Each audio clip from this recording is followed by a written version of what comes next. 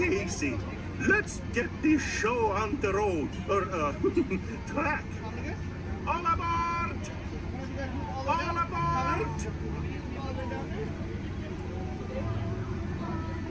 All aboard! Let's go!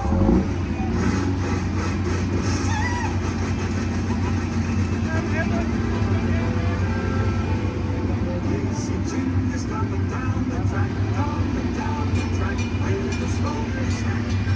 Big and Marvin coming round the hill. Casey's getting filled, every jack and jill. Every time it's fun, a little whistle sound. Everybody moves to the circus grounds. Time for lemonade and cracker jack. Casey Jr.'s back, Casey Jr.'s back. Every time it's fun, a little whistle sounds. Everybody moves to the circus grounds. Time for lemonade and cracker jack. Casey Jr.'s back, Casey Jr.'s back.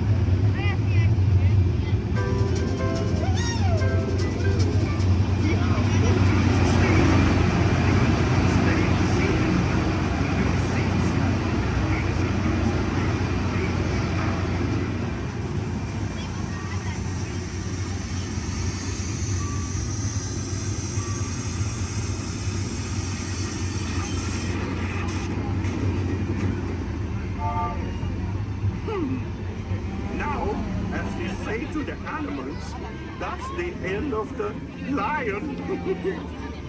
Fantasyland! Fantasyland!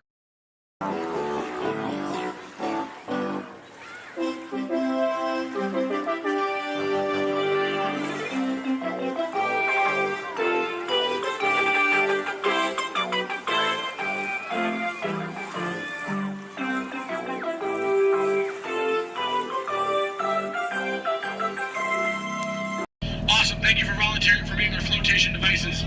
Does anybody think that the captain should go down with your ship? Raise your hand. Awesome, sir. What's your name? Jim, thank you for volunteering for being the captain. I'm a skipper. I skip out at the first sign of danger. All right, and we are clearly out of my mind. Everybody turn around, wave goodbye to the dock. Now wave goodbye to the nice people on the dock. Now wave goodbye to the skippers. Bye, skippers. You're never going to see them again. All right, ladies and gentlemen, my name is Skipper Jason. For your safety and mine, please remain fully and completely seated, keeping all hands, arms, legs, feet, small children inside the boat at all times. Now, not only am I your Jungle Cruise skipper, I am also your dancing instructor, your cruise director, your lion tamer, your alligator wrestler, and if you don't laugh at my jokes, swimming instructor. Alright guys, we're starting off right here in the Amazon rainforest where it rains 365 days a year. That's almost every single day. That's what makes these bugs larger than life. These beautiful Amazon butterflies, ladies and gentlemen, their wingspan can go anywhere from 12 inches up to a whopping 1 foot. That makes them the rulers of the jungle. True monarchs, true monarchs. And over here, ladies and gentlemen, we have Inspiration Falls. Now, I am told the longer we stare at Inspiration Falls, the more and more we are inspired to go deeper and deeper into the jungle. Everybody say, ooh. Everybody say, ah. Everybody say, ooh, ee, ah. No, just can't go do that, folks. Anyway, so much inspiration, we are going to not only change rivers, but jump continents. We are now in the continent of Africa along the Congo River. Now, we're going to see how far we can go on this boat with me behind the wheel. Who here wants to see the world-famous Jungle Book? Raise your hand. Awesome, everybody. Because there it is. Now, up here at the beach, ladies and gentlemen, I have arranged for you a welcoming pygmy party. There's going to be music, dancing, singing, eating, drinking, all sorts of fun, all sorts of game, all sorts of craziness, all sorts of... Oh, I can't see anybody canoe. Guys, the jokes are only going to get worse from here, I promise. I wonder what might have scared off my friends, the pygmies. Anybody see anything that might have scared them away? Yes, that giant python could have done it, princess. They can grow up to 33 feet in length, but don't get too close. They can develop a crush on you. They're really friendly. So let's stop by my base camp, guys, and pick up some supplies. Oh. This is what happens, guys, when you leave your door open in the jungle.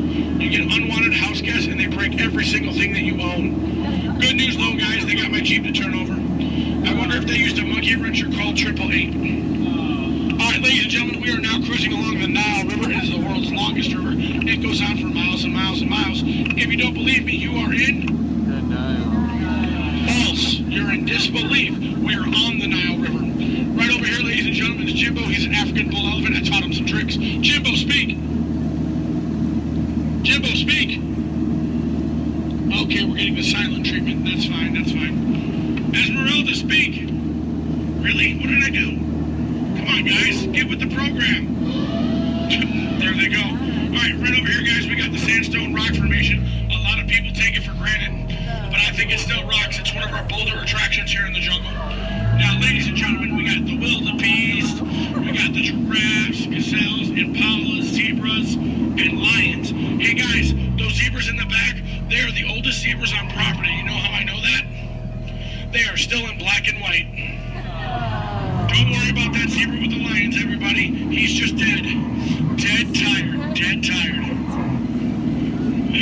All right, ladies and gentlemen, over here, we're going to say hi to one of my oldest friends in the jungle. Her name is Ina. So as we go by, I want everyone to wave and say hi to Ina for me. Here we go, everybody. Say it. Hi, Ina! By the way, Ina is the zebra in the back. It looks like those guys on that tree are in some trouble. Oh, boy. All right, ladies and gentlemen, we are now cruising along in crocodile country. Crocodile country, there's a lot more dangers than just crocodiles. There's monsoons, there's rapids, and there are these giant things called waterfalls. So if you guys see a waterfall, point it out for me so we can avoid it. We don't want to go over it just yet. We want to go through it later. What's that? Where? Where? Oh, that is Schweitzer Falls, ladies and gentlemen, named after the late great Dr. Albert Falls. As we go by, I want everyone to lean. Lean. Lean. Don't worry about looking stupid. I'm doing it for you. Lean. Lean. Lean. And we will make it. All right. Ooh, that was close. Man. By now, a lot of people will ask me, Skipper Jason, how is it you became a world-famous Jungle Cruise skipper? And I tell them, quite frankly, isn't it plain to see I took a crash course? Toughest thing about flying, ladies and gentlemen, is the ground. It's totally the ground. So we're going to keep cruising right along, people, into this pool full of Hippos. It had to be hippos. Alright guys, cover your ears, this is gonna get loud. They gave me something to scare away the hippos. Cover those ears. Shoo, hippos, shoo! Make way! Be gone! Be gone, hippo, be gone! I showed those hippos who's boss. Alright guys, we're now cruising out of this hippo pool and right into headhunter territory. It is not the greatest of places to be headed. If you don't believe me, you can ask my last crew. Those boneheads did not believe me. Wait, you guys hear those drums? Are those warriors dancing? Yes, they are. That can only mean one of two things. They're either going to attack the boat or they've lost the key to the men's room. Do me a favor, guys. Keep your eyes peeled on this side of the boat for an ambush. If you see an ambush, point it out and let me know. I'm going to look over here. Where? Princess, that's not an ambush. That's an ambush. You can tell by its leaves. All right, ladies and gentlemen. This is what everybody got up early to come to Disney for. Are you ready? Are you ready? Here we go. The eighth wonder of the world. The backside of water. Kids, do not try this at home. You'll hit your head on the faucet and that hurts. Don't ask me how I know. Alright guys, we're now in the Mekong River here in Southeast Asia. There's this really cool temple I want to show you guys. It's awesome. It's amazing. The entrance is just up over here. It looks like there's been an earthquake since the last time I've been through. What do you guys say? Do we go in? Yeah. There could be danger. There could be adventure. There could be treasure. Or worst of all, it could be another Disney gift shop. Alright guys, stay seated, keep your eyes open. I'm gonna stay seated and keep mine closed. Oh wait, it's just a root canal.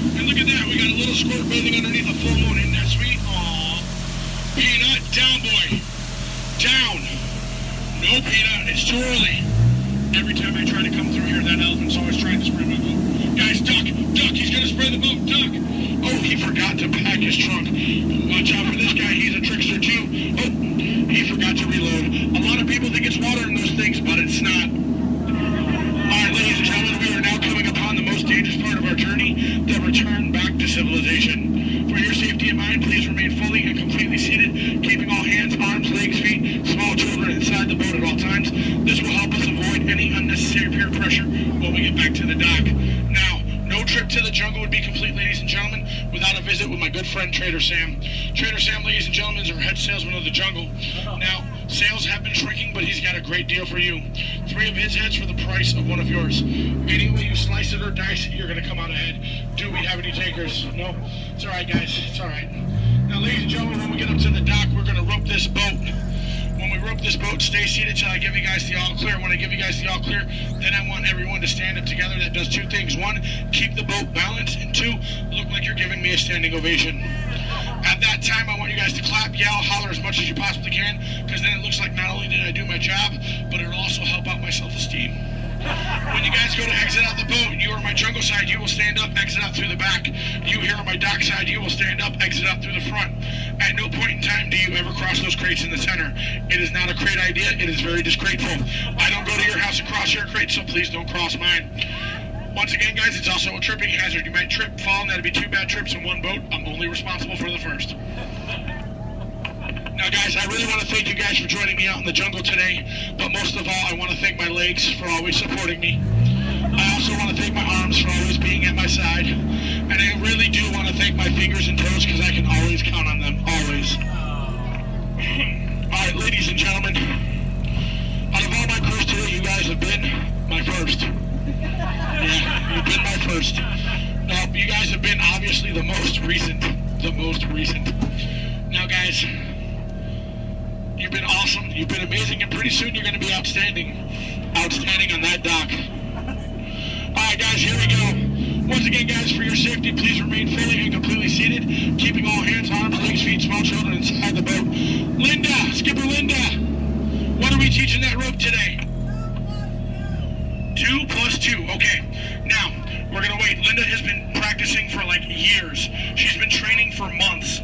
She's going to learn and show you guys how to rope this boat at the first shot. All right, Linda, here we go. It's your turn. You can do it, Linda. You can shine like a star. No. Back of the boat, Linda, not the guest. Stay seated, guys. Stay seated. So now we're going to teach this rope about 2 plus 2.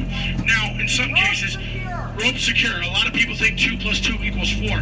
But in some theories of math, people say 2 plus 2 equals 3. Or 8. Or 12. But I say you're done. Let's go. Rope start. Everybody out of my boat. Bye, guys.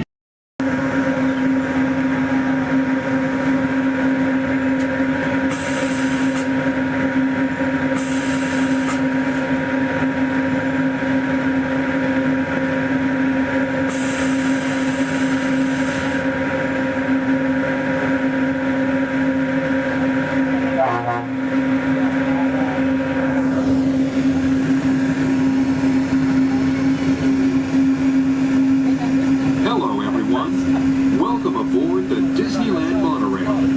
We are now beginning a 2.5-mile journey to downtown Disney Station and back. For a safe trip, remain seated, keeping your hands, arms, feet, and legs inside the cabin. Be sure to watch your children, and no smoking, please.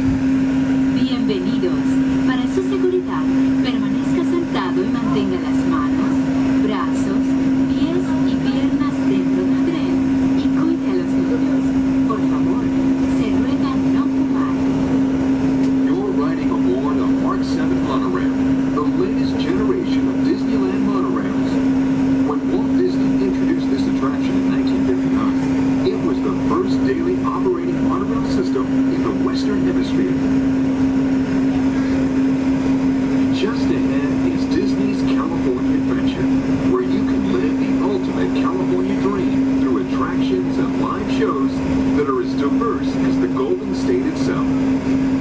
The Towering Hotel is home to the Twilight Zone Tower of Terror, where you can literally take a thrilling drop into Hollywood history. The bear-shaped rock formation is part of the Grizzly Peak Recreation Area, a haven for outdoor adventures. Beyond it, you'll find the high-energy fun of Paradise Pier.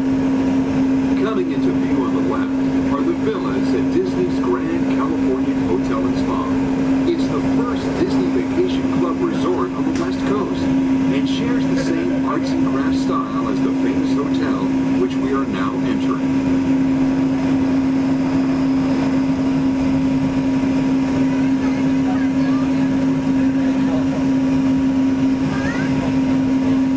Arriving at Downtown Disney Station, gateway to the Downtown Disney District and the Disneyland Resort Hotels. If you will be leaving us here and returning later today, please hold on to your park ticket and have your hands stamped as you leave the station. You may reboard the monorail for a return trip to Tomorrowland up until 1/2 hour prior to Disneyland closing. Please remain seated until the monorail comes to a complete stop and the doors have opened. Then, gather your belongings, lower your head, watch your step, and exit to the left of the monorail. Thanks for traveling with us today, and we hope you enjoy your visit to the Disneyland Resort.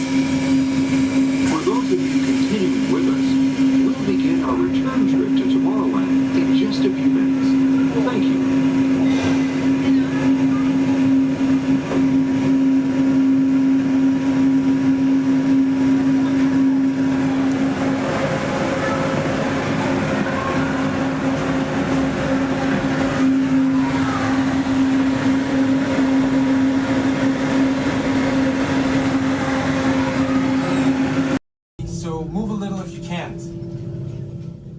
send you to the link chamber, let's watch this piece by Dr. Ogden, who runs the program. Welcome, everyone. I'm Dr. Jackie Ogden from the Pandora Conservation Initiative. You're about to experience a ceremony that's very special to the Na'vi, flying on the back of an ikran, or as we call it, a banshee. To the Na'vi, connecting to an ikran and flying on its back is an incredibly important rite of passage they call Ikni Maya.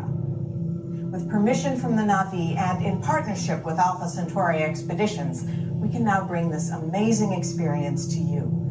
The way you'll be able to fly is by linking to an avatar that's already on the back of an ikran. Let's see how this works. We establish a link using powerful psionic amplification equipment. A human driver is connected to an avatar, which could be physically hundreds of kilometers away. When you follow our technician into the link chamber, you'll see a series of 16 link chairs. Please go to the number that matches the number you're standing on now. First, stow your gear in the storage containers on the back wall. This should include all bags, cameras, and other items, including cell phones. It's important to push them all the way into the bin. Then get onto the chair as you would a bike. Straddle the seat, step forward, and sit down. Slide your hips forward until you are against the chest pad, and then move your feet all the way forward. Wait until you're seated before you put on your flight visors. Hold on to the hand grips as shown. It's important to hold on to the hand grips at all times. After you're seated, back and leg restraints will be firmly engaged. For your safety, throughout this entire experience, always remain seated and supervise your children.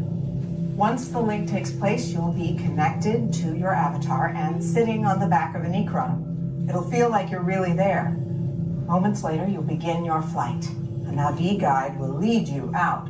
You'll experience the breathtaking beauty of Pandora, but you might also face some of its greatest challenges. Some of this flight might be intense, but trust your guide and be brave. As the Na'vi say during this important rite of passage, Sivak Ho, rise to the challenge. Good luck. All right, you ready? Let's get you into the link chamber. All right, everyone. Start things rocking. Now show me those hands, people. You got clearance. Let's roll.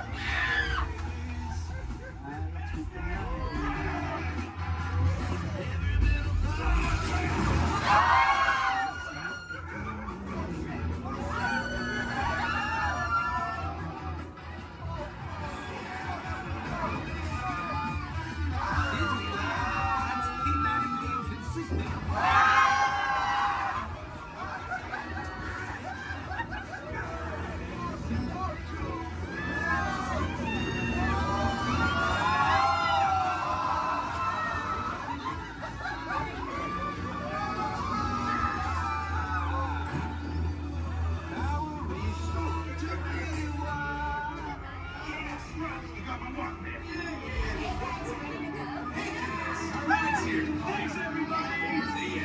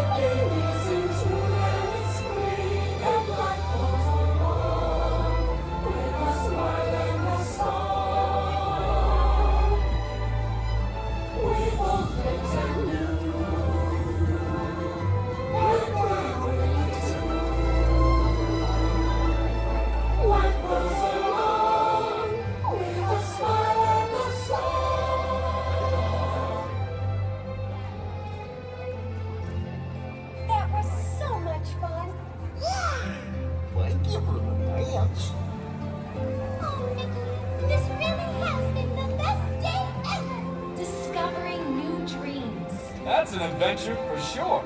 Uh-huh. Trying something new. And having a swinging good time.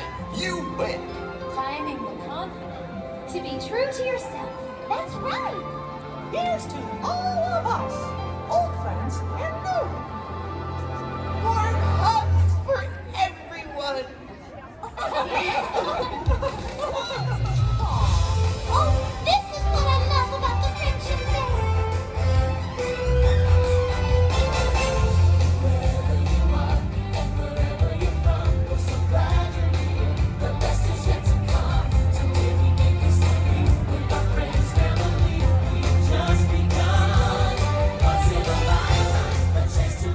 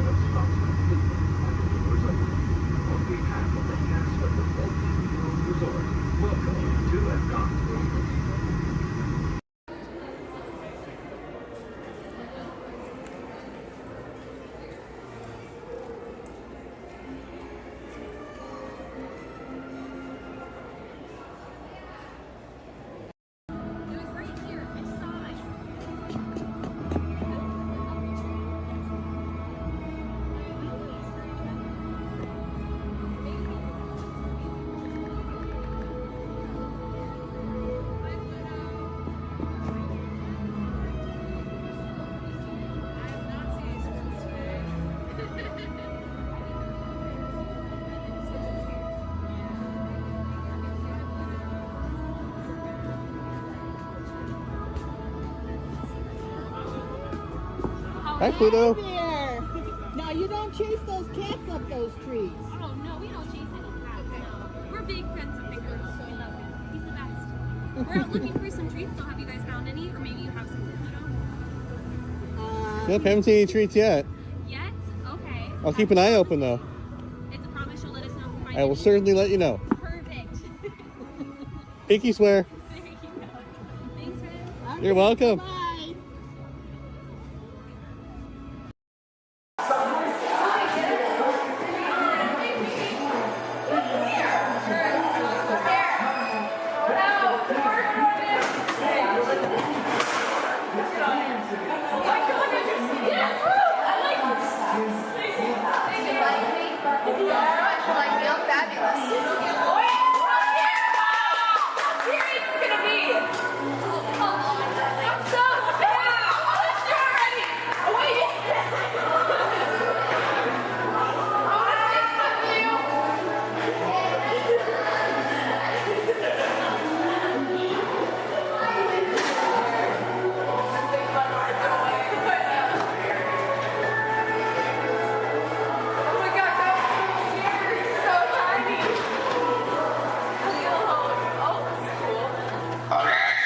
Snow White is the fattest one of all.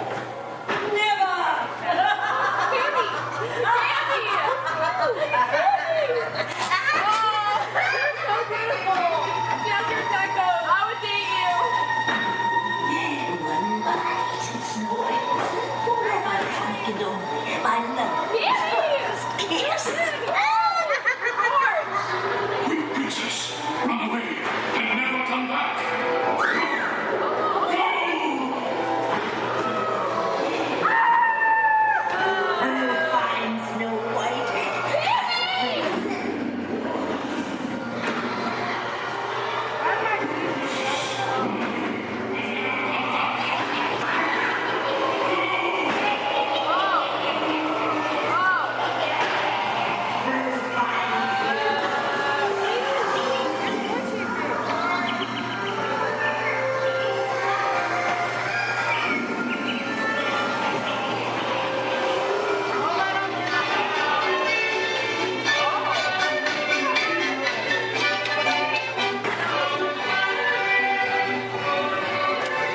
That's right, dearie. Now take a bite, and all your dreams will come true.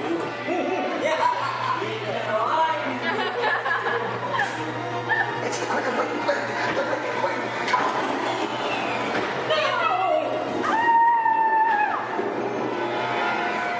She went red.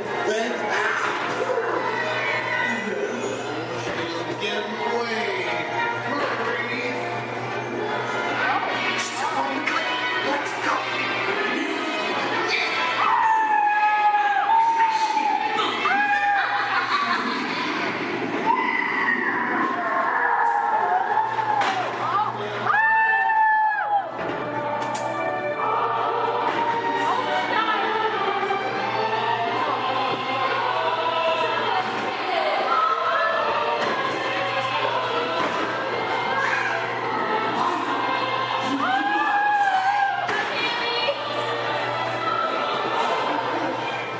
How'd you know my name anyways? Well, ain't on seeing your fancy car was about to get out of here, so beat it. You're making a big mistake here, Monkey. I said scram out of here, you gonna get away? I can't just walk down the middle of a movie. Go on, bitch, aside! Here they come, Bust!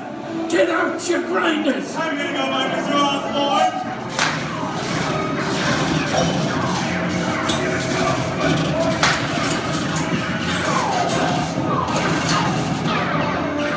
I'm hit! Hey, I'm hit! That's it! They got spin! Foxy! Foxy! Let's hit the bed! Real again!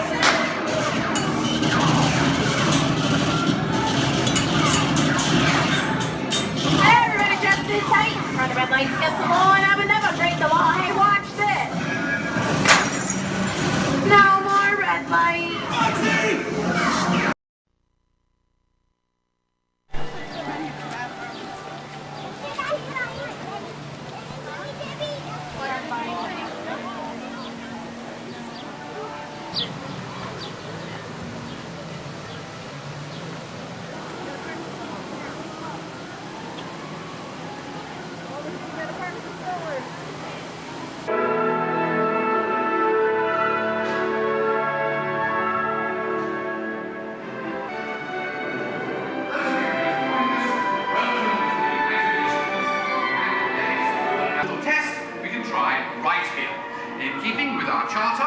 promote and encourage the imagination, and because it has been clinically proven that certain types of music can actually make you smarter, a little Mozart, please.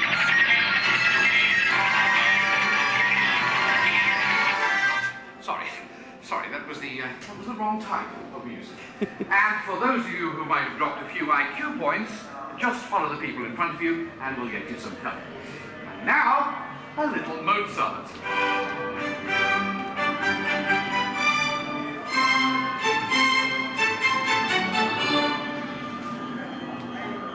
Dr. Chang, please pick up line 4, line 7, and 9. Dr. Nigel Channing, here with a quick one of my imagination. Please remain seated with your hands and arms inside the vehicle at all times.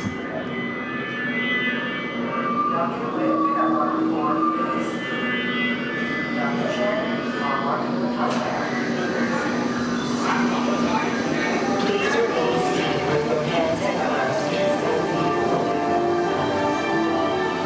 vehicle. We're about to measure your imagination, so relax as the scanner sees what's in your heads just now. Scanner on.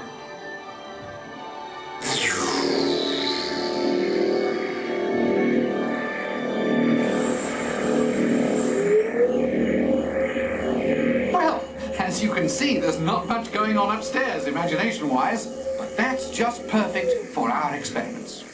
Yeah, I got the same rate at 5, the mark right there. Perfect. End of sequence. Give me tones and rapid description.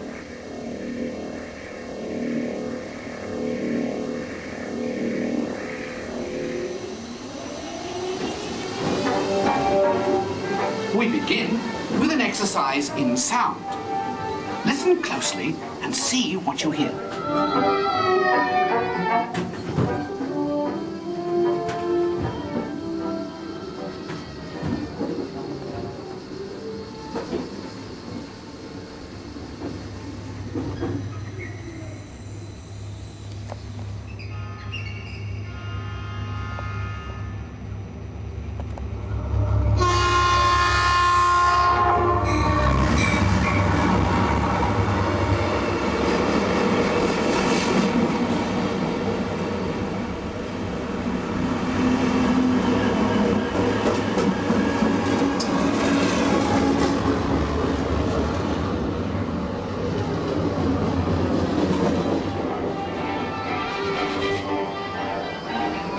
Is this looking glass actually magnifying, or is it your imagination? Here one quickly learns that when the laws of physics and common sense are shattered,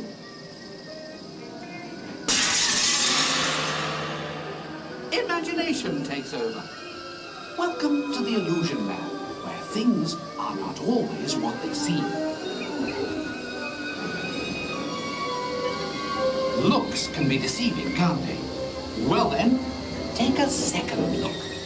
Now what do you see? When you use your imagination, nothing can truly hold you back.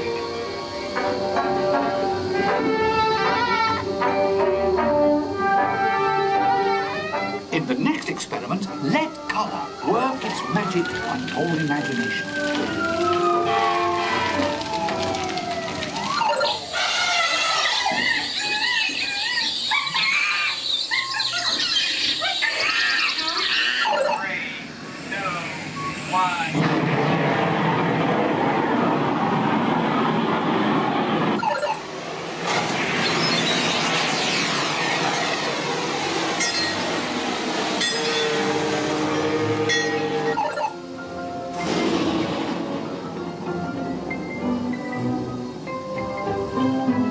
And now an exercise all about making connections. Stare at these points long enough and your imagination will take flight. You'll see.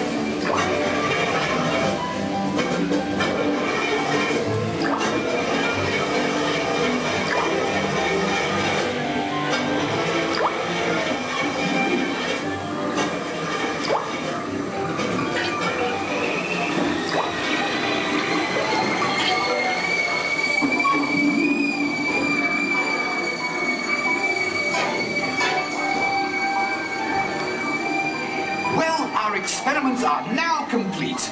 Time to run you through the scanner once again. Who knows what we'll find in your imagination this time? Scanner on. Initiate feedback program. Receiving data. Recalibrate for a wider scan. Interesting. Stand by. Recalibrate. Settings at full. Scanner readings at 150, 175, Just 150 performance level at optimum. You've pushed the scanner to the limit. This is absolutely unbelievable. Fantastic! Look what your imaginations have created.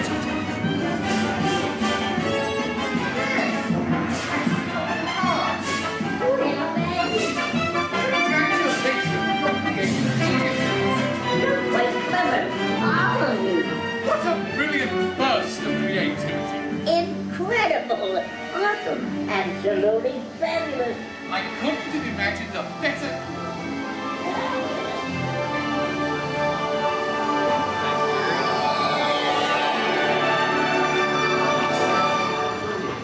reality restored.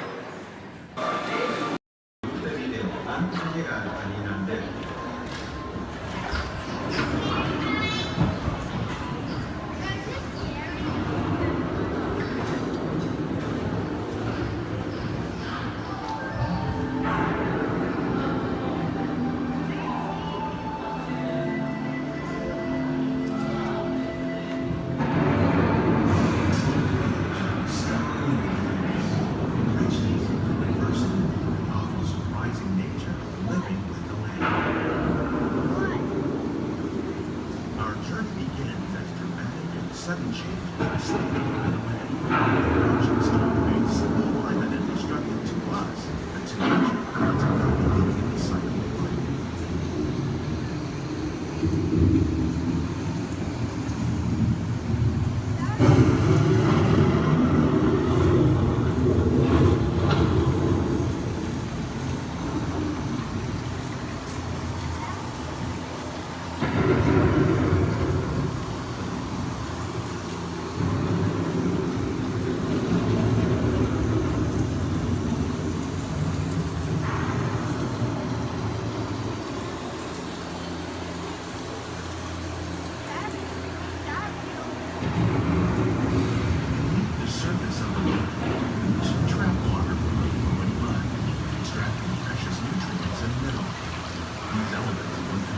Sunlight create the diverse living systems of our planet.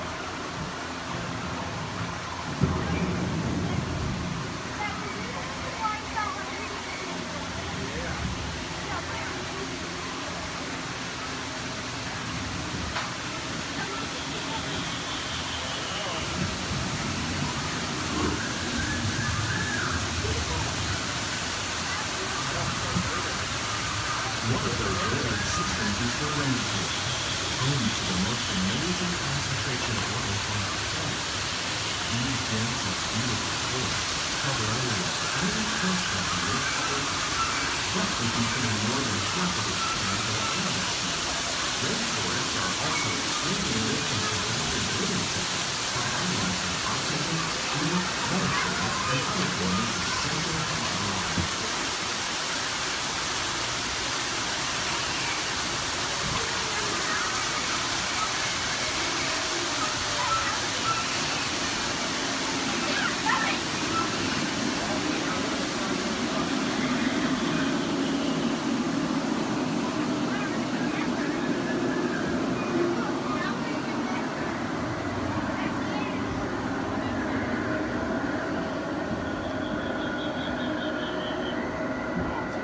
In the desert, nature has created a very different, known as beautiful living system. And while this arid landscape may seem lifeless, it is very much alive.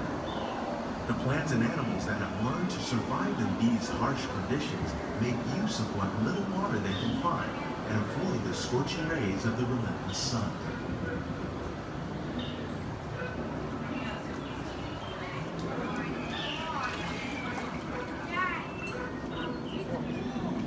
The American prairie once appeared as desolate as the desert, but over time, rainwater and nutrients gradually penetrated the hard surface of this land. Even the hooves of the mud buffalo helped create the rich soil. One day become home to the American farm.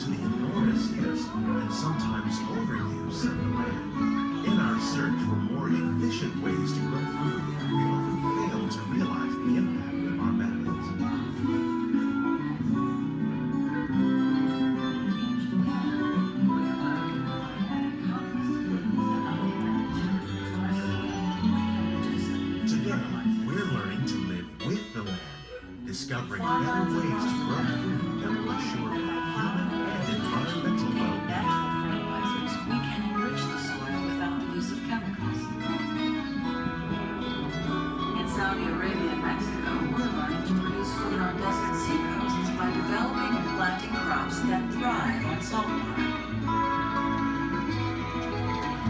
Here at Epcot, we're learning to reduce the need for pesticides by using natural predators like ladybugs and wasps to control pests. In Japan, we're learning that by adding composted leaves and other plant material to our soil, we can reduce the need for fertilizers. In farmlands across America, we're learning that by plowing under vegetation containing natural fertilizers, we can enrich the soil without the use of chemicals. In Saudi Arabia and Mexico, we're learning to produce food on desert seacoasts by developing and planting crops that thrive on saltwater.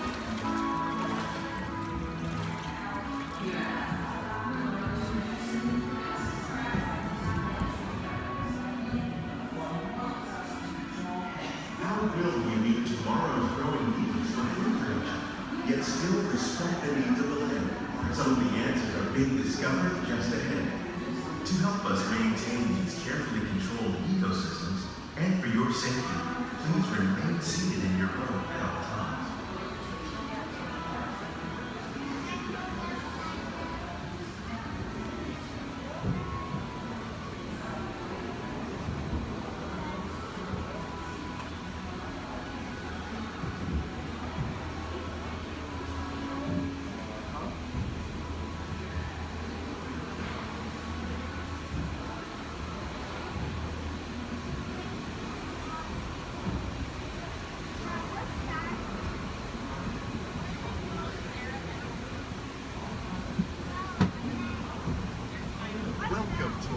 Laboratory, where scientists from Epcot and the U.S. Department of Agriculture are exploring innovative ways to produce bountiful harvests now and into the future.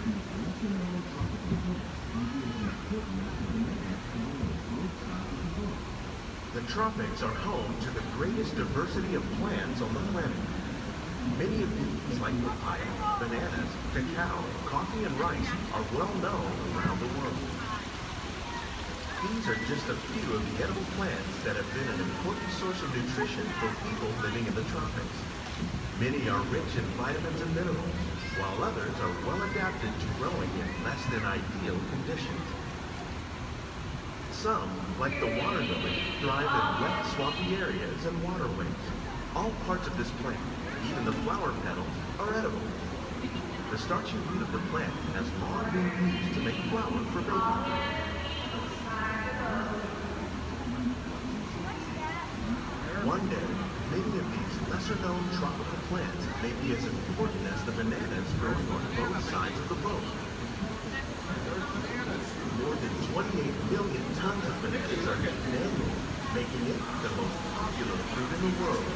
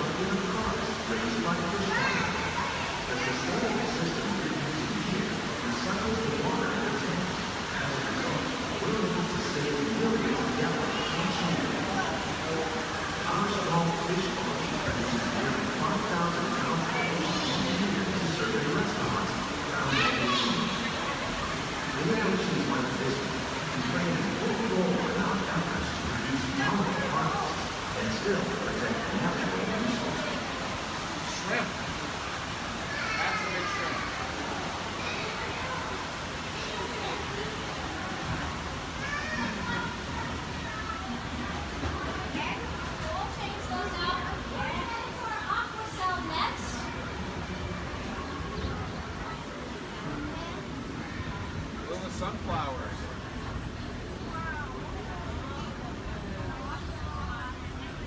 While there are more than 50,000 edible plant species in the hot world, peppers. most of us are only familiar with the handful that make up our everyday diet. The common grains growing here, wheat, maize, sorghum, and millet, plus rice, account for Look at nearly pomegranates. 2/3 of our global food consumption. Learning how to increase yields of these staples is an important goal of research around the world. A blue agave. A monkey puzzle tree.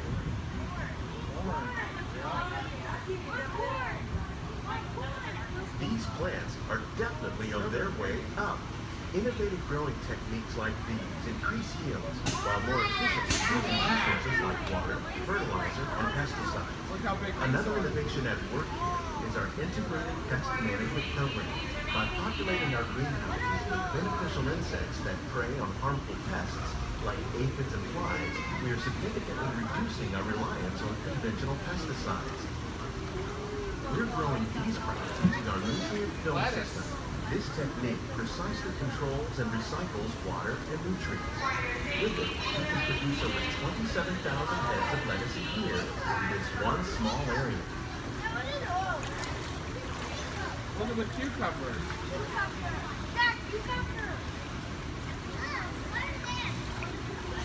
Look at the strawberries. Some of our best ideas have been inspired by nature, like these fruit and vegetable trees. By growing these ground plants vertically, we can increase yields and better control diseases.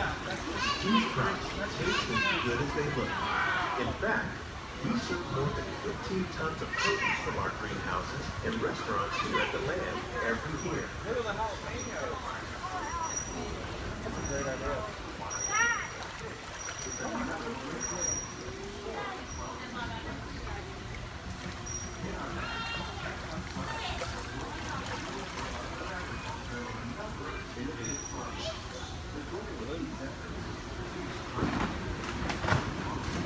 The future of agriculture may include innovative ideas like this vertical growing system. Plants grown in this way use a fraction of the space required by traditional growing methods. That saves water and increases production. The aquaponics system on your left combines hydroponics with aquaculture. The fish provide a natural source of fertilizer for the plants, and the plants help keep the water clean for the fish. It's another great way to produce more while using less. In our labs, Epcot scientists are working with the U.S. Department of Agriculture on a number of innovative projects. The goal of these efforts is to produce higher yieldings and better quality lives. Together, we can continue to find more ways to increase food production and protect our precious natural environment. Only then will we truly be living with the land.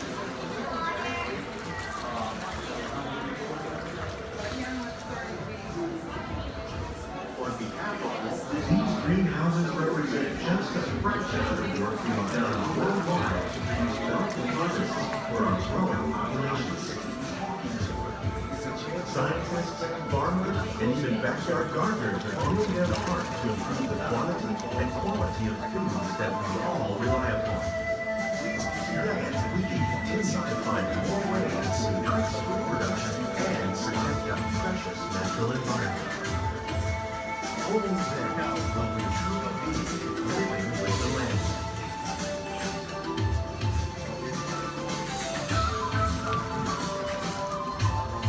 On behalf of Walt Disney World, we hope you've enjoyed this unique journey through our living laboratory. If you'd like a closer look, then check out the behind-the-scenes walking tour. It's a chance for the whole family to get up close and personal with the plants and growing techniques in our laboratory. Please keep your hands and feet inside the boat and remain seated until the boat comes safely to its stop.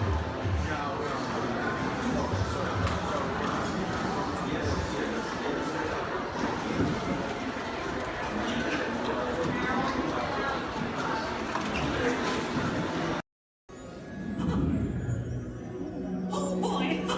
Oh, steady! Whoa! Hi, Mouseketeers! Well, here we go again. So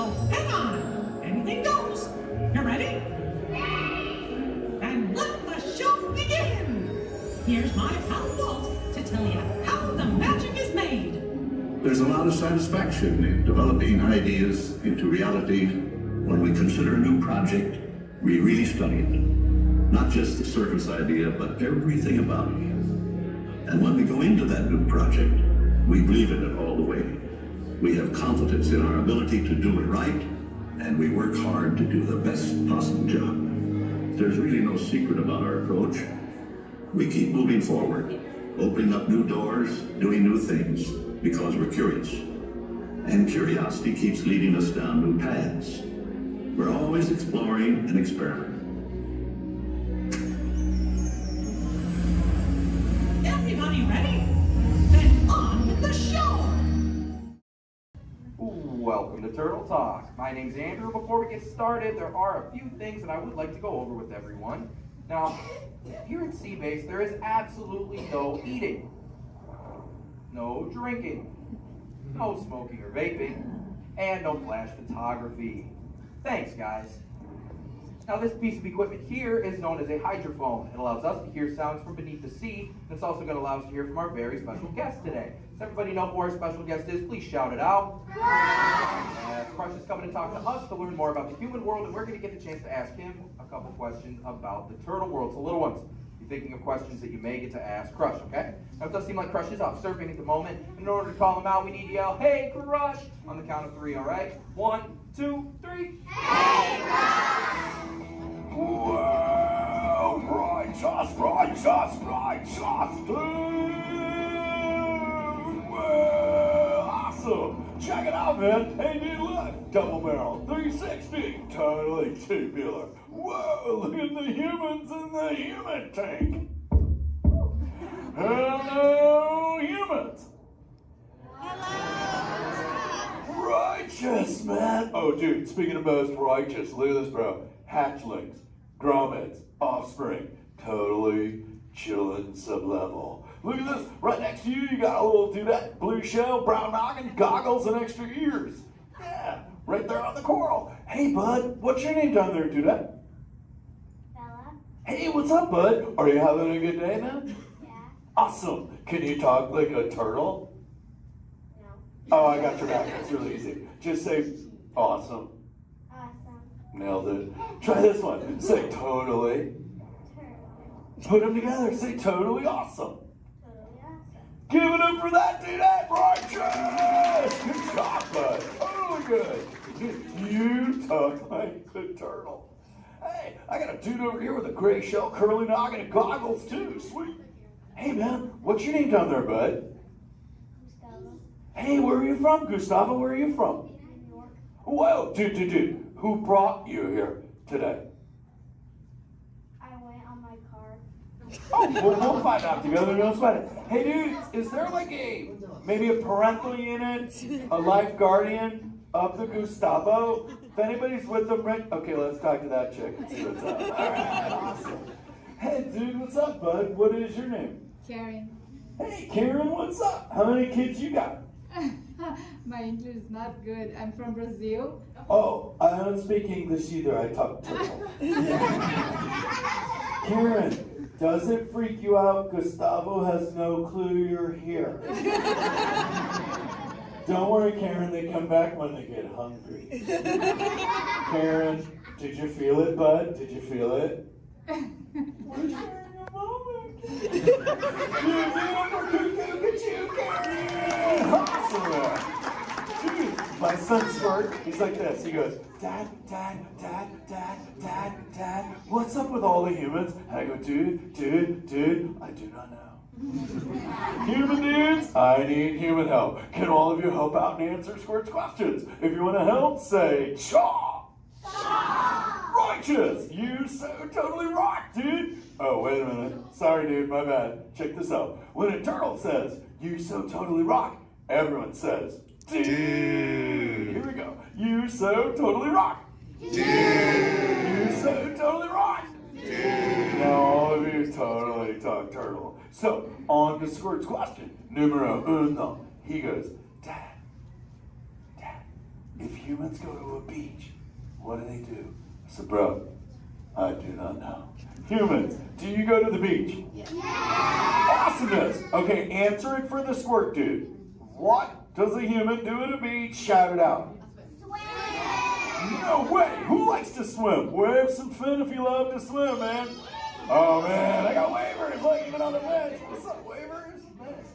Dude, want to see me swim? Say go crush. Go crush. Let's rock. Everyone yell. Rip it. Rip it. Roll it. Roll it. Punch it. Punch it. Rip it. Rip.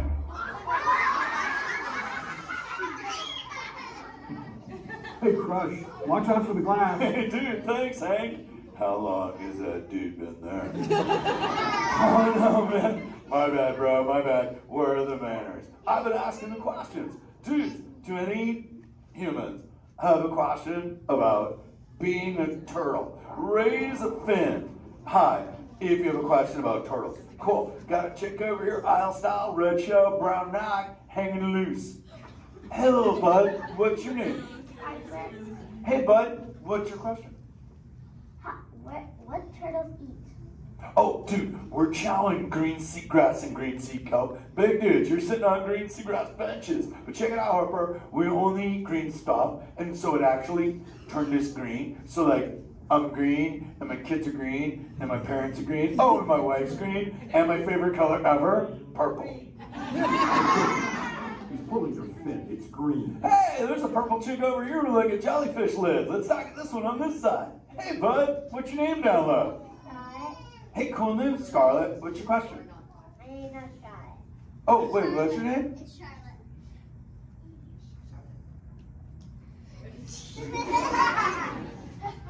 You don't have to tell me. Okay, what's your question, little bud? My name's not bud. Okay. Hey, let's head over here. We got like a little friend on this side. Looks like a light blue shell, brown noggin. Let's talk to this bud. Hey, what's your name, dude? My name's Marley. Hey, Marley, what's up? What's your question? What would be your favorite? What's your favorite food? Oh, dude, besides eating green seagrass and green sea kelp, we totally chow on the jellies. Yeah, they're like so tasty. Hey, wait, Marley, do you eat food and sleep and stuff? Yeah. Do you know how to swim? Yeah. You're a turtle. Because all we do every day is eat, sleep, and surf. Hey, we got a bud by the bench. He's got a red shell curly noggin. Let's talk to that guy. Sweet. Hey, big man. What's your name, dude? Ezekiel. Hey, Ezekiel. What's your question, friend? How do turtles breathe?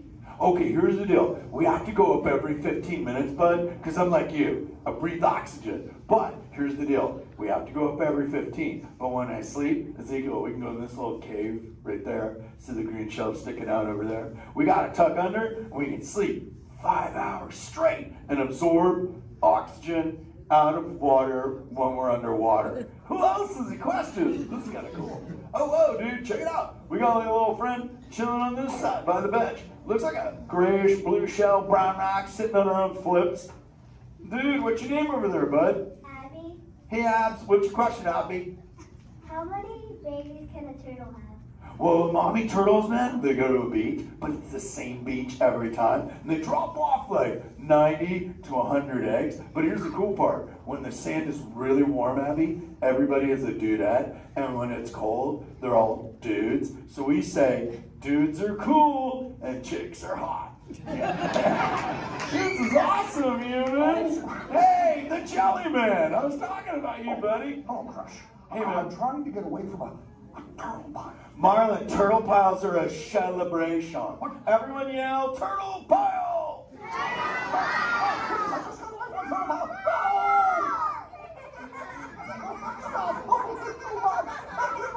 Oh, cool. Hey, boys, surf's up, dudes. Thanks a lot, Crush. For what? The turtle pile? Shout it out, humans!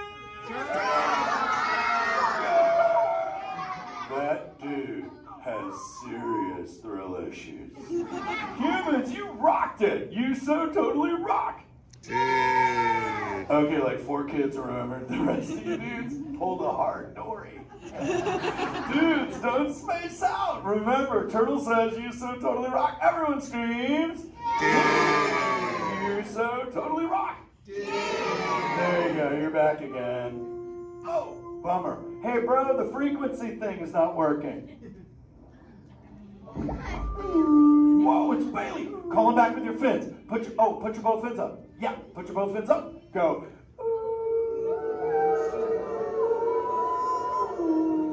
Crush.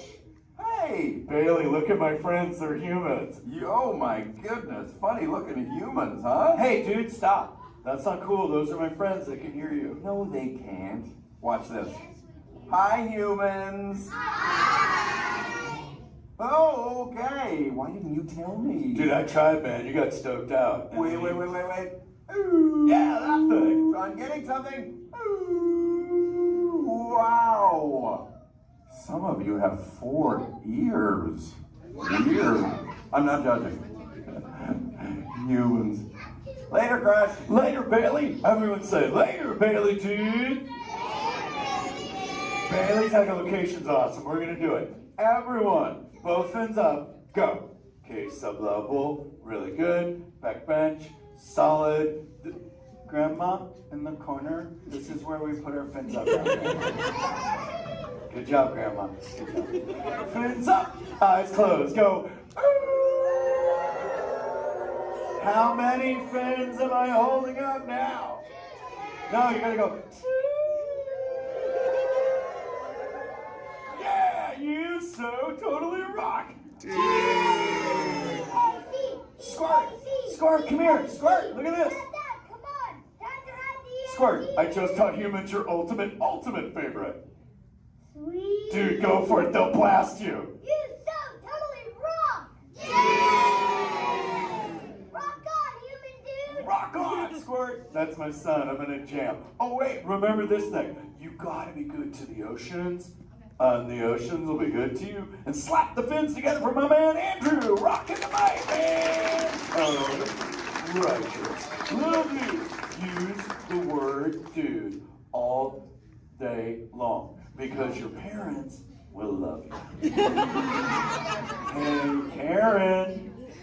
You're welcome, Karen. Let's go! You so totally rock! Let's give it up for Crush.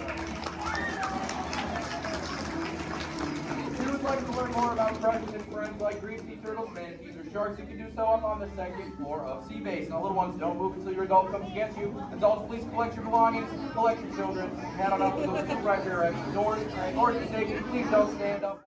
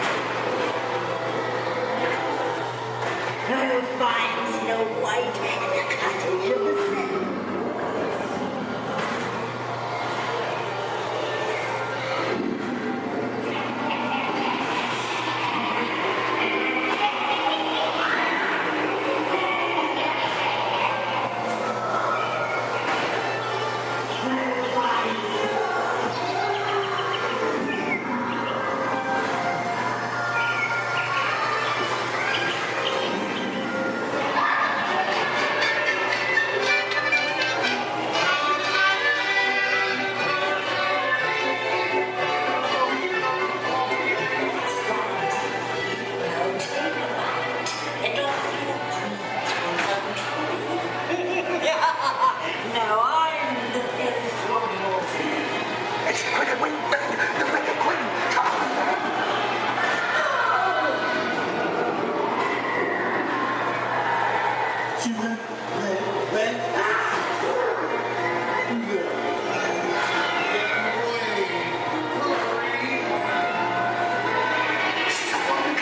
let's go.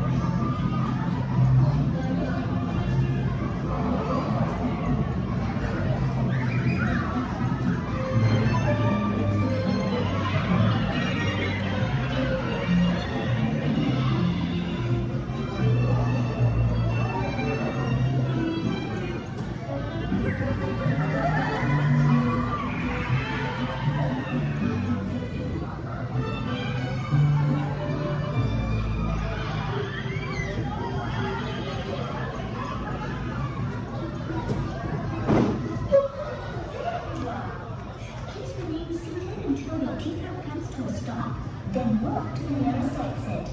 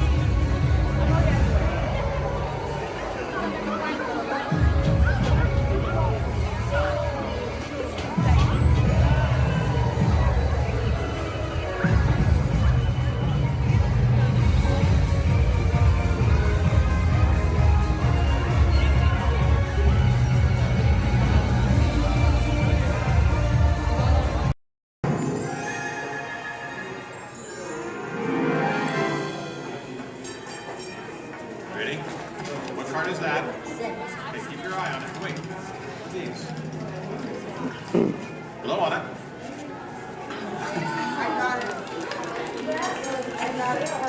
Hello and welcome to Disneyland's 50th anniversary celebration. For this truly historic event, no ordinary host would do. No, the Disney folks wanted someone who's been here from the beginning. They wanted a household name. A name that means family entertainment. Donald, calm down. You're just too animated. I'm referring, of course, to me, Steve Martin. Oh, really? Well, I don't remember him calling that show the Donald Duck Club. Now just waddle along. As I was saying, the Disney folks came to me because I began my career right here at the Magic Shop at Disneyland. That's me, Disneyland class of 1960. Magician, prestidigitator, and seller of fake vomit.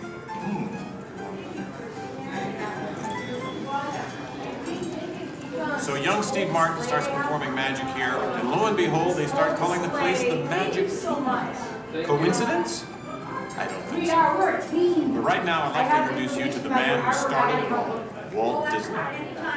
Walt, tell us how it all began. This is the original. Now this is the original, so we can from the original show here in Disneyland. And This is a then, belt from most. So we start out yes, it was all planning him, and then when they taking the merry-go-round and run different places. As I sit there while they do all these things, sit on the bench, eating peanuts, I felt that this subject we was wondering if parents and the children could have fun together. Great idea. So that's how Disneyland started. Disney does everything. I'll take it from here, oh Walt. yeah, and I did not This work priceless this artwork show, shows but the I first did work design for the Journey to Disneyland. Gettysburg show A small park that would with have been the near the headsets. Disney Studios in It was the Burbank. headset show. It's sweet, They isn't could it? simulate a But he couldn't stop there. Not Walt. He wanted a world of the future, an exotic jungle, a wilderness frontier. This is just the most rare and valuable piece of art for Disney Archives. That's the painting that sold the concept of Disneyland to the bakers. was a painting. You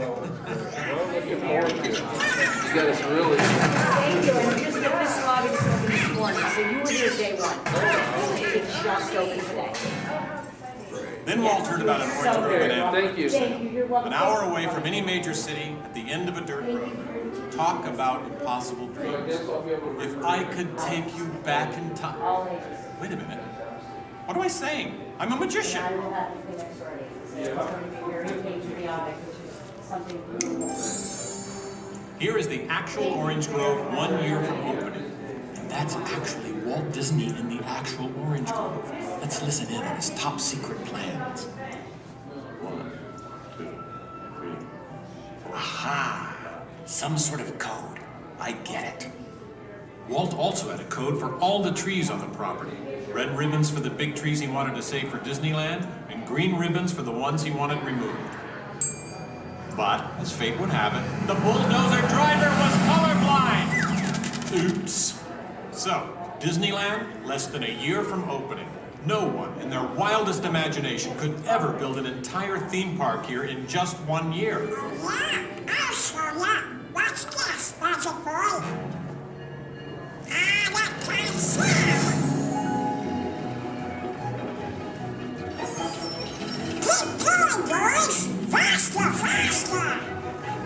That's it, good. That's it, good. Opening day.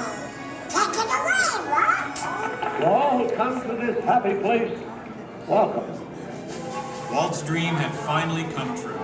And to celebrate, ABC organized the biggest live telecast in history. Some of the most famous stars in Hollywood showed up, including host Art Linkletter. Frank Sinatra. Hello, Franco. Who's driving? Sammy Davis Jr. Hello, Sammy. Bob Cummings, Ronnie Reagan. Come on in. Davy Crockett. Buddy Epson's there, too. But right now, it's my pleasure to introduce the famous star whom Mr. Disney has asked to christen the Mark Twain. Ladies and gentlemen, Mr. Disney. I'll take it from here, Mr. Together.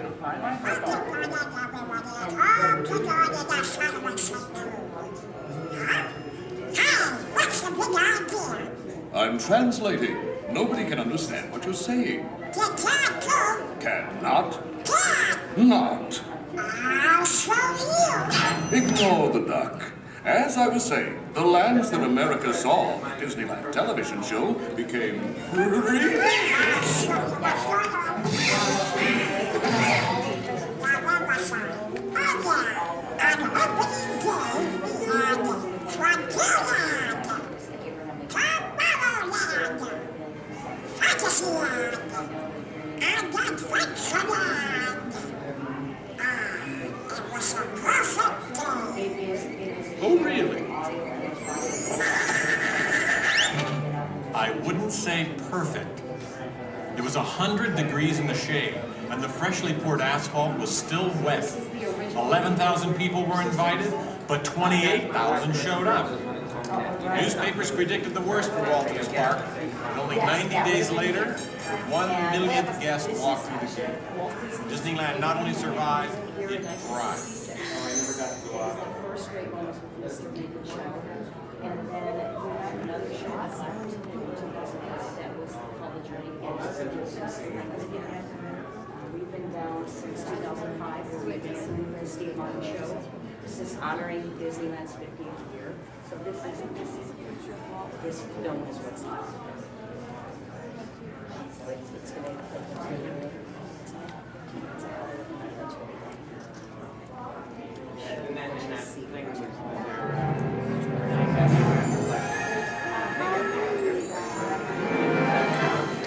Walt wanted the magic of Disneyland to begin as soon as you walk through the gates.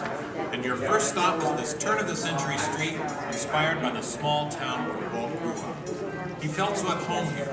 He even had an apartment built for himself above the fire department, and it's still there today. Walt paid tribute to his father in one of the shop windows. In others, you'll find some of Disneyland's most important contributors. Nice try, Donald. Many shops have come and gone here over the last 50 years. Gone is the working pharmacy, and gone but not forgotten, my favorite, Hollywood Maxwell's corset shop, better known as the Wizard of Bras. Yes, Disneyland is filled with nostalgia and memories, but that's only part of the magic. Let's not forget fantasy. Ah, hear that? When you wish upon a star, your dreams come true. For Walt, that was the very essence of Fantasyland. Of all the lands, this was closest to Walt's heart. He even placed the Disney family crest right above the castle gate. Fantasyland was created by the same artist who created Disney's animated films at the studio. And soon those storybook tales came to life in an orange grove in Anaheim. For the first time, we could step into those worlds and become a part of the adventure. In Adventureland and New Orleans Square, surprises happen all the time. In fact, Disneyland is the only place I can think of where you can be attacked by pirates, frightened by ghosts, and nearly crushed by a giant boulder, while keeping your arms, legs, and feet inside the vehicle at all times. And here's the adventure that started them all. Remote rivers through a treacherous jungle. Could something go horribly wrong? Only a punchline. Over the years, the Jungle Cruise has become a showcase for handsome and witty river guides. Oh no! That big elephant is coming up to us and it looks like he's going to squirt us! Everyone in the back, get down! Don't worry, it never happens.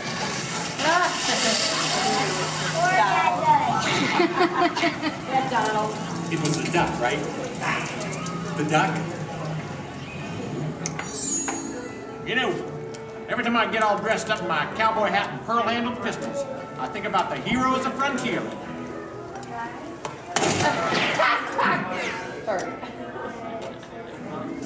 You see, Walt believed it was important to pay tribute to the pioneers who blazed a trail across frontier America. And I agree. Especially when it involves saloon girls and blazing six-guns! In Frontierland, you could meet popular Disney heroes of the day, like Davy Crockett and Zorro. For a while, there was an authentic American Indian village. And in the little mining town called Rainbow Ridge, you could board a mine train or pack mule to explore nature's wonderland. And then the West got a whole lot wilder. Big Thunder Mountain Railroad was a thrilling addition to Disneyland's growing mountain range. The first peak was the Matterhorn, one of Disneyland's first e-ticket attractions. But the most out-of-this-world mountain of them all is right here in Tomorrowland. When Disneyland first opened, Tomorrowland gave us a preview of the amazing, futuristic world of 1986. Okay, so the 1980s didn't turn out that way. But Tomorrowland is really about imagining the possibilities of the future. So we got to go to the moon before real astronauts did. We got to travel through the mighty microscope on atom-mobiles, beyond the realm of normal magnification.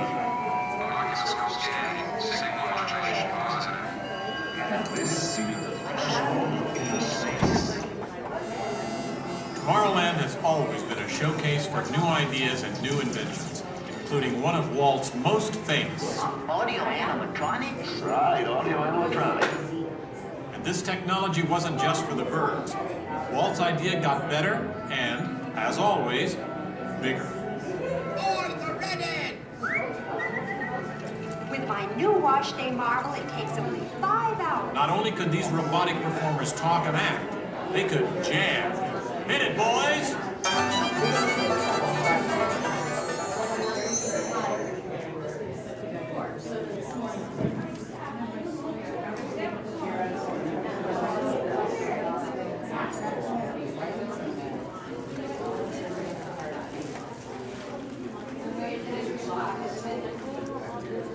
I was going to call him and say that.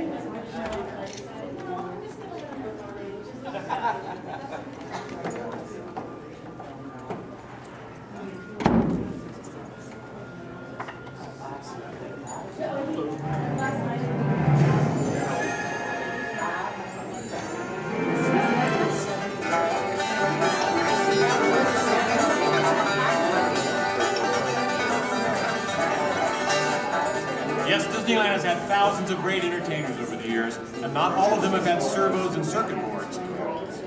I learned a lot about comedy by watching Wally Boat, star of over 47,000 shows at the Golden Horseshoe Revue. And he was only one of the great homegrown acts that brought their unique magic to Disneyland over the years.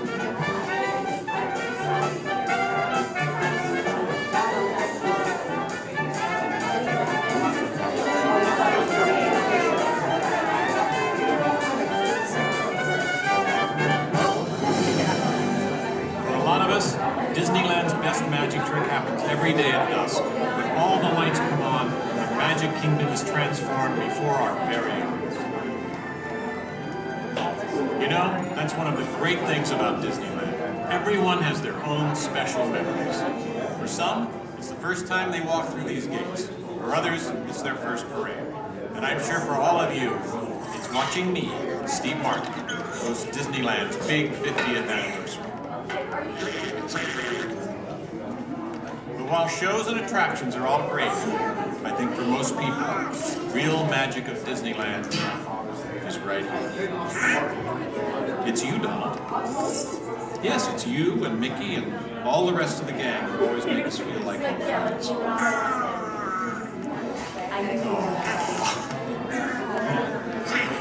Shall we? Let's do it! Goodbye, everybody. You know, I have to admit, you would have made a perfect host. Sit up next to me.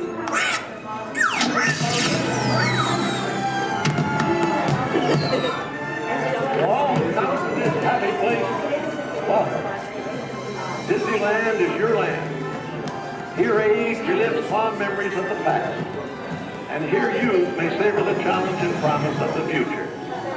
Disneyland is dedicated to the ideals, the dreams, and the hard facts that have created America, with the hope that it will be a source of joy and inspiration to all the world.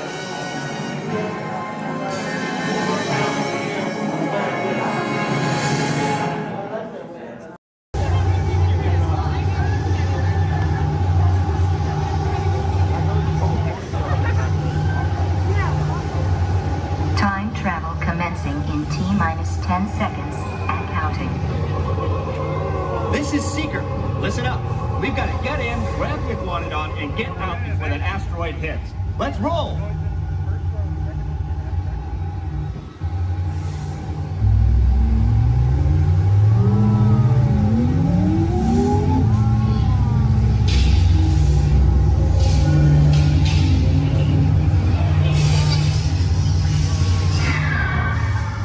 Okay, now, let's go get that dino.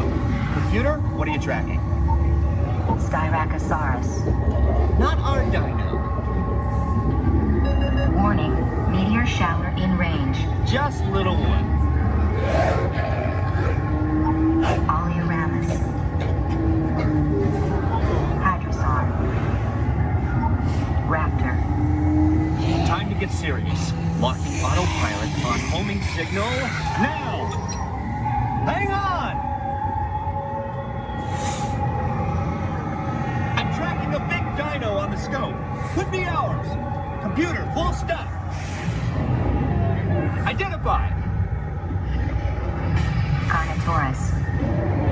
not our dino. Go, go, go!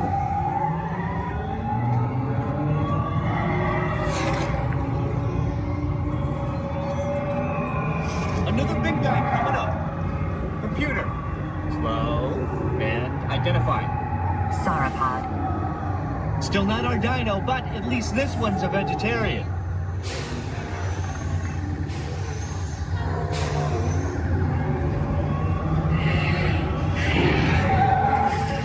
Asteroid impact in 90 seconds. We better move it. Pterodactyl. Incoming! Asteroid impact in 60 seconds. We can't stop now. Keep going, keep going. Compsognathus. Computer, what's happening? Loss of traction. Four-wheel drive, move it!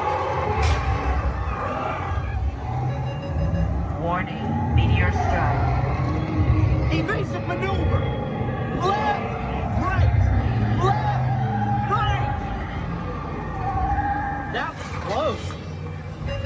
Computer, now what? Carnotaurus. That's it! Abort mission!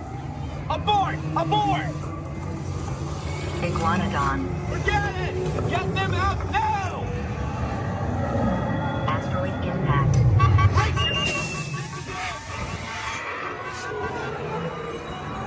They're not gonna make it! They're not gonna make it! Mission accomplished. You made it! I knew you would, and guess who made it back with you? I better find him before security does. Thanks for everything!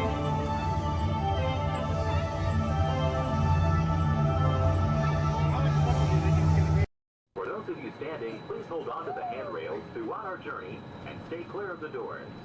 For the comfort of others, no smoking please. Thank you. As we turn south, you can catch a glimpse of the spires of Space Mountain in the Magic Kingdom. Nearby is Disney's 8th-ranked contemporary resort. Oh no. Oh no. Oh no, no, oh no, no, no, no. Look at. Oh no.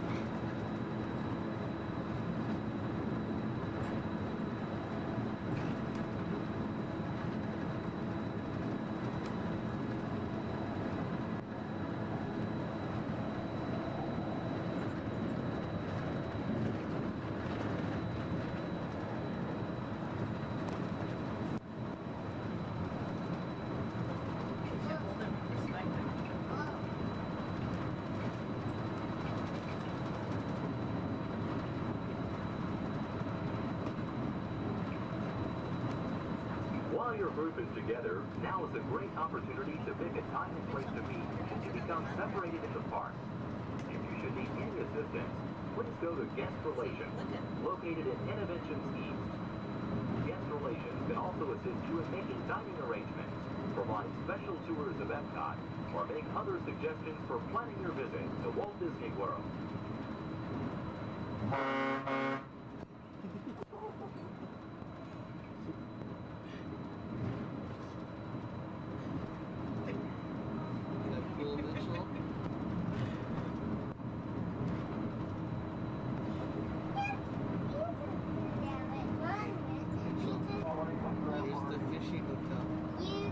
You could have a car that was monorail. Sure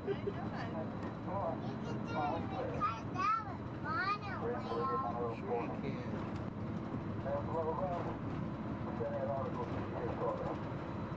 Show us Tower Terror. See Tower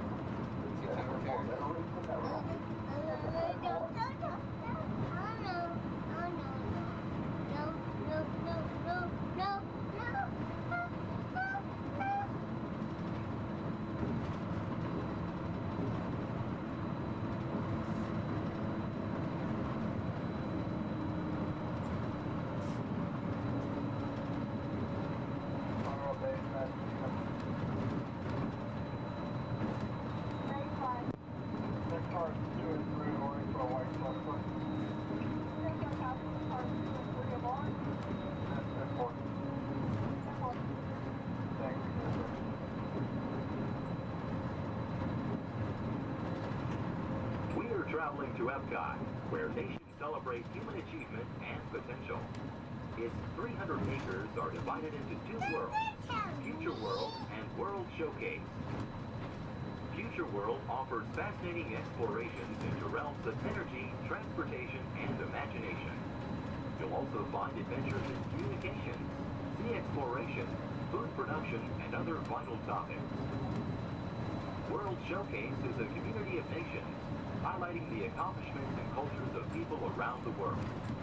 On the banks of the 40-acre World Showcase Lagoon are Mexico, Norway, China, Germany, Italy, the American Adventure, Japan, Morocco, France, United Kingdom, and Canada. Young adults from each nation represented in World Showcase are among your hosts, making this a true international exchange.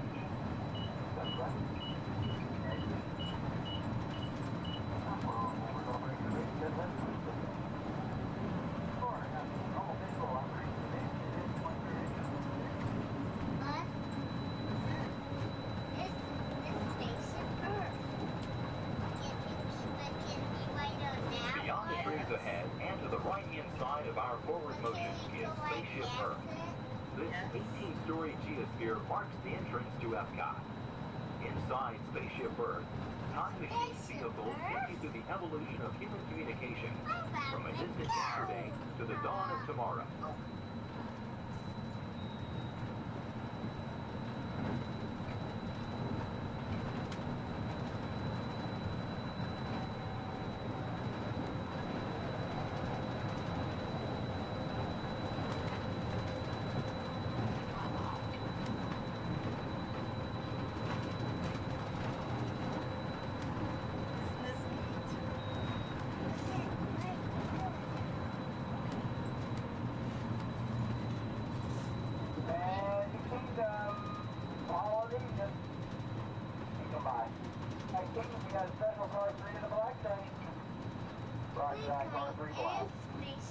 Coming up behind Spaceship Earth is Innovations. Inside this hands-on area, you can explore and interact with the ever-changing technologies and products for everyday living in the near future. To the opposite side is the Universe of Energy. Inside, you'll find Ellen's Energy Adventure, hosted by Ellen DeGeneres and Bill Nye the Science Guy. Maybe. Next is The Wonders of Life, where you'll discover Body Wars, which takes you on an amazing trip through the human body. No, we are not going In to Test Track, you can experience the acceleration of test driving a vehicle on the fastest and longest ride ever created for Walt Disney World. Coming into view is World Showcase.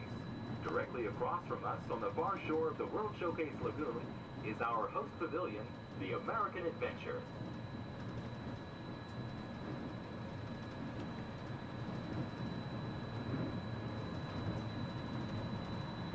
I'm still thirsty.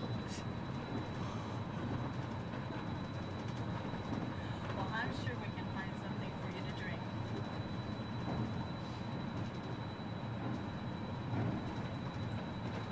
The glass pyramids are the gateway to your journey into imagination. Inside, you can find the 3D adventure, Honey, I Shrunk the Audience.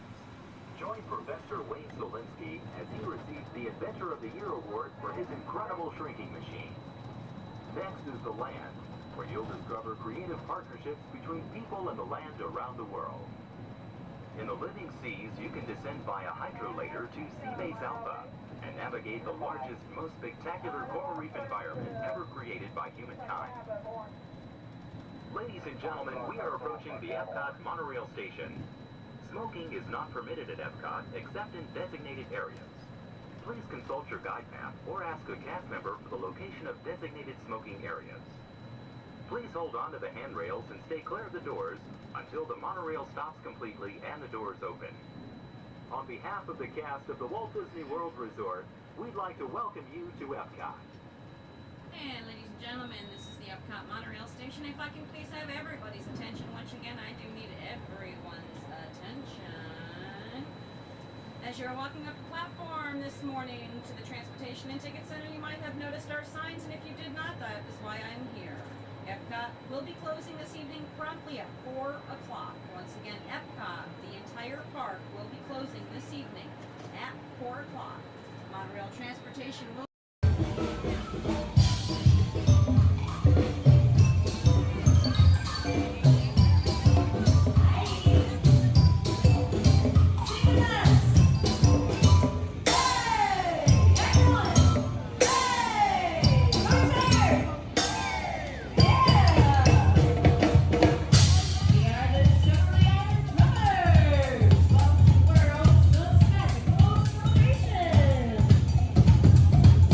Who's having a great day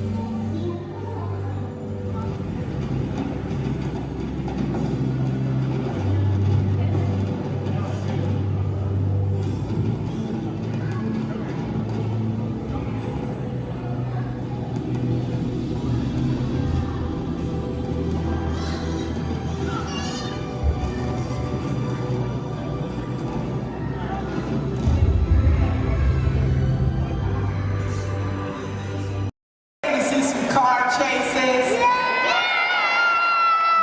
I've got some very cool people I'd like to meet. They're here for me. They're going to help us get things started off.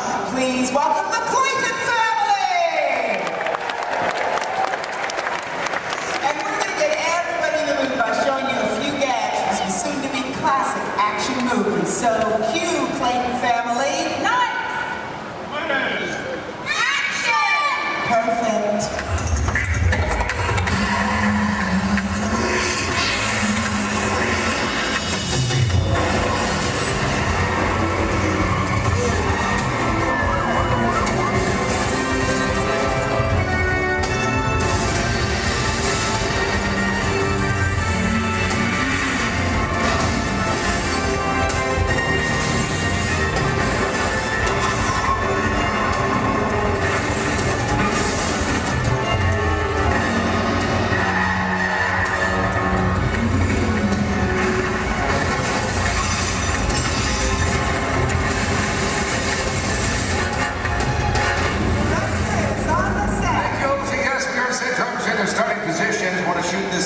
First scene as quick as possible. Just need to know, is everybody fired up? Are you ready?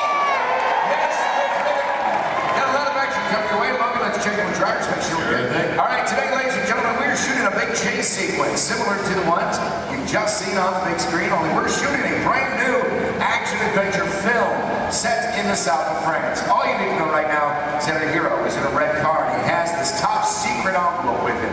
Now, everybody else is just trying to prevent him from leaving town with it. That's the scenario. Look, and drivers ready? Good to go. All right, let's go ahead, slate it, please. Rolling, ballet chase, sequence 7A, take one more. All right, drivers ready on my countdown. In 3, 2, 1, action!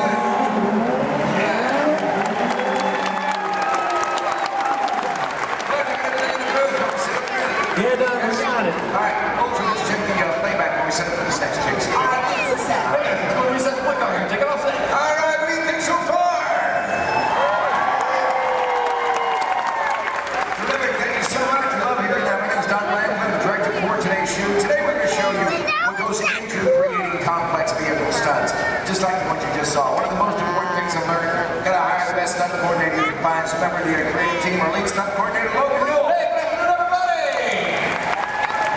Thank you very much.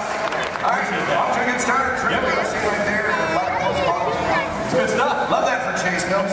Tell our guests what you do for us. Yeah, sure thing, Don. Folks, basically my job out here is to choreograph some of this action and bring these scenes together with our stunt team, our director here, but biggest responsibility is safety. Absolutely. We talk safety every single day here with these extreme stunts. It's our number one priority. Well, it's critical. As drivers make it look easy out here. There's a lot of planning that goes into everything we do. In fact, I better get on. And your playback's ready. Great, let's do video assist camera one. Video assist is coming up. You're going to see some black and white images up here on the screen. This just tells us a preview of what we've shot before the film gets developed. And it's called video assist. We have cameras all over the set. Most displays now taken from my two cameramen. Again, already down here in the slab chair, we got the camera truck. But I just want you to notice how we're framing the action in some of these shots. Keeping the camera low actually makes it look like these cars going faster than they really are. And the short distance already getting upwards of 50 to 70 miles per hour at times, but keeping that camera low really keeps it exciting for a chase film. In fact, it's a technique used in almost every car chase you've seen on film. Oh, it's this great footage. Let's just get right to the height of the chase. Rams, Lloyd, all of it. Heard a lot of cheering, a lot of excitement when this was happening. There it is, that high-performance machine, a hero car. Look at this reverse jump. Slow-mo for you so you can really capture that detail. Ernie, my main cameraman, right underneath those cars, and then zooming right in on the driver. There it is right there. Main man, Ernie. Here's a look from inside one of the vehicles. Give you a perspective what the drivers are looking at. I do want to talk about the hero cars, so let's bring up camera 4 and let's freeze that jump, okay? All right, Lloyd, I'm going to need you to roll into camera 4. Yeah, go straight on. And then freeze it at the top of the jump. There you go. Cha-ching. Right there. There you go. All right, this is a very special car for us. Yeah, it sure is. Ladies and gentlemen, this hero car out here was designed and built specifically for our film. It is built with 4 forward gears, but unlike the cars we drive every day, it also has 4 gears of reverse. Now, obviously, we can go a lot faster that way going backwards. Something else a little bit different than the vehicle is where we put the motor. It's not in the front or in the back. It's actually mounted right behind the driver. And the reason we do this, it balances out the car, gives it better overall stability, and of course, maneuverability on all these tight turns out here. That's right. And speaking of time, it's not really a luxury ride for the drivers. They are around today's vehicle. Don, we're still setting up here. Let's just bring out the hero truck. You know, let's do that. Let's introduce it tomorrow. All right, let's do it. Hero 2 set. Thank you. Oh yeah, there he is, peeking into place. Ladies and gentlemen, how about a nice warm welcome for your hero from Brazil, Mr. Eduardo. Nice to meet you, my friend. Great work, Edu. Great work, my friend. Now we've worked together for a little while, and he's pretty awesome with the 180s, 360s at 540. Pulled that out. Look good. Look good. Glad we put that in. How about you? You glad we put that in? Yeah, you're glad. Okay. It's all right. This thing's on. You can talk. Hey, Eddie, go ahead and look at the camera. Tell everybody how you do the jump backwards. They love that too. It's going to take a long time. Yeah. All right. Well, I'll summarize for you guys. As good as he is at what he does, this unique, one-of-a-kind car has its win. Let's check that out. Hero 2 on set. All right, now you see, folks, it's really not safe to drive in reverse at high speeds, of course, or jump a car backwards for that matter. So what we did is we had a duplicate car built. This is exactly every detail as Eduardo's hero car right here, except for one tiny modification. It's built, so our driver faces out the back. Check this out. We even took it a step further. Built a reverse stunt driver. Made it look like he was facing out the front. Hello, everyone. I'm not feeling. So reverse hero, let's hear for Ron Fox. Nice work, guys. Great exchange. Now, folks, you may be wondering out there how we're able to switch these vehicles mid-take like that without even noticing. In fact, Olger, we got that video system. Can we bring it up? You got it. I need cameras 1 and 6, Lloyd. Roll. There we go, guys. You can see right over here, this is our first hero, Eduardo, drove on the set. Our reverse hero, well, he was actually waiting in position to take over for him. That's right. The two cars are like runners passing the baton in a relay race. Once the main car disappeared, well, this reverse car took over without missing a beat. Let's hear it again for these drivers.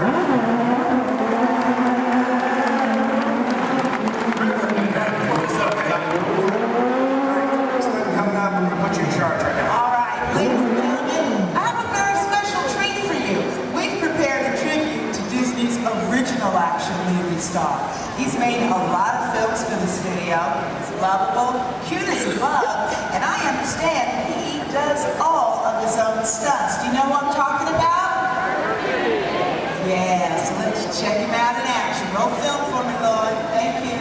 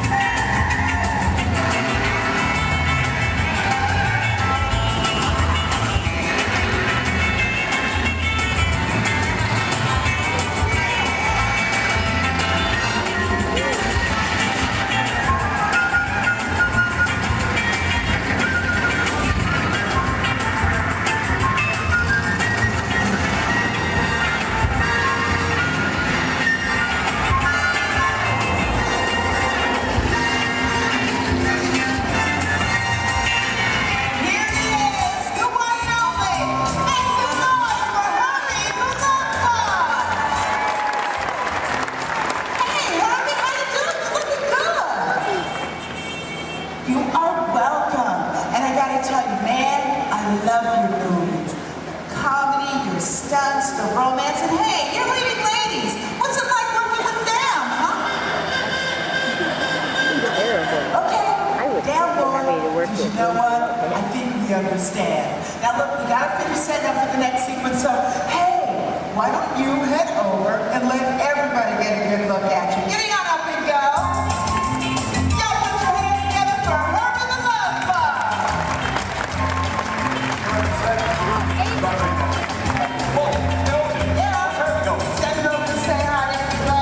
I've got to look to the title of the telephone product. Hurry, go now! Hurry!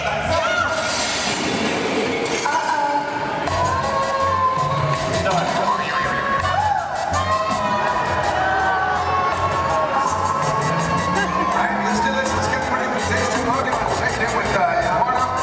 Olja. Yes. Get on the camera truck. We're going to say goodbye to, where's Herbie? He had to split. What's this one? Let me get on the camera track. Go ahead and set this scene up for everybody, okay? Okay, cool. Now, ladies and gentlemen, this is another segment of our chase. The hero's still being pursued, but it is getting harder for him to maneuver. Our marketplace is now a whole lot smaller thanks to the addition of the big trucks and the market carts. So the questions now become, how's our hero going to spin or go backwards? Where's it going to go? What's he gonna do? Let's find out. Got them all set up for you. All right, good. Everybody set? Yes, good. Long and drivers ready? Oh, yeah. That's good. Slate it, please. Rolling blockade sequence 8. Take one more. All right, guys, here we go. One more countdown. In 3, 2, 1. Action.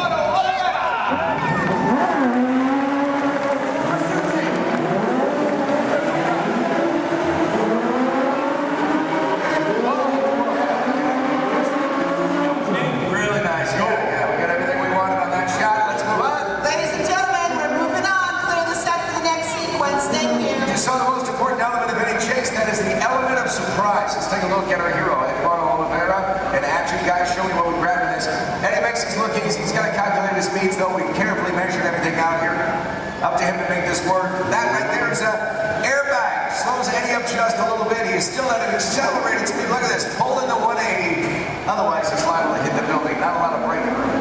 Not a lot of room to play with. That airbag, by the way, custom designed specifically for this stunt. I'm going to show you the finished film a little bit later on. You're not going to see the airbag in the film because of the magic of editing. Yeah, John's got a great point there, folks. Again, another reminder, please don't try any of this on your own. We're showing you out here on the set. There's always a lot of safety equipment involved that you've never seen in that finished picture, so always keep that in mind, okay? All right, terrific. Let's get the pickup shot in. Can we make that happen? Can we make it happen? Yeah, it's a great time. We're going to do it. All right, yeah, let's do it. I'll get the car. All right, Logan's bringing us the red hero car. We're going to do a pickup shot. But we thought we'd mix it up a little bit, make a dream come true. Olja, you around? Yeah, I'm in the air conditioning. Well, come on out here, okay? Yeah, we can't be in the air conditioning when we're all suffering out here. Yeah, well. But let's make a dream come true. I want you to head out to this crowd. I want you to find me one driver to get behind the wheel of that hero car. Actually drive the vehicle for us.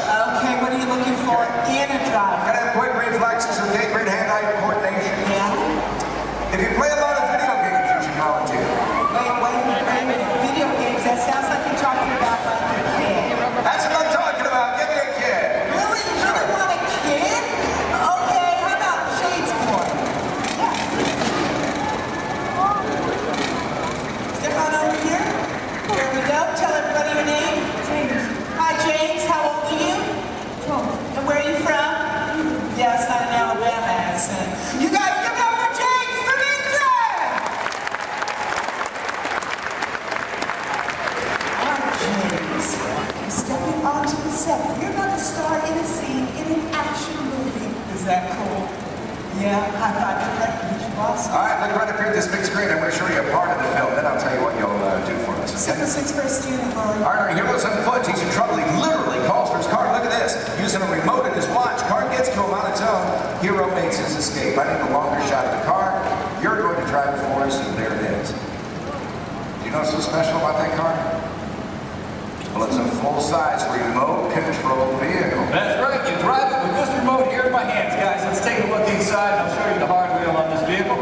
The hardware, I should say. There you go. Now take a look at the steering wheel. I'll give you guys a quick demonstration. If I want to turn this vehicle to the left, all I do is press this lever here to the left like this, and then to the right. There you go. Right in the center. Oh, that's a fun little toy. Now, guys, this is just like any other remote control car that you find in the store, except it's a little bit bigger, obviously. It is custom built, bumper, all our safety features inside. The great advantage of having a remote car out here on set is that we can operate safely from a distance, especially when the scene requires explosion. Pyrotechnics, we've got to keep everybody away, of course. So there you go. All right, beautiful. Have you ever driven a remote control car before? Yeah. Just keep in mind that this is a $100,000 vehicle. Now, James, is going to be really easy. As a matter of fact, Logan's already shown you how to steer.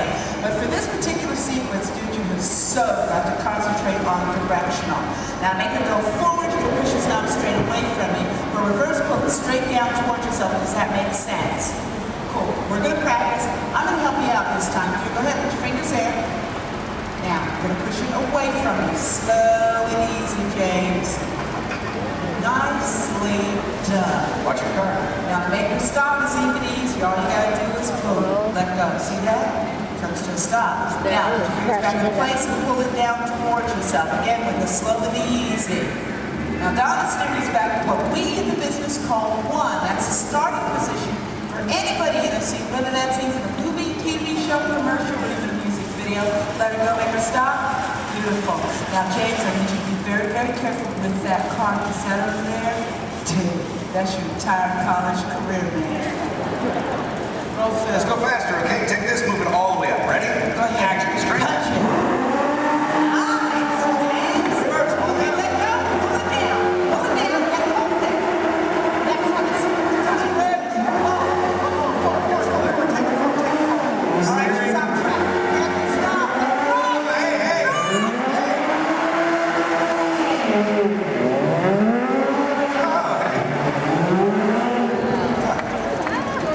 Driving on the side of the... I just learned how they do special. Are you relieved? We're just having fun here, but there's a part of the movie we use a remote car. That's how we do it. This is our remote car driver, Corey.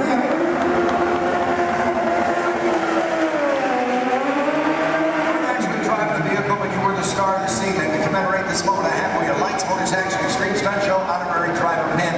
Can't get this pin anywhere in the world except for starring in the role you just did. That's how exclusive this is. All yours. Give it up for Andrew.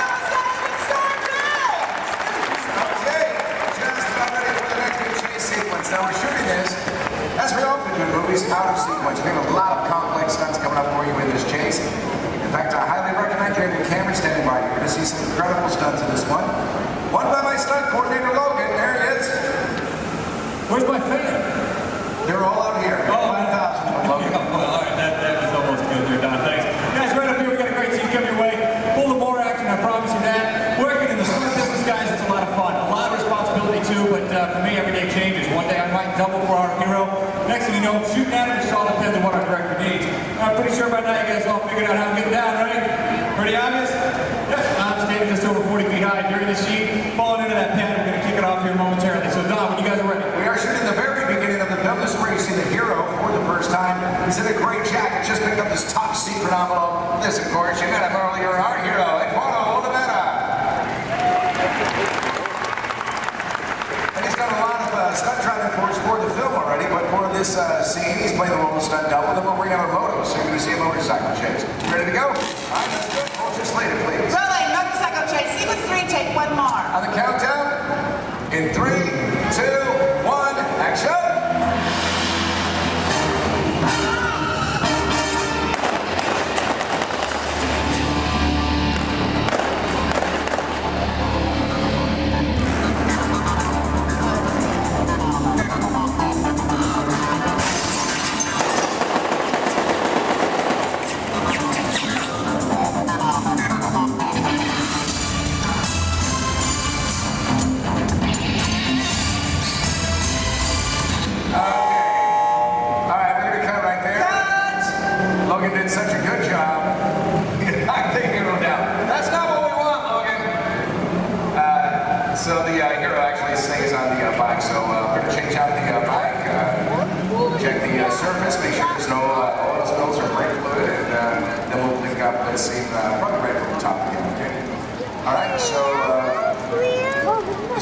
He's calling shots for this while Logan was doing the stunt for us, but we'll get the high fall in there. So let's just go to BGM for a moment, and we'll get this started as soon as we can.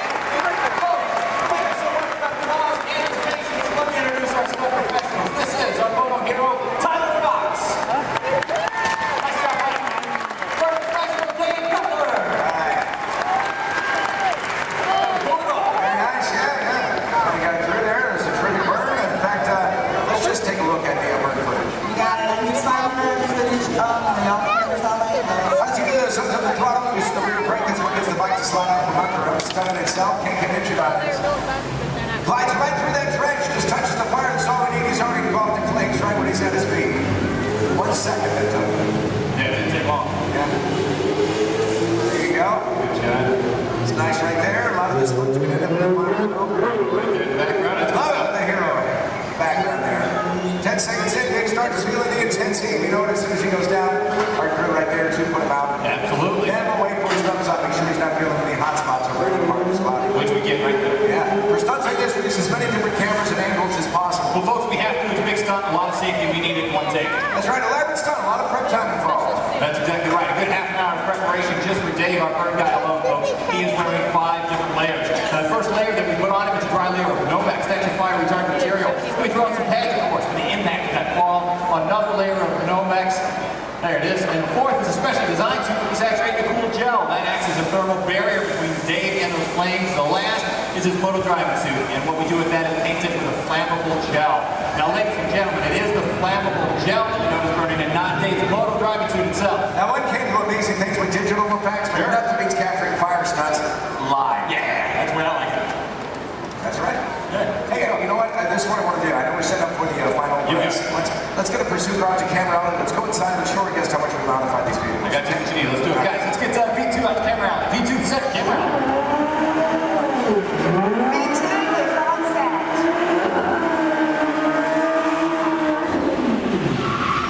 There you go. Right there. That's terrific. Slow down, boy. Hey, there you go. Folks, how would you like this guy to be your valet? Put your hands together for Mr. Nick Keeley. Hey,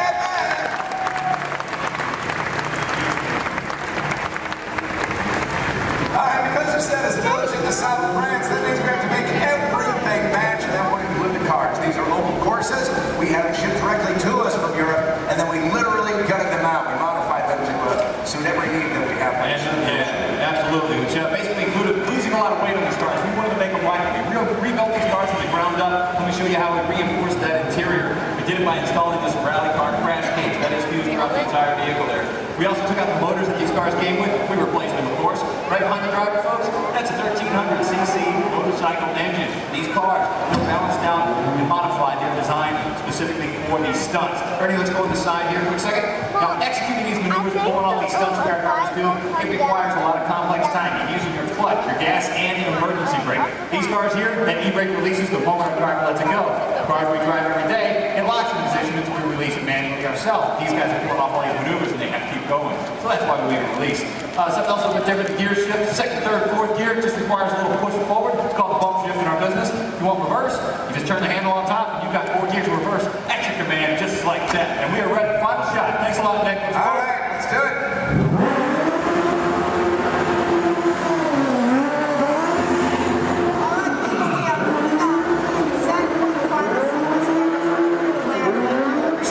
Goes into creating complex vehicle stunts. Right now I want to show you the film, and I want you to find the scenes you just saw shooting here. Remember that first scene called the ballet chase? Then there was the jump in the semi. Now this motorcycle chase you'll see first in the film. Also look for an additional stunt that Logan did for us on that iPhone. We're going to heat things up right now. Let's roll that film.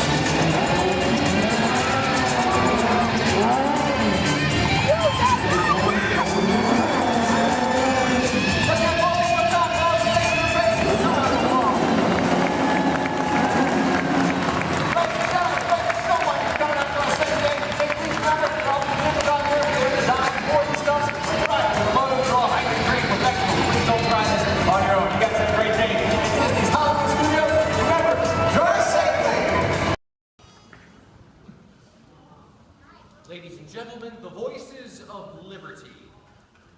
Strike up the band, strike up the band, strike up the band, strike up the band, strike up the band, strike up the band, strike up the band.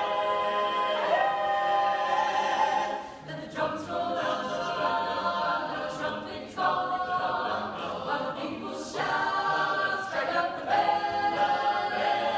Hear the cymbals ring, calling one and all to the martial swing. Strike up the band. There's a prize to be won to you and come, you son of a god. Take your stand, come on and take your stand. On the line, gay boy, come along, let's go.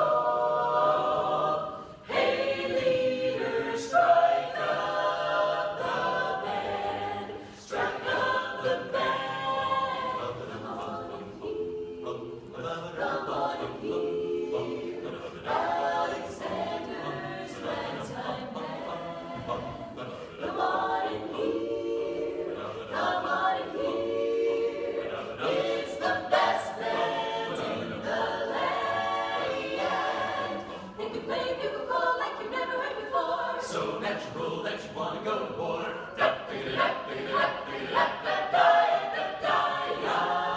That's just the bestest band whatever.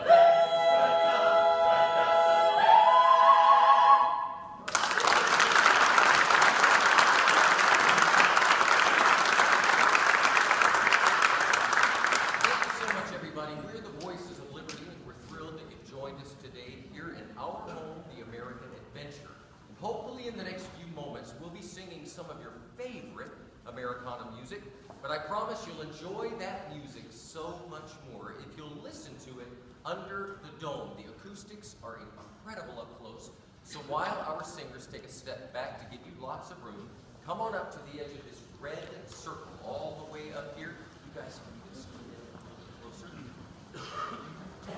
Especially if you're underneath the balcony, you'll really enjoy the music so much more up close. Have a seat on the floor so those folks behind you in wheelchairs or sitting on benches can enjoy the show.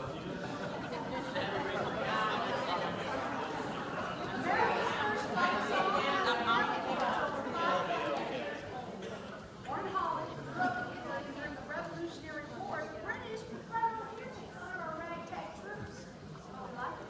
We liked it so much we sang it in every camp and battle, and we turned it into a song that the British later regretted. In fact, during the war, one British general was quoted saying, "I hope I never hear that song again." But he did at Yorktown when the British Army surrendered to General George Washington. Yankee Doodle, keep it up. Yankee Doodle dandy. Mind the music and the step, and with the girls be handy. Yankee Doodle, keep it up. Yankee Doodle dandy. Mind the music and the step, and with the girls be handy. Mind the music and the step, and with the girls be handy. Yankee Doodle went to London just to buy a pony, stuck a feather in his cap and called it macaroni. Yankee Doodle, keep it up. Yankee Doodle dandy. Mind the music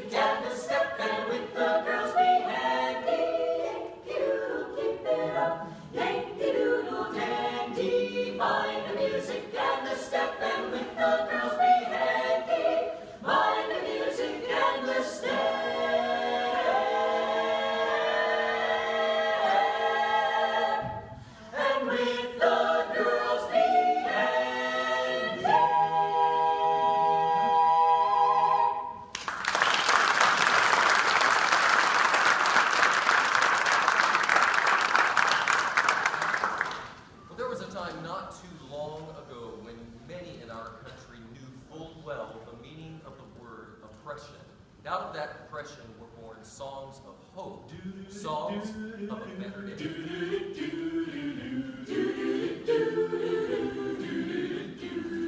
In that great get up morning, fare thee well, fare thee well. In that great get up morning, fare thee well, fare thee well. In that great get up morning, fare thee well, fare thee well. In that great get up morning, fare thee well, fare thee well.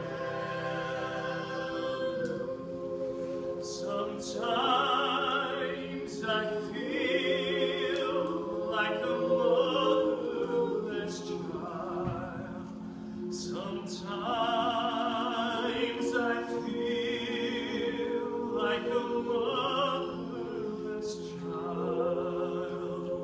Sometimes I feel like a motherless child.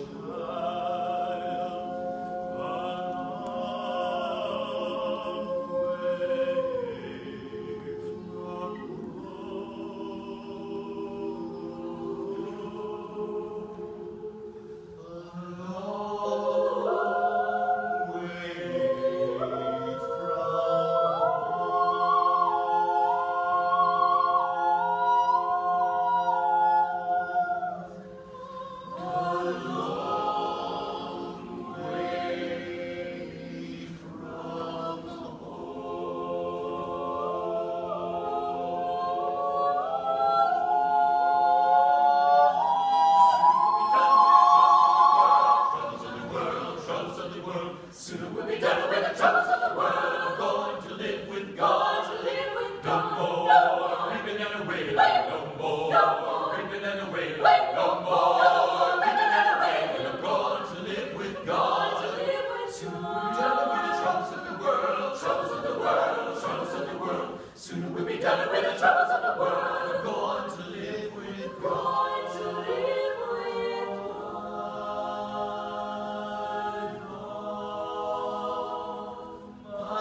Trials, Lord, soon be over. If religion were a thing that money could buy, rich lives die.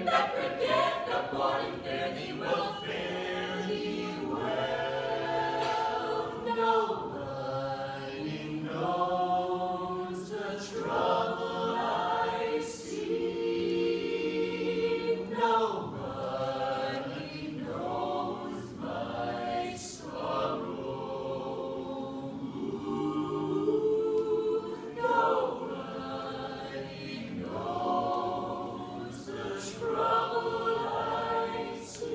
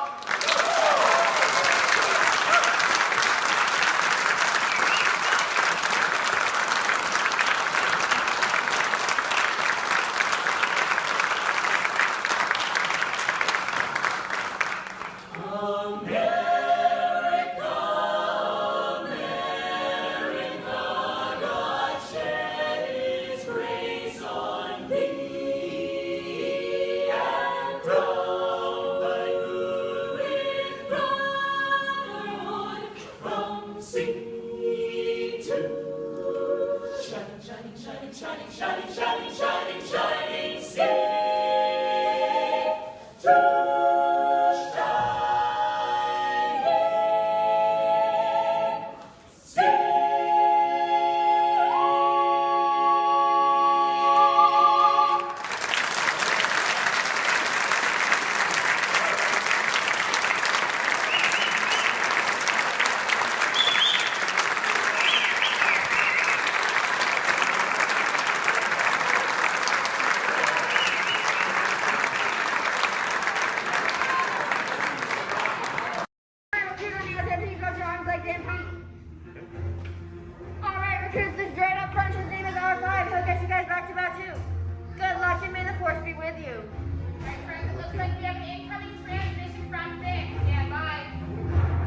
Okay, take this corridor to the turbo lift, then head down to the escape pod base. Those droids are programmed to return you to Batuu.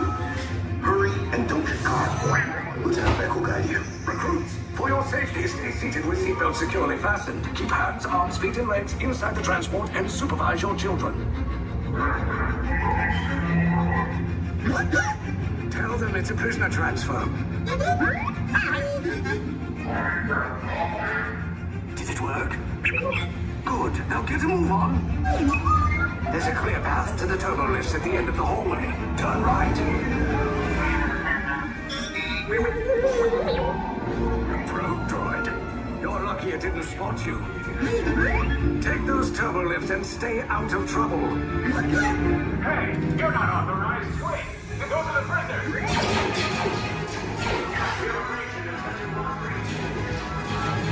Cover is blown. Find an alternate route. Who picked these two droids anyway? Detention block breach. Prisoners not seen and never seen. There they are! Fire!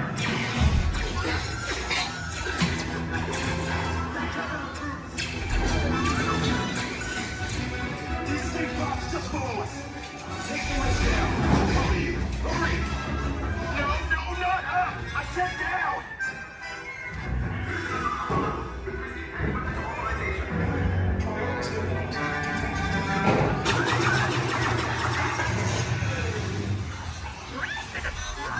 This does not look good. Try to find another way down to the escape pods. The resistance will attempt to rescue the prisoners. They have neither the resources nor the courage to engage us. You underestimate their conviction. Raise the shields! Shields? I see no evidence. Now! Sound the alarm! All personnel to their stations! Sir, the prisoners have escaped. How brave, but ultimately hopeless. There's nowhere to run.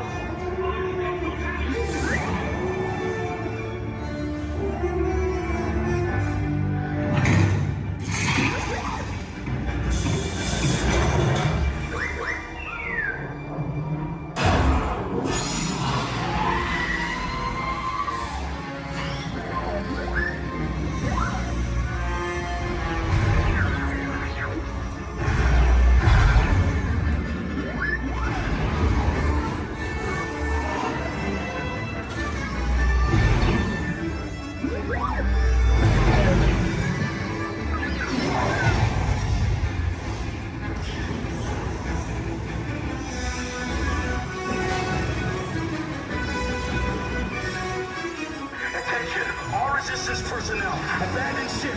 I repeat, abandoned ship. This destroyer's about. There's no escape. You will tell me the location of the secret base, and then I will destroy you and the resistance.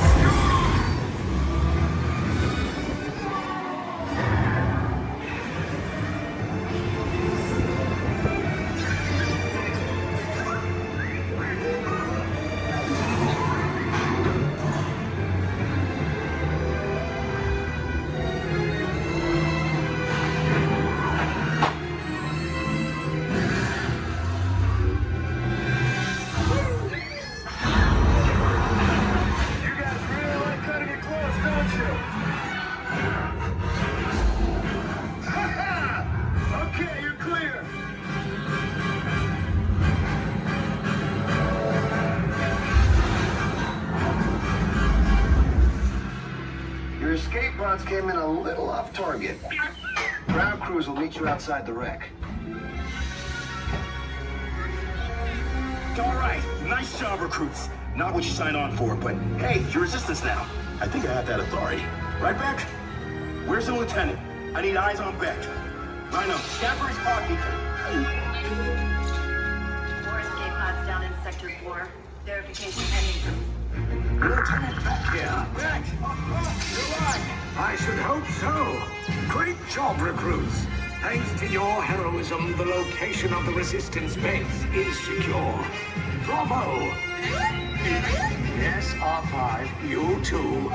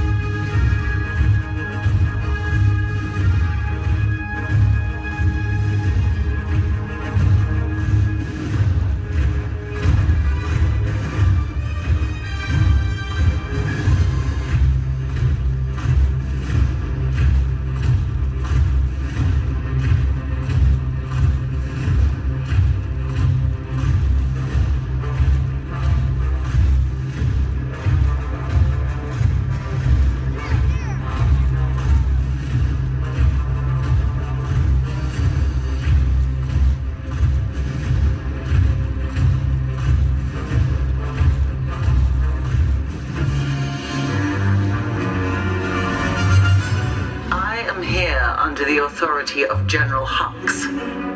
You are here under the authority of me. Stand proud.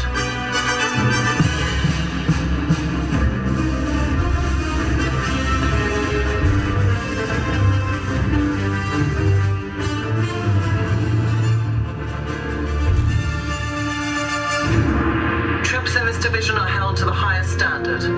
Mine. Show me fearless.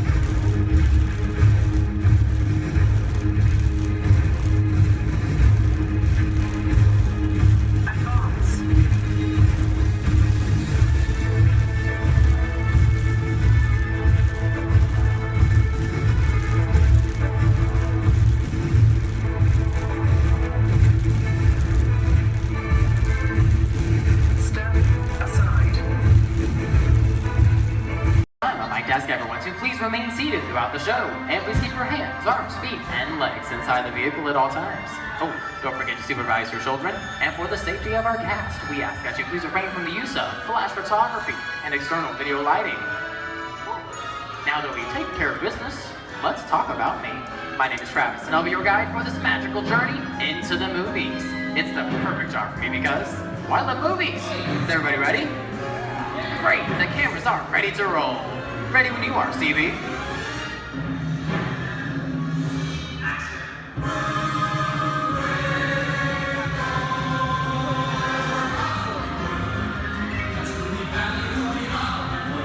And we are rolling.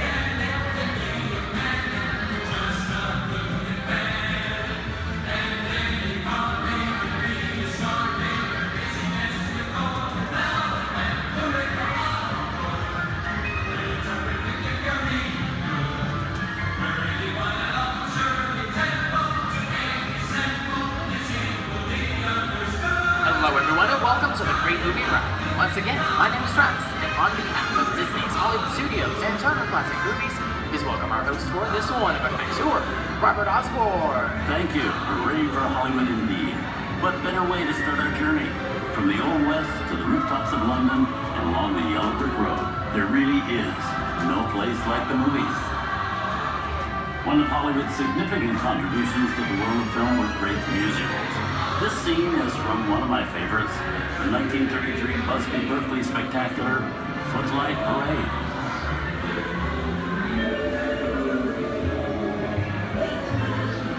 Here's one of the most famous of all dance sequences. It's from the 1952 musical classic, Singing in the Rain. Here's Jim Kelly singing in the rain. Literally.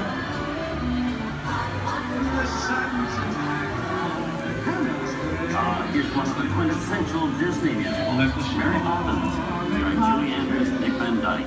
This classic earned 13 Academy Award nominations. I love this song. Sing along.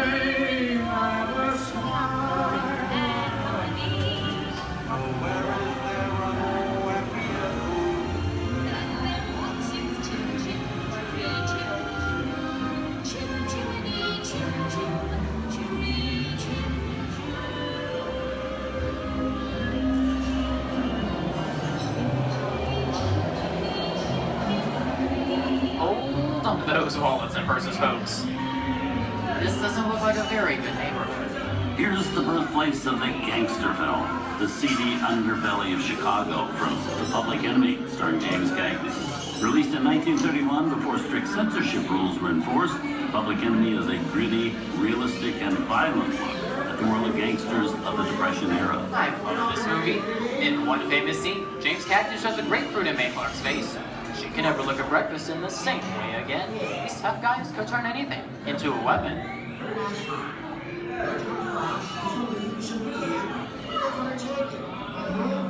You're going to kick in with the dog. If you don't, somebody's going to drop by here and take your teeth out one at a time. And me, I get you. Now beat it. Tough guy,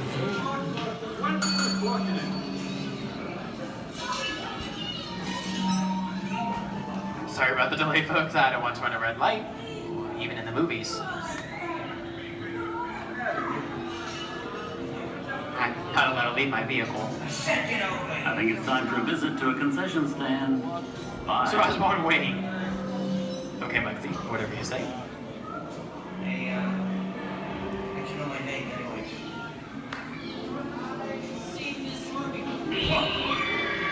Well, he's on singing your fancy cars. Why don't you get out of here? So beat it. I said spread out of here or you're gonna get hurt. What makes you sad? Here they come, Bus! Get out, your grinders!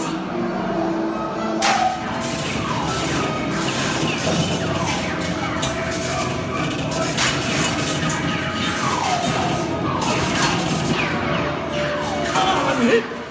I'm hit! Muggsy! They got win! Muggsy! Muggsy! Win! It's big! It's big!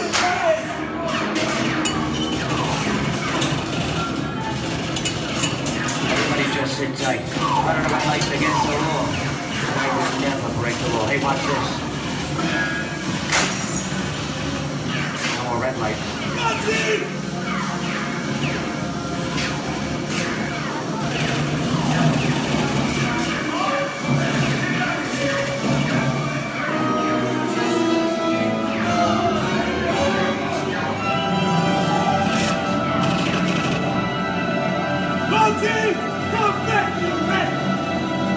Sorry, boys, I'm making my getaway. Give my regards to the warden. Suckers. What are you looking at? Everybody just mind your P's and Q's and, maybe you won't get hurt. Oh. This must be the west side of town, huh? Western films depict the legendary American wild frontier, where cowboys and their loyal steeds maintain order in towns against the untamable wilderness. John Wayne and Clint Eastwood are two of the iconic stars who epitomize this ideal of the stoic gunslinger.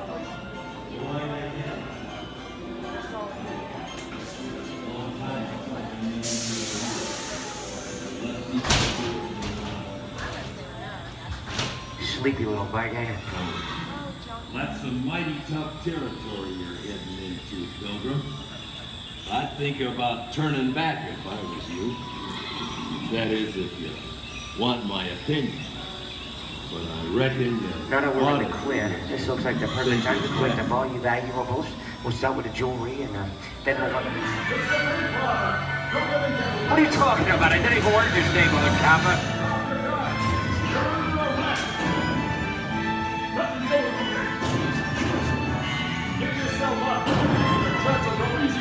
This is nuts. Nuts to this. Look at it this way. I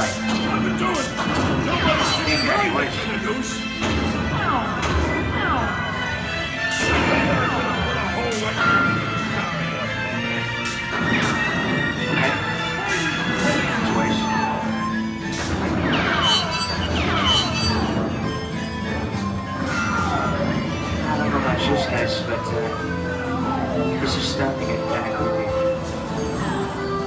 Where are we? Jason? Science fiction has been a staple of classic movies, from George Méliès's Trip to the Moon to George Lucas's Star Wars. In 1979, director Ridley Scott and Sigourney Weaver made audiences believe that in space, no one can hear you scream. This is Alien. Hey, you down face. How do we get out of here? Warning, remain in your vehicle. The area you are entering is extremely dangerous. Proceed with caution.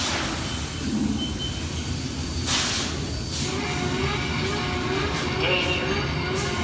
The emergency disrupt system is now activated. The ship will detonate in T-minus 10 seconds. The option to override detonation expires T-minus 5. What is that thing?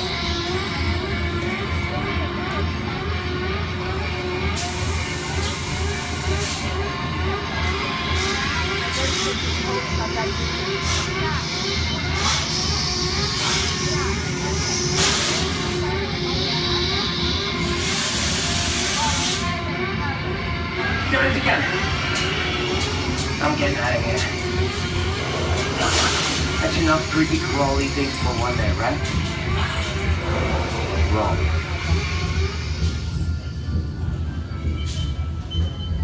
Steven Spielberg and George Lucas cemented their status as the blockbuster boys with their first partnership. Here from that legendary collaboration is Harrison Ford as archaeologist Indiana Jones in Raiders of the Lost Ark. Snakes. Why did it have to be snakes? Some of the biggest horror stars of Hollywood appear in the ancient story of a cursed Egyptian temple, a priceless jewel that beckons to all, but be warned, the temptation always leads to destruction. Look at that show, guys. Time for me to get back to work. Good thing I don't believe in ghost stories. Don't nobody move while I go get the goods. I don't think they'd notice a few extra bodies around here, if you know what I mean.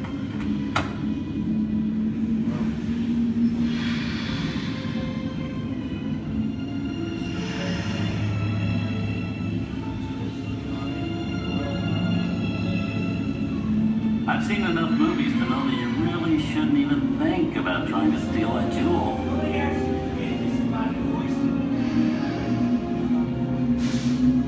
Halt, unbeliever.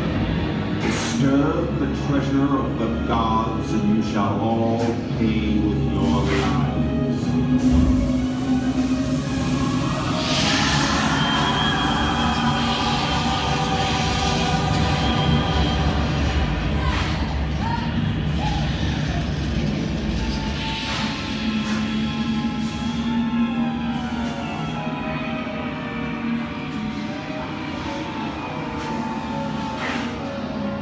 Not bad for my first movie, huh? The twist ending. That just goes to show you anything can happen in the movies. Now, let's get on with the show. I see dead people. Things that go bump in the night have always been a staple of movies.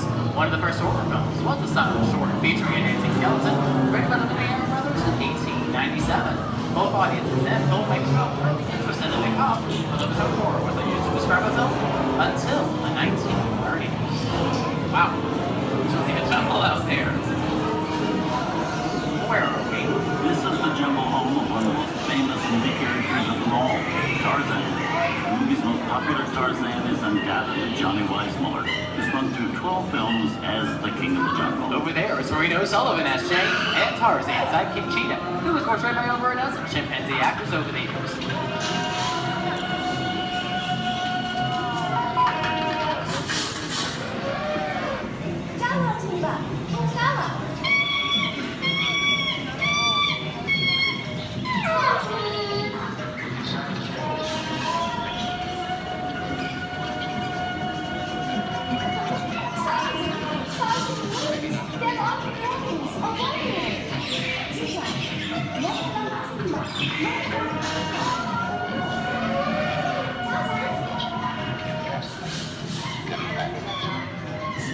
Here's Humphrey Bogart in his most famous film role. In 1942, Bogey finally got to spread his wings and romance the beautiful Ingrid Bergman in Casablanca.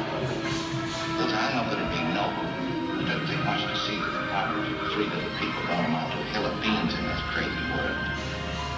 Someday you'll understand that.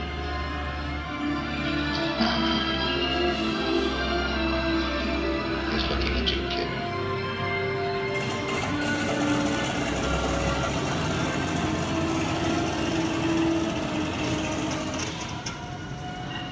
Inside of us, we both know you belong to Victor.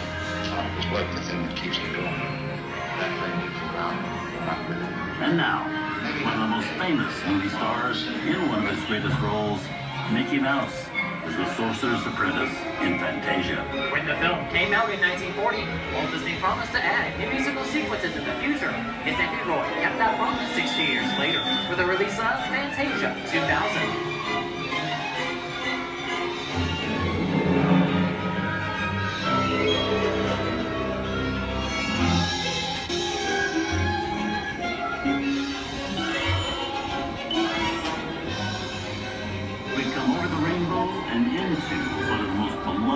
And most watched films in movie history, The Wizard of Oz. Toto, I have a feeling we're not in Kansas anymore.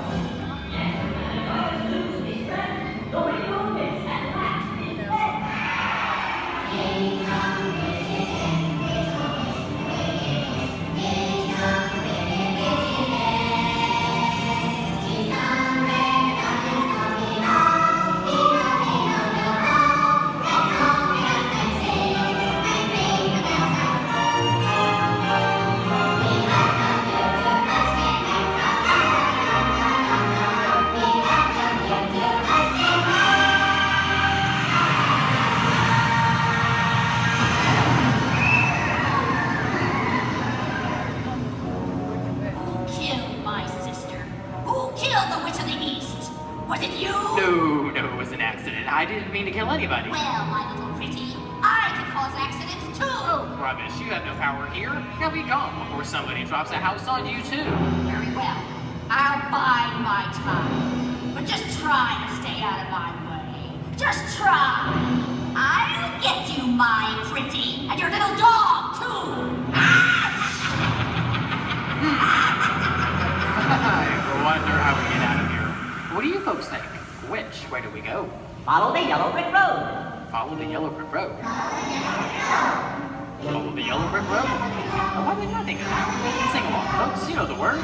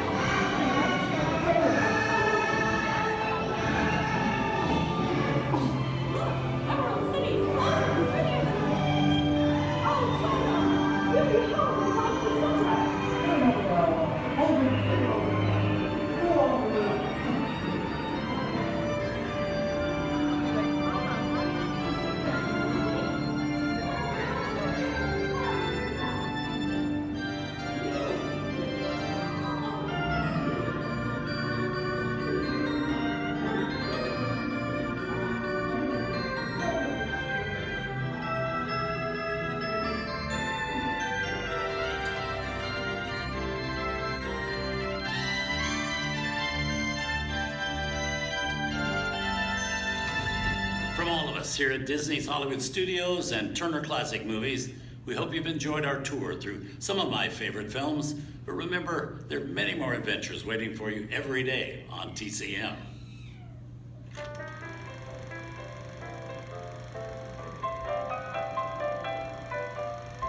We didn't need dialogue. We had faces. Wait a minute. You ain't heard nothing yet. Step in time!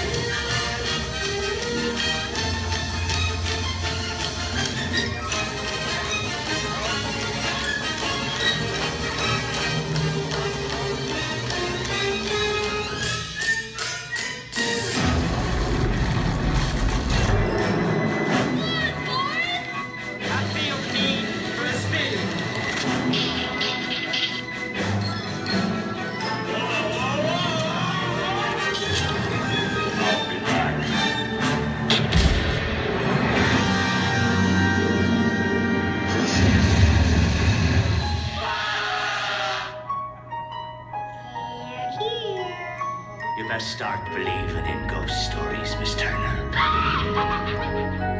Is it safe?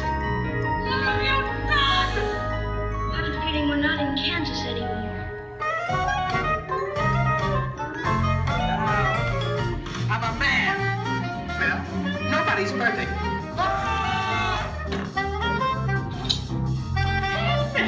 Shut up.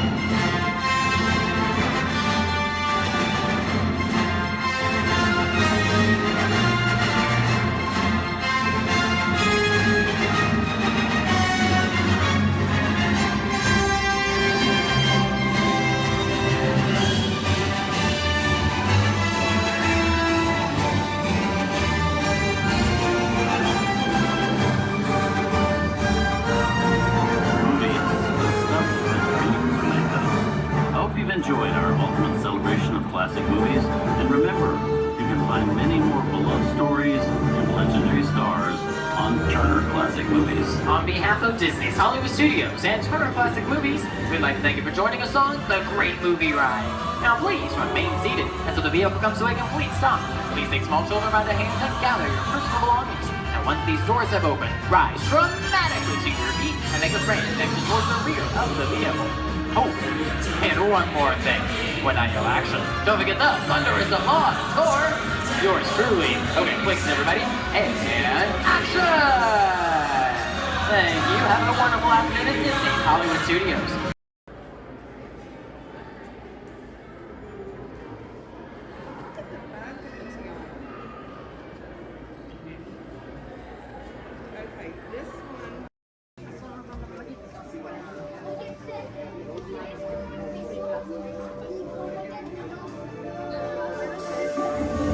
I see we have new visitors.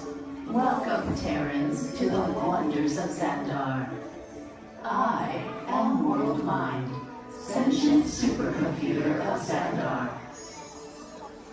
I hold the knowledge, memory, and experiences of all Xandarian citizens, past and present. This gives me extensive knowledge, yet I am constantly learning, and I am now learning about you and your planet, Terra.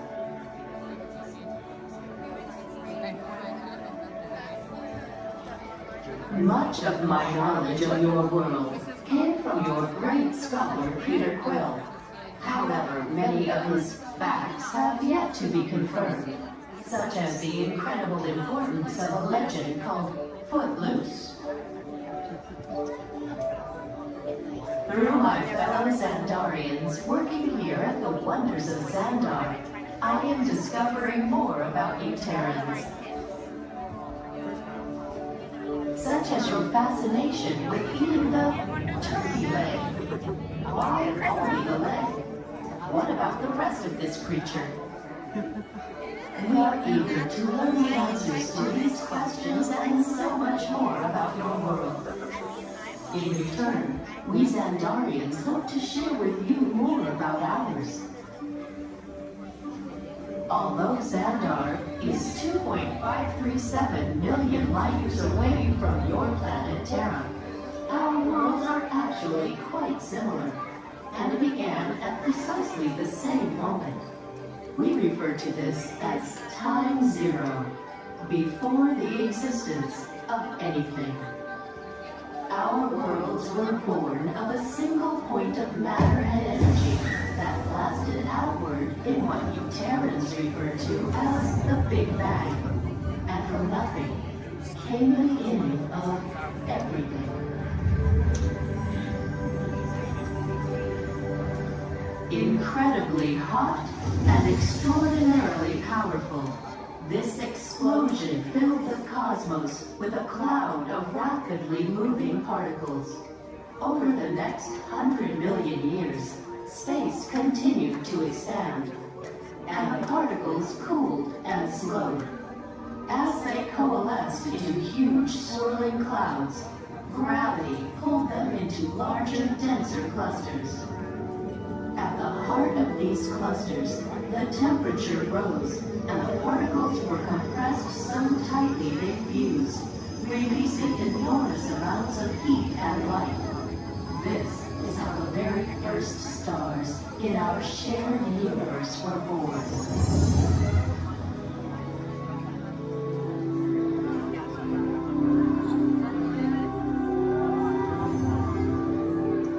The singularity is just one of the commonalities between our two worlds that we will explore today.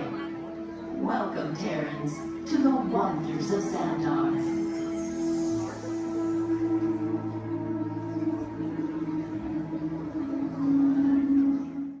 We recently learned that your Terran visionary, Walt Disney, had a similar goal in mind with his early concepts for the experimental prototype Community of Tomorrow.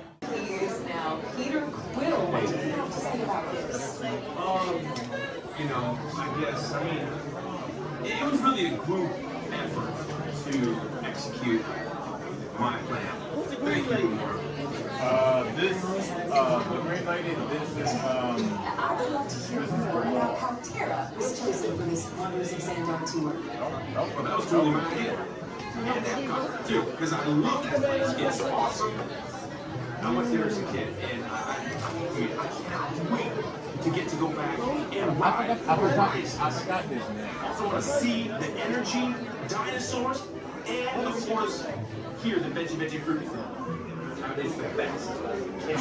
Okay, well, I'm sure it will be wonderful for you to relive all of those memories again. That's us.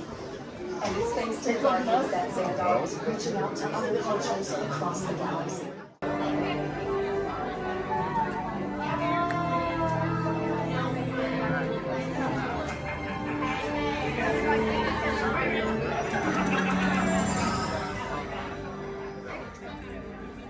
Greetings, Terrans.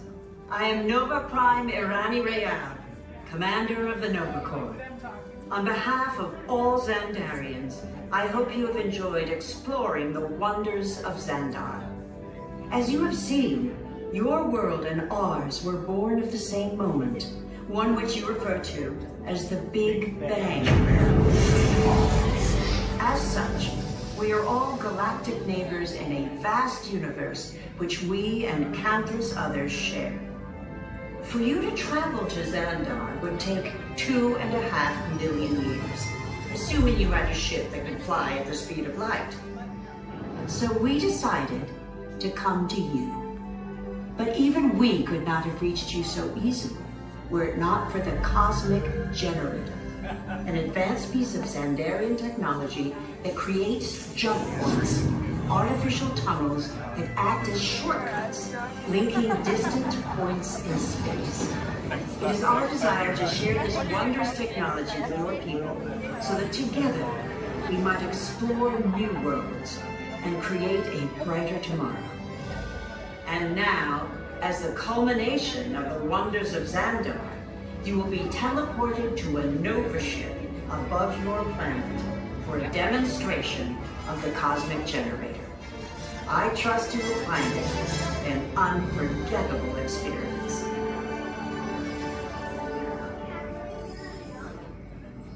Welcome, people of Epcot, Epcoters, Epcotians, citizens of Epcot. Does anyone know what they call themselves?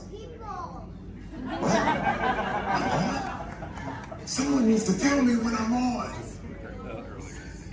Welcome, Epcot Terrans.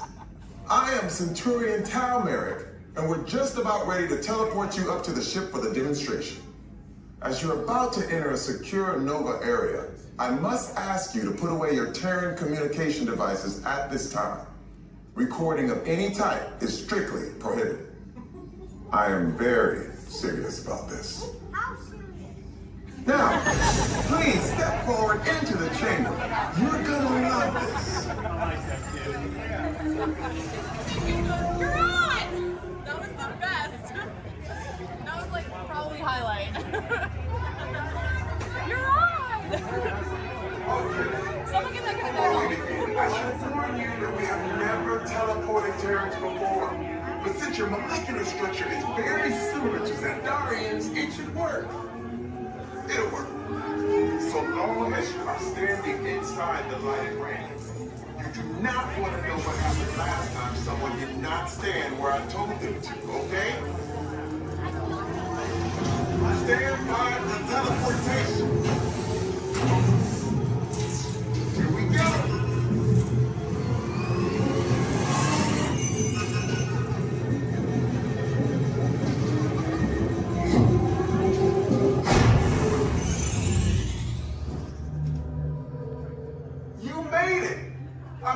Of course you did.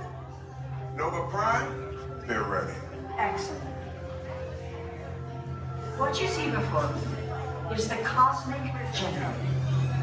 And in just a few moments, we'll be activating it so you can experience for yourself what's happening. I'm not sure.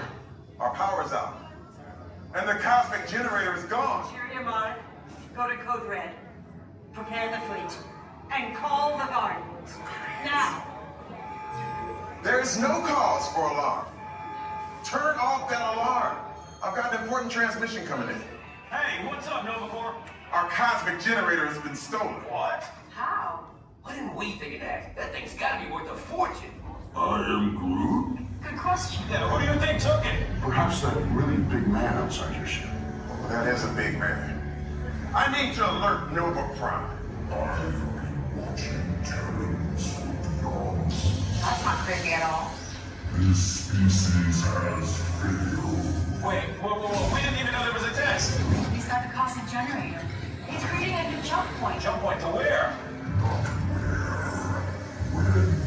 It's some kind of mutant jump point. He's going back to the dawn of time. Dawn of time, why? To erase the error. Well, that doesn't sound good. Your time is over. Wait, what do you mean? What do you mean that's so vague? The jump point is closing. Hey, Nova Dude, you Nova Corps need to follow that whatever it is until we get there. We can. Our power is down, and I've got to get these Terrans onto evacuation shuttles. I got it. I reprogrammed the shuttles to follow them through the jump point. Wait, what? Look, they're our only chance of keeping track of that whack job until we get the cosmic generator back. Piece of cake. Wait! There's King. Where's this King? The odds are impossible, Yeah. but it's our only shot. Good luck. Are you sure you can control it? Come on, it's me. We got this. We're all toast. First there was King, now there is toast. This planet is making me so hungry. Terrence, listen up. We need to make our way to the evacuation shuttles now. We'll follow with the fleet and get our power. Okay, they're headed for the jump point. This plan is never gonna work. Not yet. Well, Okay, I'm locked onto your vehicle. We'll be right behind you. nothing to worry about. Unless we cannot stop this unusually large man. We are likely doomed. Good luck. You're gonna need it.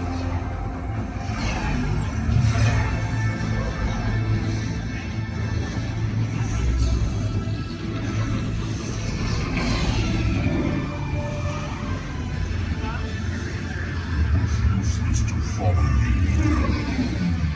What is that noise? Boys, no one's gonna stop rock and roll from existing. What have we done? I think we can crack.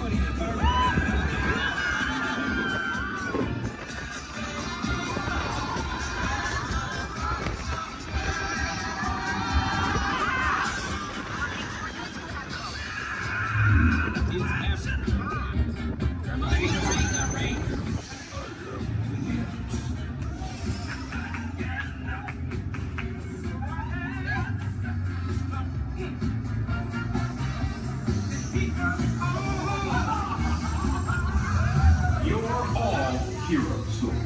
Do you really think they deserve to be called heroes? Or do you see how they dress? It's just a figure of speech, Drax. You are lying to them. Now I understand. Welcome to the Guardians of the Galaxy.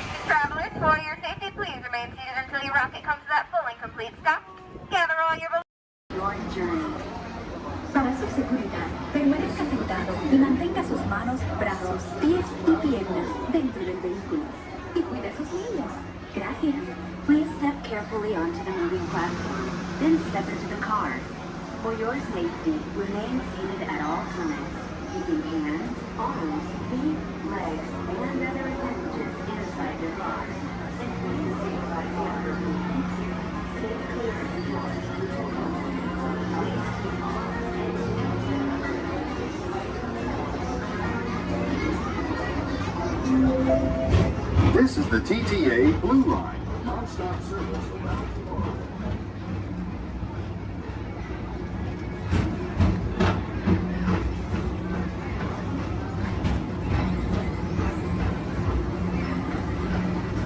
Greetings, intergalactic travelers. Welcome aboard the People Mover, presented by Enterprise. I'm Borak 5, your guide aboard this highway in the sky, the absolute best way to see Tomorrowland. And my stars, is there ever lots to see? From spacecraft to monster labs, there's really nothing like today in Tomorrowland. For your safety, if you have wings, jetpacks, or gravity polarizers, please do not take flight while on board. Thank you.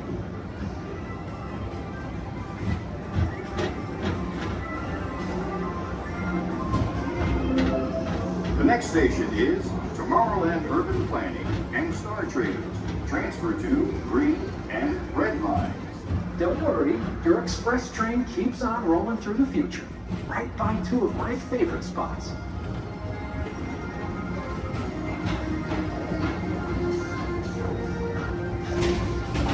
First up, Progress City, Walt Disney's amazing dream for a community of tomorrow. Did you know Progress City inspired Epcot? And a lot of the visionary ideas throughout Walt Disney World. Look, there's even a tiny people mover. I wonder if there's a tiny mover in there.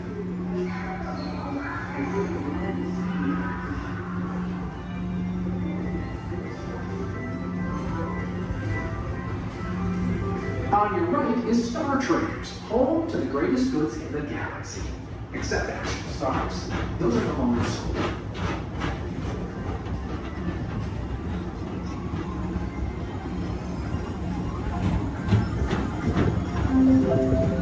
Now approaching Tomorrowland Speedway and Tron Light Cycle Run. I love a good circuit, and these are two of the best tracks of the cosmos for a bit of light, speedy competition.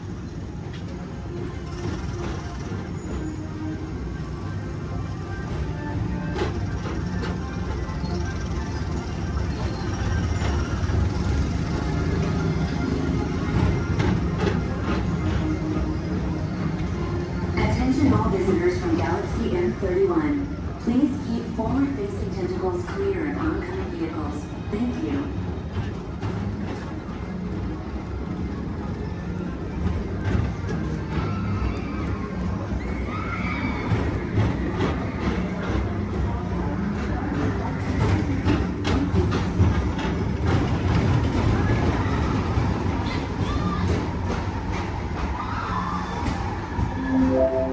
This is Starport 75.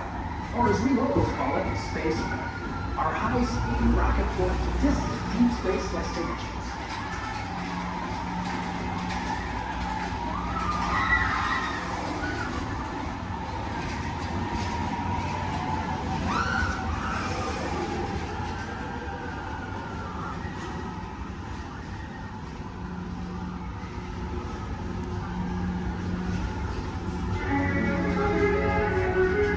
Let relaxation wash over you at the most refreshing retreat in the galaxy, the coral moons of Pisces 7.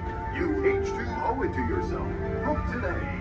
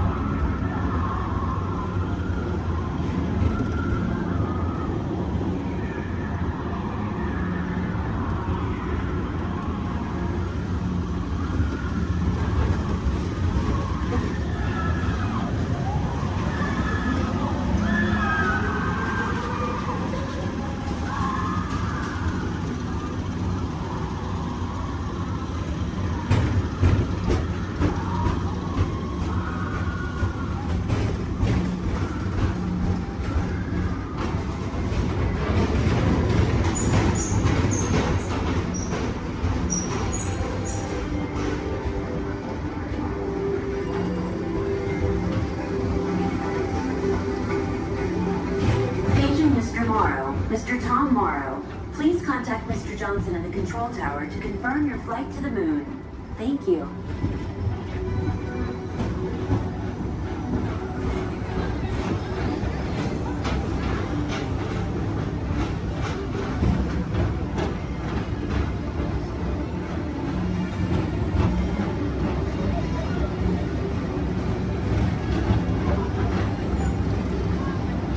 Attention all visitors from Galaxy M31.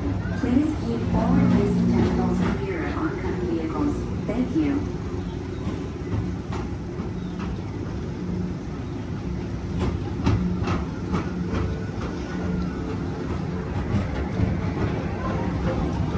To your right is the Astro Orbiter, our celestial symbol of interplanetary harmony and fellowship. Hop aboard and launch high above Tomorrowland for a spin amongst the planets.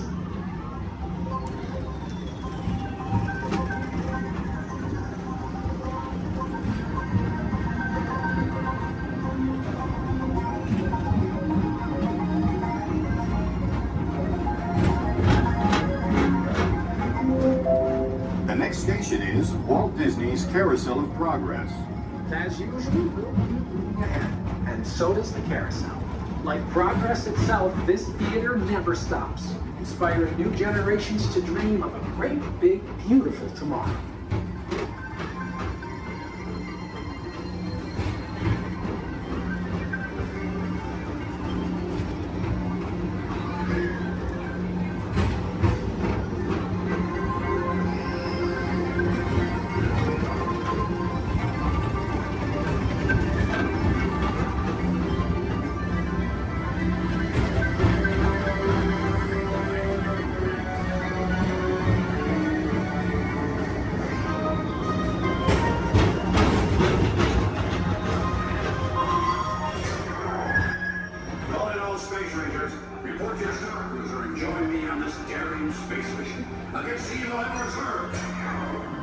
Affirmative. We run it, Buzz. You can count on us.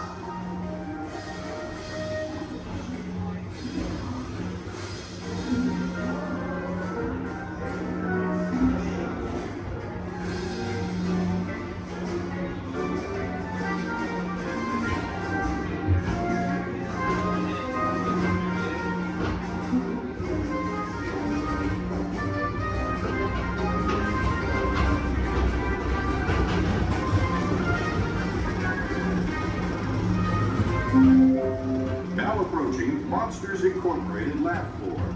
Mike Wazowski has brought in some real monsters of comedy.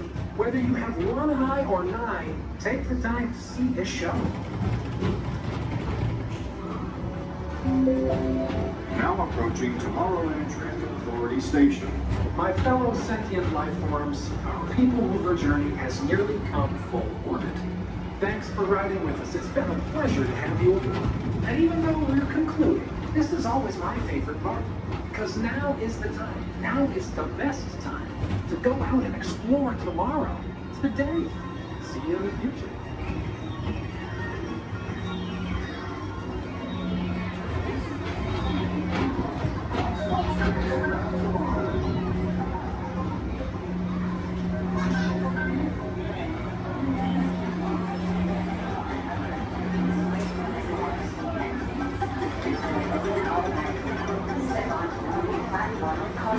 And exit by stepping away from the car. Thank you. Please keep arms and... Bruce, my name is Skipper Melanie. That's first name Skipper, last name Melanie. And for the next 5 days and 8 romantic nights, I'm going to be your skipper, your guide, your lion tamer, your dance instructor, and if you don't laugh at my jokes, your swimming instructor. Off to a long ride. We're going to start our journey here in the Amazon rainforest, where it rains 365 days a year. Or only 2 days if you have Amazon rainforest Prime. Yeah, that joke's all about the delivery. If you look on either side of the boat, you're going to see our beautiful large red flies. And I know what you're thinking. I can't believe they're not butterflies. Yeah, me too. Me too. Right over here to the left, we have Inspiration Falls. Now, you know, a lot of people wonder why it's called that. And that's because the longer you stare at it, the more it inspires you to go. Yeah, that's our #1 joke here. Well, we're now turning down the Congo River, so we'll see how far this boat can go. Probably not very far with my driving. Has anyone ever seen The Jungle Book? Yeah. All 4 people. Wow. And if you haven't, don't worry. It's right there.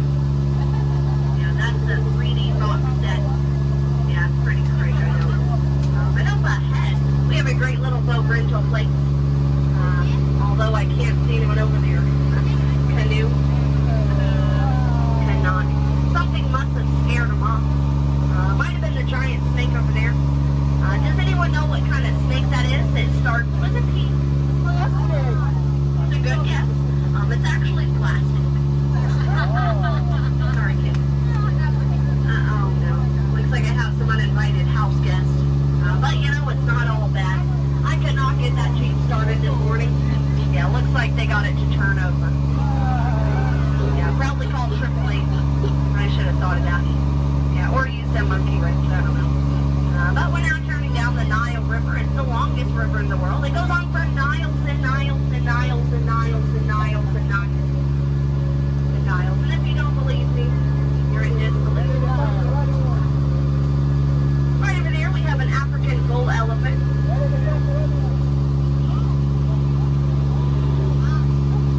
Now that elephant right there is actually the fastest elephant in the entire world.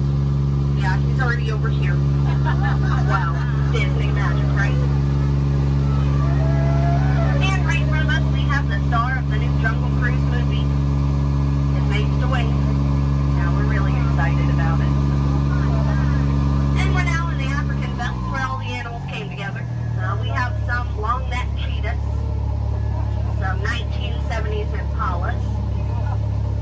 Oh, look at those lions protecting that sleeping zebra. He's dead. Tired, dead tired. You know, it must be hard to eat a zebra. Yeah, because it's like white meat, dark meat, white meat, dark meat, white meat, dark meat tail. You know? But there's the lost safari everyone's been looking for. You know, I tried to tell them that they could not outrun the animals here in the jungle, but what a rhino, right? I guess they'll get the point in the end. But that's my best friend right over there. Her name is Ina. Everyone say hi, Ina. The jokes do not get better from here. But now is a great time to point out some of my favorite plants, so I'll go ahead and get started.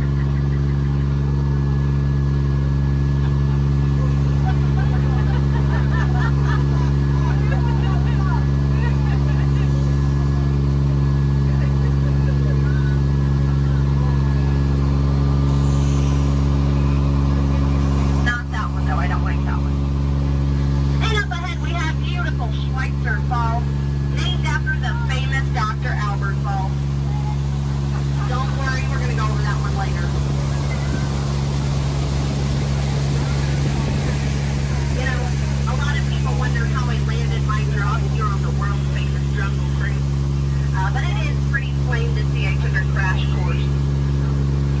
Now I'm just kind of winging it. But that's the tail end of my story. My career never really took off. Uh-oh. Hippos. Hungry hippos, and they have lost their marbles. These hippos may look cute and friendly, but they can actually capsize a boat just the size of this one. But don't worry, everybody. I have a great technique that'll scare off anyone. I love you. I work at the Jungle Cruise. Yeah, that normally does the trick. I just wanted to live happily ever after, whatever. Someone once told me that my job was so easy a monkey could do it. Yeah, I only halfway believed him.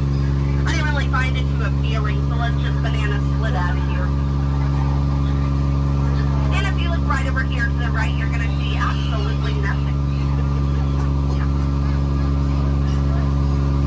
Well, guys, stop monkeying around. This right over here has been really bugging me. Those butterflies are just not what they used to be. Yeah, caterpillars, But now for the moment you've all been waiting for. It's not the exit, it's the eighth wonder of the world. It's the one, the only, the amazing, the stupendous. It is the backside of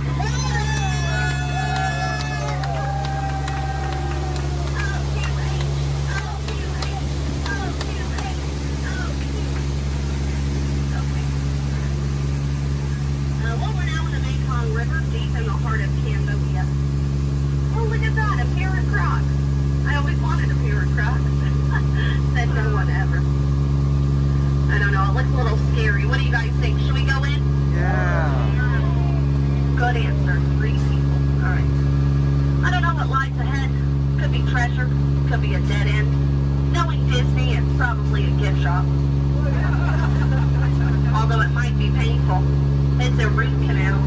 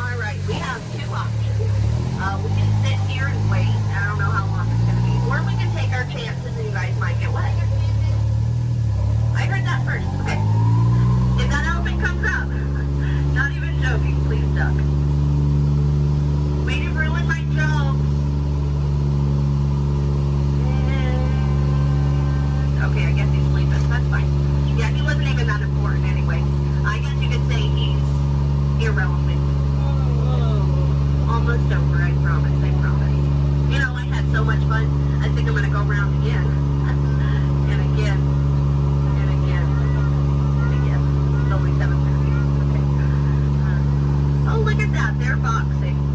Well, that's fun.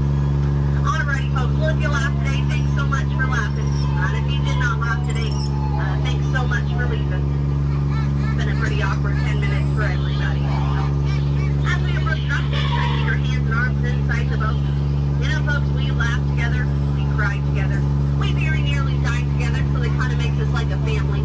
But just like any family, 10 minutes together is enough, so you know what they say. Get out. Oh, sorry, that was rude. Let me try that one again. What I meant to say was, please, get out. Uno team ready. Affirmative. The engines are hot. Red 2, Blue 5, report. Red 2, check. Blue 5 standing by. Red Awake Systems can ready. Affirmative. Red Awake. Engage repulsors and hold on, recruits. All ships, launch.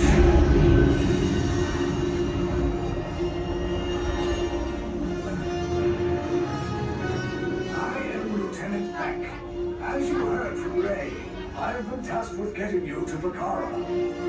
Red 2, Blue 5, keep tight now. Let's get ready to make that jump to light speed on my mark. Black Leader, we're picking up an unusual signal. Are you spotting anything? Yeah, I see it. We'll check it out. BB-8, what do you got? There appear to be a number of small craft heading our way. Raise the shields. We got company. First order TIE fighters. Reroute. Reroute. Red 2, Blue 5, we got a clear path so transport can make a jump. They're all over us.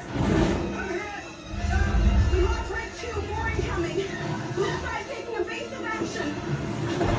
Try to shake him, Blue. I'm trying. We lost Blue 5. I'm going to try to draw them away. Copy that. Get us clear so we can make the jump. Be ready. You won't have much time. Where are all those TIE fighters coming from? Star Destroyers. We can't. We're caught in a tractor beam. It's pulling us in. I'll get some friends and make this a fair fight. Don't worry, I'll come back for you. Stay strong. Is there anything we can do, Nina? No, the tractor beam will be too strong. Cargo vessel TR-141, identify yourselves and prepare to be boarded. This is TR-141. We are a civilian vessel. By whose authority are we being detained? By the authority of the First Order resistance scum. Now bring down your shields and prepare to be boarded. There was a location of our secret base. Tell them nothing. The future of the resistance is at stake. I have a bad feeling about this. Stand back from those doors. I'm gonna let everybody else go out. The ship is now under the command of the First Order. You will disembark and proceed to the right for interrogation. You will exit last. Everyone else off. I was going to.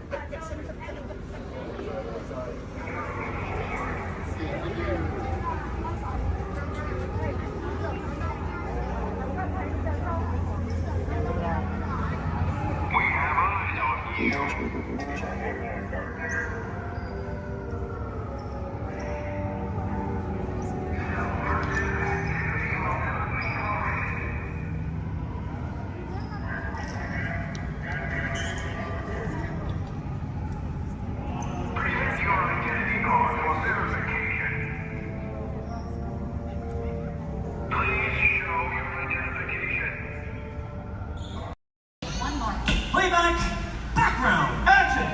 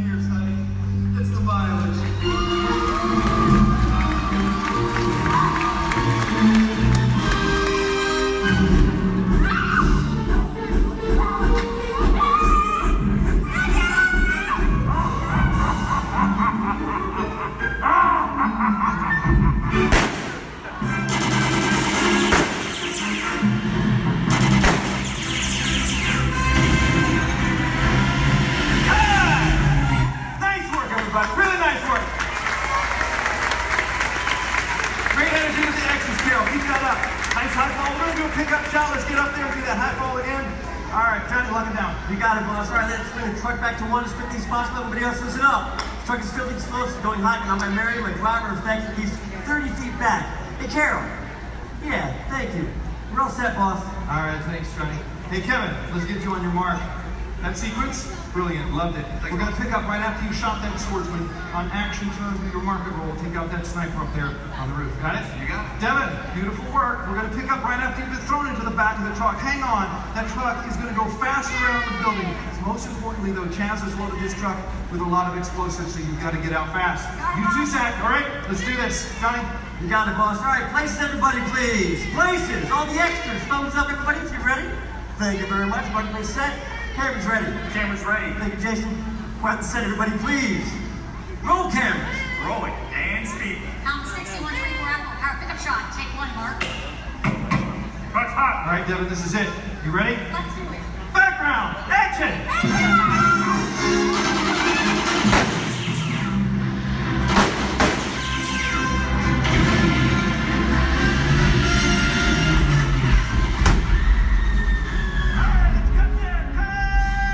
Nice work, everybody.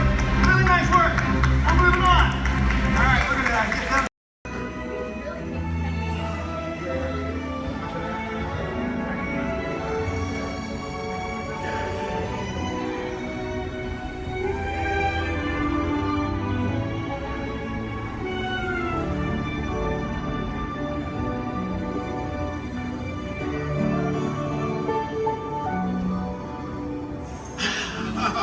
Voilà. Venez, venez, venez. Suivez-moi, je vous prie.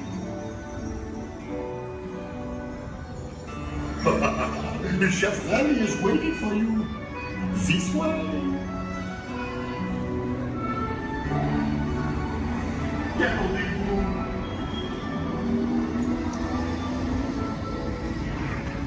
Oh, les erreurs, les invités pour le dîner. Yes, what you here? Hein? Vous n'aurez pas idée, Comprova? Non. Simple omelet? Too simple. What? Mais oui, that's it!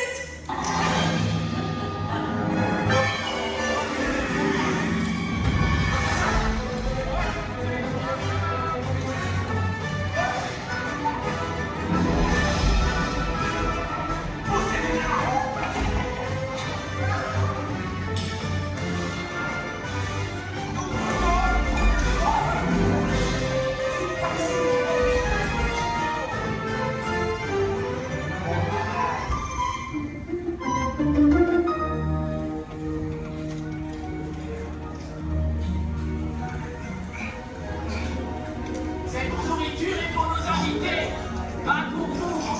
Hey guys, the food is for them, not you.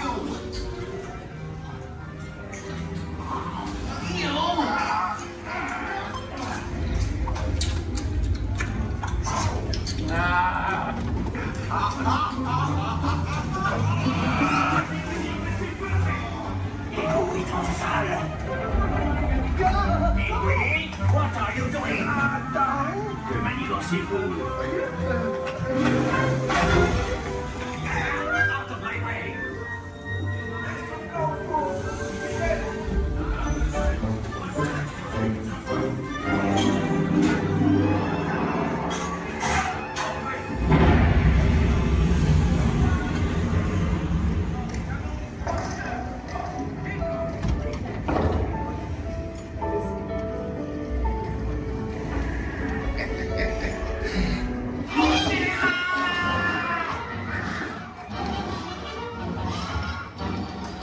Dépêchez-vous.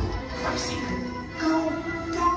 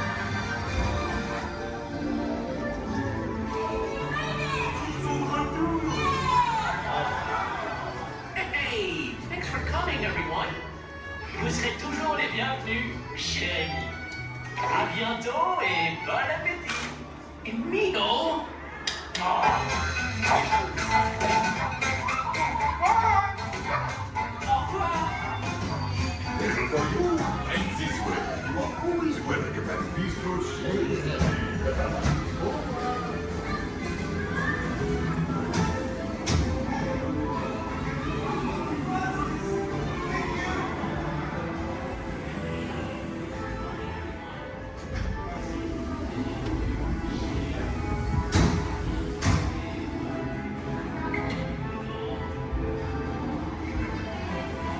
Okay, be sure to wrap all your stuff and lock your step as you exit.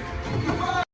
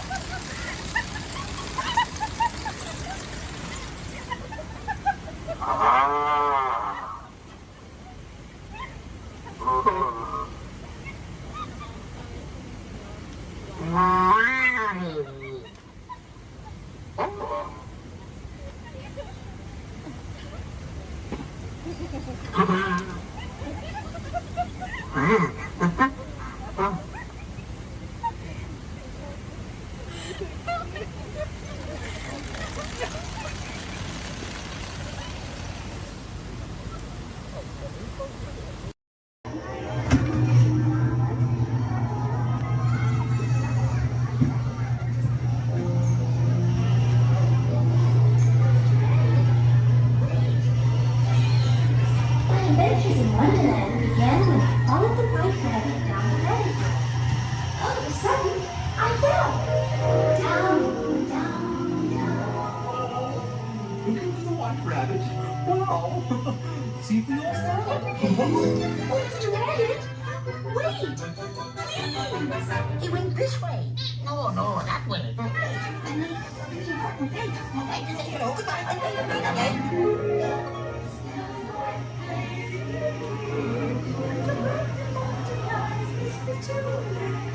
And the sun is like a toy.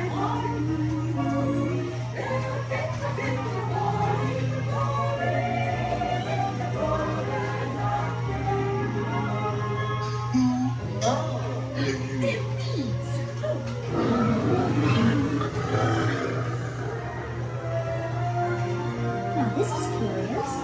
I wonder if the rabbit came in here. I'm not sure. Where I am, you do. But wait! Don't go, please!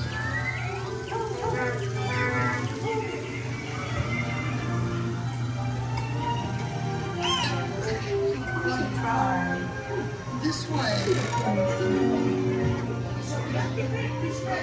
We're making a gorgeous red and making a cheery shade. Because we know they'll cease to grow. In fact, they'll soon be dead. No, and yet we go ahead, making a gorgeous red. Royal Majesty, the Queen of Hearts, and the King. Shall we play croquet? Rule 42, the Queen always wins.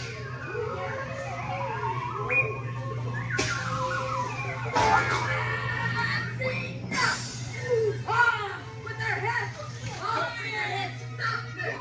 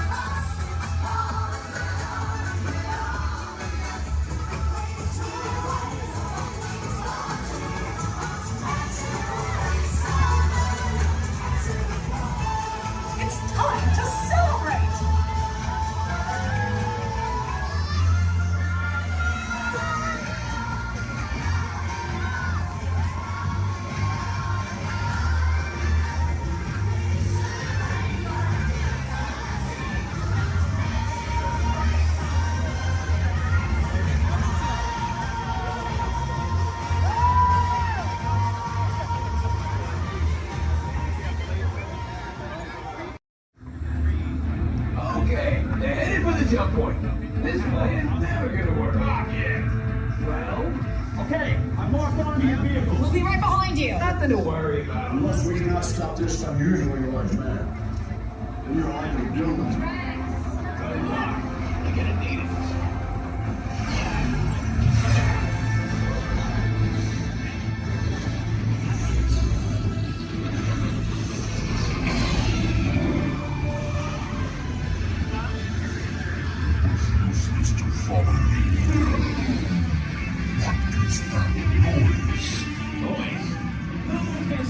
Rock and roll from existing. What have we done? I think we took back.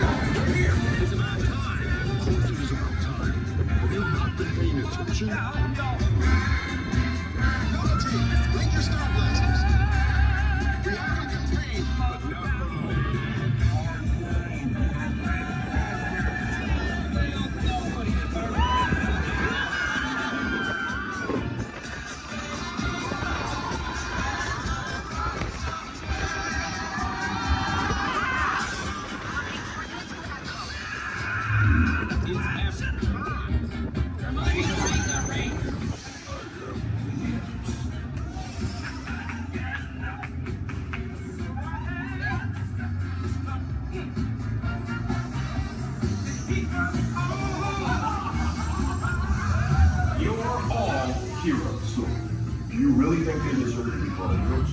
Do you see how they dress? It's just a figure of speech, Drax. You are lying to them. Now I understand. Welcome to the Guardians of the Galaxy.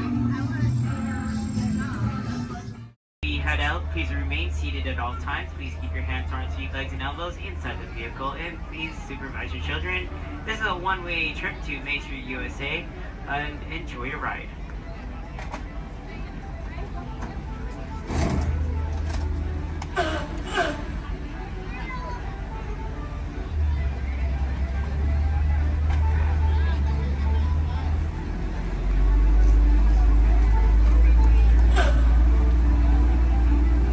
On your right-hand side is Sleeping Beauty Castle, your gateway to Fantasyland.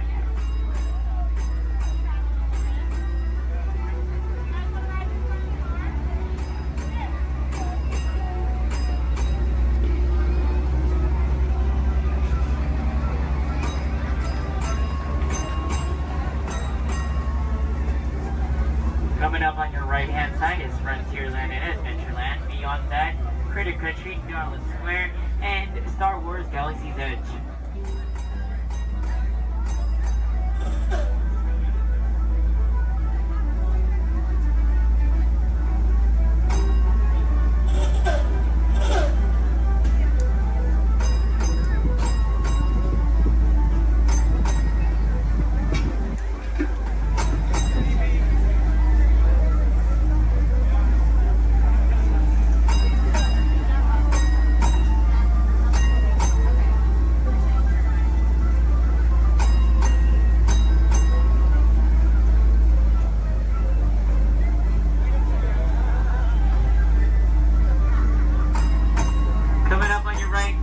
Left-hand side, there's our first aid center, our baby care center, and our lost child center. On your right-hand side, if you enjoy ragtime piano, we got some music going on over at the Coca-Cola Refreshment Center on your right.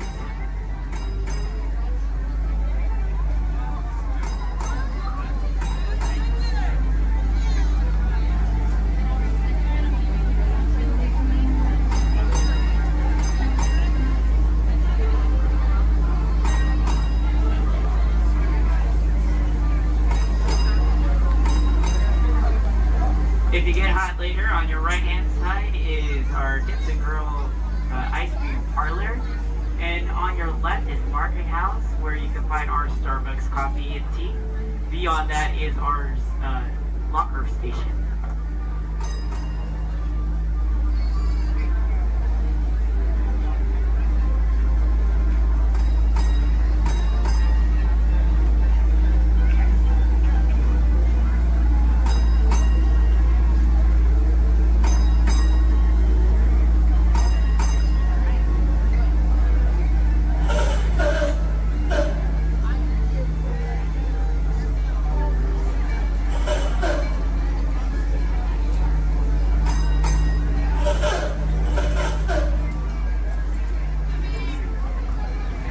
To our final destination in front of Disneyland City Hall. Please remain seated until the bus has come to a full and complete stop. For those of you who are sitting in the top stairs, please watch your step as you exit the stairs and assist young children, and enjoy the rest of your day here in the Magic Kingdom. My name is Justin, and thank you for riding.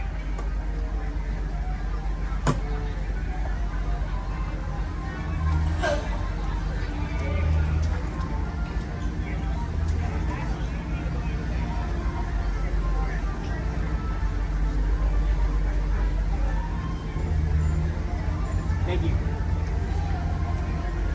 Please remain seated, folks. I do need a park deck right over there. Yeah. Please remain seated, folks.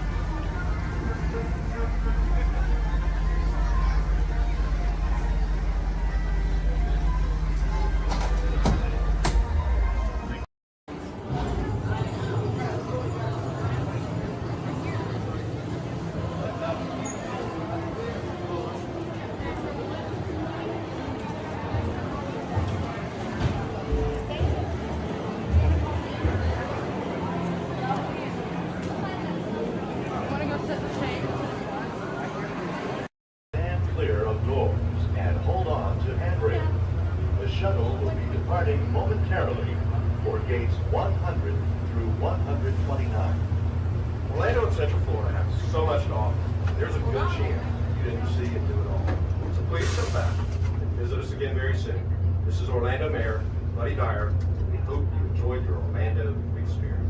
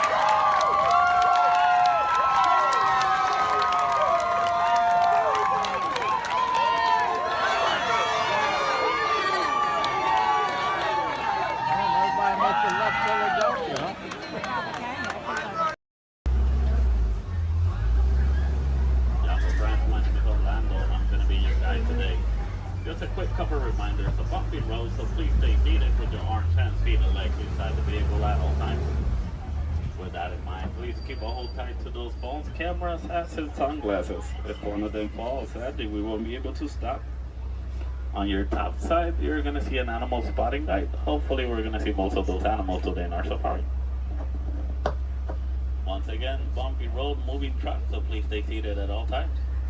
I do advise you to get those phones and cameras ready. This is a photo area, but we might not be able to stop for every animal. I'm going to make sure I stop for most of them. But sometimes they won't stop for us. Just be ready.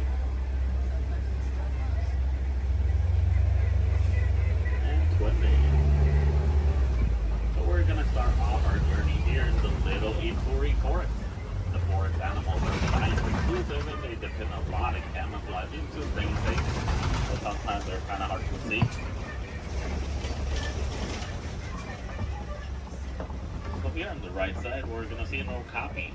Even though the okapis have zebra-like pants, they're actually related to giraffes. It wasn't until 1901 that okapis were discovered. Before that, they used to be thought as a myth. And much like the giraffes, okapis also have those long tongues that are going to help them reach tall places. And only the male okapi is going to have ossicones. Ossicones are basically the same type of horns that giraffes have, but it's made out of their own skin, so it doesn't count as a horn.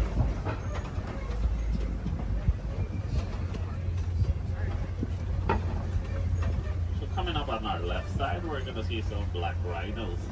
The black rhinos are one of the smallest of their species, weighing up to 3,000 pounds. The shape of the black rhino's mouth is kind of pointy or triangle-like, so that way it's easier for them to feed on the forest.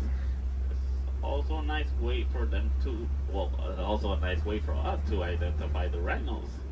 Black rhinos have a pointy-shaped mouth, while white rhinos have a square-shaped mouth. So this one here on the right side, closest to the truck, is going to be a greater kudu. The greater kudus are one of the tallest of the forest antelopes. They can go about 55 inches to the shoulder. That's about 4 feet tall. That greater kudu doesn't have any horns like the one in the picture. It's because this one is a female.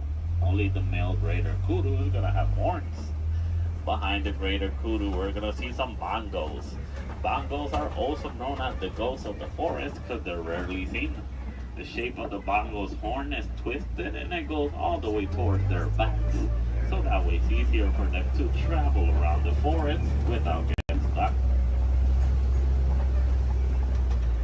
So as we start exiting the Little Ituri Forest, we're going to head all the way towards our Safi River. Rivers and water spots are great areas to see some of the wildlife that lives near the water.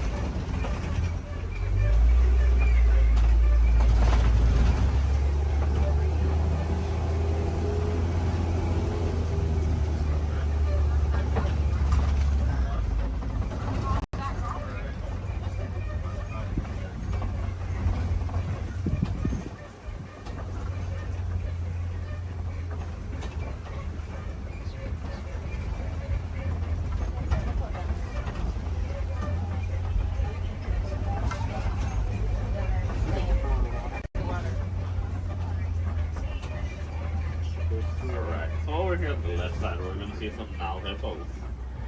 The male Nile hippo can weigh up to 5,500 pounds.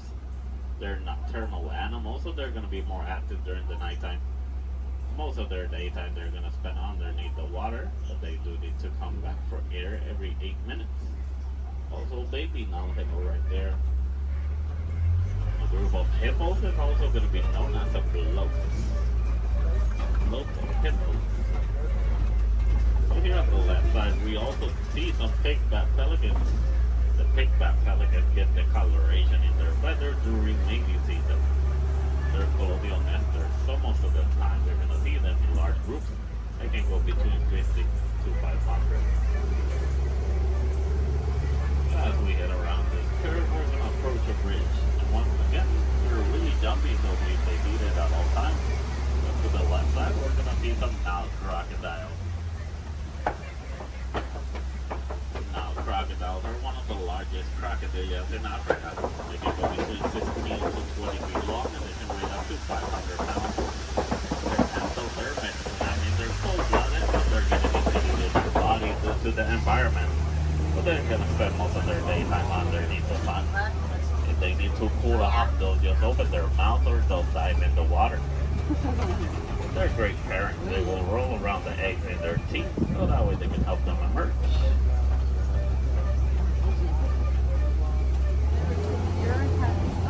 So as we enter the Taffy River, we're gonna head all the way towards our savannah. Savannah is gonna be a large plain and a great area to see most of the animals in Africa.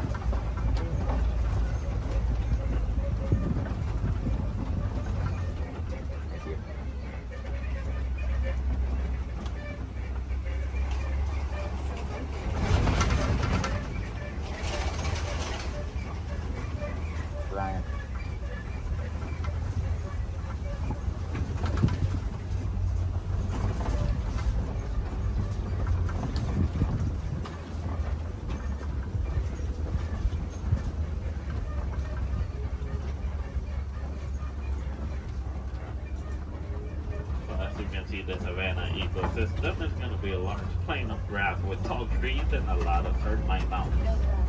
Each ecosystem is going to be unique and shaped by the animals that live on them. Between savanna, deserts, rivers, mountains. Most of the animals will actually use the termite mountains as fast crashers. Some of the smaller species like springboks will stand on top of them, so that way they can have a better view. Here on the left side, we do see a pack of African wild dogs. The African wild dogs are also known as painted dogs. They're part of the canine family. A difference they share with wolves and dogs is that they only have 4 toes. But they're a great pack of successful hunters, hunting up to 90% of the food they eat. But verbalizing, the African wild dogs won't bark or howl. They'll actually make a squeaky sound that sounds similar to squeaky toys. Here on the left side, some Ankoli cattle. Ankoli cattle are also known as the Watusi cattle, named after the clan that domesticated them. They're a sign of wealth in Africa, where both male and female will have those huge, majestic horns that can go up to 6 feet long. Even though those horns are big and they look kind of heavy, they're actually honeycomb inside. They use the inside of those horns to move blood up and down, so that way they can keep themselves cooled off. Over here on the left side, we also see a sable antelope. Sable meaning brown, they're also the emblem of the Harambe Wildlife Reserve. They're the only type of antelope that in a fight or flight situation, they'll stand their ground and they will fight. As you can see, the shape of their horns goes all the way towards their backs, so that way it's harder for predators to jump on them.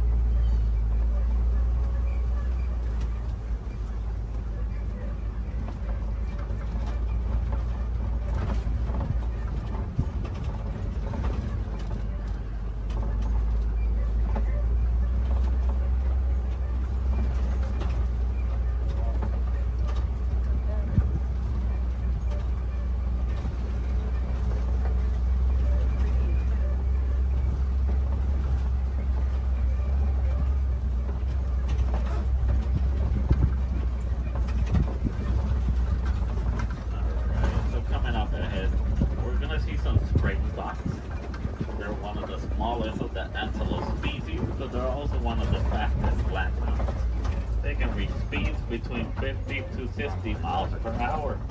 And as their name implies, the springboks. They're great jumpers. They can jump up to 6 feet tall and up to 13 feet long.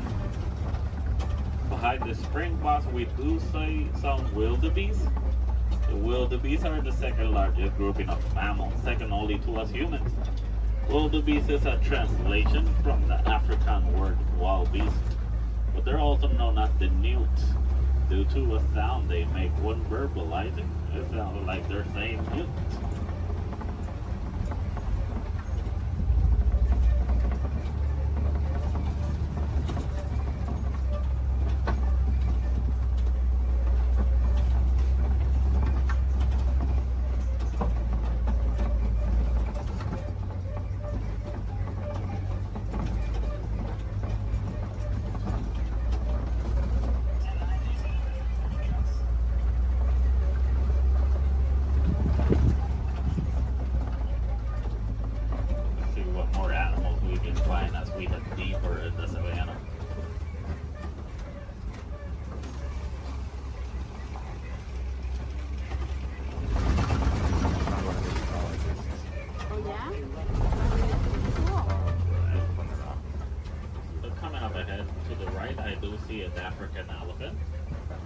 to spot due to their huge size.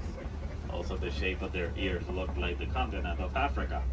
They like to flap around those huge ears back and forth so that way they can keep themselves cooled off, basically like a giant pair of fans. Also to the left side, mandrills, and the mandrills are one of the largest species of monkeys. Male mandrill can weigh up to 100 pounds, while the female can weigh up to 35 pounds. They also have a special pocket in their mouths where they can store food and snacks for later, just like squirrels. So the elephants will also throw dirt on top of their backs so that way the dirt will block them from the sun and also from bugs. They're huge animals with a huge appetite, eating up to 300 pounds in just a day. So a nice easy way to identify a male elephant is because male elephants, whenever they reach adulthood, they like to go on their own. And sometimes they'll join other elephants and they'll form a group known as a bachelor.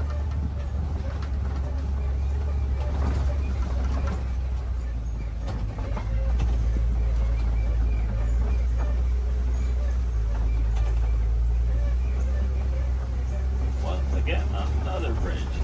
Please stay seated.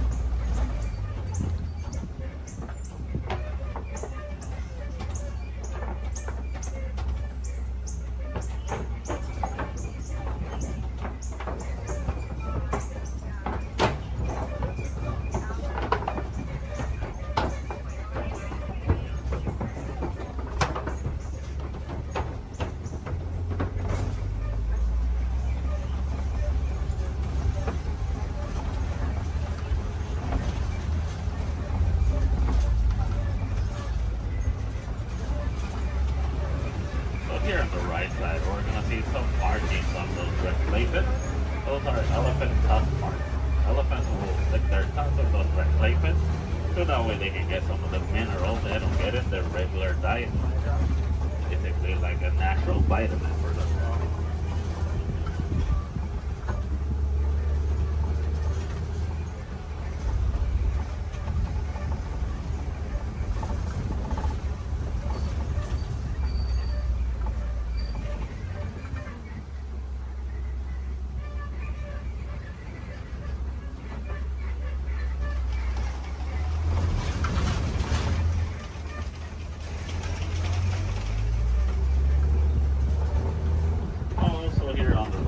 We do see some trees that look like they're upside down. They're known as upside down trees, but they're also known as the tree of life. The real name is the baobab trees. And baobab trees can go leafless up to 9 months of the year, so that way they can store inside of them thousands of gallons of water. Some of the animals will actually try and reach that water, like elephants will stick their tusks on them.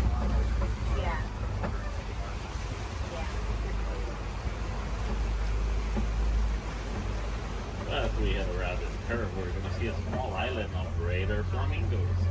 Greater flamingos are not greater because they're better than the other flamingos, it's just because they're bigger in size. As you know, flamingos have thick coloration in their feathers, actually get those due to their diets. They consume dried shrimp, and shrimp is high in keratin.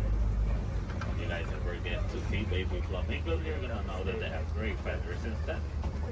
A group of flamingos like this one is also going to be known as a flamboyant.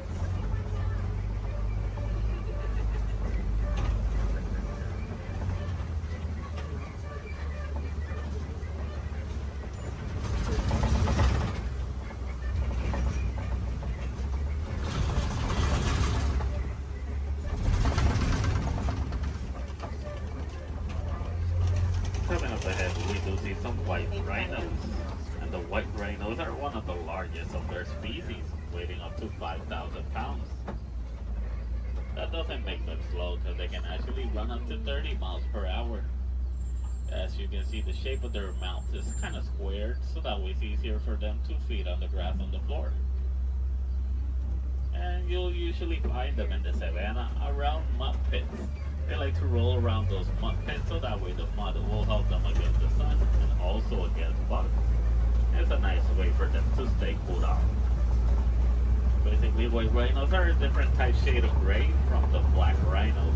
The reason they get the name white rhinos is not because of their colors. It's actually a mistranslation from the African word white. wide as it's big.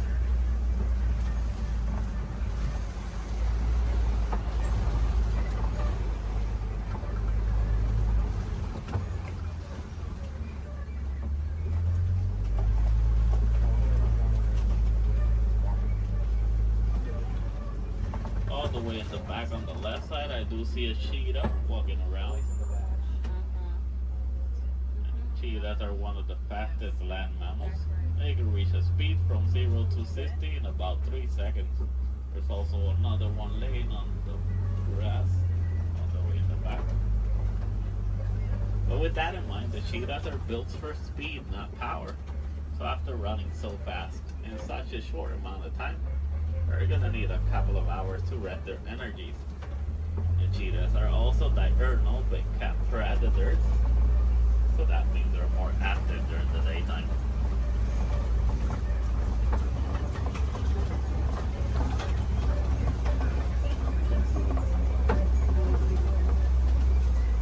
Coming up ahead, we do see some Kobe rocks, and on top of that Kobe rock, we do see a lion. And lions are nocturnal big cat predators. They're more active during the nighttime. Most of their daytime, they're actually going to spend sleeping. They can sleep up to 20 hours in a day. So that way they can store all the energies for the successful hunt at night. But while hunting, the female is going to do most of the hunting, while the male is usually going to be the stay-at-home dad who's going to take care of their cubs. So a group of lions is going to be known as a pride. In the morning, the lion's eyesight is technically as good as ours, but at nighttime, their eyesight are 6 times stronger. That's why they're successful hunters at night.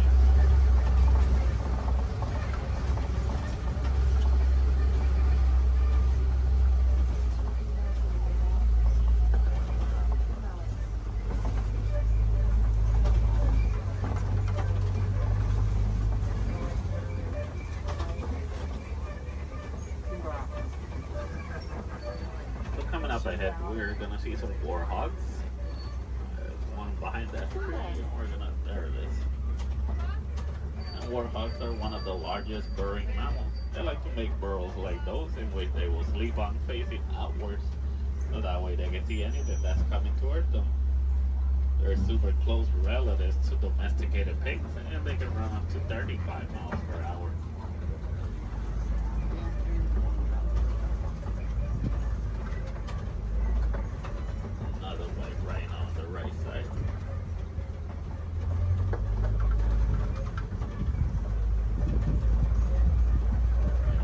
We start exiting our savannah, we're going to head all the way towards the Warden's Post.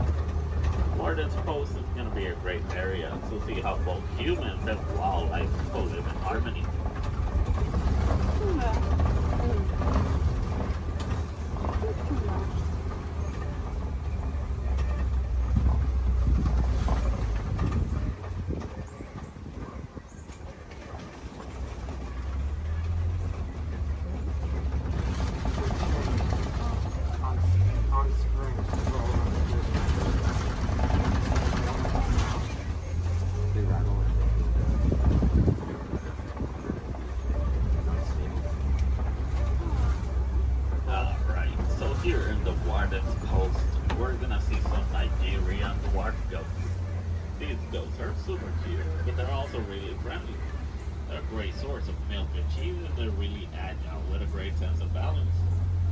Also one of the few domesticated wildlife that we have here in our reserve.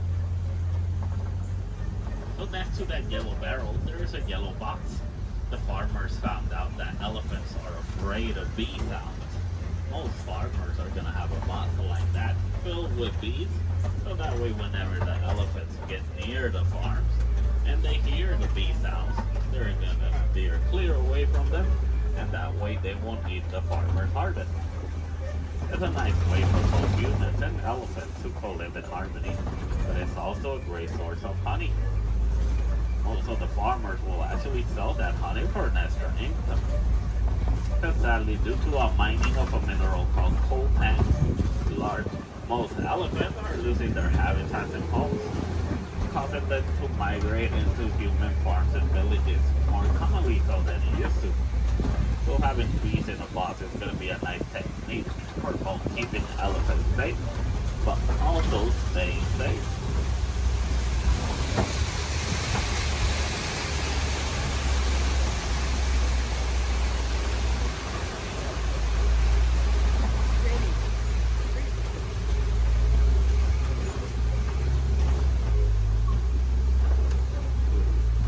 As we start reaching the end of our safari, I just want to let you guys know, if you want to see more animals and learn more about them, I do advise you to visit Gorilla Falls Trail.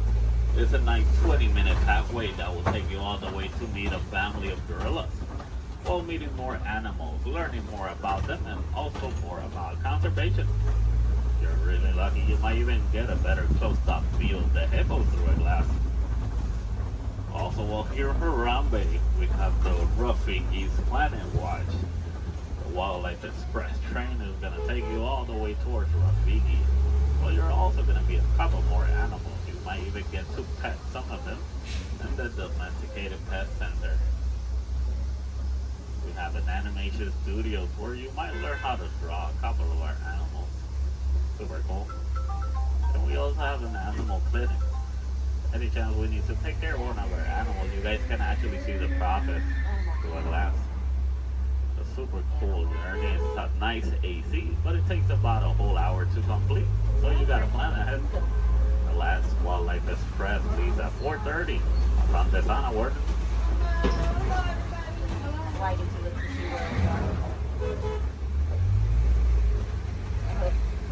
Alright, also while here in Harambe, you guys can visit the Celebration Festival, the Lion King. A great show to watch while visiting Animal Kingdom. There's going to be animals wherever you go throughout the park. We do have the lesser flamingos. Those are going to be the smaller flamingos. In some area of the park, I believe, is one of the pathways that leads you to the Tree of Life. If you go all the way towards Asia, they're going to see a similar walking trail to the Gorilla Falls, but it's going to be known as the Maharashtra Jungle Trek. Over there, you're going to meet some of the Asian animals like Komodo dragons, tigers, also super cool to visit while you're in Animal Kingdom. So for the Gorilla Falls, once you head out of the truck and you head down the ramp, if you go to the left side, you're already on the Gorilla Falls Trail. Keep going around, enjoy your time, see more animals. If you go to the right, you're going to go back to the village, where you can see the entrance towards Rafiki.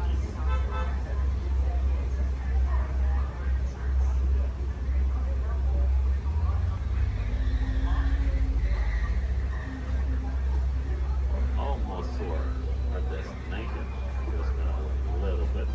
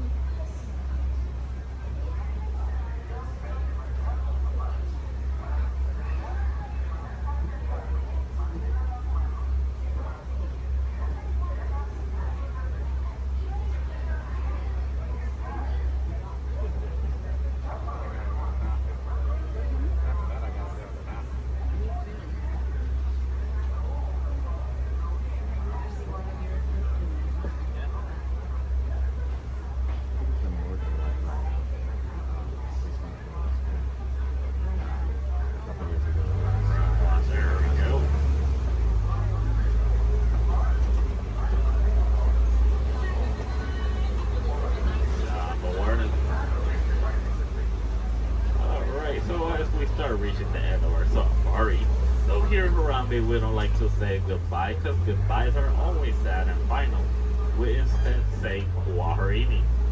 And Kwaherini does mean to go well. So Kwaherini guys, go well, go wild, go make a difference out there.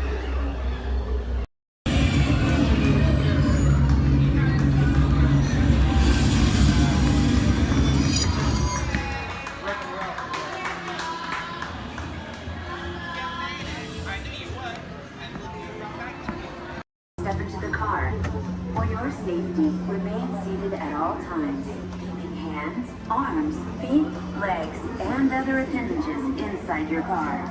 And please supervise younger beings. Stay clear of the doors, which will open and close automatically. Enjoy your journey.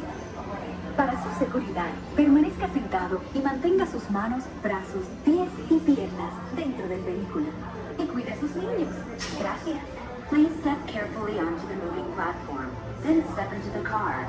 For your safety, remain seated at all times. This is the TTA Blue Line, non-stop service around Tomorrowland.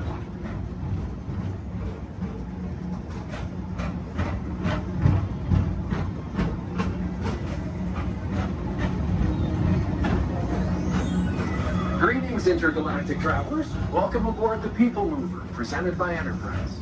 I'm Morak 5, your guide aboard this highway in the sky, the absolute best way to see Tomorrowland. And my stars, is there ever lots to see? From spacecraft to monster labs, there's really nothing like today in Tomorrowland. For your safety, if you have wings, jetpacks, or gravity polarizers, please do not take flight while on board. Thank you.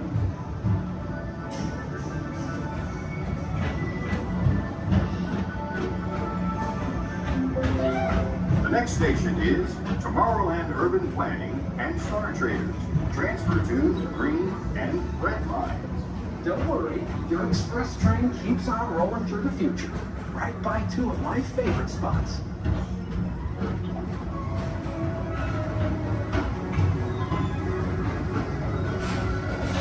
First up, Progress City. Walt Disney's amazing dreams for a community of tomorrow. Did you know Progress City inspired Epcot?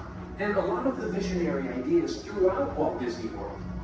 Look, there's even a tiny people mover. I wonder if that means there's a tiny Borak.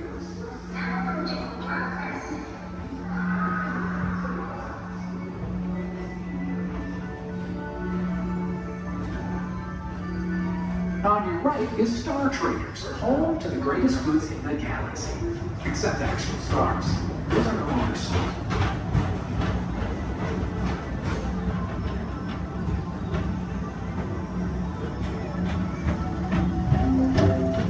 Now approaching Tomorrowland Speedway and Tron Light Cycle Run.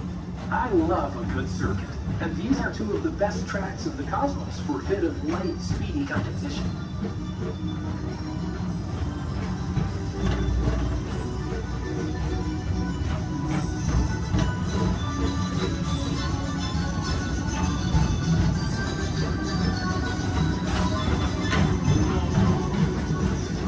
Attention all visitors from Galaxy M31.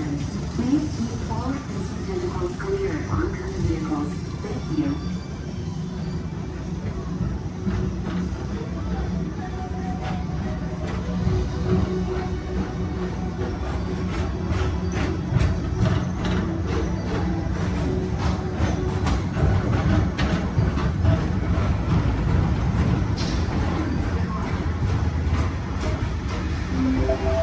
This is Starboard 75. Or as the locals call it, Space Mountain. Our high-speed rocket port to distant deep space destinations.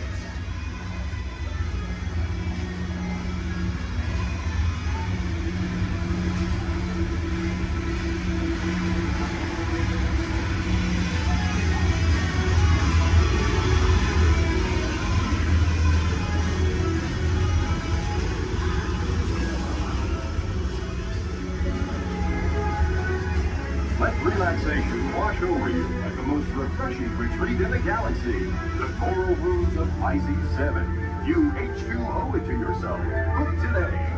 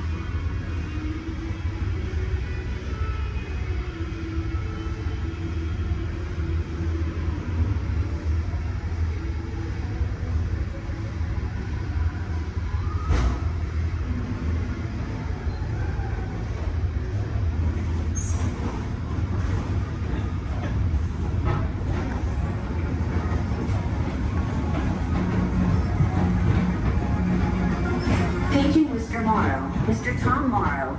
Please contact Mr. Johnson in the control tower to confirm your flight to the moon. Thank you.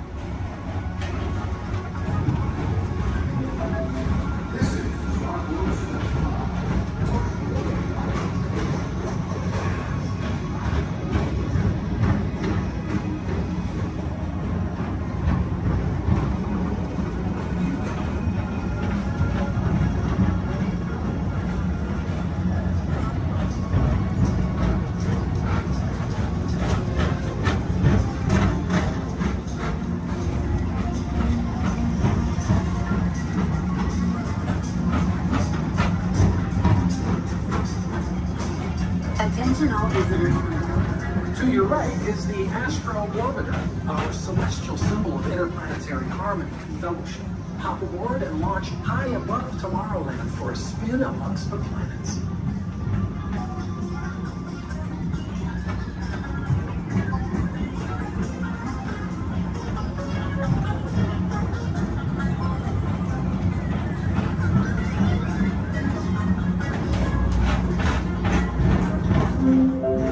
The next station is Walt Disney's Carousel of Progress.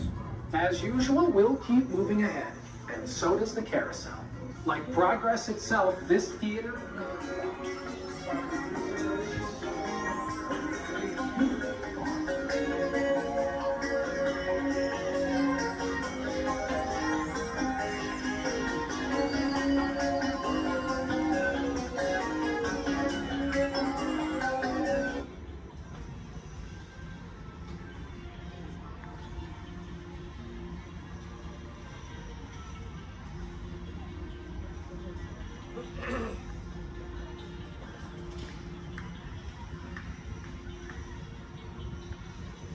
Attention all the people mover, please stay seated.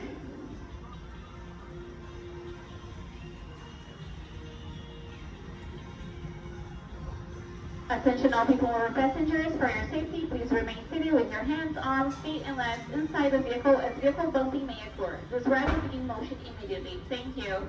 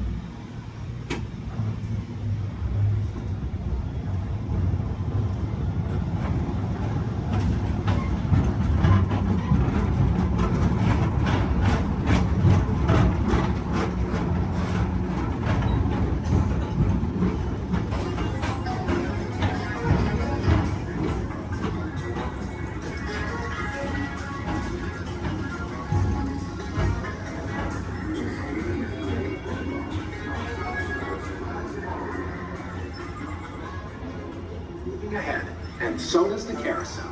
Like progress itself, this theater never stops, inspiring new generations to dream of a great, big, beautiful tomorrow.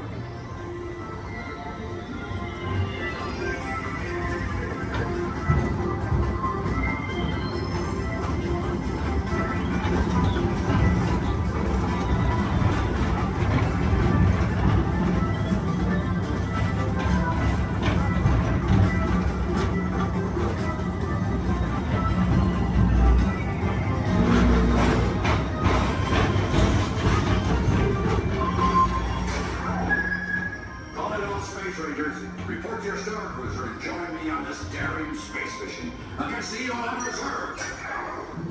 Affirmative. We're on it, Buzz. You can count on us.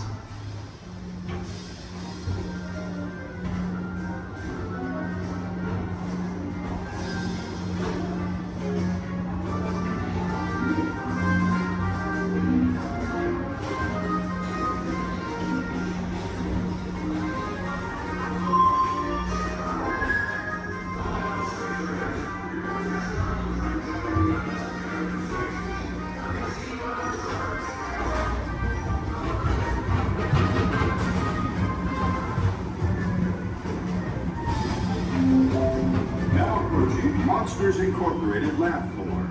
Mike Wazowski has brought in some real monsters of comedy. Whether you have one eye or 9, take the time to see this show. Now approaching Tomorrowland Transit Authority Station. My fellow sentient life forms, our people mover journey has nearly come full orbit. Thanks for riding with us. It's been a pleasure to have you aboard. And even though we're concluding, this is always my favorite part. Because now is the time, now is the best time to go out and explore tomorrow, today. See you in the future.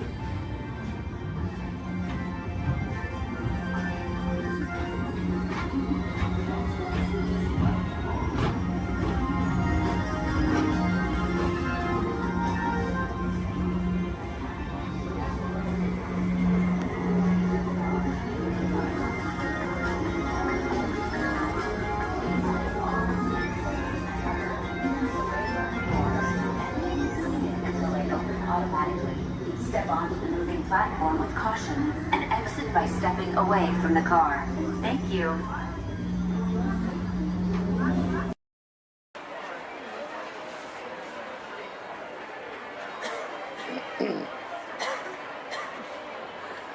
Ladies and gentlemen, boys and girls, before we do the party dance, everyone, please maintain first of all friends on the trains of motion. As well as if you're a small children, if you ask you go and please take it towards the center of the bench. And a motion to the crowd to maintain. Here we go. Our board.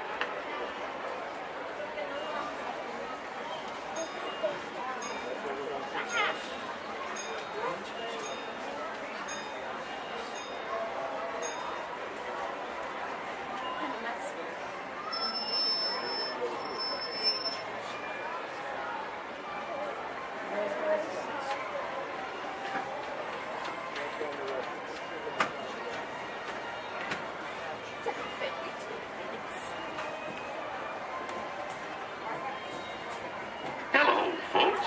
Welcome aboard the Disneyland Railroad.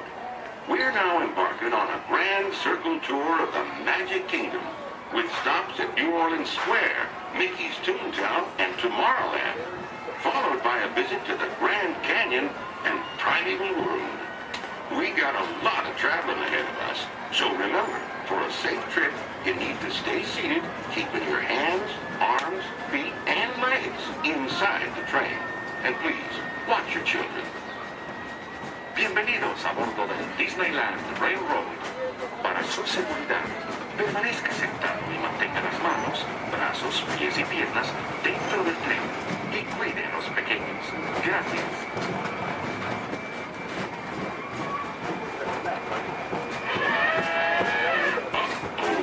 Did you folks hear that? Sounds to me like we've reached the wilds of Adventureland, where you just might run into a lot of savage critters out there, including lions and tigers and tiki birds. Everybody best be on the lookout. You never know just what may show up. We're approaching our first stop, New Orleans Square Station. This station serves Frontierland, New Orleans Square, and Critter Country. If you'll be leaving us here, please remain seated till the train comes to a complete stop. Then watch your step while getting on. Have a good time at the Frontier, yeah? For those of you continuing on with us, please resume our trip in the jungle. This is New Orleans Square.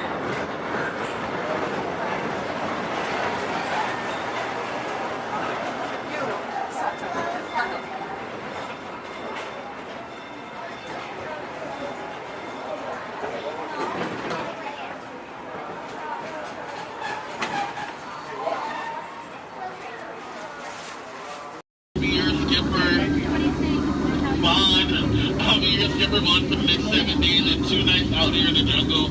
But before we go any further to increase our chances of fun and survival, please keep all hands, arms, legs, and feet inside the boat at all times, and please remain seated. Oh, and watch our children. Because if you don't, the crocodiles will. Yeah, they have an excellent day here. So now we start off at the top of the Amazon River. It's the home of some of the most beautiful butterflies. Did you guys know that their wingspan can grow from 12 inches to a whopping 1 foot? Yeah, we call them the rulers of the jungle. True monarchs for you. And now we come upon Inspiration Falls. We We call this Inspiration Falls because the longer you stare at it, the more it inspires you to go. Like deeper and deeper into the jungle that is. Can everyone say ooh? No, everyone say well, that sounds like inspiration means that we're going to keep on traveling. Well, we're not just crossing different rivers, we're actually crossing into another continent. We're now on the Congo River in the deepest, darkest part of Central Africa. Ooh. I didn't say so. Now, if you guys have not seen it before, there's a Jungle Book. You might get it because it's like the book in the jungle. Never mind. So now up ahead, we have a pygmy welcoming party just for you guys. Everything's in full swing. Everyone should be here, as you tell from the music, that no one is here. I cannot see anyone. Canoe? No? Okay. Don't worry. My pet python is here, but don't look him in the eye. He can develop quite a crush on you. The relationship can be a little restricting, but we're not going to get wrapped up in that, okay? We're going to stop at my base camp just to grab a couple of things we need for this journey that would happen. Oh, great. They do this all the time. They throw all my stuff everywhere. They break my dishes, and now they even flip my Jeep. I really wish they would have flipped my house. I would get a better return on it. Well, anyway, we're in the Nile River. The Nile River goes on for Nile and Nile. You make a left, it goes on for a couple more Niles. But if you don't believe me, then you must be in No. Just believe for disagreement. Come on, guys. Anyway, this is the African elephant. One way you can tell it's an African elephant is because of the big floppy ears. Can you guys get the second way you can tell they're African elephants?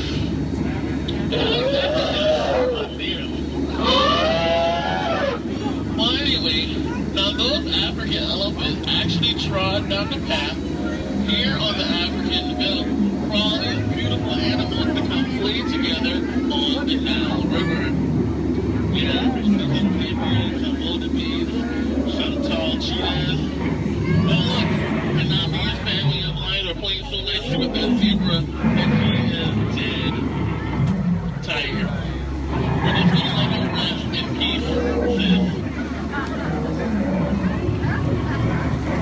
Now see, this is a sight to see. I told these guys that a rhino can outrun a horse. Did they listen? No. Well, I guess they'll get the point in the end. Oh look, that's my friend Ina. Everyone say hi, Ina. Alright, bye, Ina. So now we're going into crocodile country. Please hold your favorite child close. You know who they are. Here we have Smiley and his girlfriend Ginger. Be careful, Ginger Snap. Yeah, she is one tough cookie. I'm sorry, that was a crummy joke. I thought I was milking for what it's worth. And look up ahead, we have what we call falling water, named after Dr. Albert Falls. Did you guys know that there's 100,000 different types of bacteria in that one waterfall? Yeah, feel that mist on your face. If you don't feel it now, you're gonna feel it later. Oh, and now it's time to talk about me. Now, as it is pleased to see the sun, I landed my job here. I actually took a crash course. My career never took off the way I thought it would. Ever since then, I was playing it. But that'll the tail of that story. Thank you guys for listening. And now we have apples.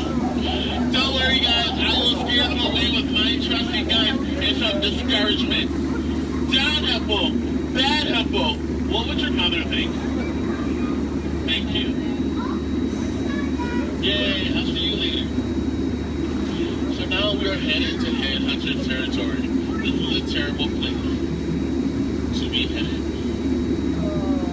Yeah.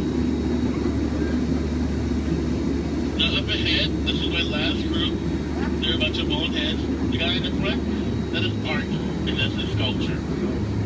Now these guys are dancing in a circle only for one reason. They forgot how to dance. And they're attacking. Everyone, get down! Use your children as shields. I mean, shield your children. Shield your children. They're the future. Yeah, ricochet, ricochet. Ricochet. If you guys get hit with a spear, please take it out and throw it back. We cannot take any souvenirs with us.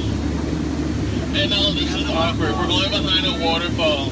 Please, nobody move, okay? I don't want to get my hair wet.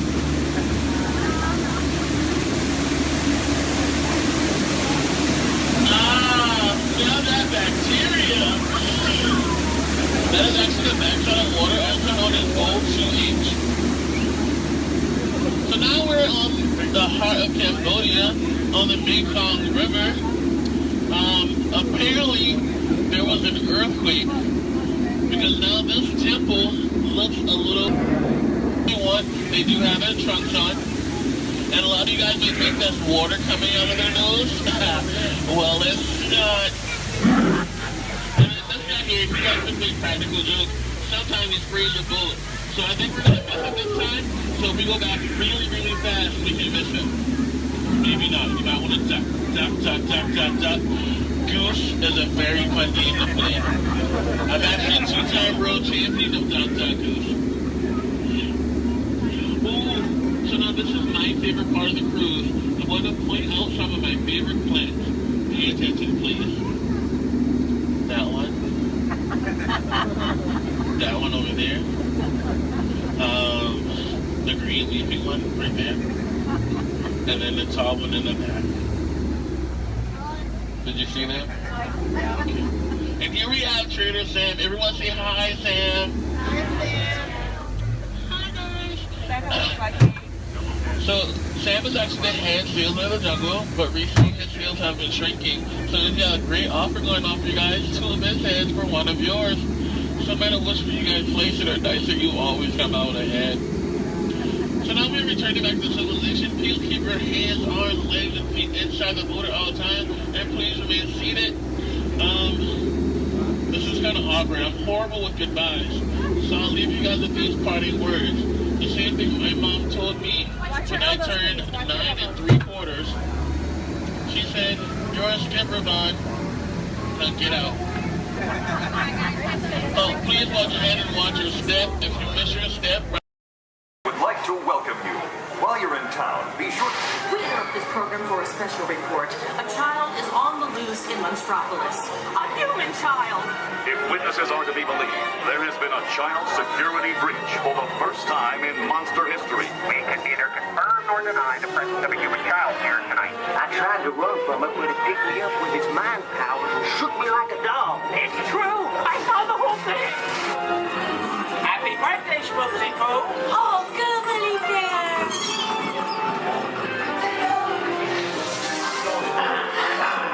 And grabbed me with its giant fork tongue and rolled me up and down like a yo-yo. It was horrible. I was minding my own business. We gotta get you home.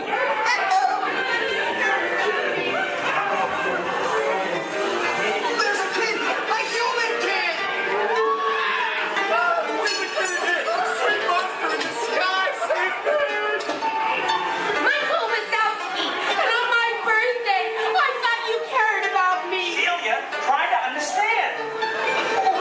Come on, this way. Perimeter is under observation. Need I get in charge and ready? Lock it down. There's nothing down here. I'll be on the lookout for this child.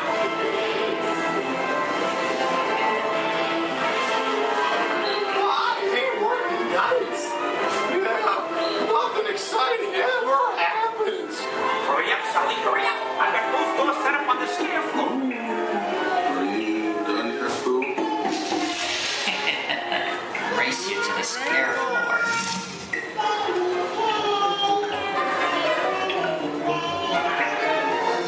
Almost there, kid. They'll never find her door now.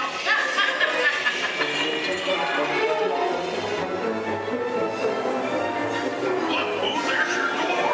We're almost there, kiddo. Not so fast, Sullivan.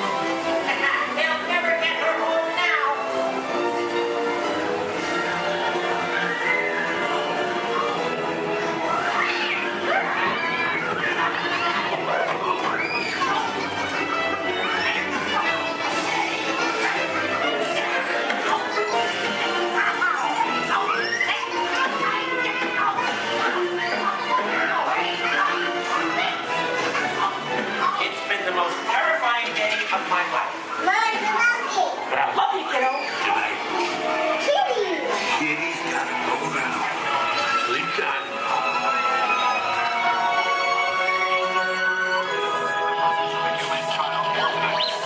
We responded to a 2319 in progress and reported to the scene where we immediately secured the area. Get ready, folks. We have to decontaminate you. After careful and thorough observation of the perimeter, we quickly rendered the situation status to 990. We can neither confirm nor deny the presence of a human child here tonight.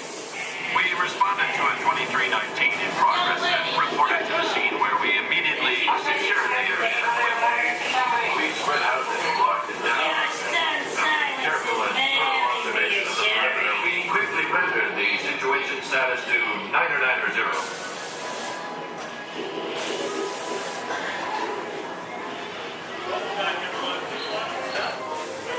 Come back and see me sometime.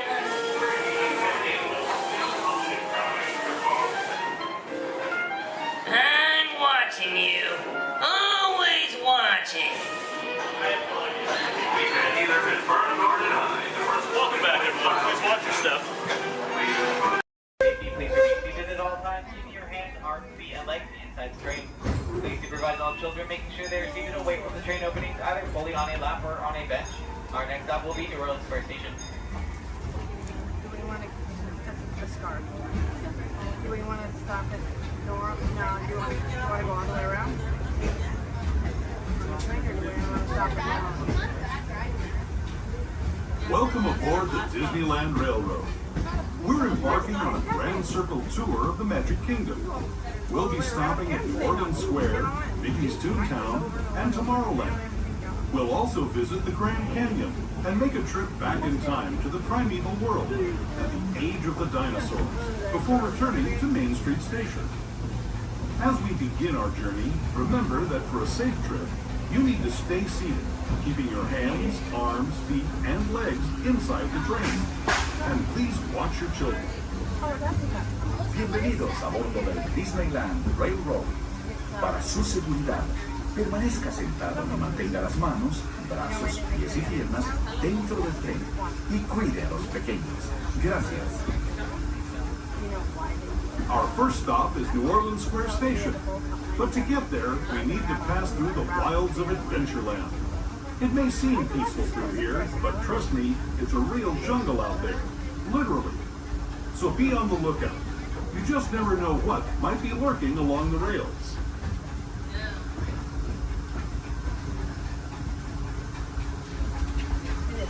Just ahead is New Orleans Square Station.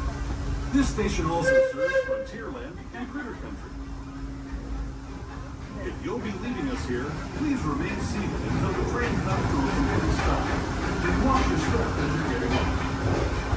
For those of you continuing on with us, we'll be resuming our trip in just a moment. This is New Orleans Square Station. New Orleans Square. As we make our way to New Orleans Square Station, please remain fully seated until the train has come to a full and complete stop. This will be your stop for attractions such as Pirates of the Caribbean, Indiana Jones Adventure, Jungle Cruise, the many adventures of Winnie the Pooh, Splash Mountain, and Autumn Mansion Holiday.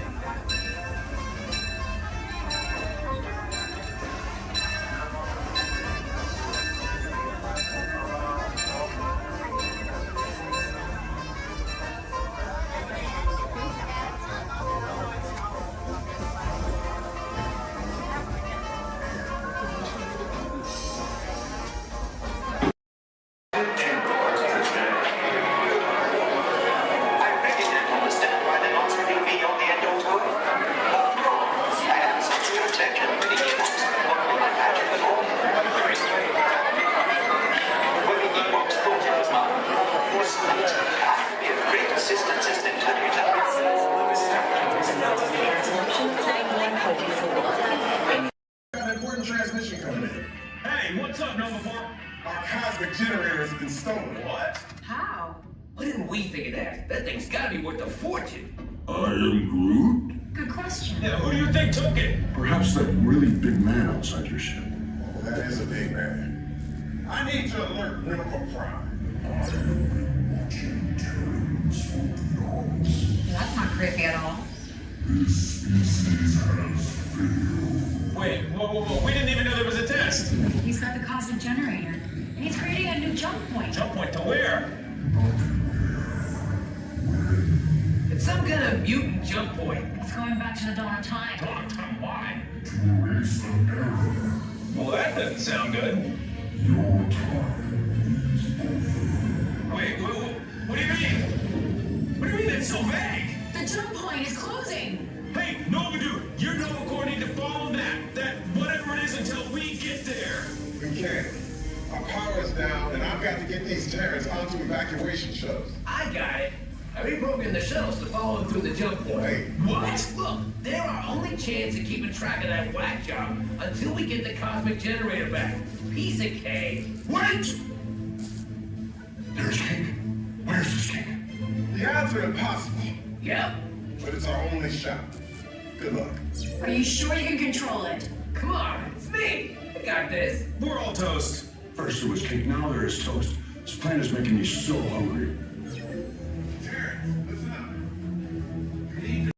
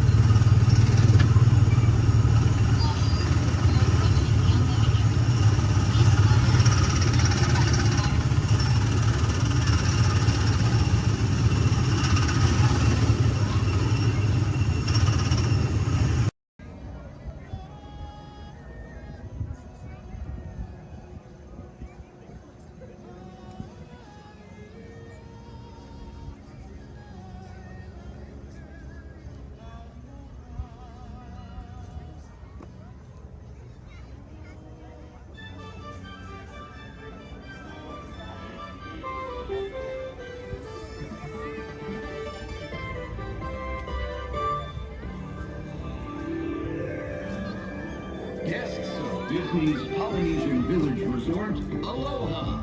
Since 1971, the electrical water pageant has lit up the shores of Bay Lake, entertaining generations of dreamers from the young to the young at heart. As we celebrate 50 years of magic here at Walt Disney World Resort, we invite you to join us in this time-honored tradition. Enjoy the lights, the music, the magic of Disney's electrical water pageant.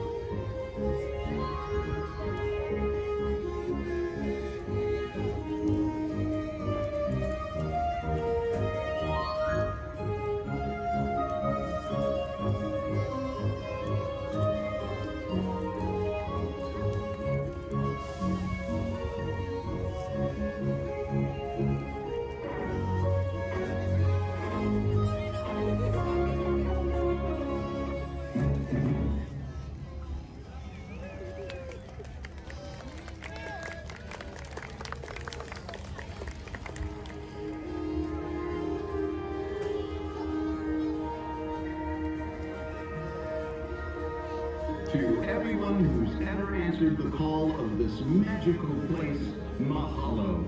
We have shared the breath of magic.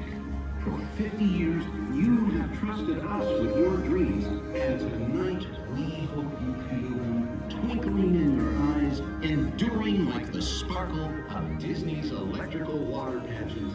From all of us to all of you here at Disney's Polynesian Village Resort, we bid you aloha and hope you wake tomorrow to find your dreams are even brighter in the light of a new day.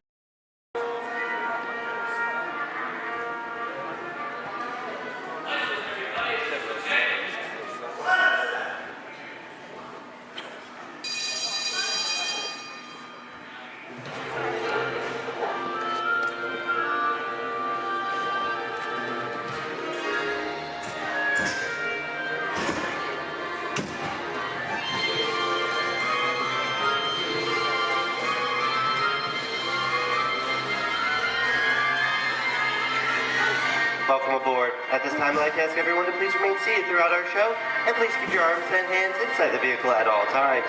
For the safety of our cast, we ask that you please refrain from the use of flash photography and external video lighting. Now that we've taken care of business, let's talk about me. My name is Patrick, and I'll be your guide on this magical journey into the movies.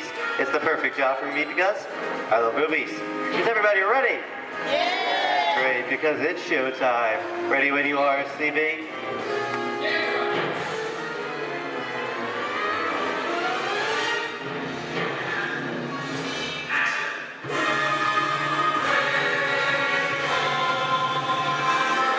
We are rolling.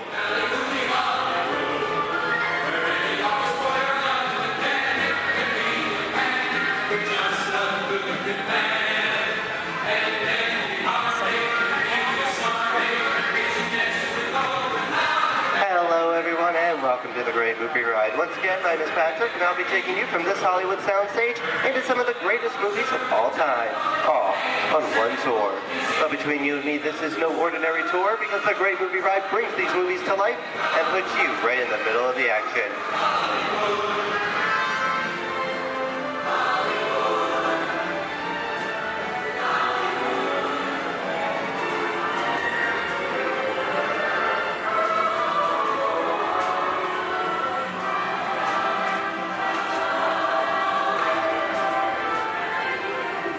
I don't know about you folks, but I just love the great Hollywood musicals of the 1930s.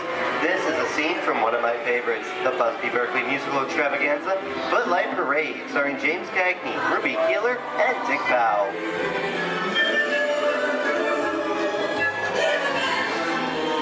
In 1952, Gene Kelly was Singing in the Rain with Debbie Reynolds and Donald O'Connor. Did you know that Gene Kelly co-directed this movie?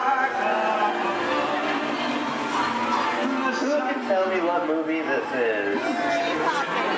That's right, it's Walt Disney's Academy Award-winning film from 1964, Mary Poppins, starring Julie Andrews and Dick Van Dyke. Julie Andrews won an Oscar for her portrayal of the nanny, who was practically perfect in every way.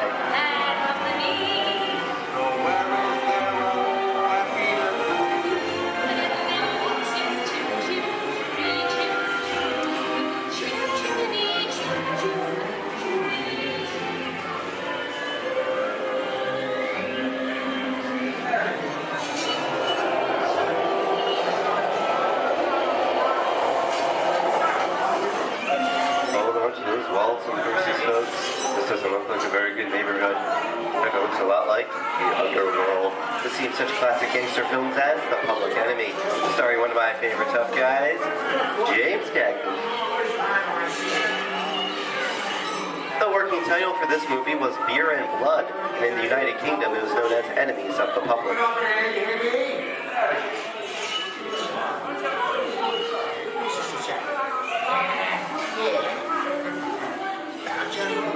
Very nice time. Judge comes around, he's gonna leave you some beer. Go for a jacket. And you're gonna kick in with your dog. If you don't, somebody's gonna drop by here and kick your teeth out one at a time. With me?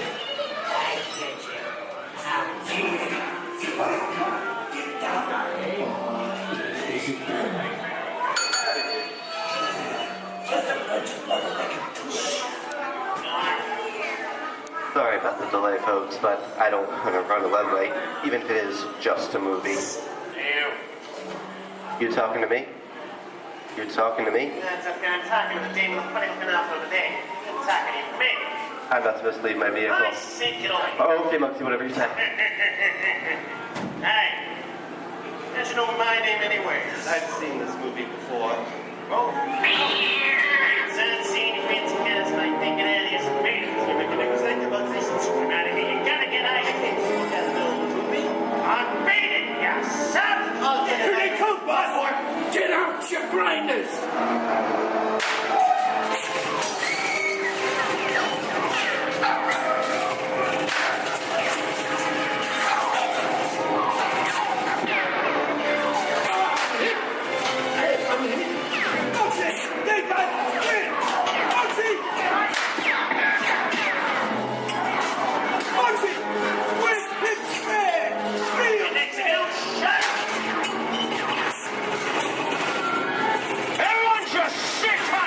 Running a red light against the law tonight. Never break the law, lady. Watch this. No more red light.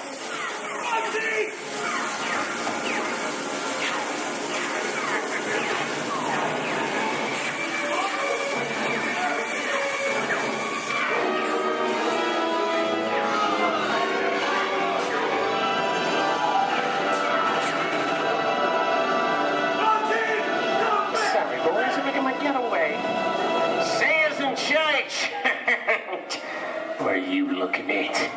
Everyone mind your P's and Q's and maybe you won't get hurt. What is this? Jay-Z? And now, the Old West, and two of Hollywood's legendary stars, Clint Eastwood and John Wayne.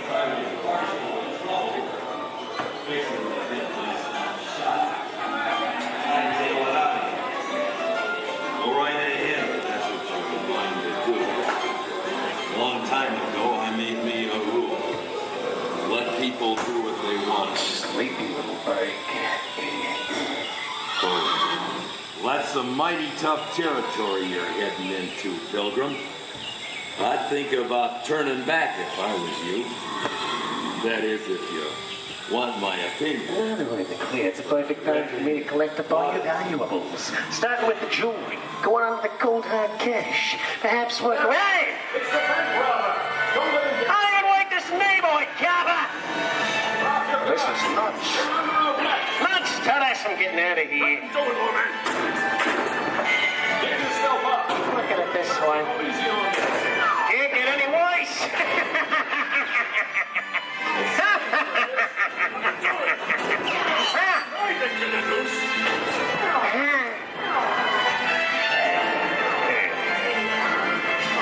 Okay. It's twice.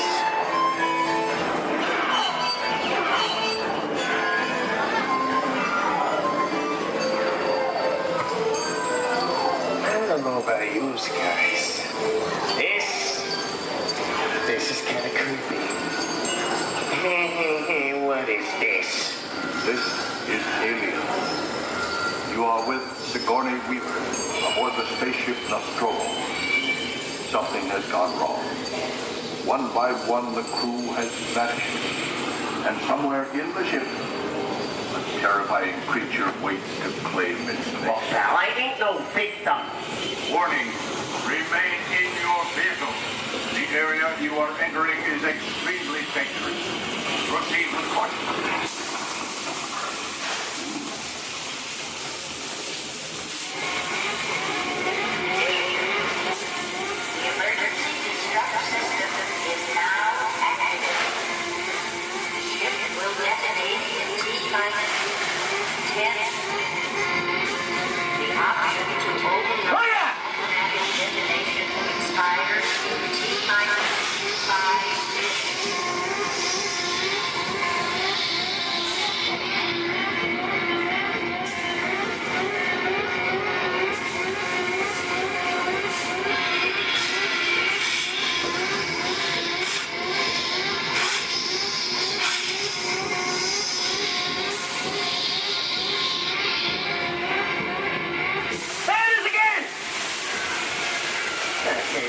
Creepy crawly things for Monday, right? Hey, stop! Wrong! Here in Raiders of the Lost Ark, amid 1,000 deadly snakes, Indiana Jones unearthed a great treasure. Will Harrison Ford escape with his discovery? And what will be your fate? Beware. Snakes. Why did they have to be snakes?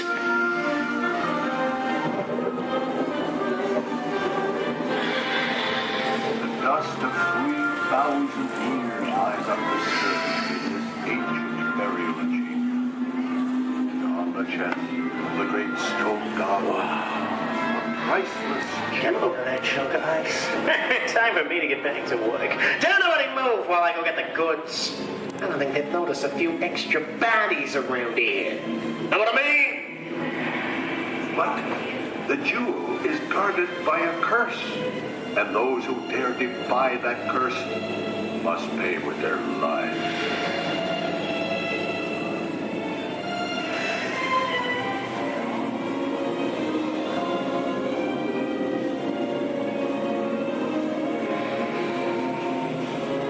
Halt, unbeliever. Disturb the treasure of the gods, and you shall all pay with your lives.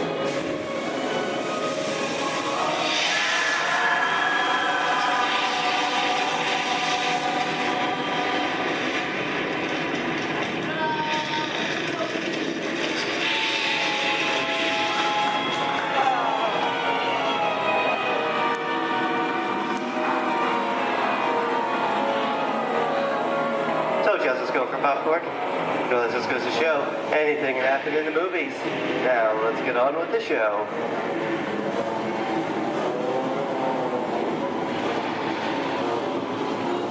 Ooh, I see dead people. The horror movie is my all-time favorite genre. Some of the best horror films were made back in the 1930s and 40s, but monsters, mutants, and maniacs are still audience favorite and continue to haunt us today.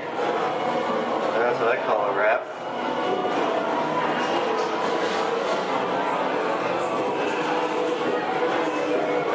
We are now entering the jungle home of one of the most beloved characters of all time. Now it's not George of the Jungle.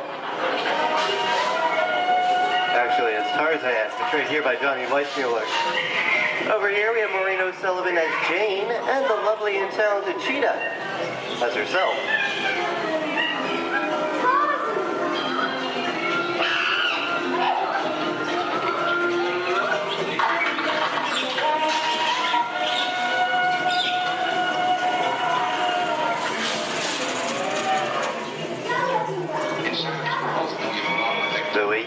I think this is the beginning of a beautiful friendship. Best last line of a movie ever. Humphrey Bogart and Ingrid Bergman in the classic romance, Casablanca. Always have past. You didn't have it. You lost it until you came to Casablanca. You got it back last night.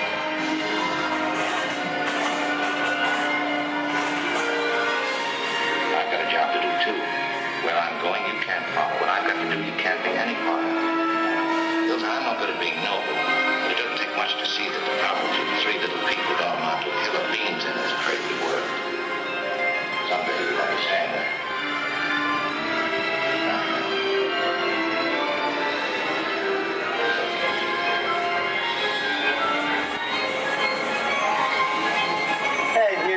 my favorite movie stars, Mickey Mouse in one of his greatest roles, the Sorcerer's Apprentice in Fantasia. The sorcerer in the sequence is named Yen Sid, which is Disney, spelled backwards.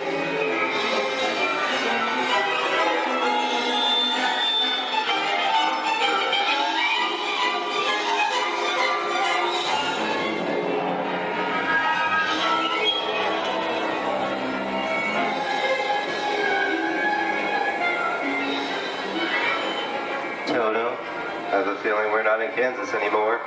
How often do you get to say that?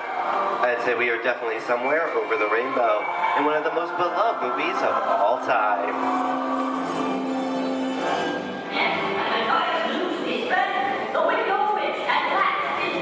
The Wizard of Oz.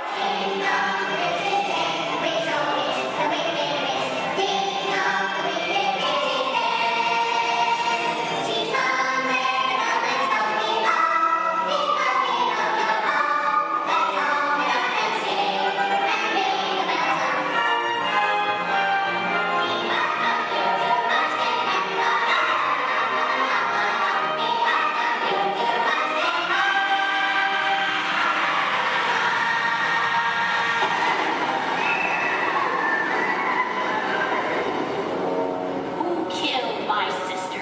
Who killed the Witch of the East? Was it you? No, it was an accident. I didn't mean to kill anybody. Well, my little pretty, I can cause accidents too. Oh, rubbish. You have no power here. Be gone before someone drops a house on you, too. Very well. I'll bide my time. But just try to stay out of my way. Just try. I'll get you, my pretty, and your little dog, too. I wonder how we get out of here. What do you folks think? Which way should we go? Follow the yellow brick road. Follow the Yellow Brick Road? No, what do I think of that? Bring along, folks. You know the way.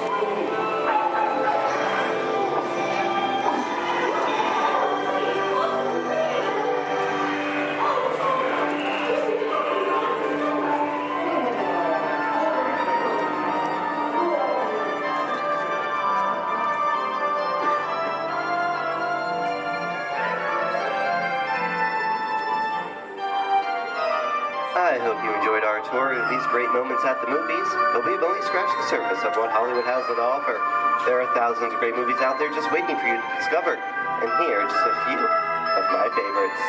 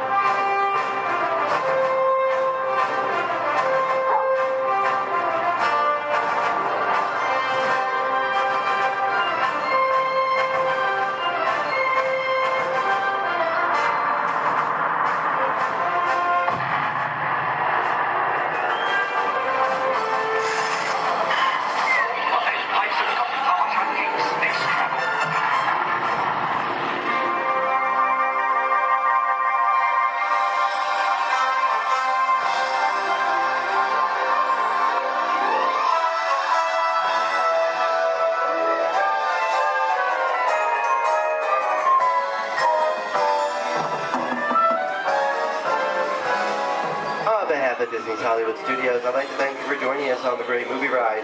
But before we wrap this production, there is still one more scene to do.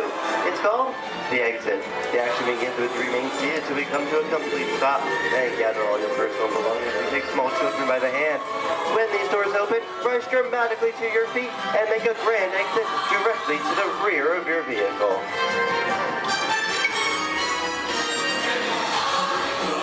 Oh, and one more thing. When I yell action, don't forget the thunderous applause for yours truly.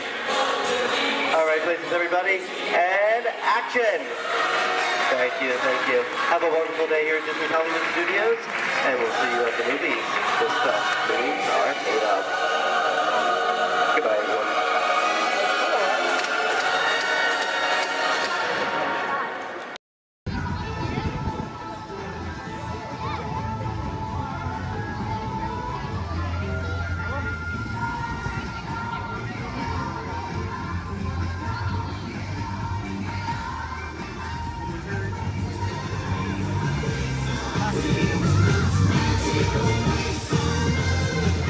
Thank you.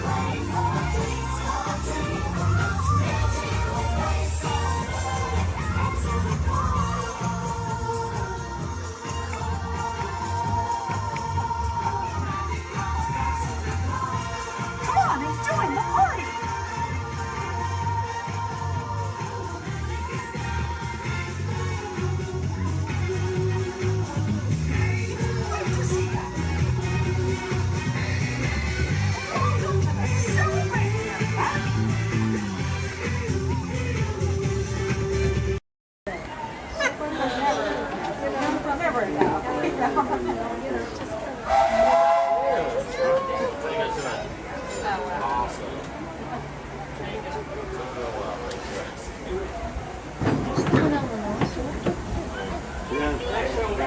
there's these are no flavor country.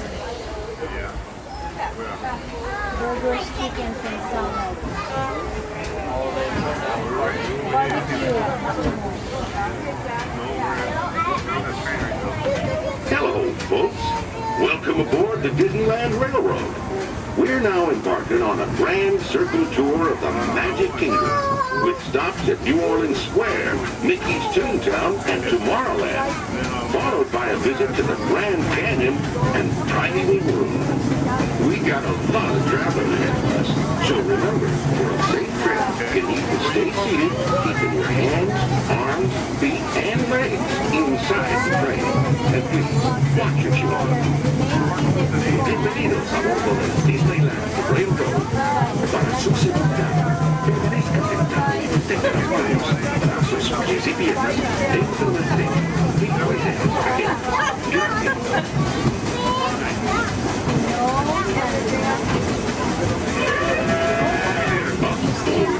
Did you folks hear that? Sounds to me like we've reached the wilds of Adventureland. You just might run into a lot of savage critters out there, including lions and tigers and tiki birds. Everybody best be on the lookout. You never know just what could show up. We're approaching our first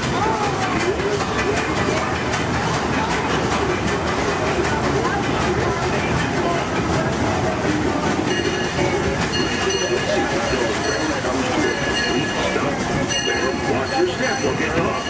Have a good time in the frontier, yeah? For those of you continuing on with us, we'll be resuming our trip in just a moment. This is New Orleans Square. Take a drink.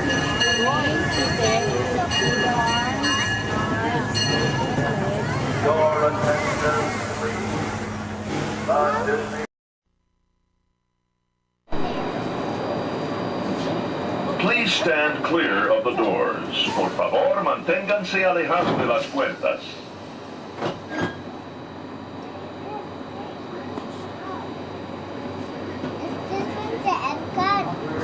Welcome aboard the Walt Disney World monorail to Epcot. For those of you standing, please hold on to the handrails throughout our journey and stay clear of the doors. For the comfort of others, no smoking, please. Thank you. As we turn south, you can catch a glimpse of the spires of Space Mountain in the Magic Kingdom. Nearby is Disney's 8th-ranked contemporary resort. Where are we at? That's where we were just at.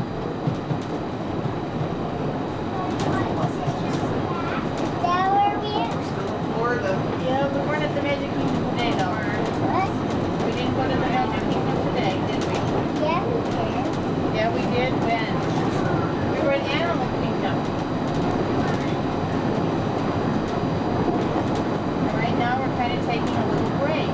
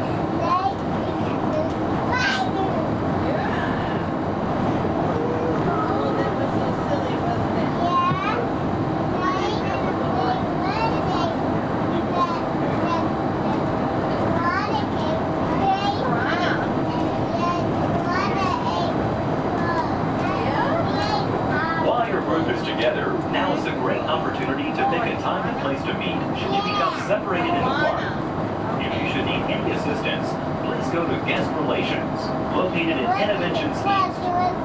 Guest Relations can also assist you in making dining arrangements, provide special tours of Epcot, or make other suggestions for planning your visit to Walt Disney World.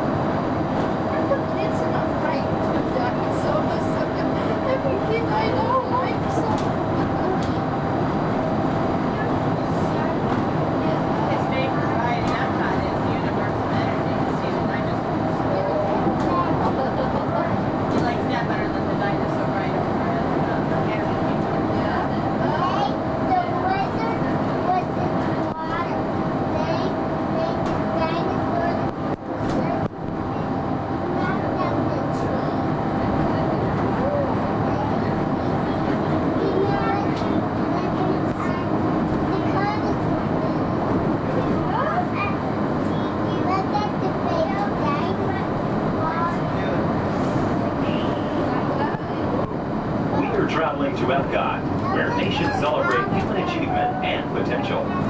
Its 300 acres are divided into two worlds, Future World and World Showcase. Future World offers fascinating explorations into realms of energy, transportation, and imagination. You'll also find adventures in communications, sea exploration, food production, and other vital topics. World Showcase is a community of nations, highlighting the accomplishments and cultures of people around the world. On the banks of the 40-acre World Showcase Lagoon are Mexico, Norway, China, Germany, Italy, the American Adventure, Japan, Morocco, France, United Kingdom, and Canada. Young adults from each nation represented in World Showcase are among your hosts, making this a true international exchange.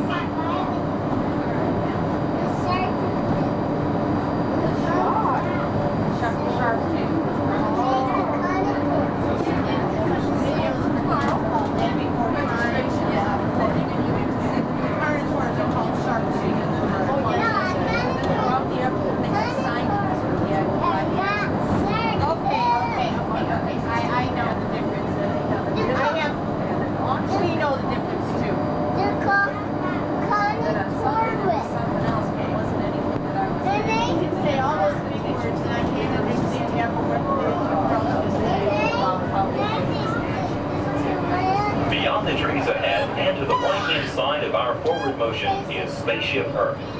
This 18-story geosphere marks the entrance to Epcot. Inside Spaceship Earth, time machine vehicles take you through the evolution of human communications, from a distant yesterday to the dawn of tomorrow.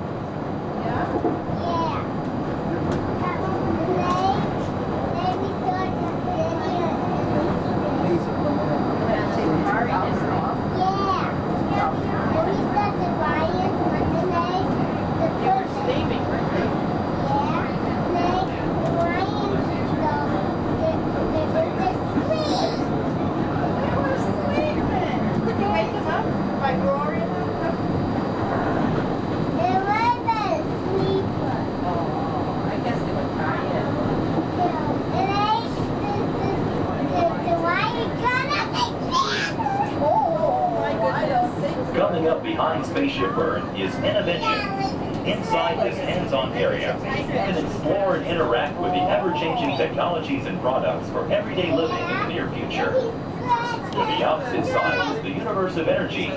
Inside, you'll find Ellen's Energy Adventure, hosted by Ellen DeGeneres and Bill Nye the Science Guy. Next is The Wonders of Life, where you'll discover Body Wars, which takes you on an amazing trip through the human body. In Test Track, you can experience the exhilaration of test driving a vehicle on the fastest and longest ride ever created for Walt Disney World. Coming into view is World Showcase. Directly across from us on the far shore of the World Showcase Lagoon is our host pavilion, the American Adventure.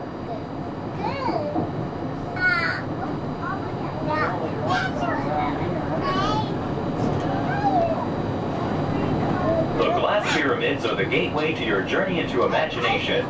Inside, you can find the 3D adventure Honey, I Shrunk the Audience.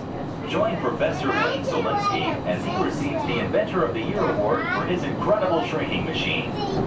Next is the land, where you'll discover creative partnerships between people and the land around the world.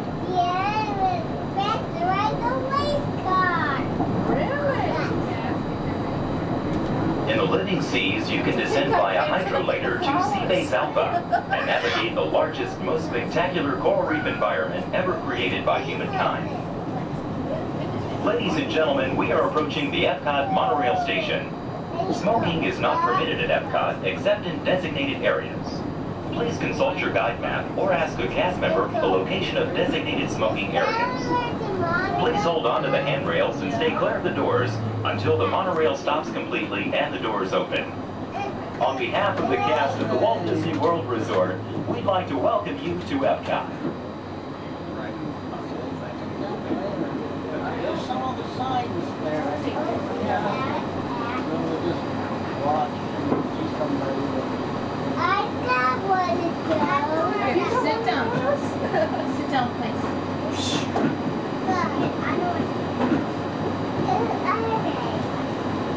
Ladies and gentlemen, please remember to collect your belongings and take young children by the hand.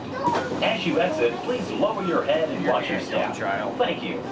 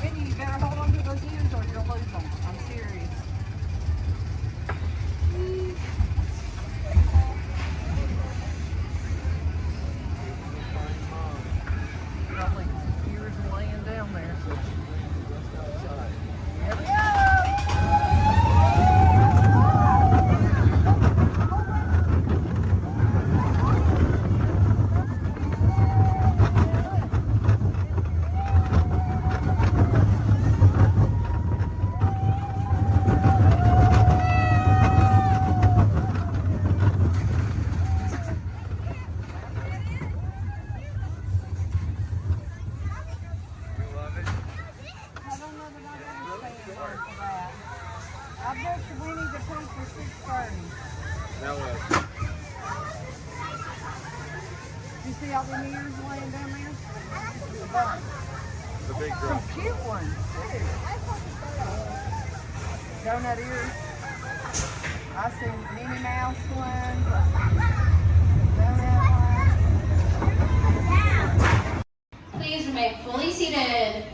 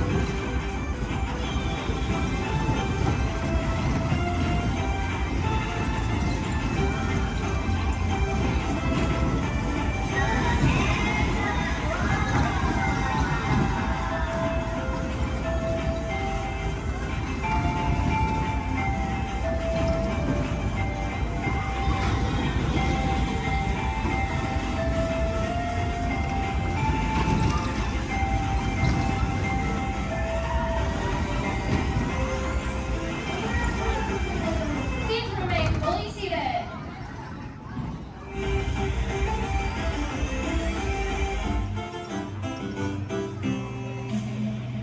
We are eternally dizzy.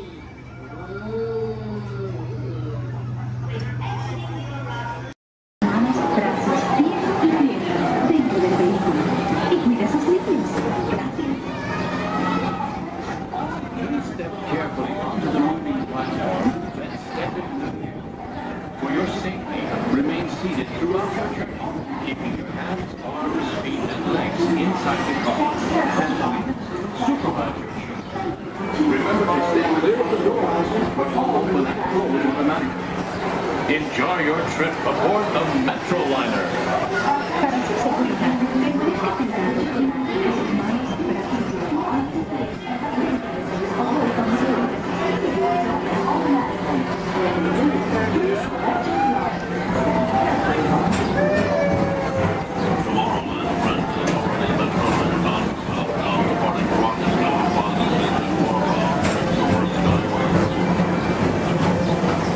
Welcome aboard, TTA travelers. We hope you enjoyed Tomorrowland Transit Authority's Super Skyway.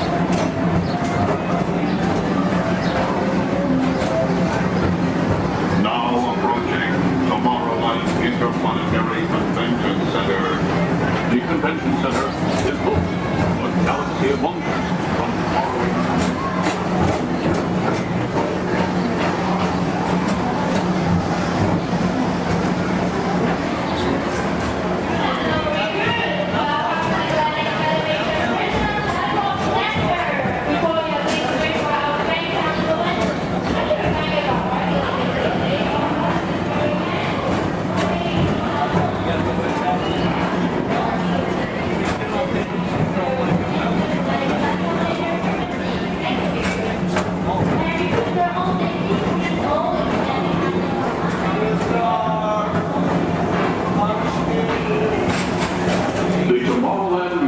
Metro Historical Society presents Walt Disney's 20th century vision for the future. This model city dared to dream the perfect community in which to work, live, and play.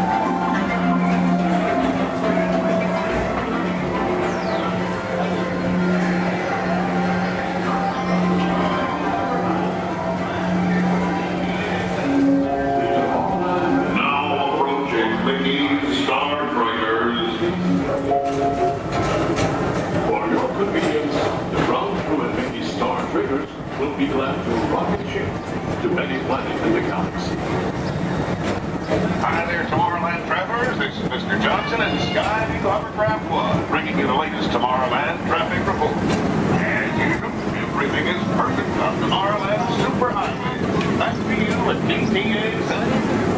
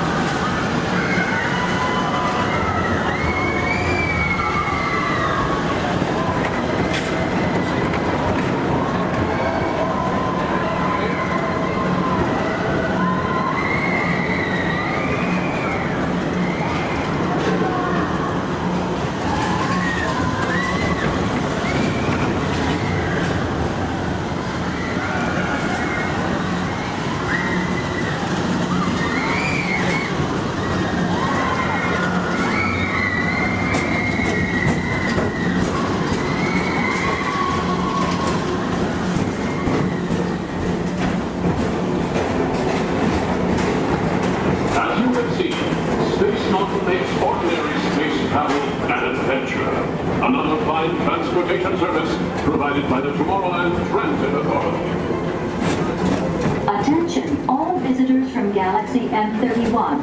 Please keep forward-facing tentacles clear of oncoming Metroliner vehicles. Thank you.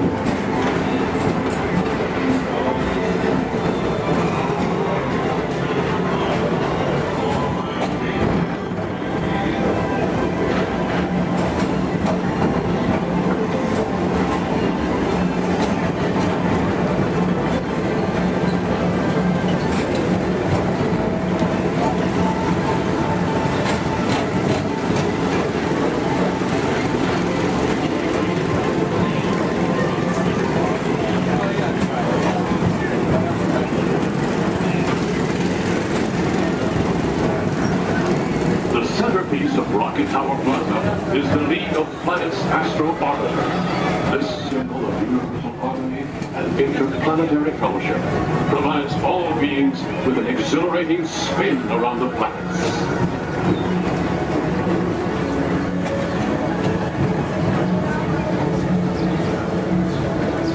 Blue Line passengers, for all your future travel needs, the TTA services all of Tomorrowland's outlying areas, including the personal rocket ship docking lot, and of course, perfect park acres. Paging Mr. Morrow, Mr. Tom Morrow. Your party for the Saturn has arrived. Please give them a ring. Now approaching Walt Disney's Carousel of Progress.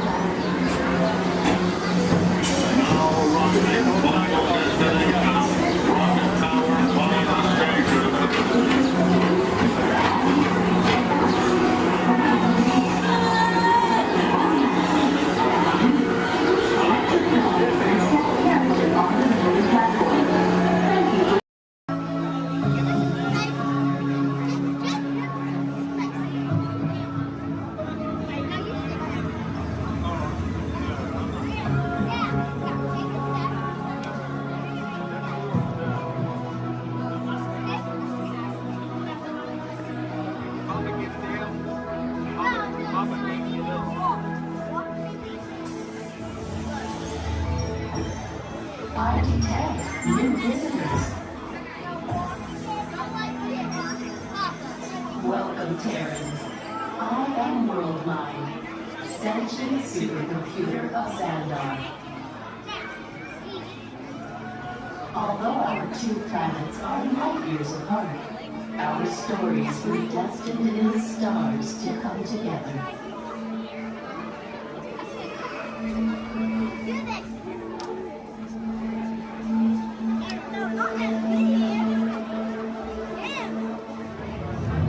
The early stars of our cosmos were enormous, hundreds, even thousands of times larger and brighter than our Terran sun.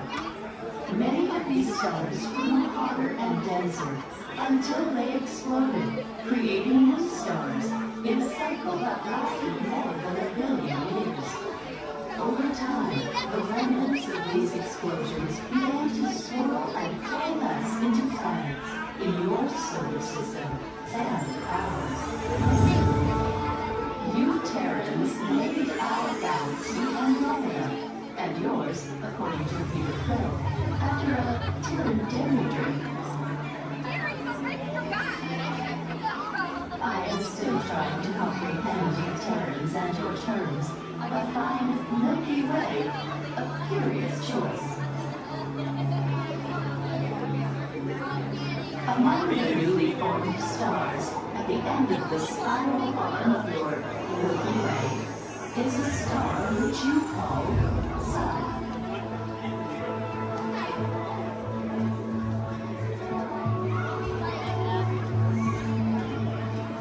Our planet Xandar orbits around not one, but 3 stars called suns.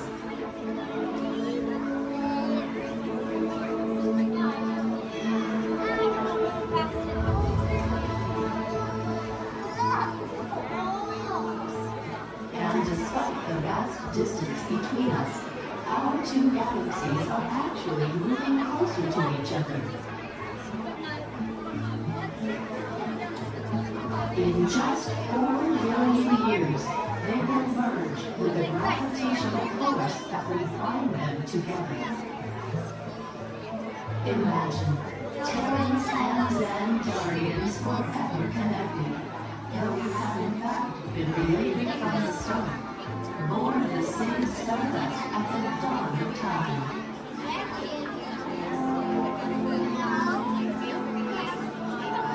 There is still so much for us to discover together as we continue to explore the mysteries of our vast universe.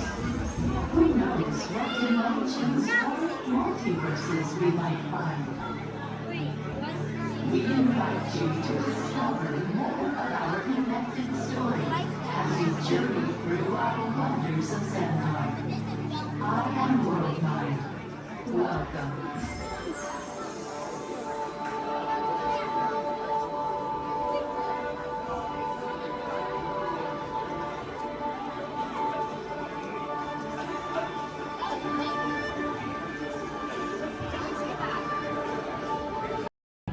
Sealed genetic matching room. Okay, Dr. Stevens, they're ready. Can everyone see me? Great. Welcome to the Avatar program. Soon, you're going to have a chance to undertake an amazing Na'vi rite of passage, flying on the back of this powerful animal called an Ikron, or as we call it, a Banshee. The way you're going to do this is by being matched to something called an avatar. And I'm here to help you guys get ready. But first, we have to scan you for Pandoran microparasites. All right, everyone, stay on your number and move your arms a bit. Whoa. Okay, start scan.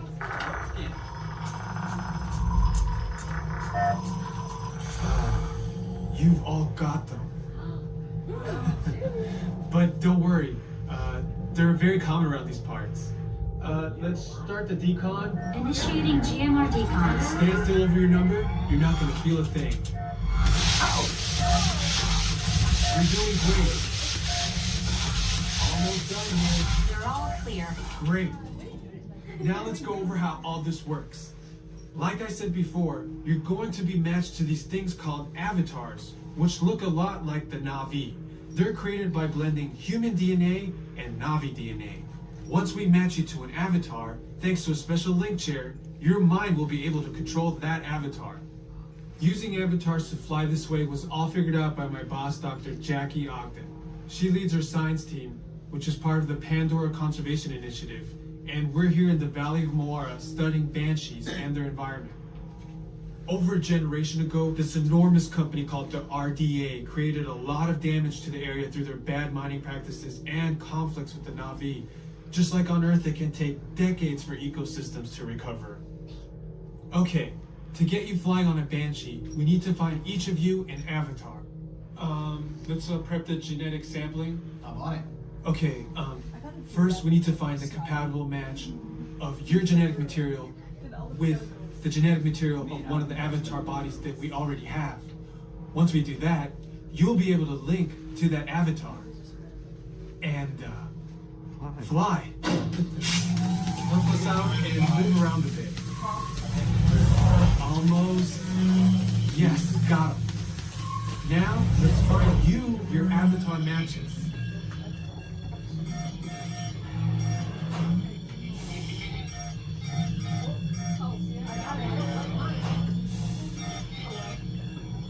Oh, I got a match. Well, I got one. Okay. Get a match.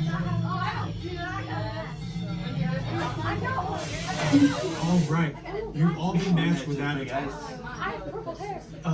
Looks like they're ready for you in the next room. When the door opens, please go inside, all the way in, and stand over the same number that you're standing over now. And I'll see you in there.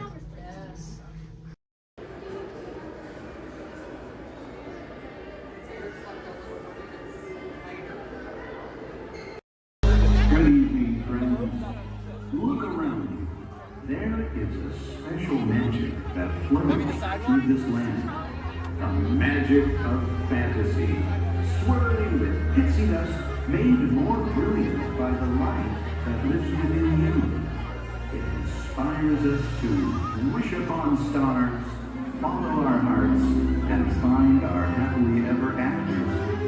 Tonight, as we gather together under the spires of this majestic castle, our dreams ignite the magic to create a beacon shining out and celebrating 50 years of the most magical place on Earth.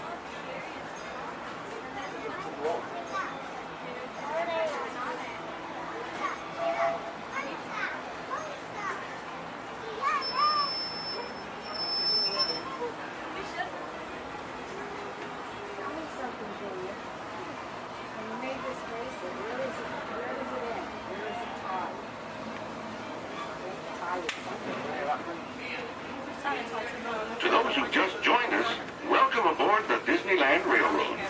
To ensure a safe ride, remember to stay seated with your hands, arms, feet, and legs inside the train. And please, watch your kids. Para su seguridad, permanezca sentado y mantenga las manos, brazos, pies y piernas dentro del tren. Y cuide a los pequeños. Gracias. now entering Splash Mountain, where every day is a zippity-doo-dah day. If you look real hard, you might just find your laughing place.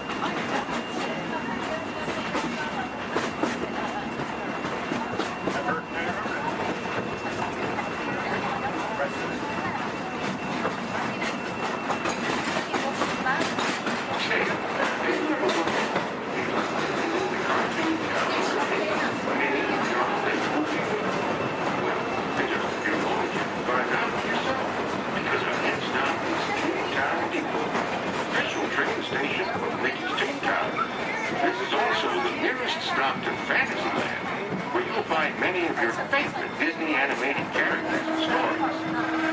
If you'll be leaving us here, please wait until the train comes to a full stop. Remember your personal belongings, then step carefully from the train. You all have fun and say hi to Mickey for me.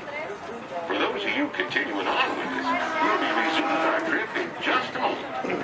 This is Toontown Depot.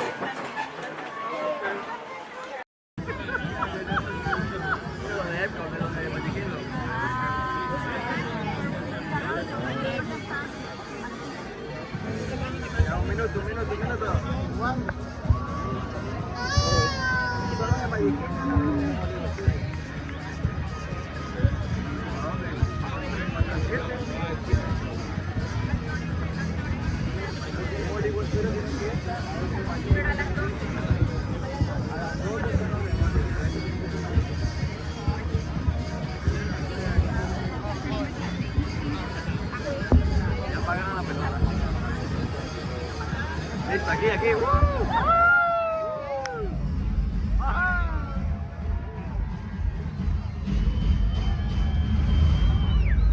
Welcome everyone to our New Year's Eve sparkling celebration.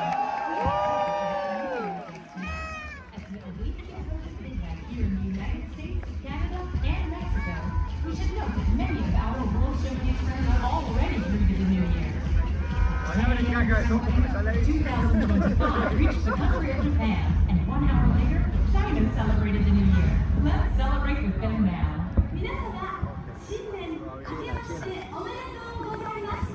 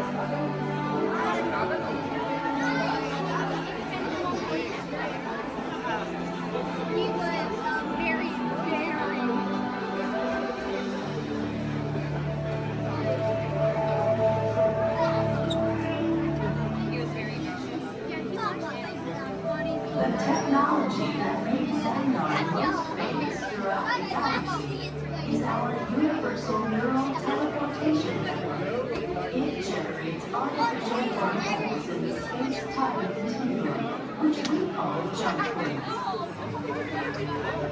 Jump points allow for ultra-rapid space travel. What do you think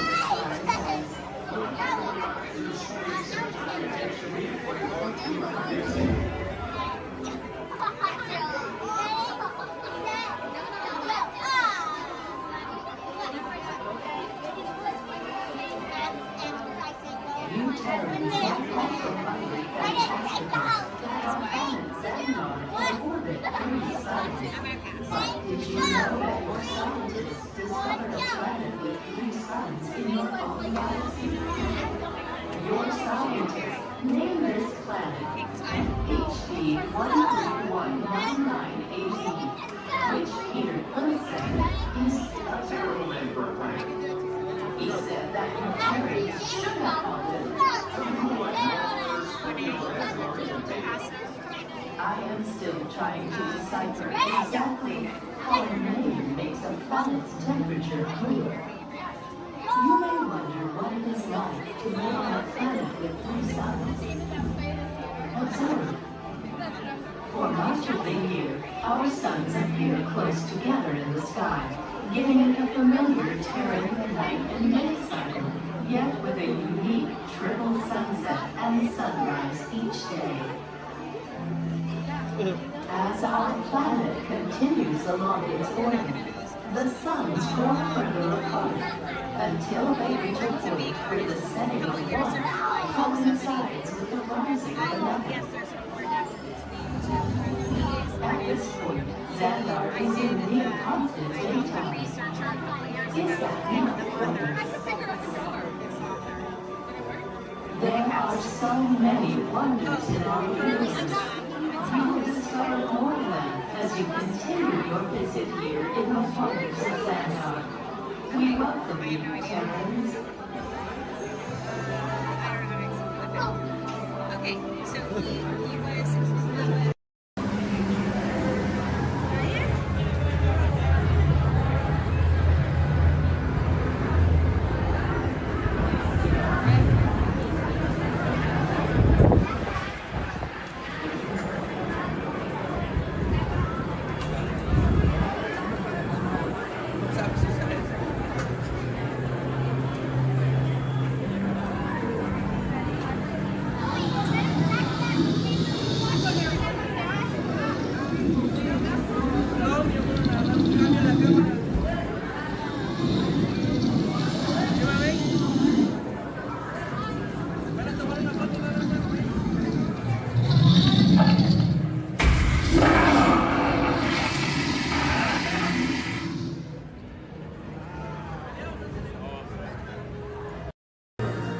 Pay attention to the following safety information.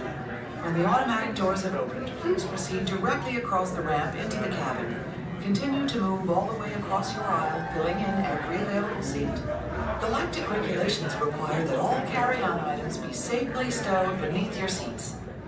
To fasten your restraint, use the yellow strap to pull the belt out from the right side of the seat and snap the belt into the buckle on your left. For your safety, remain seated throughout your flight with your restraints securely fastened, and please watch your children. Para su seguridad, permanezcan sentados, con el cinturón de seguridad ajustado, y cuiden a los pequeñitos. Do not put on your flight glasses until instructed to do so by a crew member. One final reminder, smoking and photography are never permitted on any Star Tours flight. If you have any questions, don't hesitate to ask a Star Tours agent. You'll be boarding in just a few moments. Thank you. Too much last night, so bear with me. Tej left me alone today, so yeah, that's pretty much it, you guys. In just a moment, these doors will be closing, and moment. Oh my God. Okay, so yeah, you guys want a tour of the wardrobe? Okay, so basically, we've got some monitors over here. My name is Jamie, by the way, you guys. Oh, And there is Taj. Jamie, the buses are here. Okay, what do you want me to do with them? They're just staring at me. Should I send them now? Dom's calling. I got this, Jamie. Okay, great. Dom, what up? Taj, just got a heads up from Hobbs. The FBI is about to raid your location. Crazy. Man, they always ruining our fun. For real. It gets worse. They're leading Owen Shaw right to your door. Shaw? That cockroach we beat down in Spain? What's he got to do with this? Everything, right? Nothing yet. And let's keep it that way. Get those people on those buses. You need to start plugging out right now. And get that turbo truck ready. I'm sending Letty there to pick it up. I'll call Letty. I'm on it. Never mind then. Hobbs needs our help. He needs our team. Spread the word. Spread the word, you guys. But keep it in our family. Never mind. Don't listen to me. And keep it quiet. Just keep it in the room. Oh, the other bald guy's It's calling. Hobbs, my man. What up? Sorry, Brother Taj, no time for chit-chat. I just sent you a brief on FBI agent Novak. Has Toretto filled you in? Yeah. He wants us to get everybody over to the party at Sullivan's. Sounds like a plan. That party is a ready-made diversion. Keep it going. We need to discuss how you're going to get all those civilians out of there without tipping off the FBI. Crazy. Okay, hold on. Let me get everybody squared away, and we'll talk offline. Copy that, Taj, and let everybody know. Shut off your cell phones. Don't listen We to don't want him. Shaw tracking your He's locations. overreacting. Just put it on silent. Okay, Jamie, Yeah. you heard the man. I heard him. It's about to go to a whole nother level. Crazy. Send everybody to the loading dock. All right, you guys. We heard him. Have fun. If anything happens, my name isn't Jamie. Okay? Peace. Look inside yourself. You are more than what you have become.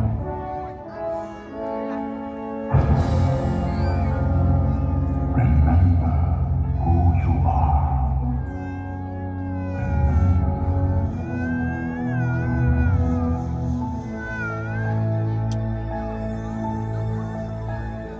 I have all dreamed of a far place where a hero's welcome would be waiting for me. Where the crowds would cheer when they see my face, And the voice keeps saying, this is where I'm meant to be.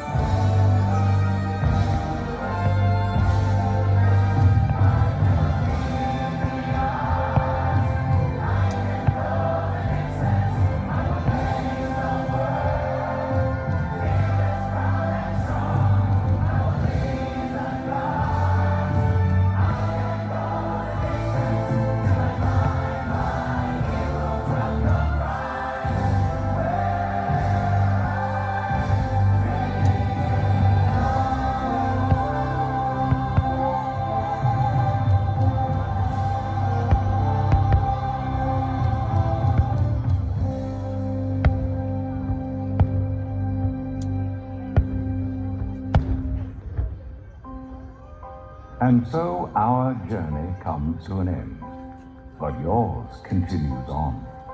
Grab hold of your dreams and make them come true. For you are the key to unlocking your own magic. Now go, let your dreams guide you. Reach out and find your happily ever after. The battles, the stories, the losses, and all the glory were changed by the way we live every day. just look up and reach to the sky. We all have the courage to fly.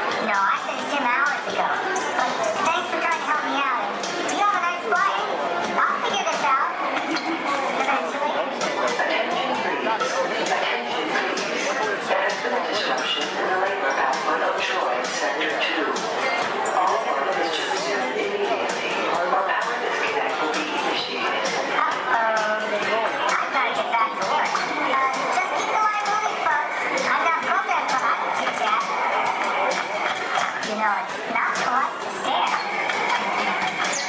Now, was I supposed to wear that line that's marked positive to positive or negative to negative? No. A positive that was negative positive. Absolutely positive.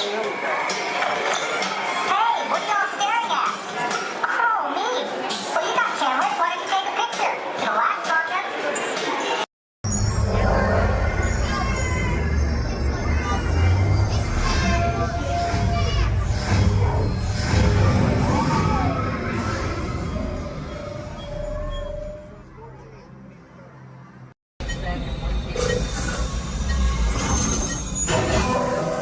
Flight engineer, repair test. Hit your flashing buttons. You better be faster or I'm in real trouble. Whenever you like to press them. Right, pilot, push the flashing button to take off. Pilot on the left. Move your stick to fly right and left. I was just about to say that. Pilot on the right. Pull back on the stick to fly out. And push forward to fly down. Oh, watch it! Chewie makes flying this thing look easy, eh? Weapons are online. Left pilot, hit the booster. Now let's go get that coaxium. Right pilot, make the jump to light speed.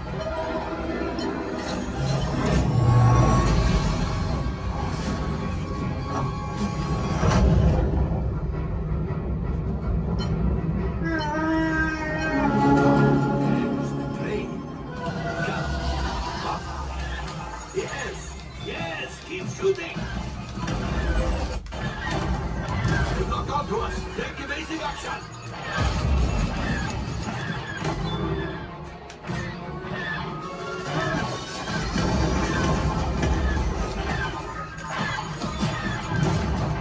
There it is. After that plane. Flight engineers, fire the apple. Hey, now gunners, shoot the cargo free. Pilot brakes. Well, my friends, that could have been much worse. Okay, it's much worse.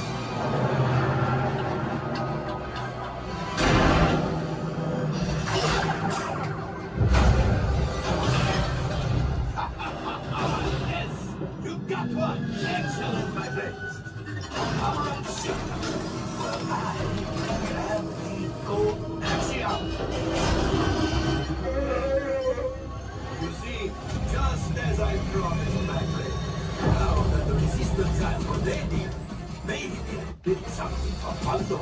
Pilot, line up behind the train so we can harpoon that last car. First, shoot the train. Yes, keep mashing those controls. Oh, so close. Keep reeling.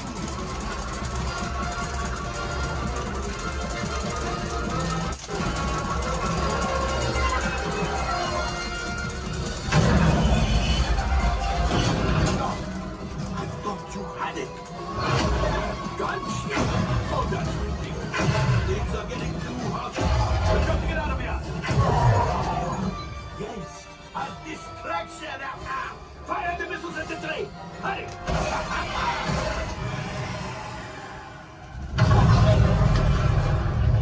It's coming down. Left pilot, hit the boosters. Boost. Look, we did not die. Let's get out of here.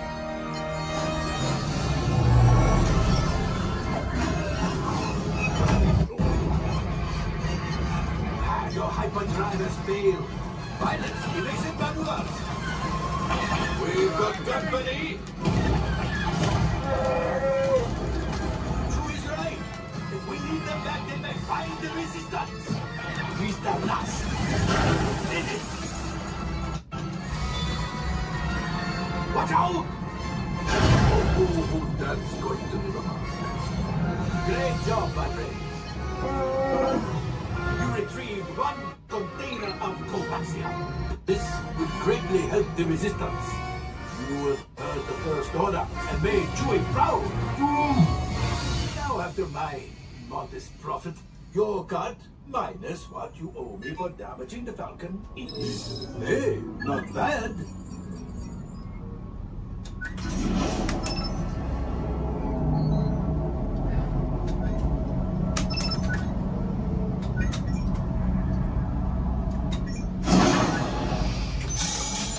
right, I am making an executive decision.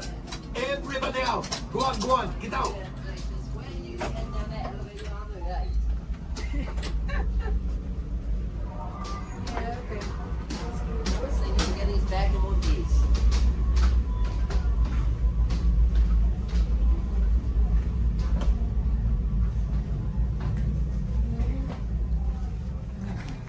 Everybody's to let us know what we need to get done back on the road. Spoiler alert, 9 times out of 10, it's either body work or a transmission. Guys, spread on over to this side, left side, left side. People on the left side, step forward, step on up, make a friend. Everybody here looks freshly laundered, okay? You'll be fine. Come on in, right this way, everybody. Keep on coming, folks in the hallway, let's go. I don't want to see anybody end up working on the transmission that doesn't know what they're doing. Come on in. Hey, oh, look at that, there's Mia. What's up, Mia? Hey Pat, I see our party goers have arrived. Yeah, they're still coming in, but say hey, everybody. Hey, I'm Mia, Dom's sister. Well, another race just wrapped, and it looks like my brother with another car for his collection. Anybody surprised? Honestly, I don't know why anybody challenges him. It me and a man. Well, we're meeting up at Sullivan's Garage for the after party, and while Tej works on your rides, you guys enjoy the break room. My brother calls this the family room. Oh, here we go. Dom says he doesn't have friends, he has Family. And the faces you see on these walls are our Family. When I'm in this room, I feel like we're all Family. So, welcome to our family. There it is. It's a thing around here. Hey, Tej, how's that Matthew McConaughey impression? All right. What's up, Mia? Hey, better. Tej, just welcoming these good people to our family. Family. How are their rides coming along? The rides are ready to roll out and roll out in style. Perfect. Let's get this show on the road. I'll let Dom know. You guys have fun at the party. Bye, Mia. Bye. She just called. Okay. All right, Pat. Yeah. Let's get these people on their way. Send them over to the war room. Sounds like a plan. Are you sure, though, Jamie's kind of a piece of work? Right. And he hung up. Okay, so in a moment, those doors are going to open. When they do, head on into the war room with Jamie. That's Tej's new assistant. First day without Tej, so good luck. Be nice. Don't touch nothing.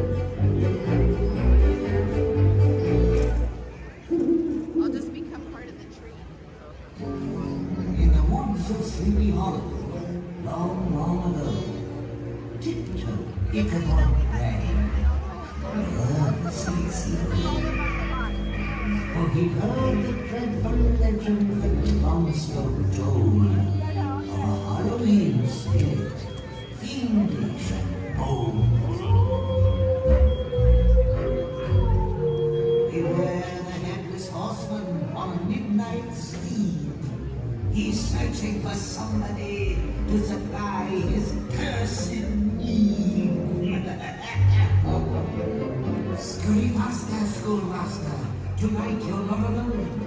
The horseman's riding after you. It's time that you end.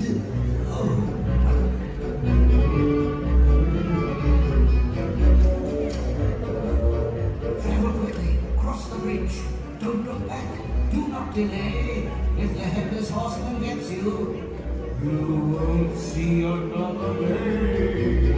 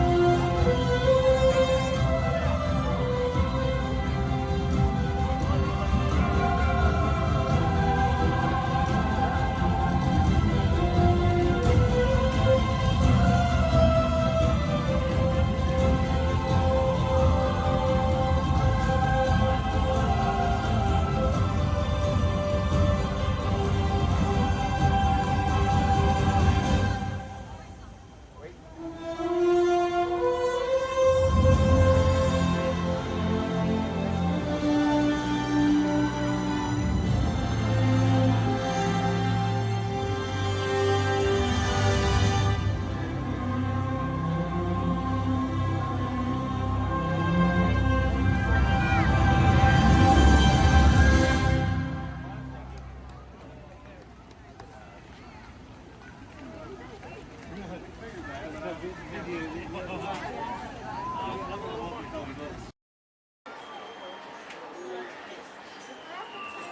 likes it, right? Here we go. That way. No, there's need a relative. Yeah, but she fell off. I don't know. I just want to take it off. Just grab that blue blanket.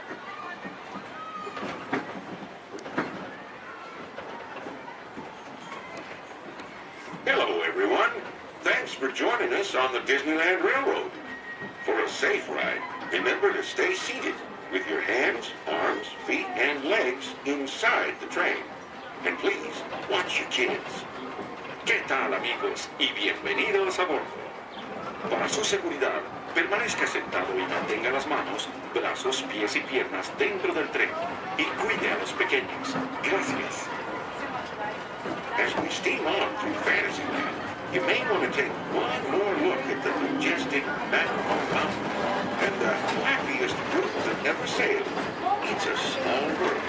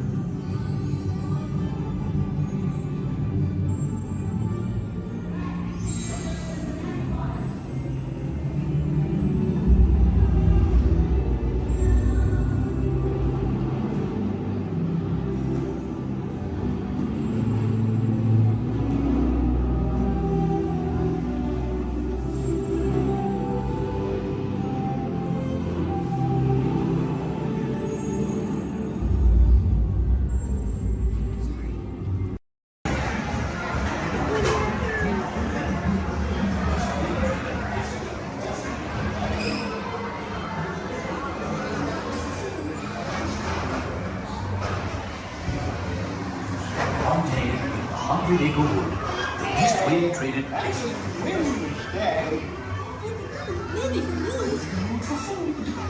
If you ask me, he'll never reach that dream.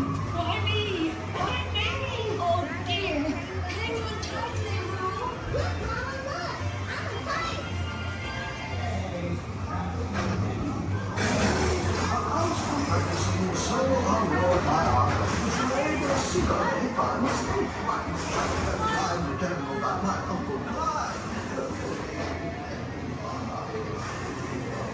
Hunter! Come bounce with me!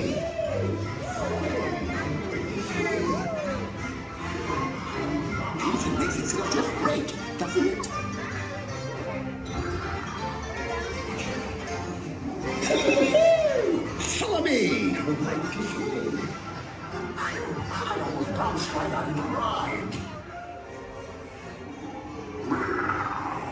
Watch out for everyone in the water. They steal honey. Steal honey.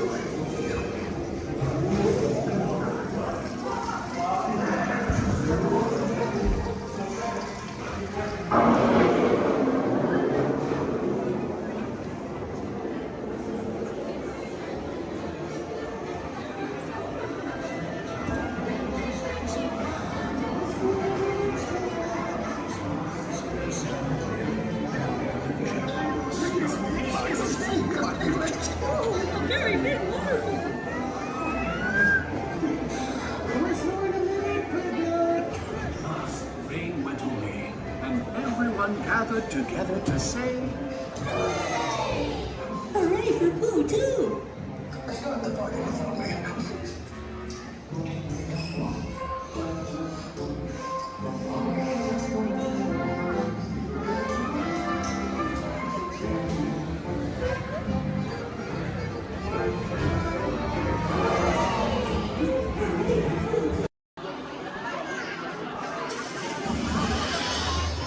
If you have just joined us, greetings, Terrans. I am World Mind, the Xandarian sentient supercomputer. In my extensive database are stored the combined knowledge of every Xandarian that has ever lived. Recently, I have been learning so much more about you Terrans. We Xandarians and Terrans have much in common, including our mutual love of exploration. Xandarians have explored many celestial bodies, what you Terrans call planets, and many fascinating life forms.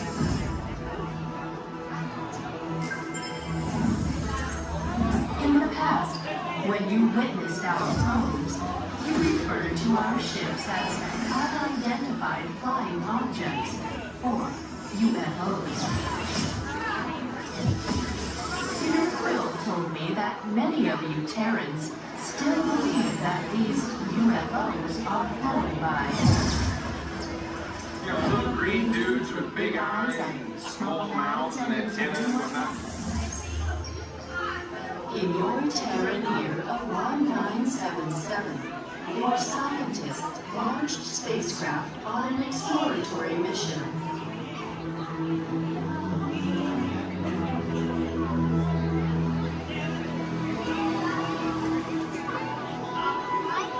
In the Terran year of 2012, Voyager 1 made the historic entry into interstellar space, the outer limits of your sun's gravitational pull.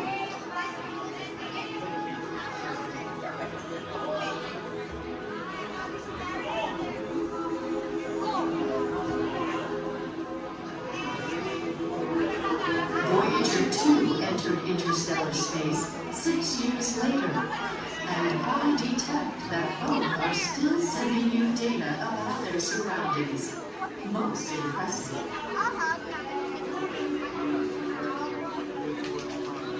What I find intriguing is that not only are your Voyagers receiving and sending data, they are also serving as ambassadors, carrying readings from new Terrans to the universe.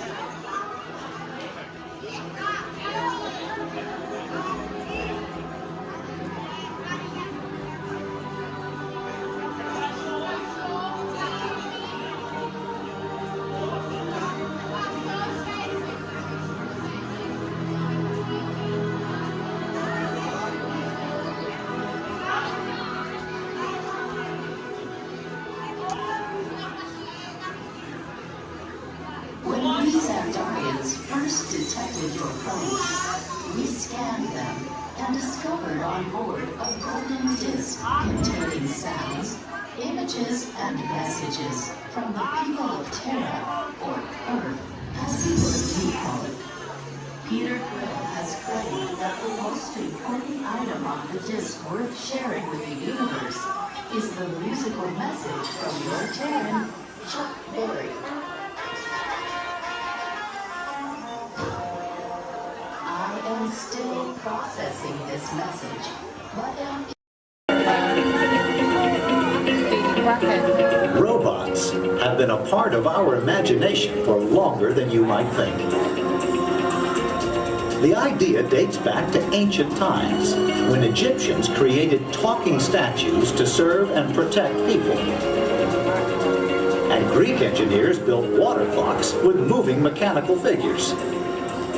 As centuries passed, inventors built many mechanisms to imitate human movement. These early robots captured everyone's imagination. Who knew?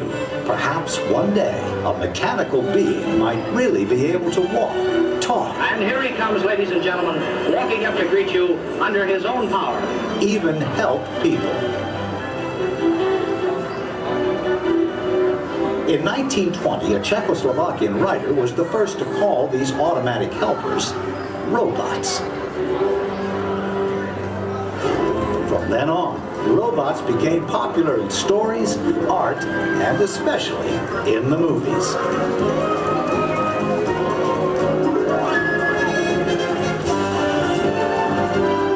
Movie robots often had fantastic abilities. And not all were helpful. Some were downright scary. Like most 20th century kids, Walt Disney grew up fascinated by robots. They quickly found their way into classic Disney cartoons.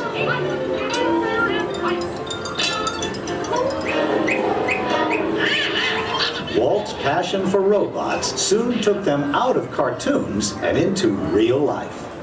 Whatever the man in the harness does, this figure will respond simultaneously in the same manner. Would you care for your life? I don't think we better. A little smoking on the stage. His magic kingdom became a welcome home for mechanical creatures of all kinds.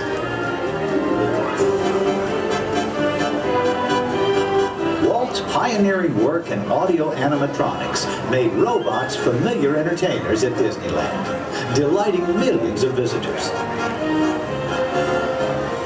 Meanwhile, in the world of science, advances in hydraulics, microcircuitry, and digital computers were turning science fiction into science fact. Robots had stepped out of the realm of imagination. Today, they are everywhere we and they look. In outer space, in factories, even in our homes. For years, the biggest challenge robotics engineers faced was something we usually take for granted, the simple act of walking. Of course, walking on 2 feet isn't always so simple, especially when we're young. Even as adults, walking has its ups and downs, because it requires well-developed balance and coordination. Making a humanoid robot walk on its own 2 feet is very complicated. Yet this is the challenge that Honda, the mobility company, took on almost 20 years ago. Honda's first prototype walked in a straight line only, and falling down was a big part of learning. The next prototypes had better balance, but turning was a very slow process. Step by step, the engineers persisted. They built more and more capable models, and finally succeeded in making the most sophisticated humanoid robot the world has ever seen. A machine designed to help people. Honda's advanced step in innovative mobility. Possible.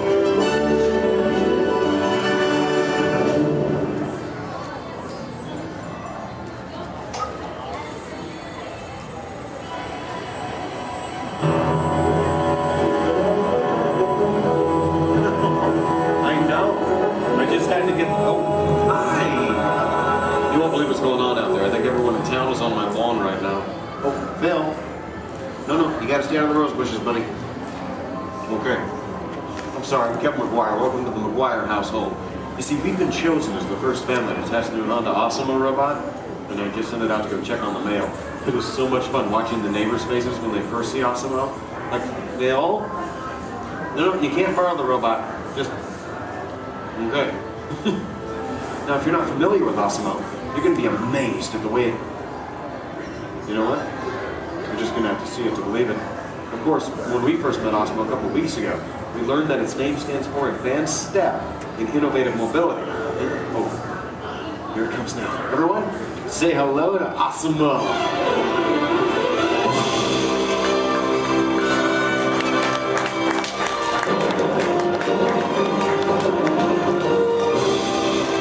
That's a good idea. Everyone welcome the newest member of the McGuire family, Osimo.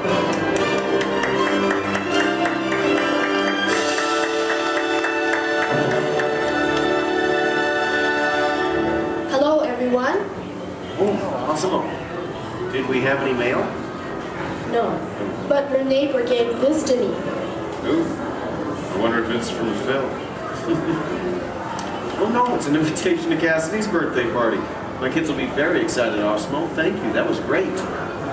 Well, I'm an amazingly capable humanoid robot. Yes. How can I help you? Well, actually, my parents are coming over later because my wife and I... Oh my goodness, I completely forgot. I was supposed to call my wife as soon as you got here. I was just having so much fun with the neighbors, but... You know what? We should probably call her right now. Come on, I've got her on speed dial.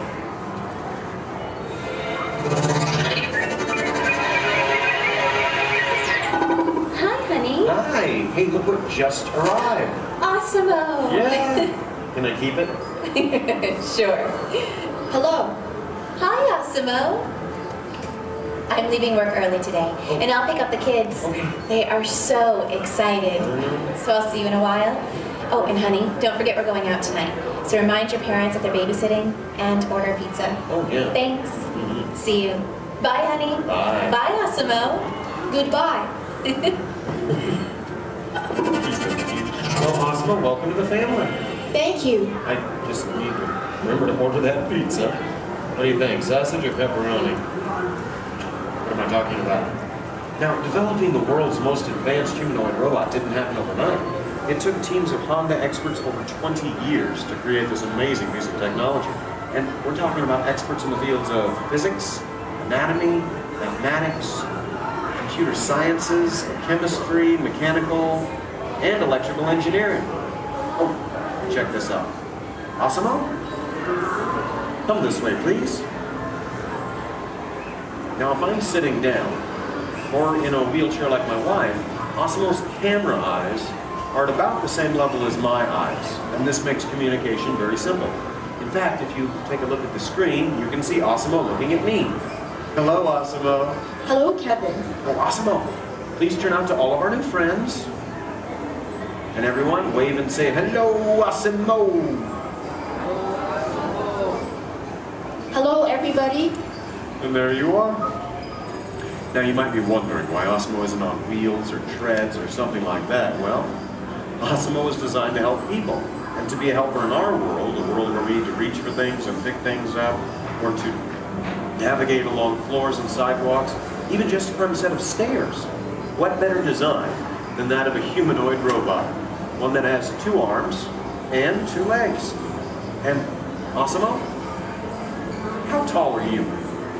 I'm 4 feet and 3 inches tall. Which is the perfect height for opening and closing doors, or turning lights on and off, even working at table services, or just moving things around the inside of a house. And Osimo, how much do you weigh? I weigh 119 pounds. And I wonder what all that would be in metric. Carry the one. I'm 130 centimeters tall and weigh 54 kilograms. All right. Oh, and how fast can you walk? I can walk about 2 miles per hour. And in metric, that would be about... That would be about 3 kilometers per hour. Yeah, that's great, Osimo. Thank you, Kevin. Now, in order for a robot to operate in our world, it must have the ability to walk. And walking can be very complicated. Follow me on this. You see, with each step that I take, my brain sends thousands of signals at lightning fast speed throughout my nervous system. Now these signals travel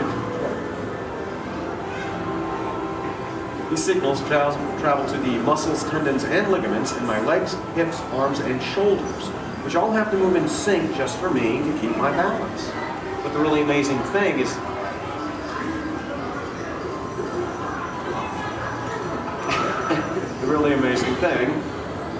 that Osmo does something very similar to this. It uses motors, sensors, and computers to keep its balance and walk like a human. Now Osmo can also sidestep in a straight line or on a curve. And this makes navigating through a house with all of its constantly changing obstacles very simple. And believe me, Osmo, that move's going to come in very handy with my kids and all of their constantly changing obstacles. But what's even more impressive, not only can Osmo walk forward, but Osmo can also walk backward as well, constantly adjusting its center of gravity with each step, just like us.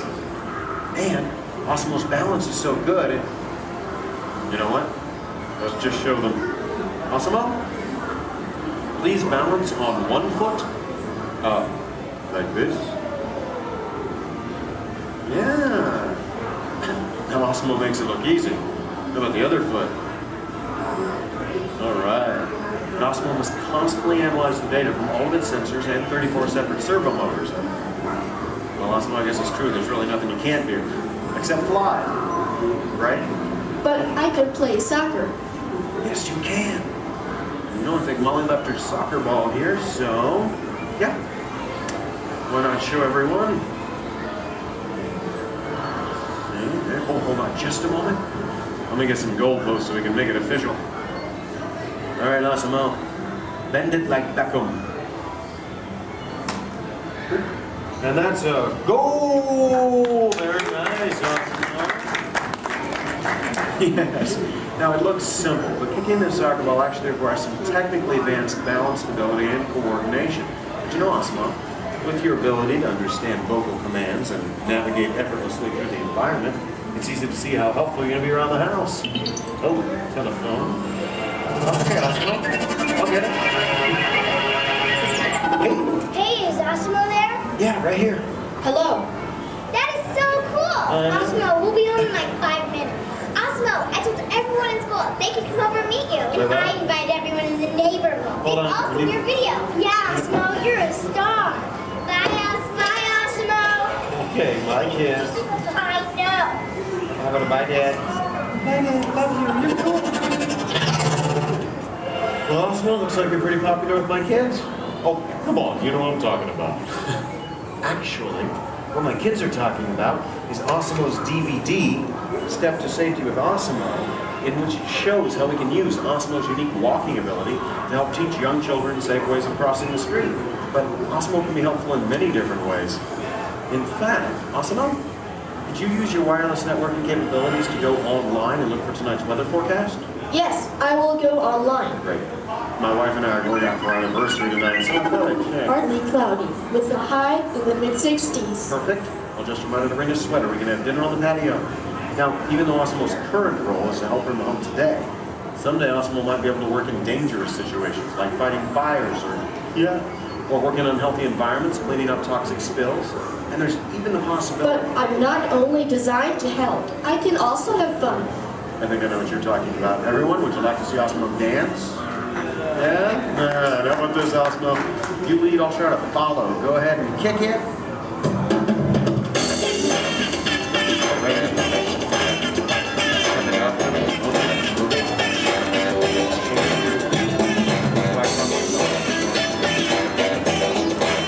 I have no real sense of rhythm. Maybe I don't have it.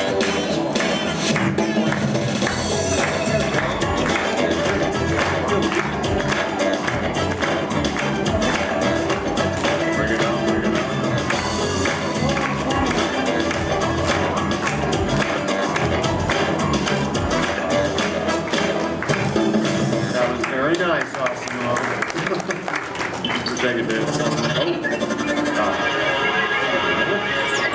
Hey, guys. It's on, Dorothy. Hello. Oh, hi, dear. Hi, Mom. What are you doing? Trying to keep the rhythm. Tell them to be over in a while. Oh, your father says to tell you we'll be over in a while to watch the kids. Okay. That's about the robot.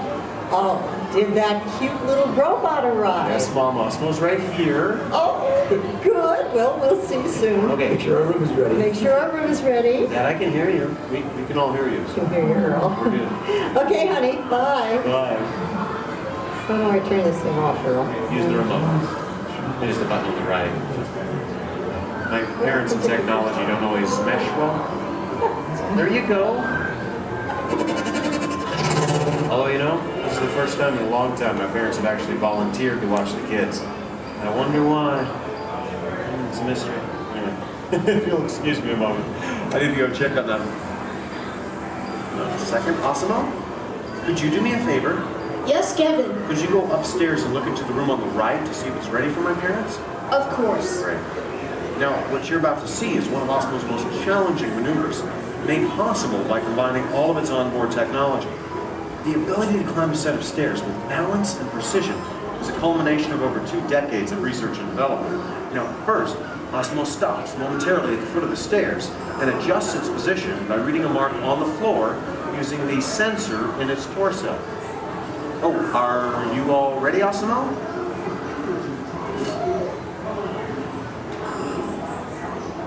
I am ready. Okay, then. Go for it. Now, with each step, Osmo must adapt and constantly counterbalance using all its computing power to remain upright all along the way. Way to go, Osmo! Now that is truly a historic step forward in human technological progress. Okay, Osmo, go ahead and take a look into the room and see if it's ready for my mom and dad, please. And that looks perfect.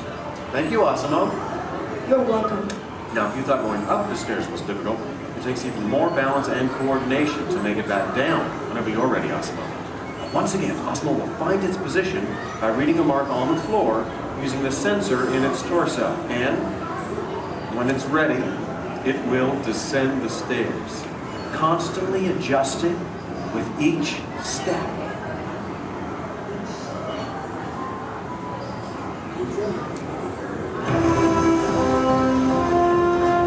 All the way down. That was amazing. Honestly, Osmo, I don't think there's anything that can top that. So, if you'd like... Excuse me. Yes?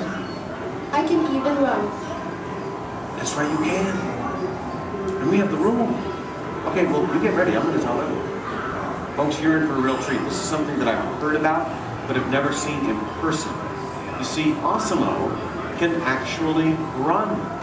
Yeah. Okay, and it looks like Osmo's getting warmed up, which is something we all need to do before any physical activity. I mean, no one wants to get a cramp in a servo motor. Now, in order for Osmo to run, both of its feet must leave the ground at the same time, if only for a moment. And Osmo is the only life-sized humanoid robot in the world that can accomplish this, moving at speeds of nearly 4 miles per hour, or in metric, 6 kilometers per hour. Okay, Osmo, you just let me know when you're all warmed up and ready.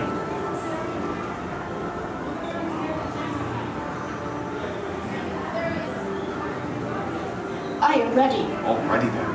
On your mark, get set, go!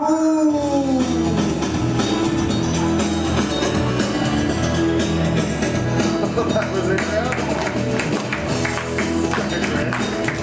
Osmo, turn around.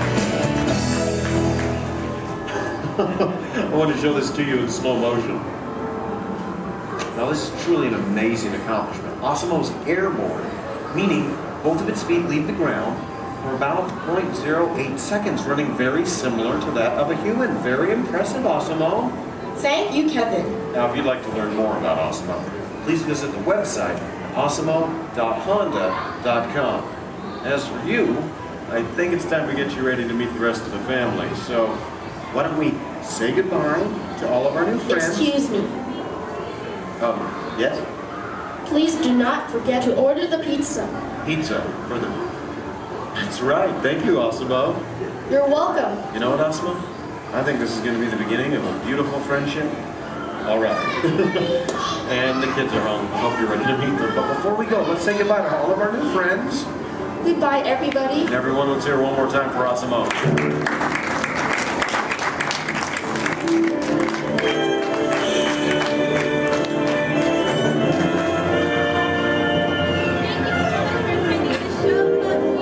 Those wonderful pictures to your My Disney Experience app, so just make sure to grab that card on your way out.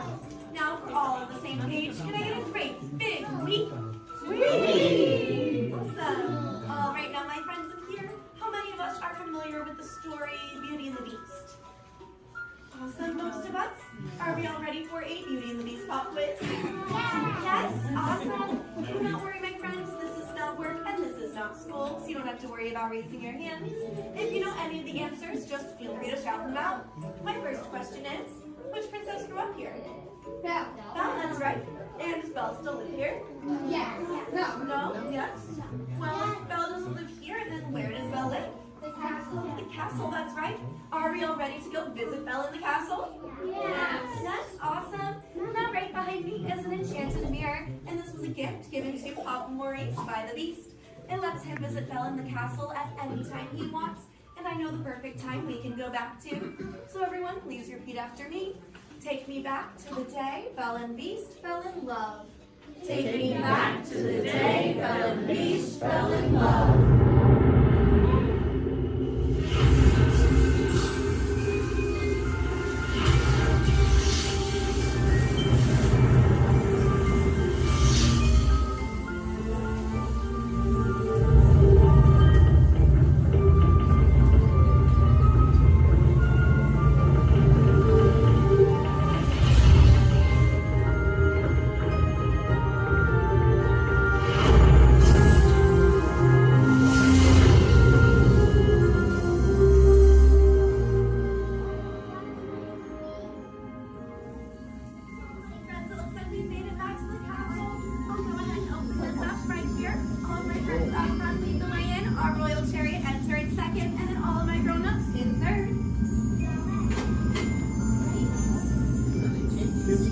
Here we go. All right, all my children, my kids, get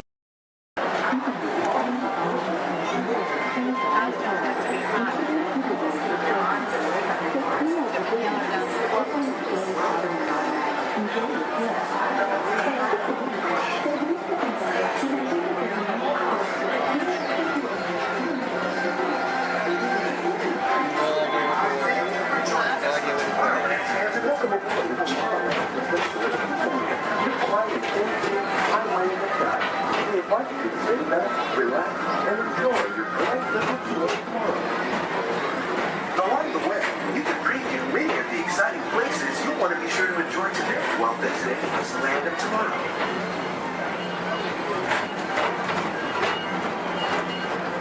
The People Mover is the perfect vehicle for people watching, so keep your eyes peeled. You never know who you might see.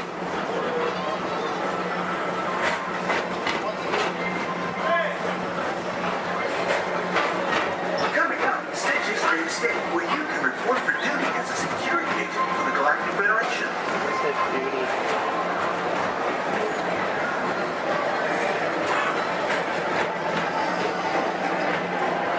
Your mission is to keep Experiment 626, the biggest little mischief maker in the galaxy, under control.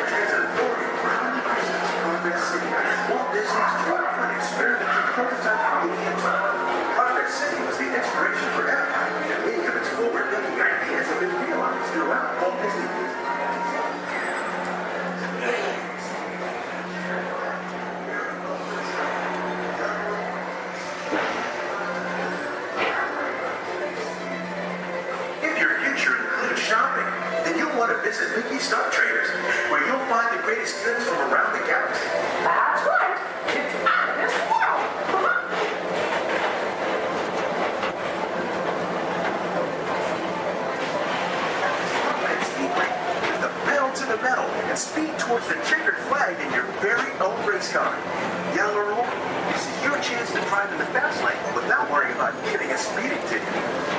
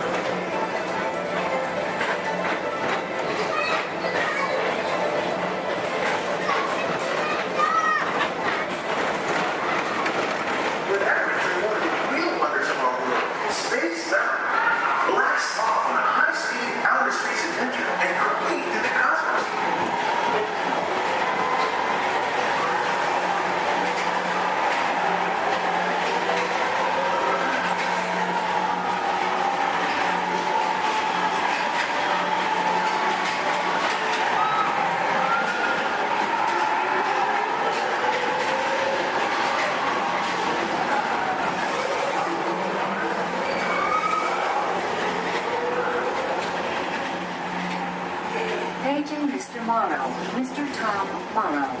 Please contact Mr. Johnson in the control tower to confirm your flight to the moon.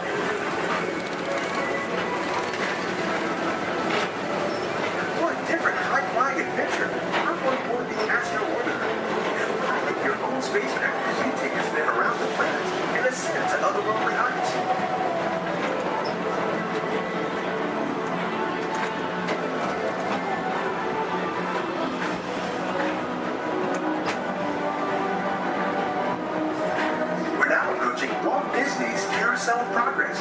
Inside this rotating theater, full families welcome you into their homes of yesterday and today, starting way back at the turn of the 20th century. First presented at the New York World's Fair, this legendary circular theater celebrates the progress that has made our lives better.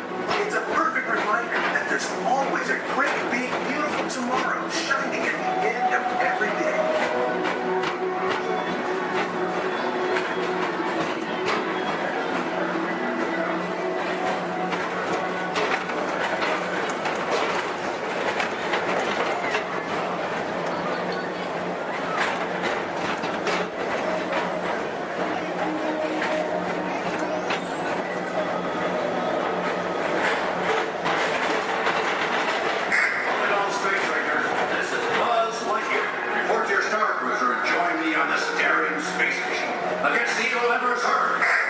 an honorary space ranger, you'll use your own personal laser cannon to save the entire galaxy.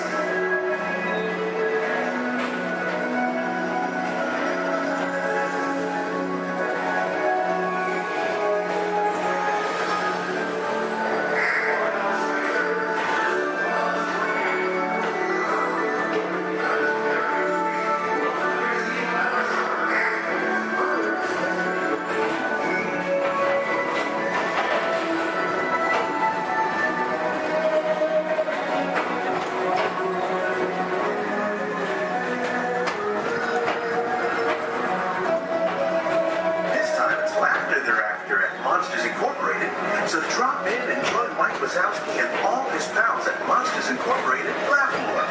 Share the fun.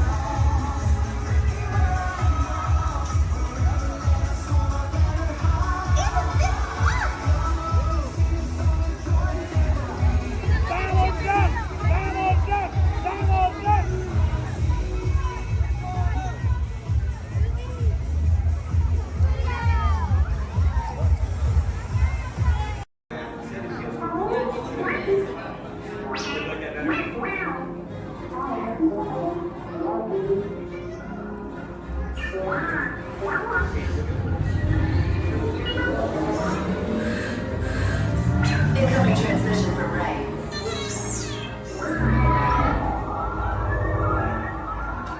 BB-8, is everyone assembled? Good. Shouldn't you be in flight prep?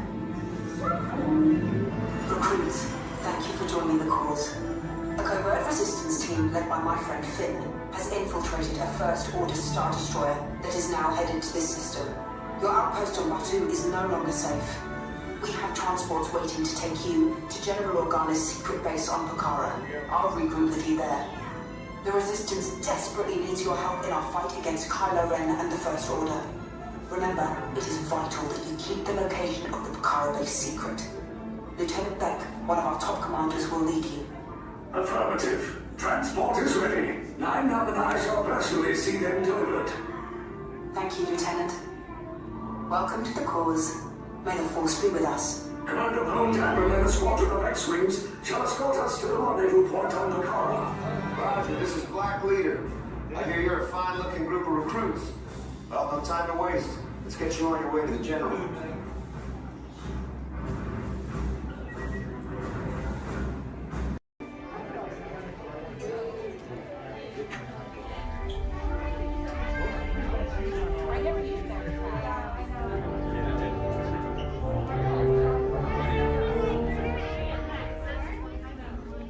Hello and welcome to Soarin'.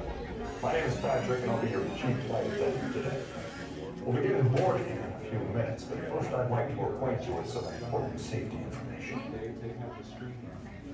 When the doors to your flight open, please take a seat and store all carry-on items in the under-seat compartment.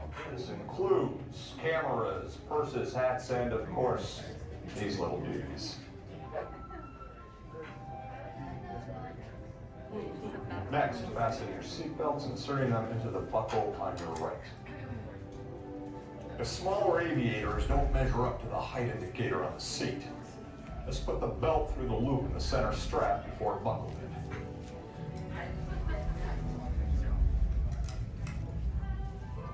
Nice work, pal. Soon you will be airborne. So if you or your little aviators have a fear of flying or of heights, you might want to wait for your party if you like it. Okay, let's review. That is seatbelt, carry-on item, safety strap, fear of heights, keep your hands and arms inside at all times. Anything else? Yeah. Have a nice flight. Alright, my friends, we're going to load row 3, followed by 2, then 1. Row 3, please follow me. 2, you're going to follow 3. 1, you're going to follow 2. Remain seated. Hospital children, please sit down. Hospital children, please sit down. Our next up, North Square.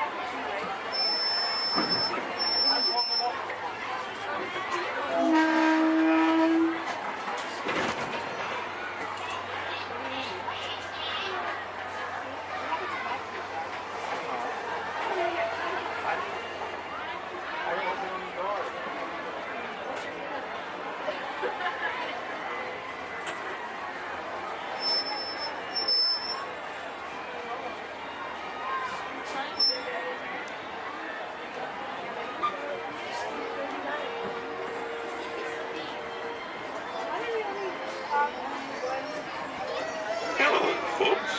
Welcome aboard the Disneyland Railroad. We're now embarking on a grand circle tour of the Magic Kingdom, with stops at New Orleans Square, Mickey's Toontown, and Tomorrowland, followed by a visit to the Grand Canyon and Primeval World. We got a lot of traveling ahead of us, so remember, for a safe trip, you need to stay seated, keeping your hands, arms, feet, and legs inside the train. And please, watch your children. Bienvenidos a bordo del Disneyland Railroad. Para su seguridad, permanezca sentado y mantenga las manos, brazos, pies y piernas dentro del tren. Y cuide a los pequeños. Gracias.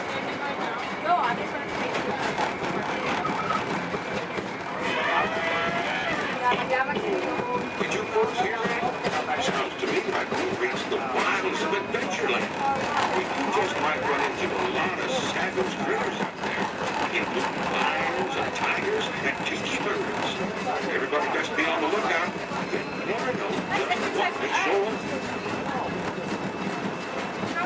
We're approaching our first stop, New Orleans Square Station.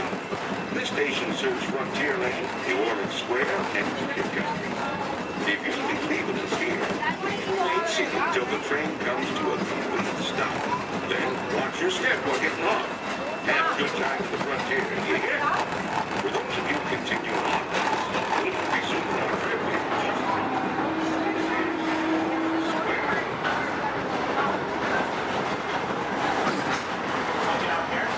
Mom, you want to get up here?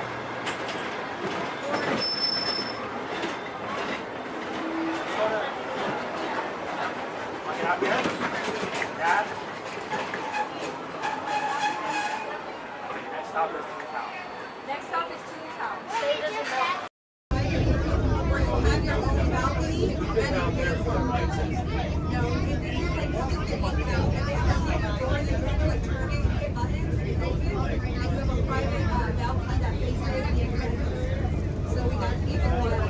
That's what they call it now, the Incredibles.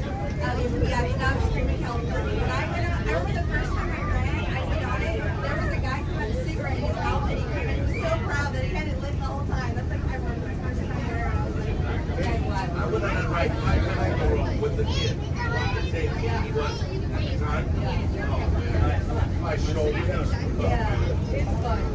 That's a good one. It is. I grew up in Santa Clara and then Marriott's in America. So California after. He's from Redondo, and that's where like 30, 25 years. I grew up at class. We just moved here to Oregon. Oregon for a while. There was 3 years. I was like, the tiger's crap, it's fish. So when we got Florida, I was like, You're gonna enjoy your I have. We played hooky lots of times. Your stomach hurts. But you never use smart. This is our second time coming. We just got our pass. We got our pass maybe a month ago. Let's go. We've been here like 6 months already. But it's fun. It's the right time. Recently had a lot of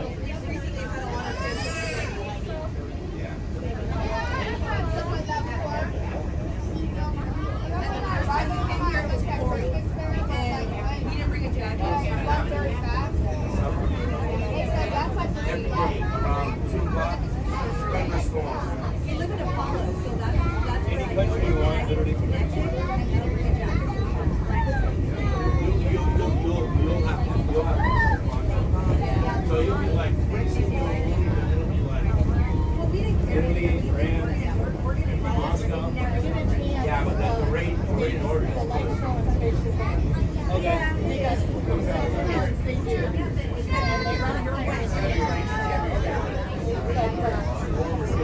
I like it better than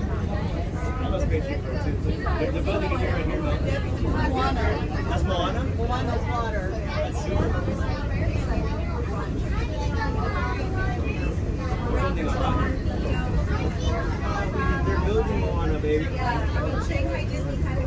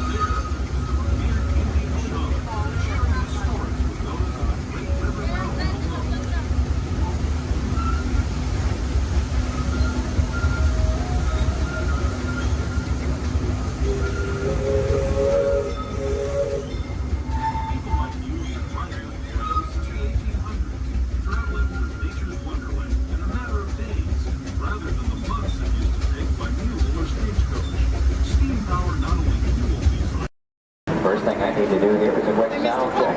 You can hear me up and down the shuttle waves. Give me a wave if you can hear me. All right. Thank you. It's important that we need to pass along a few safety reminders here. Please be sure hands, arms, and feet remain inside the vehicle at all times this morning. Most importantly, that you remain fully seated throughout the entirety of our tour. And for the courtesy of those around you, we do ask that please be no smoking at any point. Now, we also have just a little word of caution as well. For those of you on the right side of the shuttle, and that's the side I'm on this morning, now be aware we could be getting a little bit wet on the tour today, okay? However, for those of you on the left side of the shuttle who are smiling about that situation, now realize on the left side, you could get soaked. left side is the wet side. In reality, you do need to do it easy. Rearranging, please go ahead. Do that right now before we get underway. Once our shuttle goes into motion, we'll ask everyone to remain fully seated throughout the tour. Left side is the wet side. The left side. Promise you so necessarily. However, the best chance to get a little bit wet on this tour is on the left side of the shuttle, so please take that into account. For those of you wanting to get wet today, that'll be your best opportunity. And I'd also like to take the opportunity to welcome you here to Disney's Hollywood Studios, the Florida counterpart of Walt Disney Studios in Burbank, California. My name is Jerry, and I'll be your guide on the tour today. Behind me at the wheel of our vehicles, our driver Ashley, and she'll be steering us behind the scenes of our working production facilities. We'll be getting underway here in just a few moments. If you would, please listen to these additional safety announcements. Welcome to the Studio Backlot Tour. For a safe trip, please remain seated with your hands, arms, feet, and legs inside the tram. And be sure to watch your children. Thank you. Bienvenidos. Para que tengan un viaje seguro, permanezcan sentados, con las manos, brazos, pies y piernas dentro del tren. Y vigilen a los niños. Gracias. And with that, we are all clear. Thank you.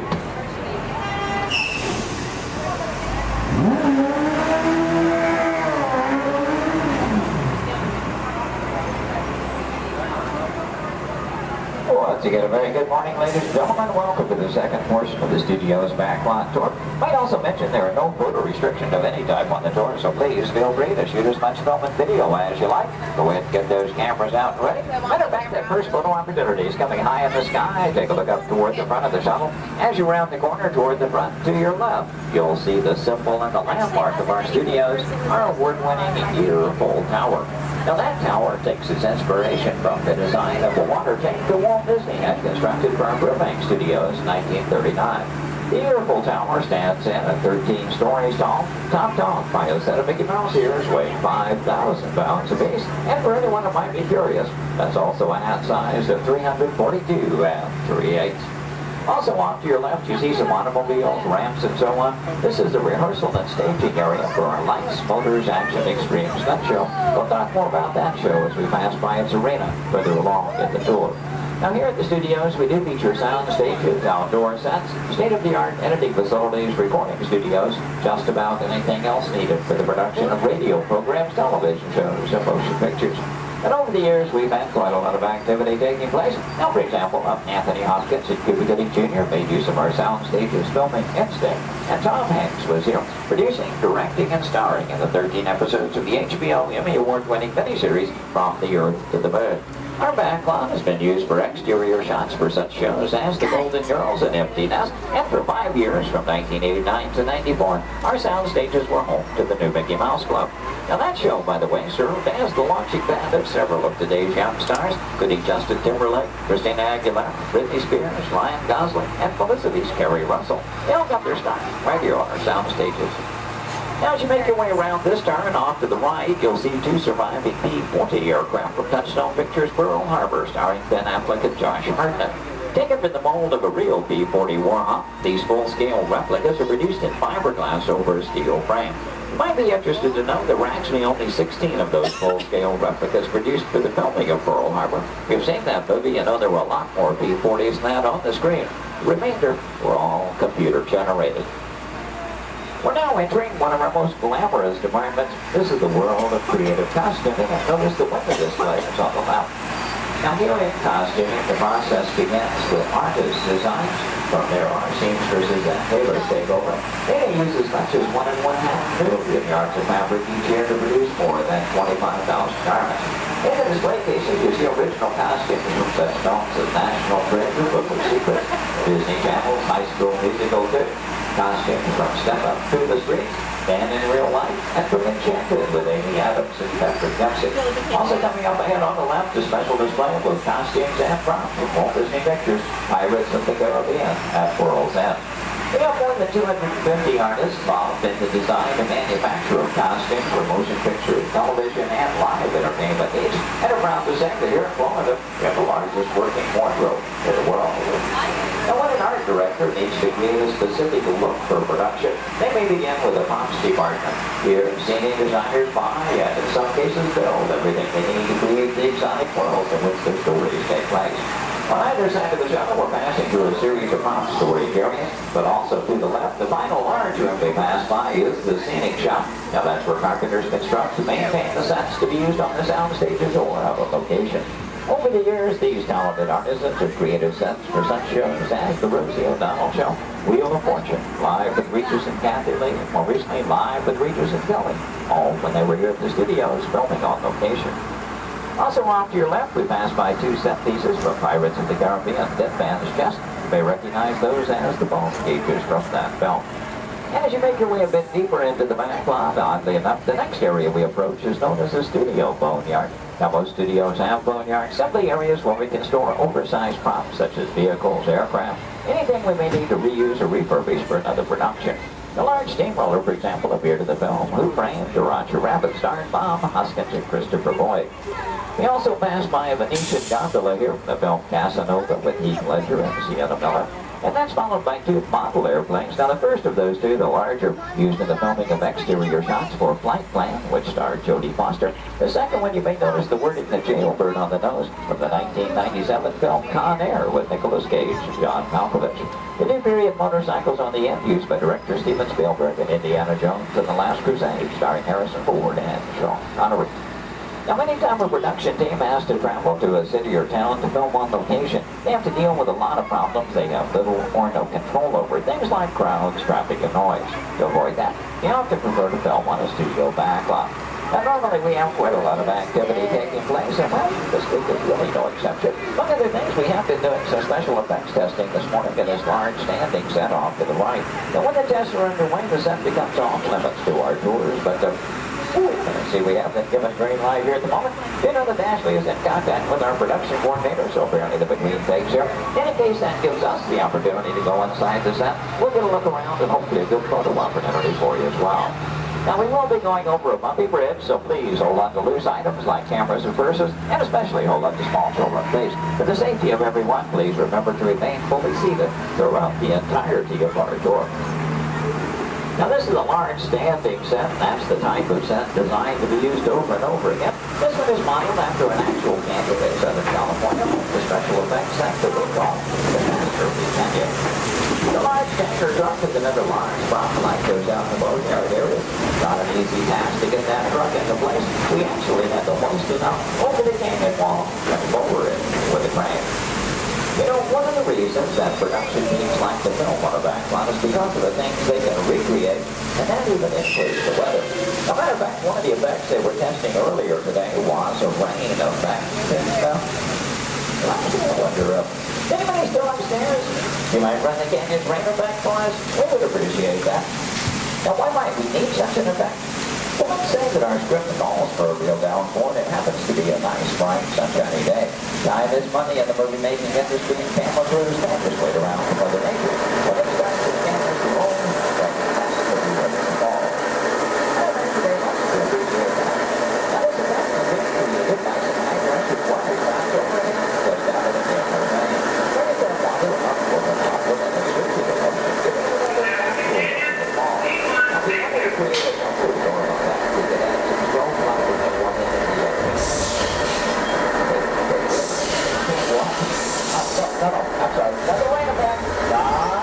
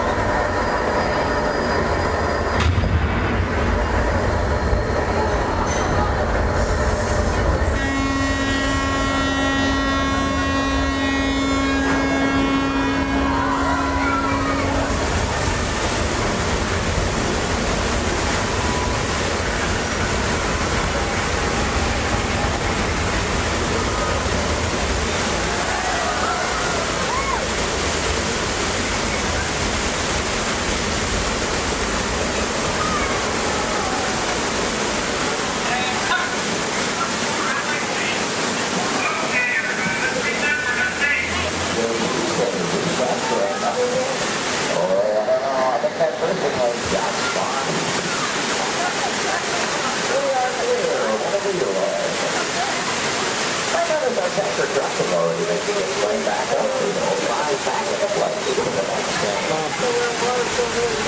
But now I should like to understand why there's all this catastrophe danger. As we exit from behind the scenes, so let me share some of the secrets with you and how those catastrophes were actually created.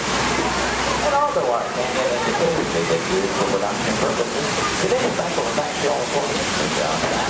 This is created for your enjoyment. Show you how special effects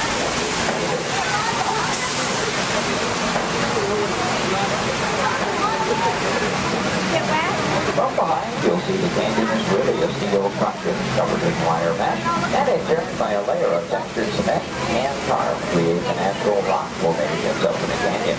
The small yellow pipes carry the gas to the fires up above. The large gray pipes the water to the flying flood. Now to start that flood in motion, you'll see 3 large holding tanks up at the top of the canyon. When we open the gates to those tanks, that allows 72,000 gallons of water to come running down toward our tunnel. And even more dramatic impact, some of that water was blown at you by hurricanes. The earthquake effect created by large hydraulic sugar minerals underneath the bridge. The Astrophy Canyon was originally put together with the help of a Hollywood special effects team, so that what seemed to be an out-of-control disaster was really a very safe, computerized sequence of events. The entire sequence can reset in just 3.5 minutes. During that amount of time, the 70,000 gallons of water gets recycled to begin our show all over again. Now, as you make your way out from behind the canyon, take a look ahead and off to the right. You'll see a special aircraft to us here and a bit of Disney history as well. This one is not a prop, it was an actual aircraft, known in airports throughout the country simply as the 234 of Mickey Mouse. Among some of its earliest assignments were to shuttle Walt Disney and his Imagineers from Los Angeles to New York for the final planning stages of the 1964 World's Fair. That's where we premiered It's a Small World. Great moments with Mr. Lincoln and the Carousel of Progress. Then during the mid-60s, Walt made use of that aircraft on scouting missions over Central Florida, seeking the ideal location for our Walt Disney World resort. Now with a little movie magic here, we'll make our way from the canyons of California to the streets of New York City, just by crossing our backlot area. As we do so, we'll also be passing by our newest attraction here on the backlot. You saw some warm-ups going on earlier. Now up ahead, the Mediterranean Village set in the large grandstand is the site of Lights, Motors, Action Extreme Stunt Show. That show's based on one of our most popular attractions in Walt Disney Studios Park in Paris, France. Lights, Motors, Action takes you behind the scenes. We show you how we create vehicle action stunts for the movies. Now you feel like you're right here on our set as the film crew shoots a series of highly orchestrated stunts using custom-designed vehicles and carefully controlled pyrotechnics. The resulting footage has been edited, mixed with visual effects and audio effects. We show you how we create a dramatic action sequence on film. To make that all possible, we worked with some of the world's top stunt directors, designed some high-performance vehicles capable of some pretty evasive maneuvers. Now this show involves automobiles, motorcycles, and jet skis, all in all a very exciting adventure here. Do check your showtime guides. There are 3 performances scheduled today. The first one is at 11:50 this morning, just a little over 30 minutes from now. One at 2:45 this afternoon, and the final show of the day at 5:30 this afternoon. So if you've ever wondered how they create vehicular stunts for the movies, try to work one of those shows into your schedule today. Now they will start loading that show a good 30 minutes before those scheduled showtimes. Off to the left, we'll pass by another series of props. Miniature cattle cars, small jeep, both unique props from the filming of Mighty Joe Yacht. The Acme Waste Disposal truck from the live-action version of 101 Dalmatians, and the large silver space pod from the 1986 Disney film, Flight of the Navigator. Star Wars fans may recognize the sand skip from Return of the Jedi. The bright yellow submersible and mini helicopter both appeared in the Life Aquatic with Steve Zissou, which starred Bill Murray. This version of the Love Bug is Demolition Derby Herbie, currently appearing in Herbie Fully Loaded. And at the end of the grouping of vehicles, the large red space pod made its appearance in The Hitchhiker's Guide to the Galaxy. Now from the opposite side, you may notice that we're still circling around our Lights, Motors, Action set. It does in fact take up about 8 acres here on our backlot, premiered here on May 5th, 2005. Might also notice it looks very different from this side. From the opposite view, you were seeing all of the detailing of that Mediterranean village. That, of course, was the audience or the camera's point of view. From this side, simply the steel structures that keep our backlot standing. We're only going to build what that camera needs to see. I might also take the opportunity here to mention our Fantasmic show tonight. That's our nighttime spectacular here at the studios. Fantasmic will be presented twice tonight. That will be at 9 p.m. and again at 10:30 p.m. this evening. Now, Fantasmic is an excellent, a very popular show, also a limited capacity show. So I do recommend, especially for that 9 o'clock show, want to be there a good 45 minutes to an hour prior to showtime, proceeding in the amphitheater area. Once it fills up, it's all the folks who could see the show for any given performance. And as you make your way on around the turn, off to the right, see the entrance to Lights, Motors, Action. Looks like they're beginning to preload for that 11:50 show at the present time. You can work that one in your schedule. That'll be the easiest show to get into here today. And as you make your way on around the turn, take a look down the street, get a view of our very own New York skyline right here in Central Florida. And this illusion is created by an old movie trick known as forced perspective. The skyscrapers at the end of the street are actually just painted plastic. The tallest of which are about 4 stories tall, a block and a half away. You might also be interested to know we recently redeveloped this entire section of the back lot. In addition to Lights, Motors, Action, we've added a skyline of San Francisco, soon to come one of Chicago to join our existing New York City skyline, renaming the entire area Streets of America, but all with the idea, of course, giving producers more locales to choose from when they're filming here on our back lot. Now this also signals we are coming to the end of our tour today, so please take a moment, check around, be sure you have all your personal belongings gathered up. As you exit the shuttle today, you'll take a stroll through the American Film Institute showcase. There you'll see a themed exhibit titled Villains, movie characters you love to hate. Now if you're heading for that Lights, Motors, Action show, your one and only exit is still through the sliding blue doors, and straight off through the showcase, then around the loop, the Lights, Motors, Action. Once again this morning, your driver was Ashley. My name is Jerry. We both thank you very much for joining us today on the Studios Backlot Tour. Personal, it's in the media, it's not my department, can't touch it. Just saying. Anyway, let's get this game going. You ready, contestants? Our first question from a show called Dancing with the Stars. Here we go, everyone. This is Dancing with the Stars.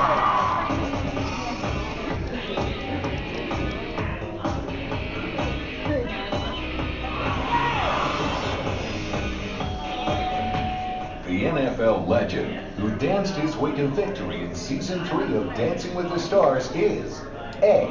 Jerry Rice, B. Emmett Smith, or C. Apollo Antonova. All right, everyone, take it to the contestants. Contestants, what do you think the answer could possibly be? Contestant number 1. You sure they're going to be a better answer? Like maybe you'd like to change it B?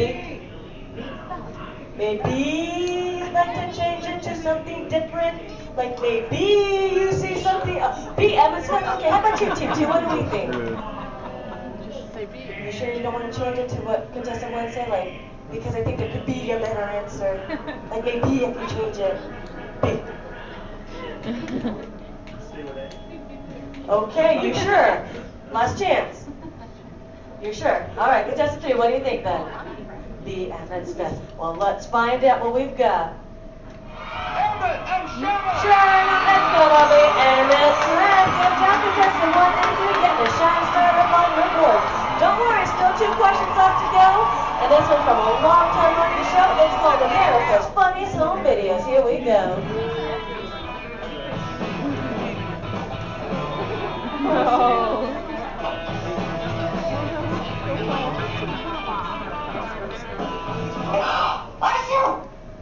ABC's America's Funniest Home Videos often features dogs doing extraordinary things. In this last video, the dog is going to A. Imitate the woman's sneeze, B. Lick the woman's nose, or C. Fetch the woman a tissue. Alright, contestants, you might see a subtle hint up there to help you out with this answer. So who wants to answer first? Hit that button. Here we go. Team number 2. B. B? Lick the woman's nose? You don't see something up there that might change your answer? C. Fetch a woman a tissue. Okay, here we go. Contestant 3, what do you think? C. And contestant number 1? C as well. Let's find out, everyone. We've got a sneeze. And we got a tissue. Good job giving all of you a shining star. Anyway, folks, commercial break time. Here we go. If any of you missed your favorite ABC shows or just want to start watching new one, log on to the website. It's abc.com. Up there you can see their motto is Start Here, and that's because they're a multi-platform network, which means you can watch your shows not only on your big screen, but your computers and now even your handheld devices. Anyway, everybody, take the focus off me. I'm back up here on the screen because we're moving on to our final question. Are you ready, contestants? It's from Extreme Makeover Home Edition.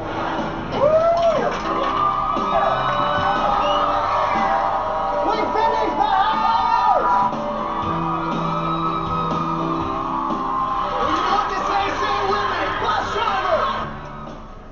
ABC's award-winning Extreme Makeover Home Edition, Ty Pennington is famous for saying these words before every new home is revealed. A, bus driver, take it away. B, bus driver, move that bus. Or C, bus driver, hit it. Here we go, contestants. Here we go, team number 2.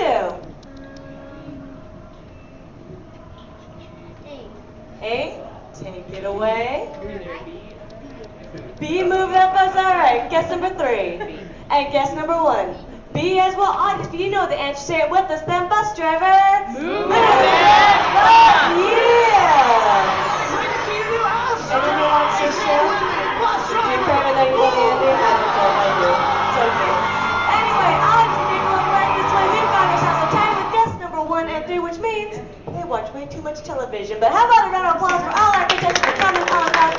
Now, folks, I hope you had fun here with me, but we have reached our destination. The Elias Dream Home is there behind us. Everyone, jump onto their front yard and party. Your journey, keeping your hands, arms, feet, and legs inside the car. And please, supervise your children. Remember to stay clear of the doors, which will open and close automatically. Enjoy your trip aboard the Metroliner.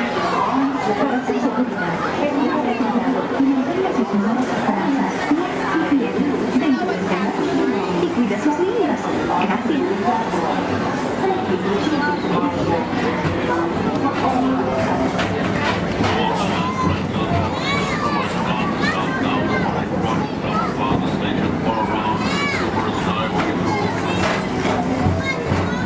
Welcome aboard, TTA travelers.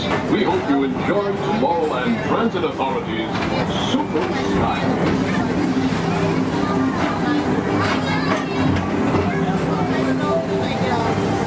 Now approaching Tomorrowland Interplanetary Convention Center.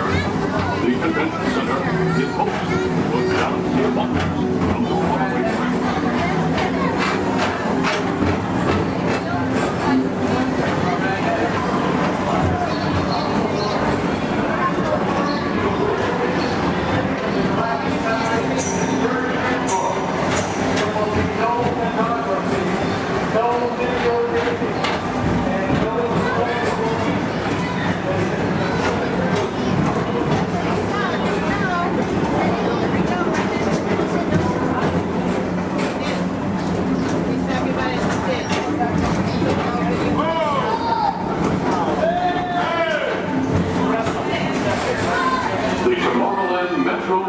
Historical Society presents Walt Disney's 20th Century Vision for the Future. This model city dared to dream the perfect community in which to work, live, and play.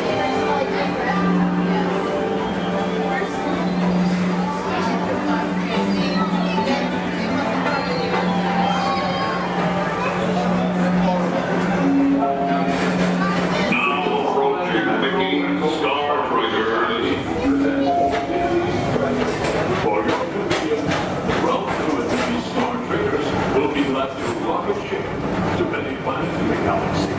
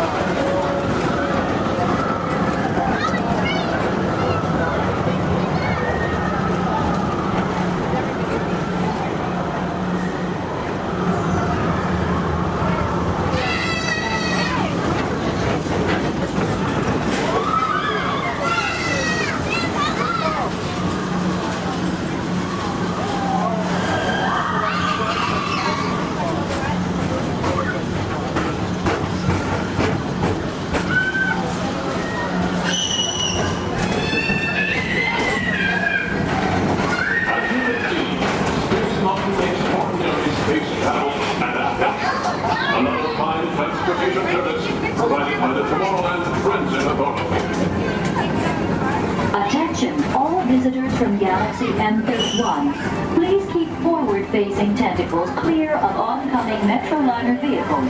Thank you.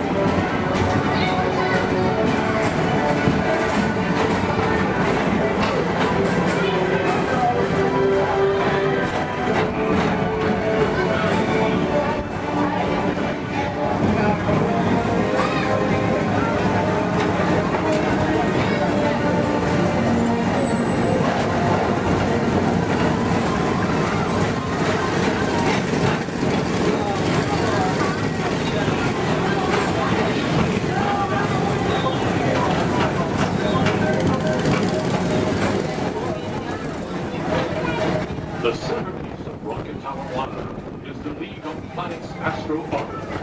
This symbol of universal harmony and interplanetary fellowship provides all beings with an exhilarating spin around the planets.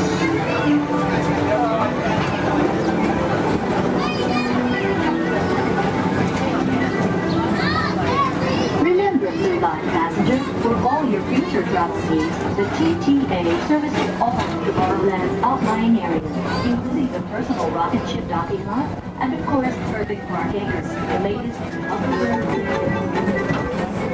Paging Mr. Morrow, Mr. Tom Morrow. Your party staff has arrived. Please give them a ring. Now approaching Walt Disney's Carousel of Progress.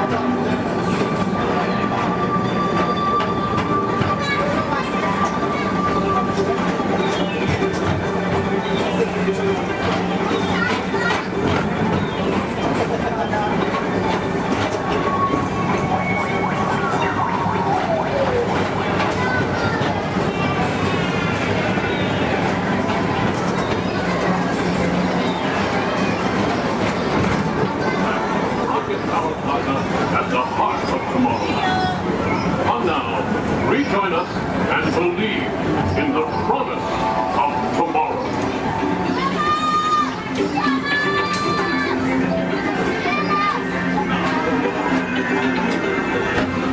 Rocket Tower Final Station.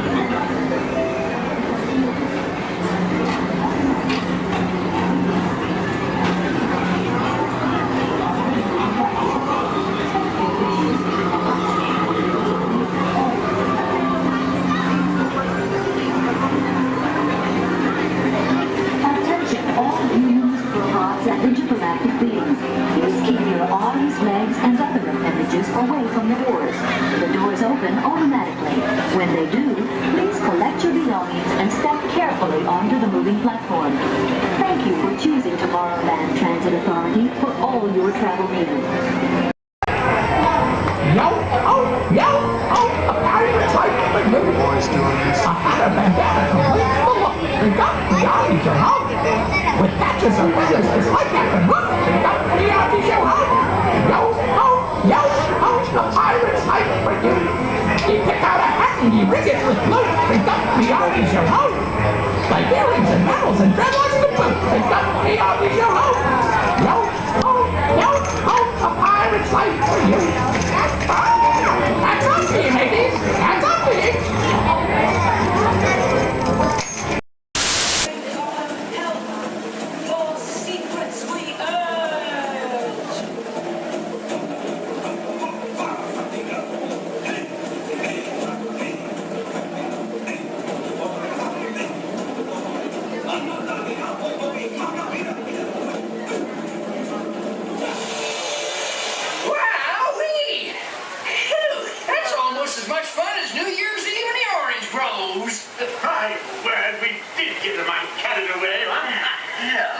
I say, look out there across the water. There's a bit of company. No, me, yes. Welcome, you all. Permit us to introduce ourselves. My name is Claude, and my loquacious cousin over here is... I'll introduce myself, if you don't mind. Hi there. I'm, well, let's see now. It's right on the tip of my beak. Clyde Birdbrain? Oh, yeah. I'm Clyde Birdbrain. Y'all, I say, perhaps you good people have never conversed with toucan birds before. Well, neither did we, till one day we discovered this magic sunshine pavilion. By Jove, yes, I remember just how it happened, many bird baths ago. There we were in an explorer's launch on a mysterious river in deepest Adventureland. Off in the distance comes the fierce roar of an African lion. And as we round a bend in the river, a huge bull elephant bellows forth in protest of our intrusion. Suddenly, the treetops explode in a frenzy of outraged birds. Oh, come, you and John will do better than that. I can jolly well do one at a time.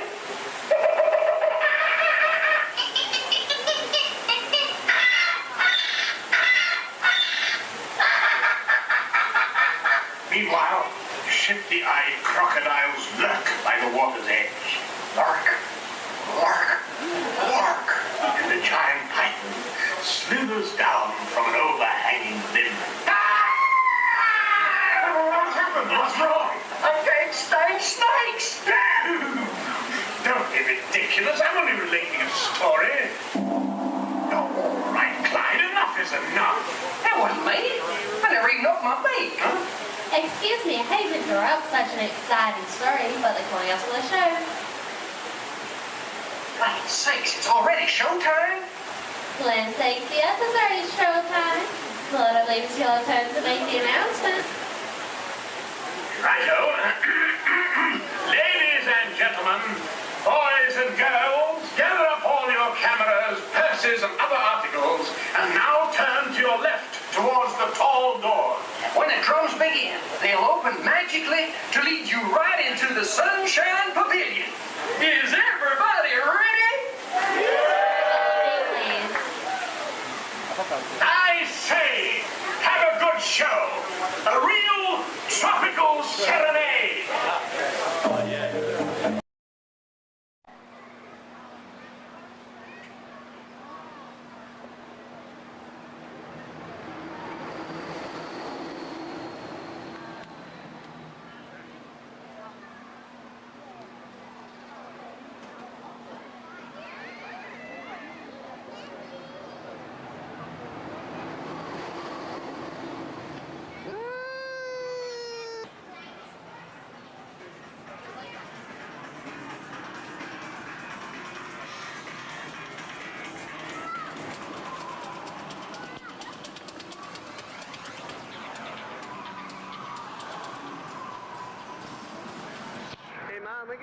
We can look around a little bit too.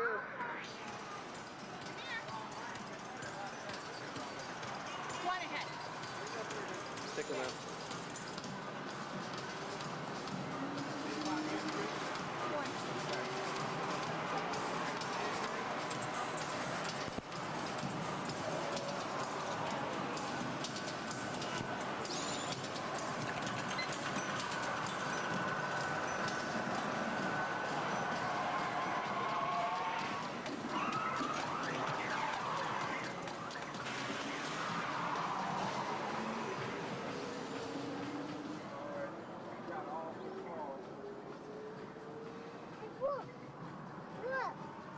Look at that car.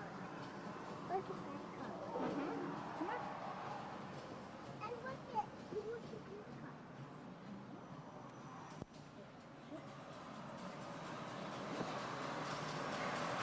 Let me go over here.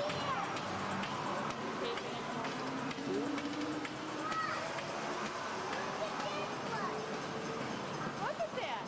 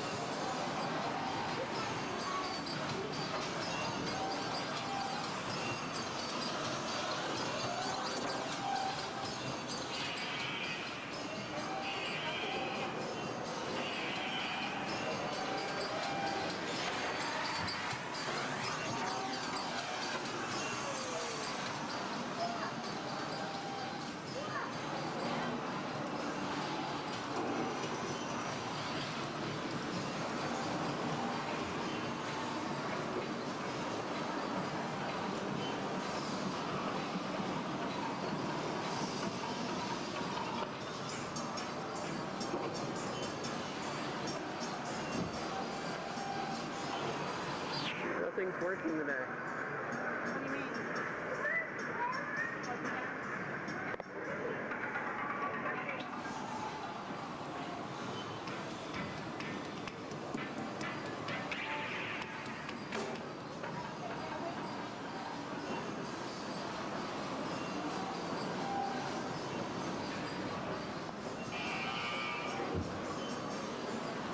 Mom. Oh, look at, watch this and it's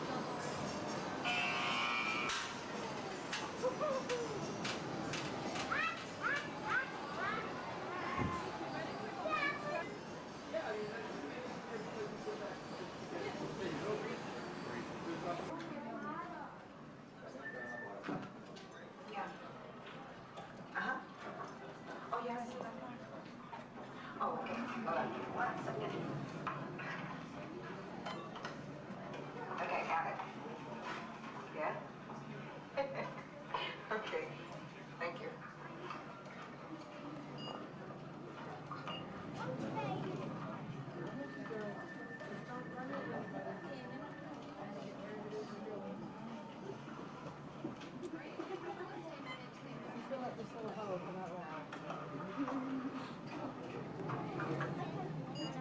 Bill. Yeah. The next group's ready. Oh. Thanks. Hi, everybody. Welcome to the test track. My name is Bill McKim. I'm up here in the control center. In just a couple of minutes, you're going to be out there on that track.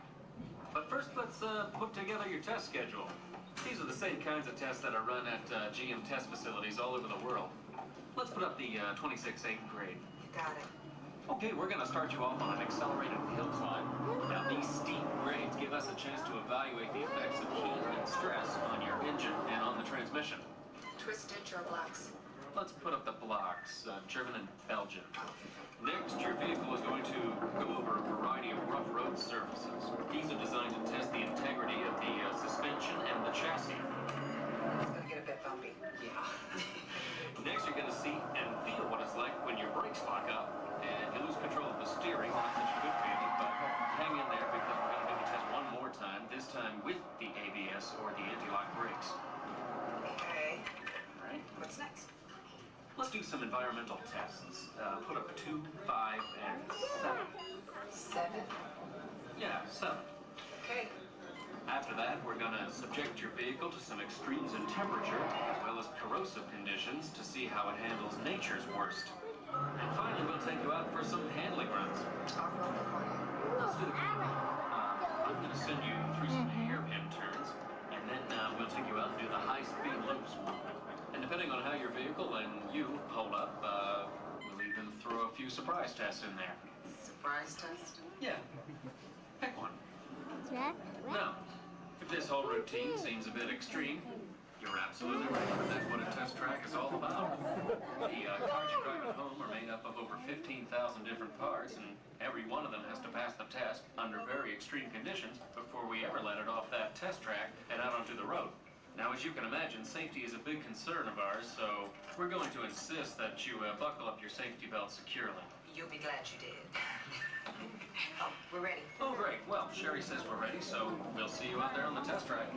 So please make sure your safety belts are securely fastened, as they always should be in your vehicle.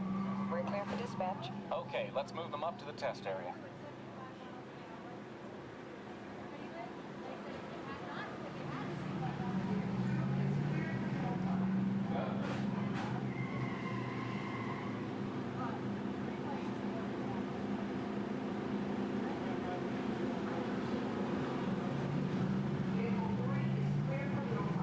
Okay, here we go.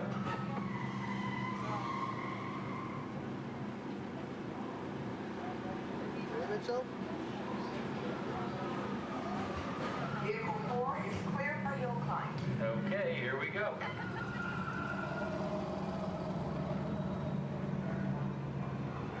The torque and transmission load data are looking good. Great, let's proceed to the rough road tests. You got it. Like your car.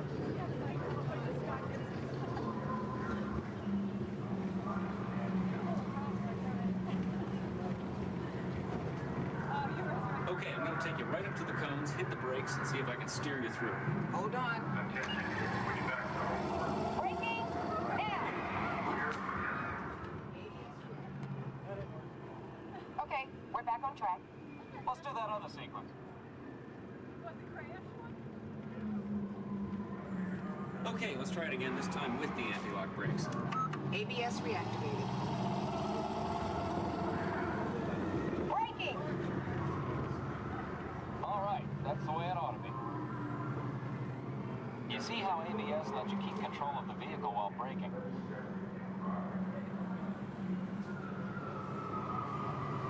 Let's demonstrate some extreme test conditions. Okay.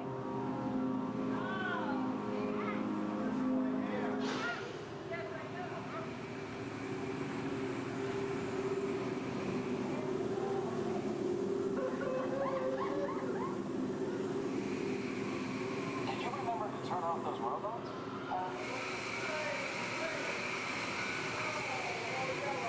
Clear for track course A.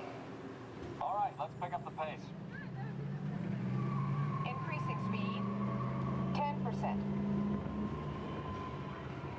So it's not a matter of just playing along, it's just 20%.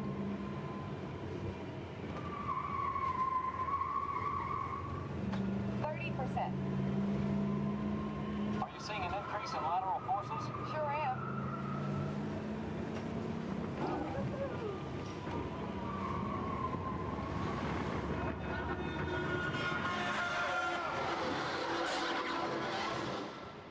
And that's what we call an evasive maneuver.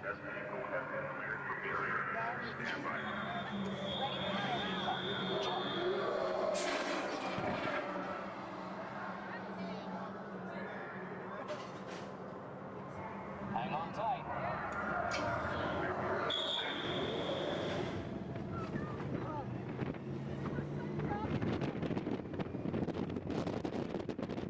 Increase speed for the loop.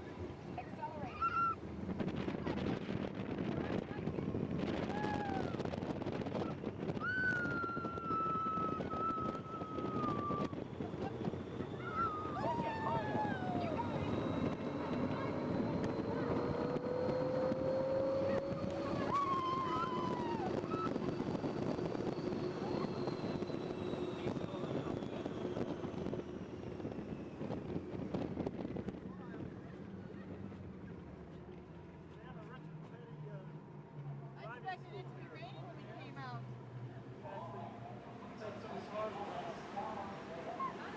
As long as they're heated up, let's grab a thermal image.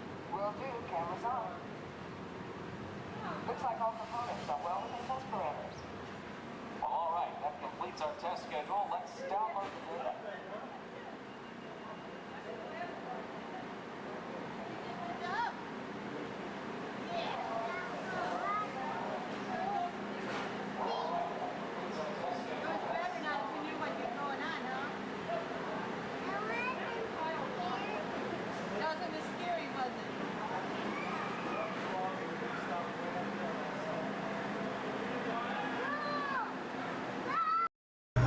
Fire safety, please remain fully seated, no lap sitting, and hold on to all loose items.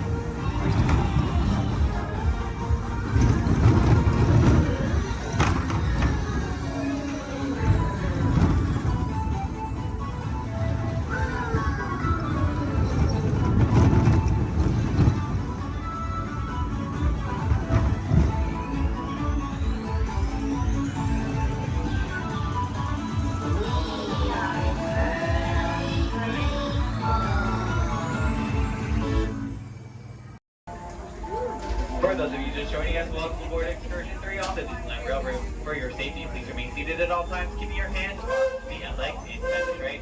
Please supervise all children, making sure they are seated away from the train openings, either fully on a lap or on a bench. Our next stop will be Kingston Town Depot, your gateway to all Fantasyland attractions. We'll meet at the front. We're taking the train to the front. Oh, perfect. Okay, bye.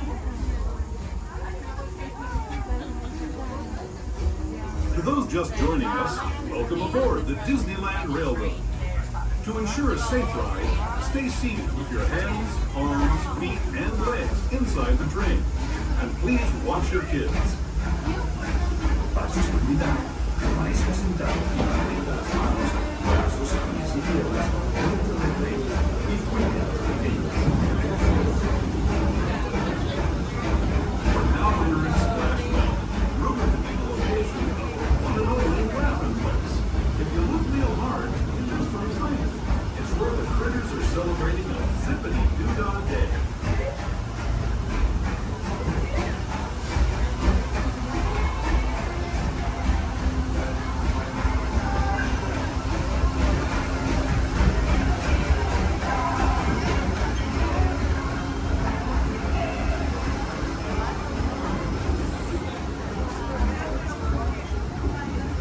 Speaking of critters, this place we're passing over is home to a whole bunch of them. Here in Critter Country, you can join Winnie the Pooh, Tigger, Brer Rabbit, and Brer Bear on their fun-filled adventures.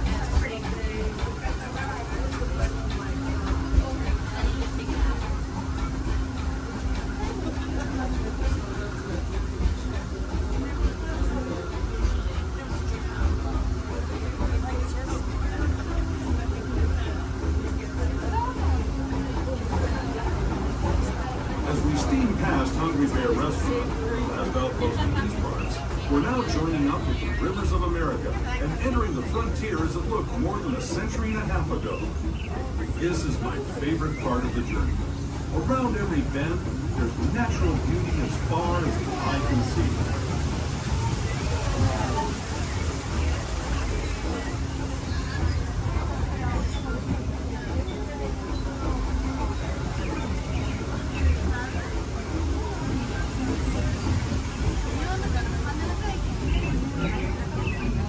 There is the revered Indian shaman, sharing his stories with those in the great river valley below.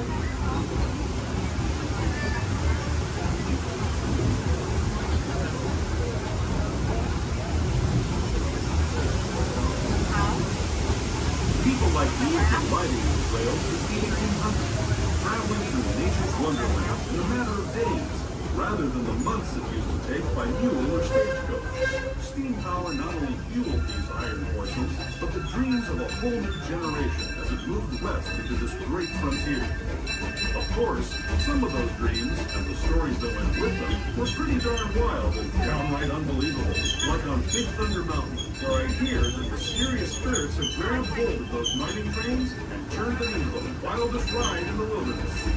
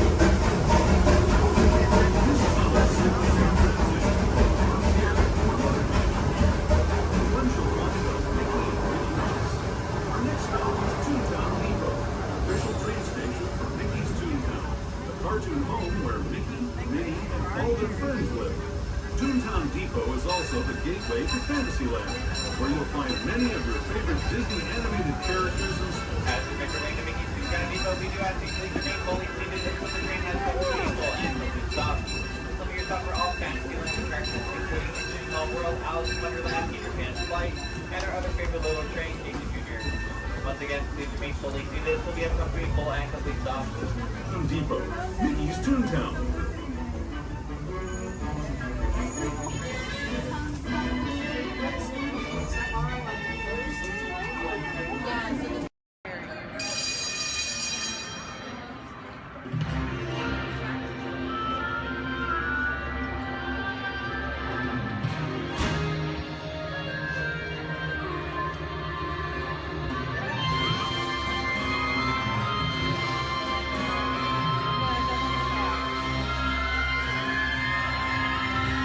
Welcome aboard. At this time, I'd like to ask everyone to please remain seated throughout the show.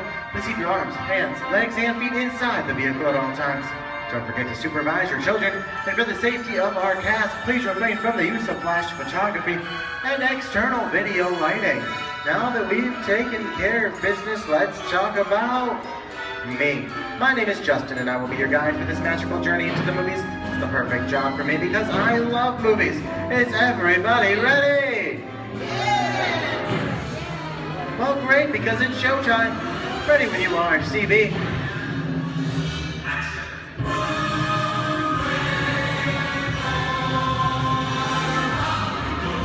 And we are rolling.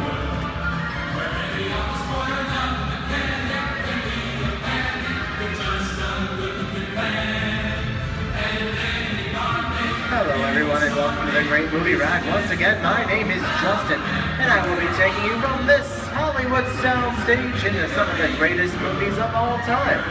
All on one tour.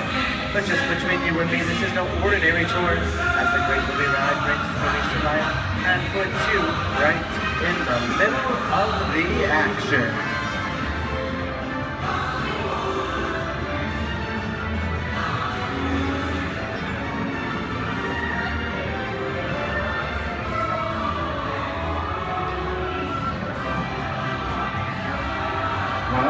I don't know about you folks, but I just love the great Hollywood musicals of the 1930s. This scene is from one of my favorites, the Busby Berkeley classic Footlight Parade, starring James Cagney, Ruby Keeler, and Dick Powell. In 1952, Gene Kelly was singing in the rain with Debbie Reynolds and Donald O'Connor. Did you know Gene Kelly co-directed to this movie? And can anybody tell me what movie this is? Right, Walt Disney's Academy Award-winning film from 1964, Mary Poppins, starring Julie Andrews and Dick Van Dyke. The London fantasy of Mary Poppins was shot entirely indoors on sound stages at the Walt Disney Studios in Burbank, California. There was no exterior shooting at all.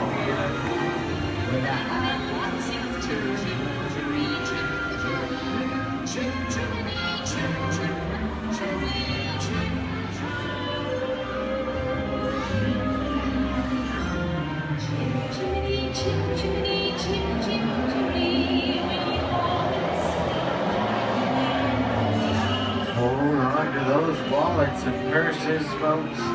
This doesn't look like a very good neighborhood. In fact, it looks a lot like the underworld.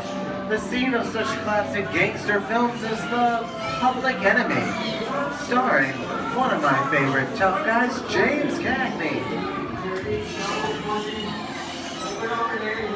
The working title of the film was Beer and Blood, and in the United Kingdom it was known as Enemies of the Public. In one scene, Cagney shoved a grapefruit in Meg Clark's face. She could never look at breakfast the same way again. Kick in with the dog. If you don't, somebody's going to drop by here and kick your teeth out one at a time. With me?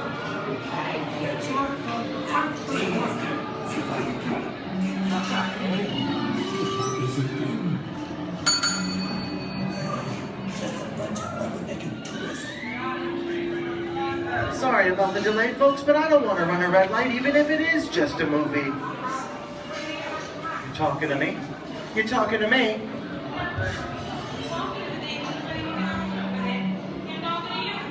I'm not supposed to leave my vehicle. I said get up, baby. Okay, Muggsy, whatever you say. How'd you know my name anyways? I've seen this movie before. Well, they hate us. See, you fancy. Congress might to get out of here, so be it. I said screw out of here. You're gonna get hurt. I can't just walk out. Here they come, Bus! Get out, you grinders!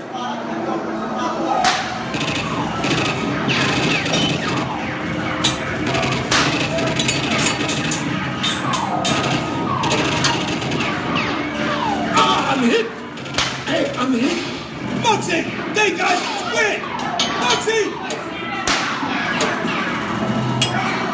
Muggsy! Squid's hit bad! Real bad!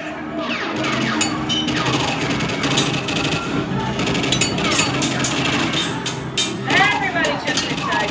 Run the red lights against the law, and I would never break the law. Take it. Watch this. No more red light. Muggsy!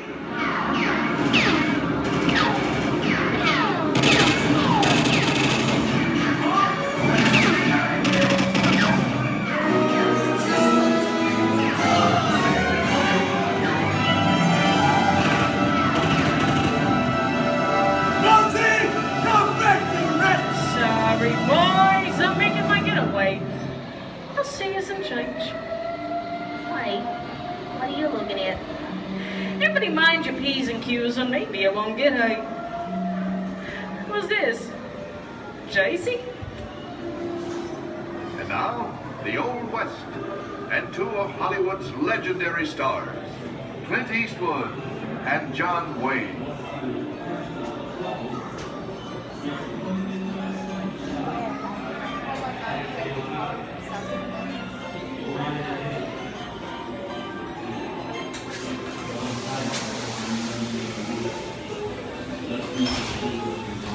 Sleepy little bag, ain't it? That's some mighty tough territory you're heading into, Pilgrim. I'd think about turning back if I was you. That is, if you want my opinion. But I reckon you ought to do Now that we're in the clean, it's a pleasure time for me to collect up all your valuables. We'll start with the jewels.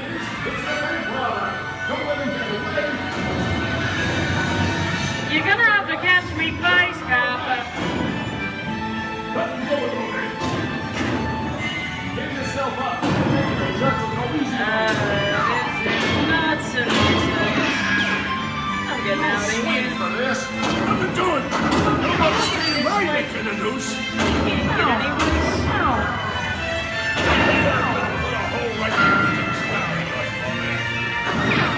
Okay. That's worse.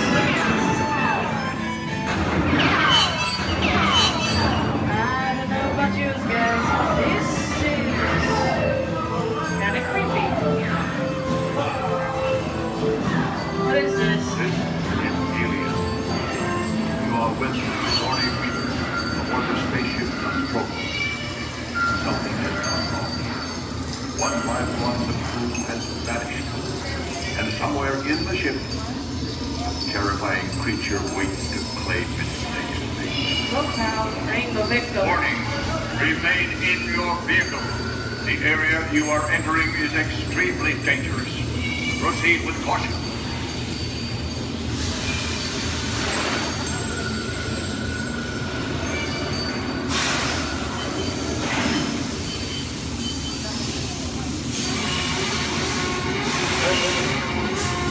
The emergency destruct system is now activated.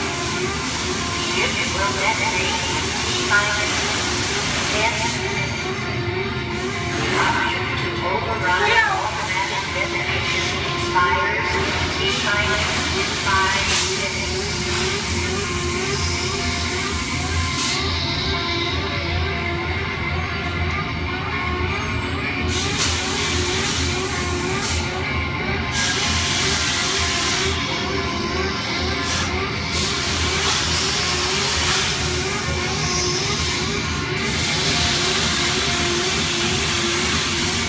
There he is again.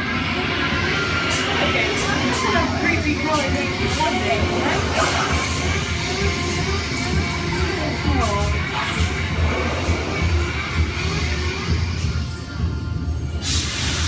Here in Raiders of the Lost Ark, amid 1,000 deadly snakes, Indiana Jones unearths a great treasure. Will Harrison Ford escape with his discovery? And what will be your fate? Beware. Snakes. Why did it have to be snakes? The dust of 3,000 years lies undisturbed in this ancient burial chamber. On the chest, the great stone god, priceless jewels. Get a load of that, you guys. Time for me to get back to work. Don't nobody move while I go get the goods. I don't think they notice a few extra bodies around here.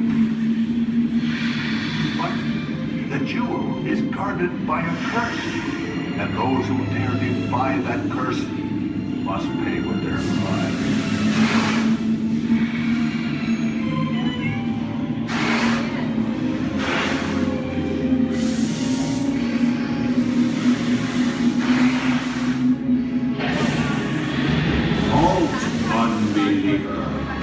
Disturb the treasure of the gods, and you shall all lose your lives.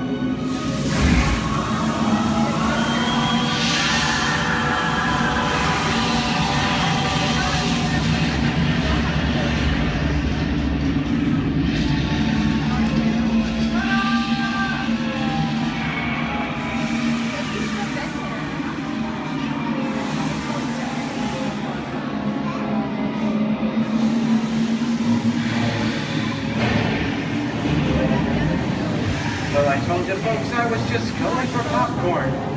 That just goes to show you anything can happen at the movies. So let's get on with the show. I see dead people. The horror movie is my all-time favorite genre. Some of the best horror films are produced in the 1930s and 40s, but monsters, mutants, and maniacs are still audience favorites and continue to haunt us today. Now that's what I call a wrap. We are now entering the jungle home of one of the most beloved characters of all time. No, it's not George of the Jungle. Actually, it's Tarzan, played there by Johnny Weissmuller. Over here we have Marino, Sullivan as Jane, and the one and only Cheetah as herself. Tarzan has appeared in nearly 50 film adaptations since 1918, including Disney's 37th animated feature.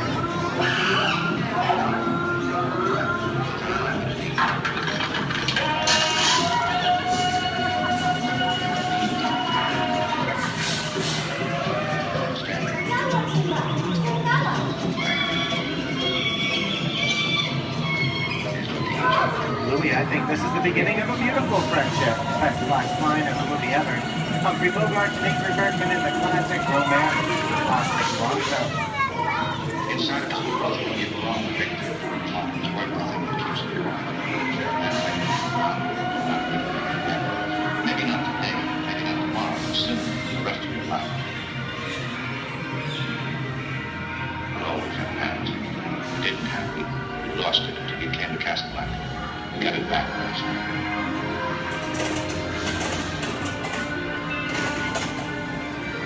I've got a job to do too.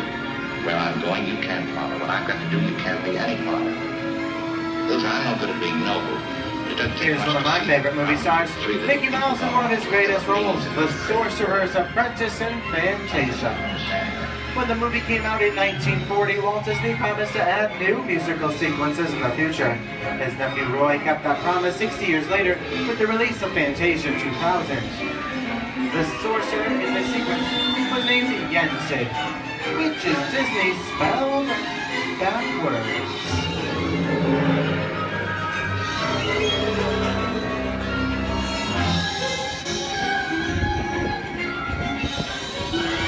I don't have a feeling we're not in Kansas anymore. How often do you get to say that?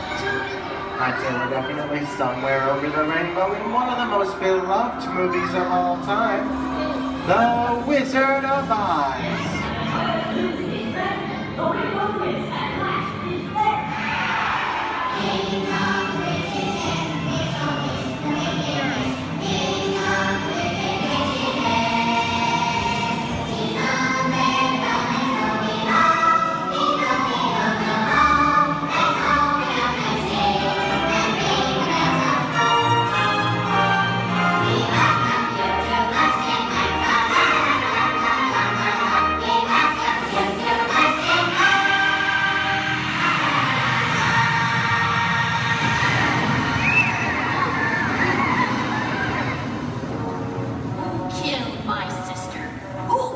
over to the east. Was it you? No, it was an accident. I didn't mean to kill anybody. Well, my little pretty, I can cause accidents too. Oh, rubbish. You have no power here. Be gone before somebody drops a house on you, too. Very well. I'll bide my time. But just try to stay out of my way. Just try. I'll get you, my pretty, and your little dog, too.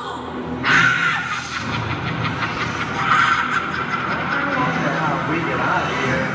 What do you folks think? Which way do we go? Follow the yellow brick road. Follow the yellow brick road? Now, why didn't I think of that? Sing along, folks. You know the words.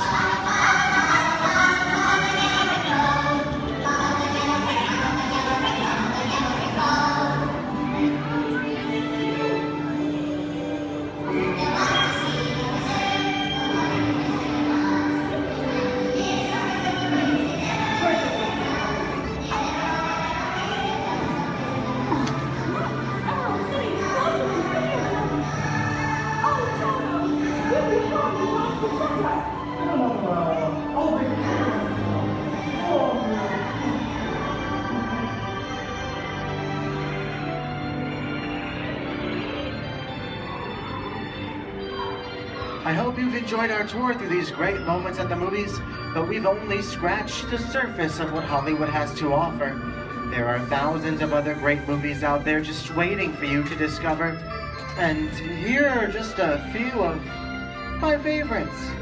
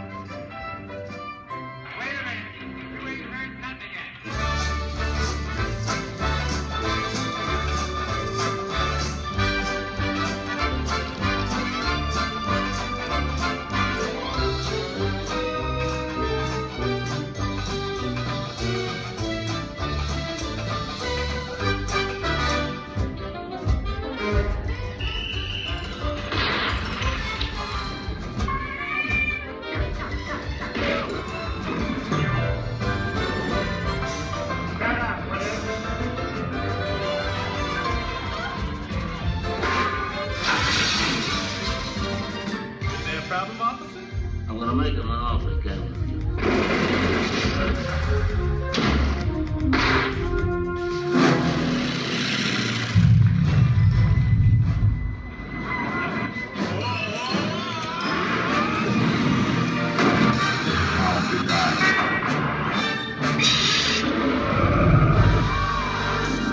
We're not in Kansas anymore.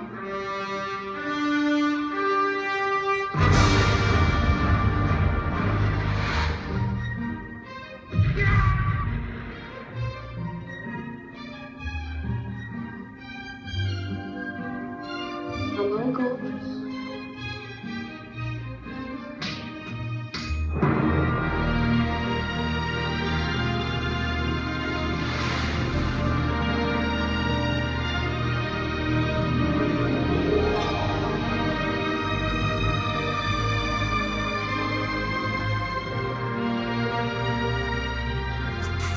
I want you to go. We didn't need that. We had faces.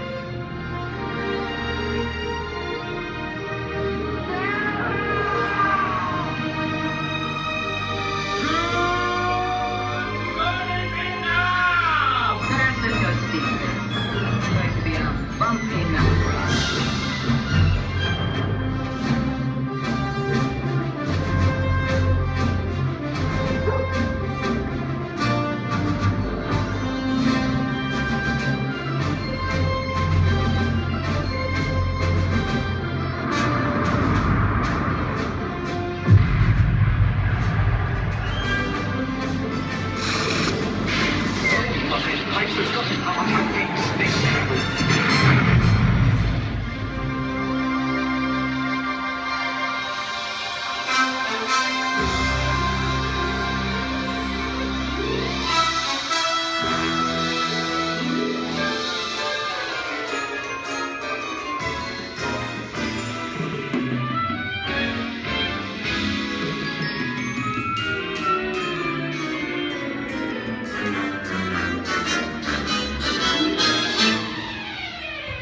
behalf of Disney's Hollywood Studios, I'd like to thank you for joining us on the great movie ride.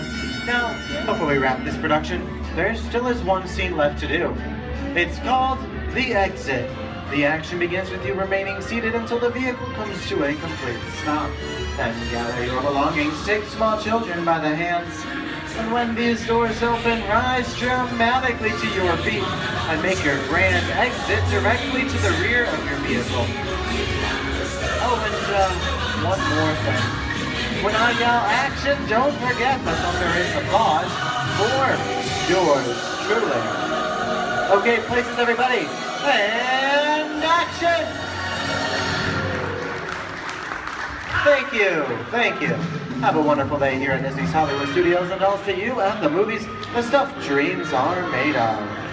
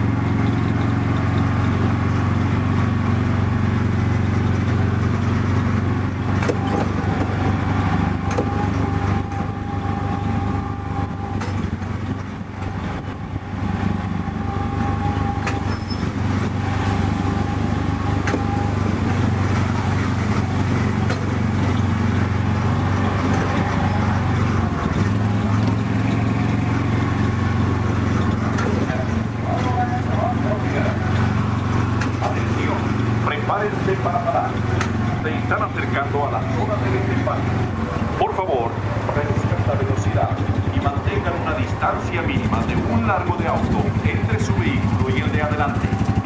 Para parar su auto, quiten el pie del pedal. Gracias.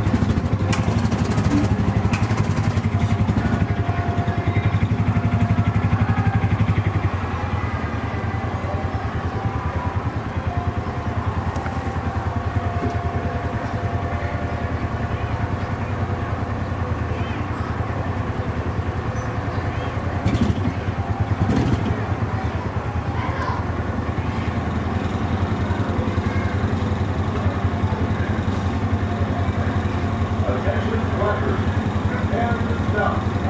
Approaching the unloading area. Please slow down and keep at least one car length between each of the cars in front of you. Stop your car. Take your foot off the pedal. We hope to see you on the road again soon. Atención, prepárense para parar. Se están acercando a la zona de disparo.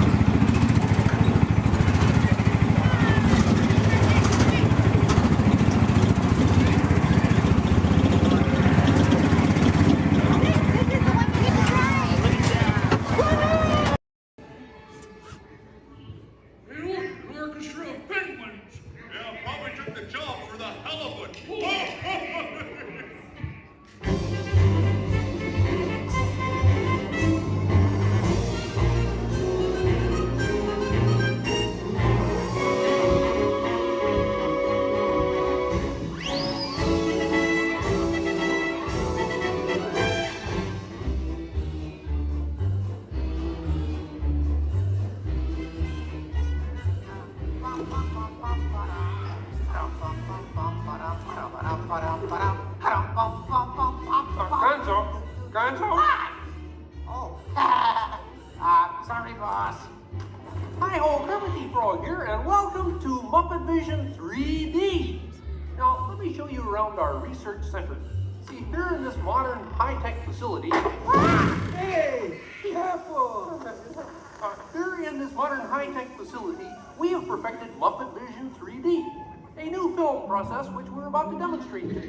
Now, working the projector is an old friend of ours, the Swedish chef. Chef, everything okay?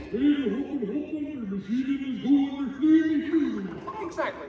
And our demonstration includes a little song from Miss Piggy. Little? Did I say little? I meant to say it's a huge, show-stopping, major song from Miss Piggy. That's more like it. Good. And we've also got a big musical finale from Sam Eagle. Sam, what's it about? It's called A Salute to All Nations, but mostly America. Great. So it's going to be a swell demonstration, and at no time will we be stooping to any cheap 3D tricks. Did you say cheap 3D tricks?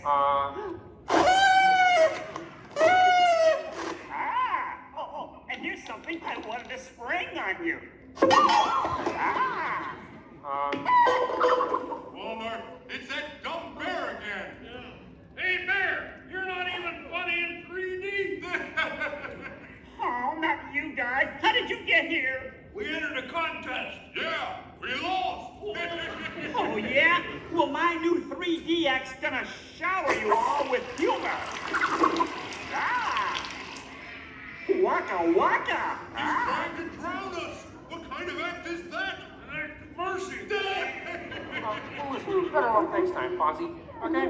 And now, if you'll come this way, I can show you our secret laboratory. You see, we invited distinguished scientists from all over the world to come and work here. Unfortunately, none of them showed up. So instead, I'd like to introduce you to the guys who invented Muppet Vision, and they can show you some of their... right now, I'd like to turn you over to Dr. Bunsen Honeydew and his assistant, Beaker. Well, thank you, Mr. Kermit. Today, let's look at the advancements we've been working on for Muppet Vision. Beaker, would you turn on the machine?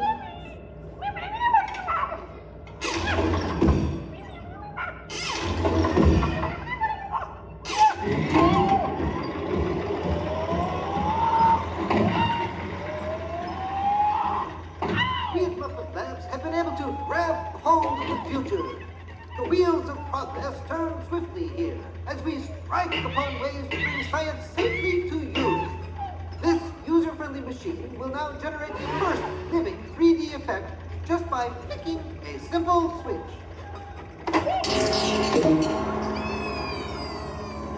I'm Waldo, the spirit of 3D. Thank you. Here. Ooh, cute outfit. What's this? Don't you just hate it when your nose runs? You know, all these other people think I'm talking to them, but I'm really just talking to you. Well, I think that would be just about enough of Waldo, Beaker. You may deactivate. What? What are you... Watch it. Oh, dear, he won't deactivate. Ladies and gentlemen, nothing to worry about, but please keep your heads down. Bouncing on people's heads.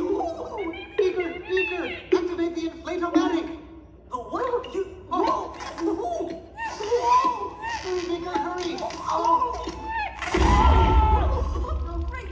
Now I can start my own football team. Beaker, we'll have to try the vacuum muppet. Yes.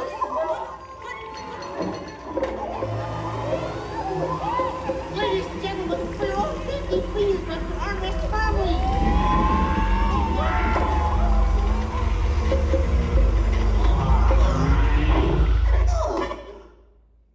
Hey, I'm free!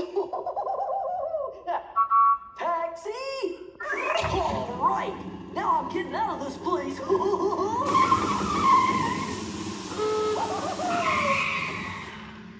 This way, folks.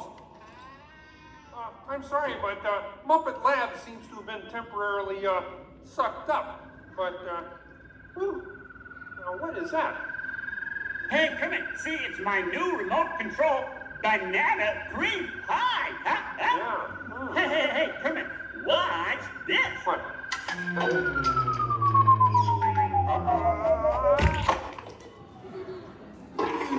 Ozzy, that's terrible.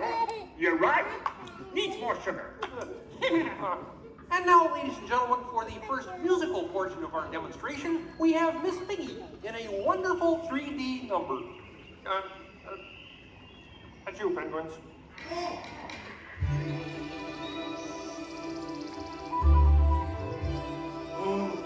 Doesn't it look beautiful? Yeah, too bad they're gonna spoil it with a pig. La la la la la la.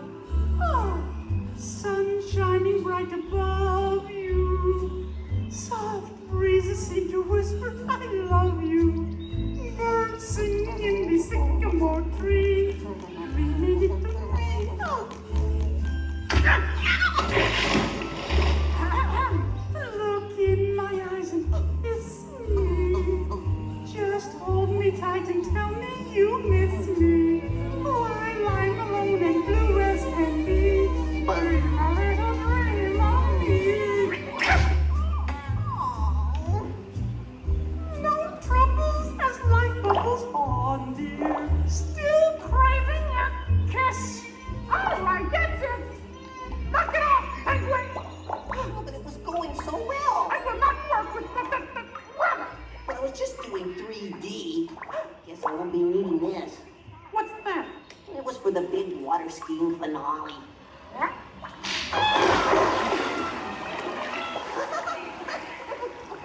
Bee Bunny, what are you doing? What do you mean? You are ruining this film. Well, I was Get just out. trying to Get help. out. I didn't mean anything. Go away. Go away. Does anybody know the way out of this film? Hey, you got a map down there? Well, you come with me if you like. I just got fired and I'm running away. Terrific! Let's go. Okay. Hey, Bean, what's up? I'm going away. Forever. Oh, great. Could you get me a sandwich? Would any of you people like anything? I mean, since he's going out, he could forever? Bean? Bean? Oh, Kermit! Kermit!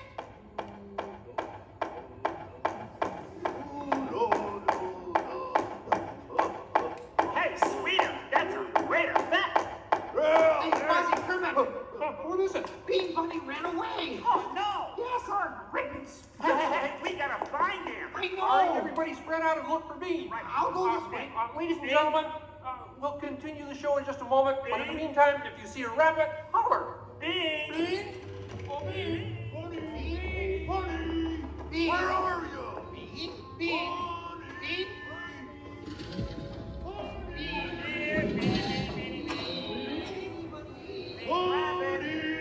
Hey, what's all the commotion about?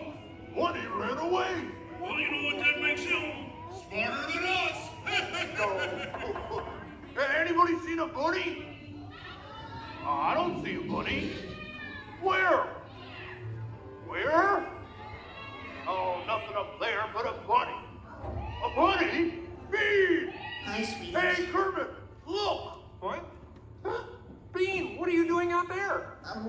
way, nobody would let me help in the movie.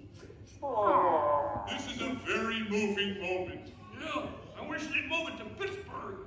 Hey, Bean! What are we doing sticking around here? Let's burn rubber! Who's that? He's Walt, a 3D friend, and we're both leaving the movie. Right, But Bean, if you leave, you'll miss all the fireworks. Right, yeah! Fireworks? Ooh. Okay, I'll stay, but I want to help. Gee, is there anything Bean can do in the final number? Oh gosh, maybe Bean could set off the fireworks. That's great. Yeah, and I'll stay and help. I love fireworks. Well, okay. Sam, are you about ready? Yes, it's a glorious 3-hour finale. You got a minute and a half. Okay, everybody, get ready. Right. Ladies and gentlemen, the Muppets proudly present the final demonstration of Muppet Vision 3D.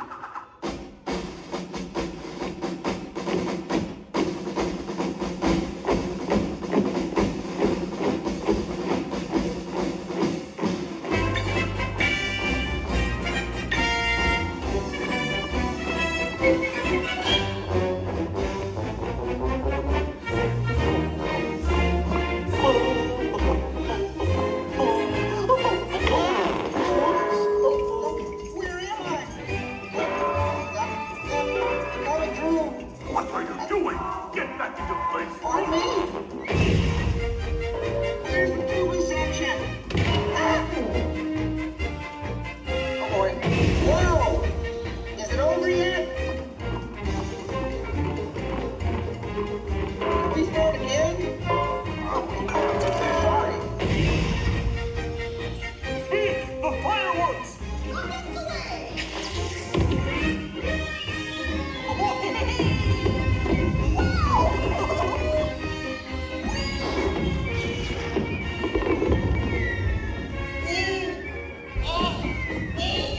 Enjoying the fireworks? No, your chair's on my foot!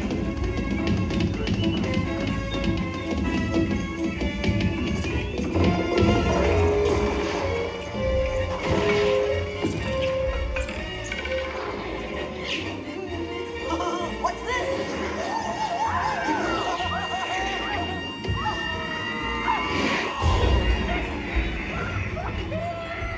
Stop the movie! Stop the movie, Chef! Chef! Can't you hear me? Stop the projector! You won't hear from my lawyer! Hey, I'll save you a penguin! Take it easy! I'm sorry! Oh, no, wait! Don't shoot! Stop, everybody! Stop! No, not you! Them! Look out!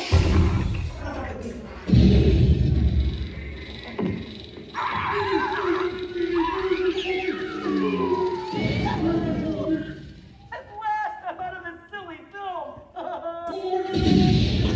Hey, what are you shooting at me for? It was the penguin. Hey, watch it, will ya?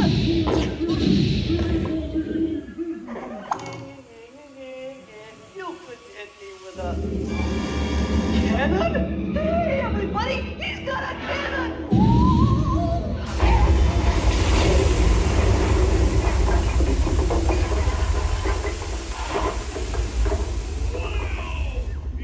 Everyone okay in here?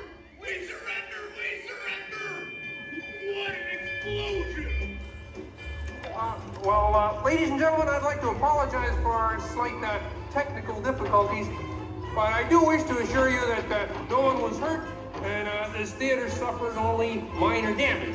So thank you very much for coming to see this demonstration of Muppet Vision technology, and enjoy the rest of your stay, and come see us again sometime.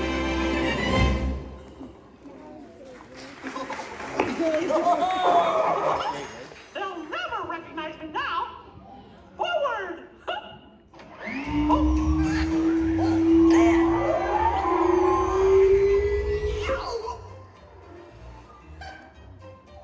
Cute ending. Well, what do you think?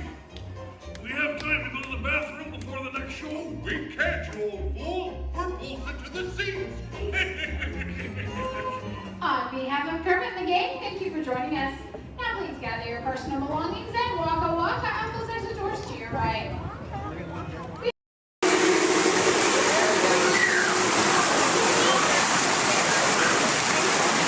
Hey, what are you doing here, William? What are you doing here, Morris? I just flew in from Hollywood. My client's the new owner of this birthday. What? Are you cuckoo? My client's the new owner. Disney gave me an exclusive. Co-exclusive. Didn't read your contract. I gave it a bird's eye glance. And you call yourself a talent agent? I negotiated my tail feathers off for this deal. Well, my client does not share credit. He's a very big bird. Your client is Big Bird? Not Big Bird, a big bird, you bird brain. Well, your dim little star is now half owner of the Enchanted Tiki Room with my superstar. Think again, Chicky Babe. Stop grousing. Just look at these paying customers waiting to get in. Did you say paying? As in money. As in 10%? Hey, who am I to go against the status quo? Sorry to interrupt, but I would like to inform our guests about tonight's show that will be starting soon. In just a few moments, the door will be opening and you will enter into a room of joyous songs and the splendor. Here's a chance to see you home.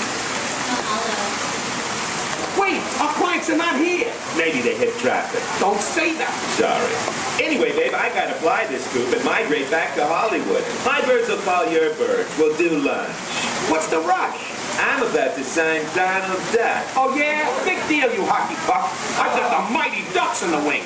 You do not. Do too. Do not. Do too. Not. Two. Not. Two. Not. Two. You down. Come Leave me on. alone, you two. Oh, come on, will you? Two, not go, yeah. Level with me. Put the bubble between the Go lines. away, You go go away. ahead. Oh. You are going.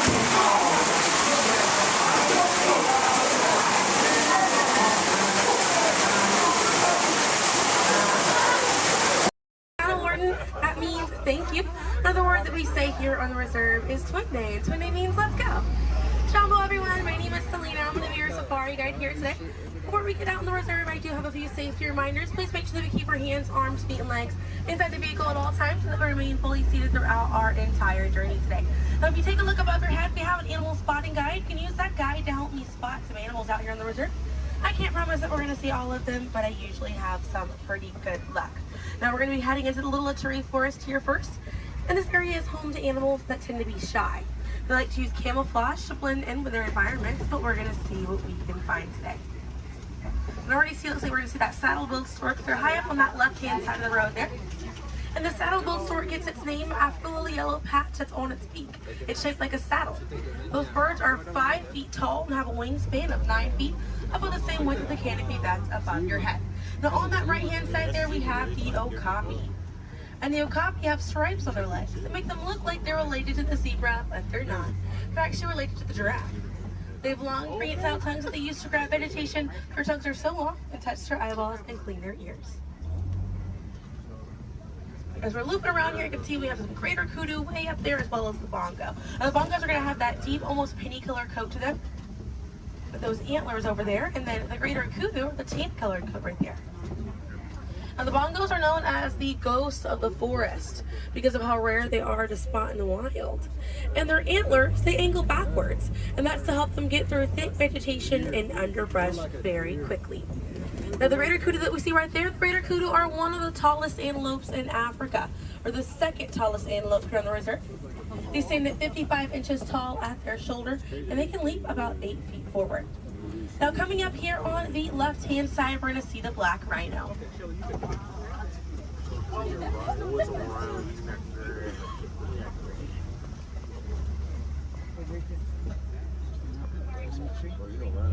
Now black rhinos are the smallest rhino in Africa. They weigh about 3,000 pounds.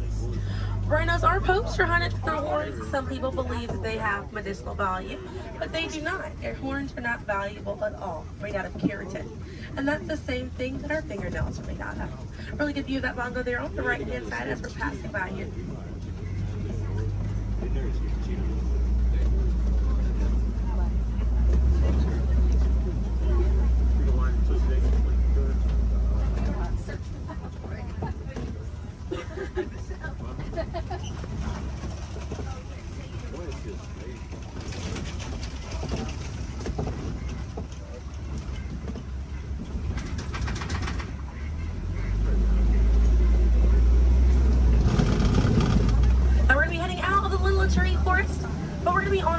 the Safi River, and animals in this area like to hang out in and around the water.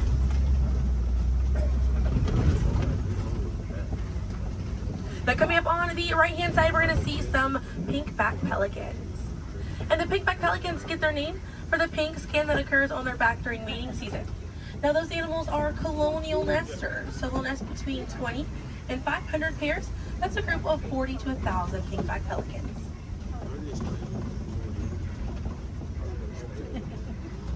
A view of the Savi River coming up on the left, and we have some Nile hippopotamuses. Now a group of hippos is called a bloat, and they spend most of their time submerged in that water to avoid overheating, but they will come out to graze. And they can stay submerged in that water up to 8 minutes at a time. And instead of swimming through the water, hippos will actually walk or run along the bottom of the riverbank, helps them glide through that water right there. One of the ways you can help out your waterways is by checking your sunscreen to see if it's reef safe. Another way is just being aware of how much water that you use and trying to conserve as much as possible.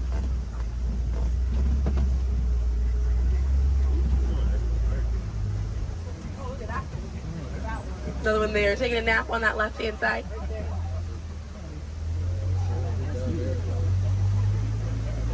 Now coming up on the left, we're going to see the Nile crocodiles.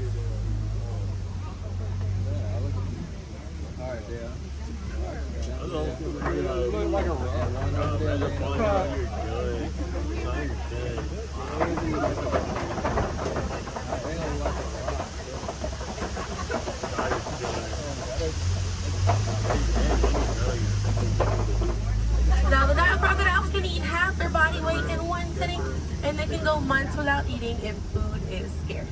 Now mother and father crocodiles are great parents, and they'll gently roll their eggs in their mouth. It softens up their shell, and it makes it easier for their babies to hatch. But we're going to be heading into the savannah now, and the savannah hosts millions of migrating animals every year. And it's home to Africa's most well-known animals, such as zebras and giraffes. I'm hoping that we'll be able to spot some today, but as we're getting out here, we have a pretty good chance to identify some animals with that animal spotting guide. We have lots of wide open spaces. So already see, looks like you can see the elands are out there. Wondering what other animals. I'm hoping it'll be a pretty busy day out there.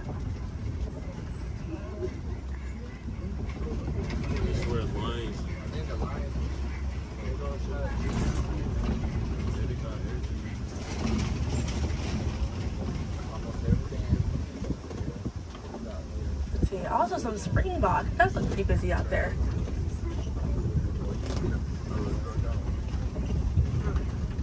So we're still looking around here. Keep an eye on the right. They're going to be past this kind of rocky area. It's a herd of wildebeest way back there in that pathway. And the name wildebeest means wild beast in Afrikaans. And they'll travel in groups of 1.5 million, and they'll go about 500 to 1,000 miles every year. That's roughly the distance between here and New York. And during a wildebeest great migration, they can kick up so much dust that their dust cloud can sometimes be seen from space. Now, wildebeest are very impressive animals. They're able to run about 15 minutes after they're born. But this group of trees there on the right-hand side, they're all kind of pruned underneath to the same height, and that's about as far as those giraffes can reach. Lucky the vegetation on these trees all around this area here. Now that's going to be the Maasai giraffe, and the Maasai giraffes have an irregular coat pattern. They don't have those clean lines around their spots like the reticulated giraffe that's on your animal spotting guide does.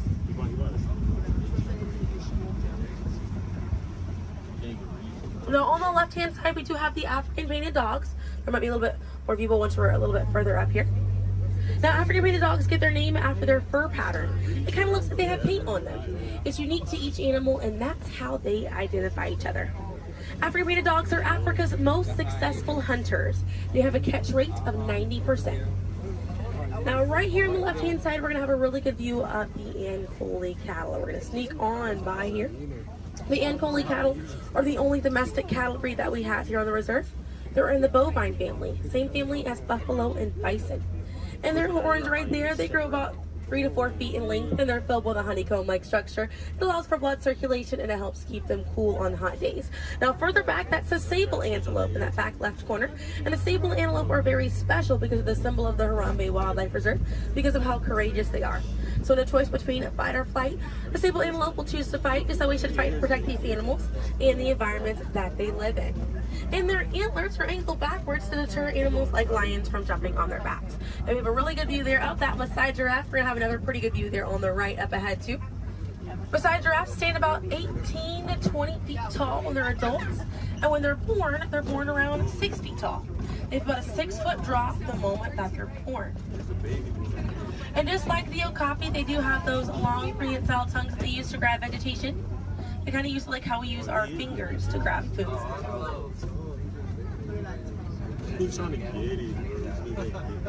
Really good view of them right there. They actually have the same number of neck bones or vertebrae in their neck as we do in ours. Theirs is just bigger.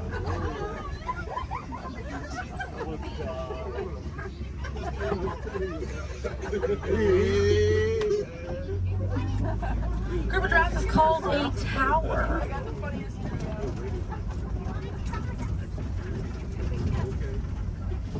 Now we're going to see on the left-hand side we have the elands. Now the elands are right next to the springbok. The elands are the tallest antelope on the reserve. They stand at 6 feet tall at their shoulder. One of my favorite eland facts is they'll make a flower crown with their antlers to impress the females during mating season. Now it's not a perfect flower crown. They'll kind of root up at plants and bushes, but it's the thought that counts. Another eland right there, a couple of elands right there.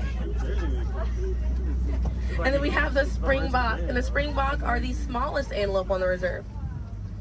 They're able to jump 6 feet straight up into the air repeatedly and about 13 feet forward.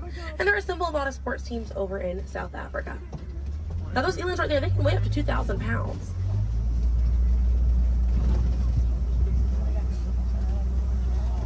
Another view of that Maasai giraffe right there.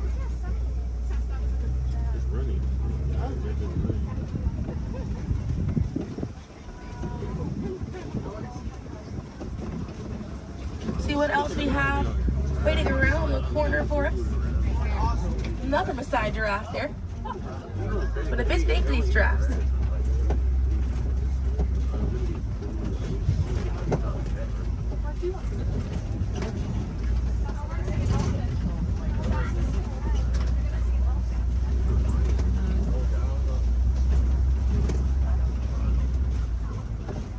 We're going to see the African elephant up here. It's going to be on the right-hand side of the truck.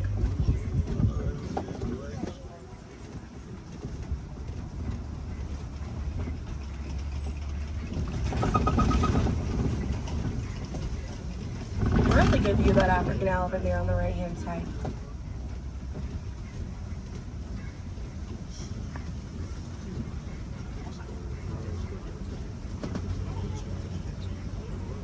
And on the left we have the mandrill.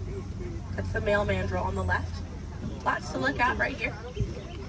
Male mandrills weigh about 100 pounds. Females grow up to 30 pounds. And they can bare their teeth at each other as a sign of aggression, but they usually don't. They usually do it as a friendly gesture. So it's kind of like the mandrills are smiling at each other. Now we can see that elephant back there. And elephants are social creatures. That's going to be the African elephant. The females and their young will hang out in large groups together, and the males will form a loose bachelor group, or sometimes they will kind of hang out on their own, depending on their mood. And the way that African elephants stay cool is by flapping their ears. It runs air over the blood vessels that are dispersed all throughout their ears, and it helps bring their body temperature down.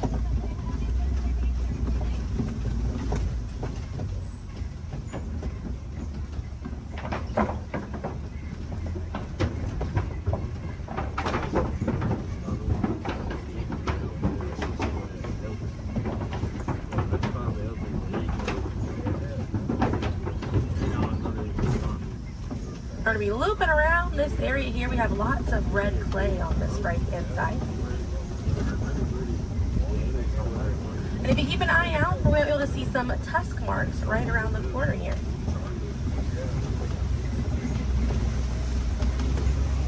So those tusk marks on the right were caused by African elephants.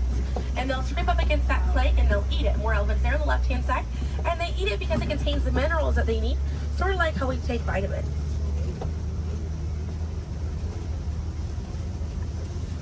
They're way off there on that left hand side, they kind of look kind of tiny from here. We'll see if we can get another view of them a little bit further up.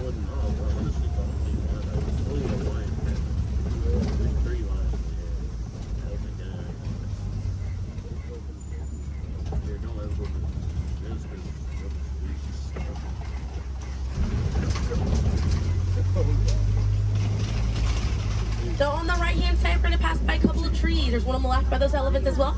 And these trees are baobab trees. And baobab trees survive by storing water in their trunk, and they stay leafless about 9 months out of the year. Now baobab trees have a few different nicknames. One is the upside down tree, and the other one you might be familiar with is the tree of life.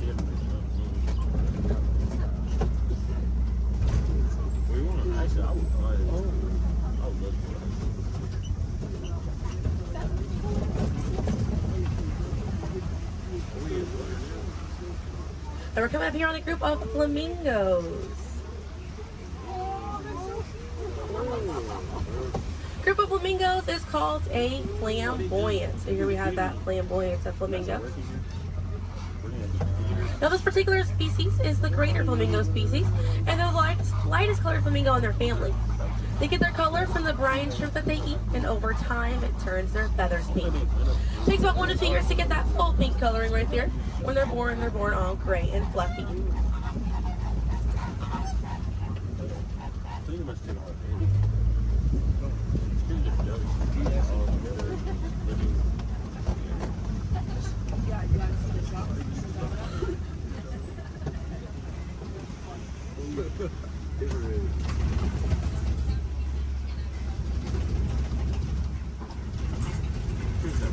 We have some white rhinos right around the corner here. So they're going to be hanging out by a mud wallow on this left-hand side, and they'll use this mud wallow to cool off it. And they'll coat their skin in the mud to act as a natural sun protectant, sort of like how we use sunscreen. Now elephants will do something very similar, and they'll fling dirt and mud on their backs as well. Just how important it is to protect ourselves outside in these environments by wearing hats, sunglasses, sunscreen, very, very important, as well as staying hydrated. Now that white rhino right there, they weigh about 4,000 to 5,000 pounds. Group of rhinos is called a crash, and they can run at 35 miles an hour. Now on the right hand side, those are some ostriches way back there. Ostriches are the largest bird. They have wings, but they do not fly. They use those wings for balance and to help them change direction. Comes in handy because ostriches can hit speeds up to 40 miles an hour.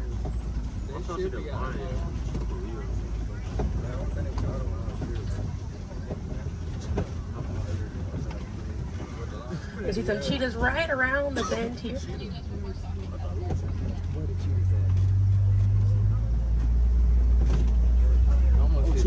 That's a good view of that cheetah here on the left. Now cheetahs are the fastest land animal. They run a little over 60 miles an hour. And they have 2 black lines on their face.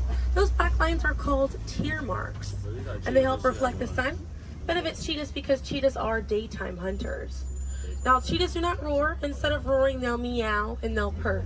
And their claws are not retractable, so they're out all the time. Now we're coming up here on some Kopi rocks.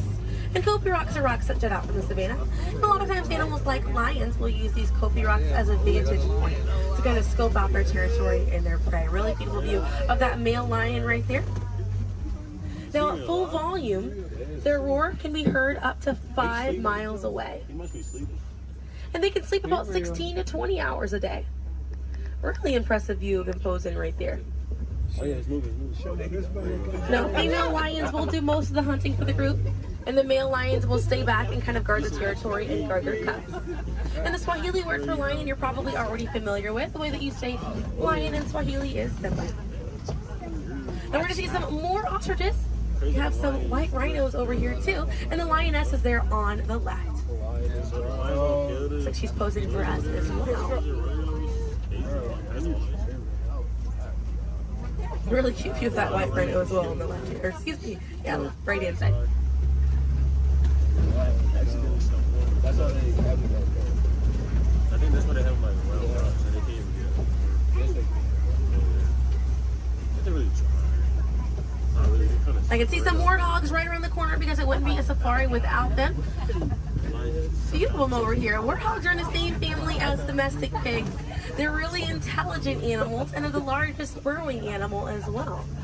And oftentimes they'll reuse burrows made by other animals, and they'll back themselves into it with their tusks spacing out for protection.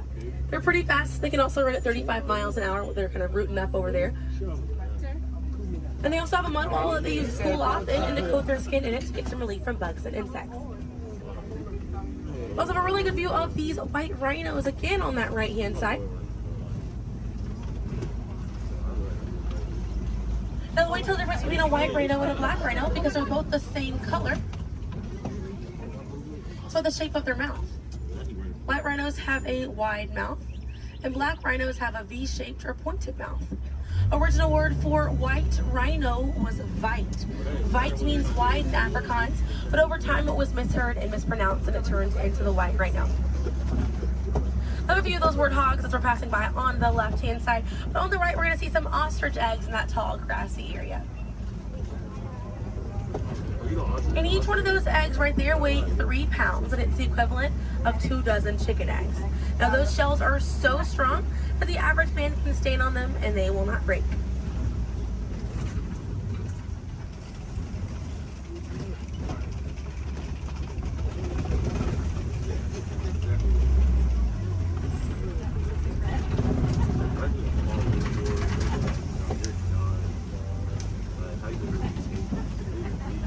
We're gonna see, looks like we have some Nigerian dwarf goats over here.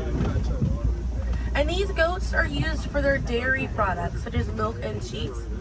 So they take up a lot less land than cattle, so they're easier on the environment, and they're very cute. Now their milk is considered high value, so selling that milk helps take away the need to rely on wildlife. Now if you do want to see some more goats today, you can head over to Rafiki's Planet Watch. They have a petting zoo area, an animators area, and a kind of behind the scenes look at Disney's Animal Kingdom. Very, very cool. Definitely check it out if you have the time. They have a conservation station over there, and inside that they do have an animal hospital as well. Pretty cool. It's going to be a train right away through the Wildlife Express. Those trains are going to start running at 9:30. The last train leaves at 4:30 today. The petting zoo is going to close at 5 o'clock once you're over there, and the animators experience is going to close at 4:45. But we got to see a lot of really cool animals today. If you'd like to learn some more information, you can check out DisneyAnimals.com, or National Geographic is a really good resource. Some ways to help out these animals at home include volunteering at your local nature center, or a conservation organization, or even joining a local beach or river cleanup. Some more simple ways to help out at home include turning off the water while you brush your teeth, or using reusable water bottles instead of disposable ones. Now, those small changes really add up to make a big difference. And on behalf of Kilimanjaro Safaris, my name is Selena. I'm from Pensacola, Florida, and it was an honor to be your safari guide here today. I hope that you were able to see the importance of these animals and the environment that they live in. Now here in the reserve, we don't like to say goodbye because goodbyes are far too sad and far too final. So I will leave you with the Swahili word, kwaherini. And kwaherini means to go well, with the intentions of seeing each other again one day. So kwaherini, my friends. Another word that we say here on the reserve is asante sana. And again, that means thank you. So thank you for joining me here at Kilimanjaro Safaris. I'll be dropping you off right around the bend here, right where I picked you up, so we still have a bit more of a journey together. Living with the land. Por su seguridad, permanezca sentado con sus manos y brazos, pies y piernas dentro del barco y cuida a los pequeñitos. A manera de recordatorio, no tomar fotos con flash y luz de video antes de llegar a la carretera.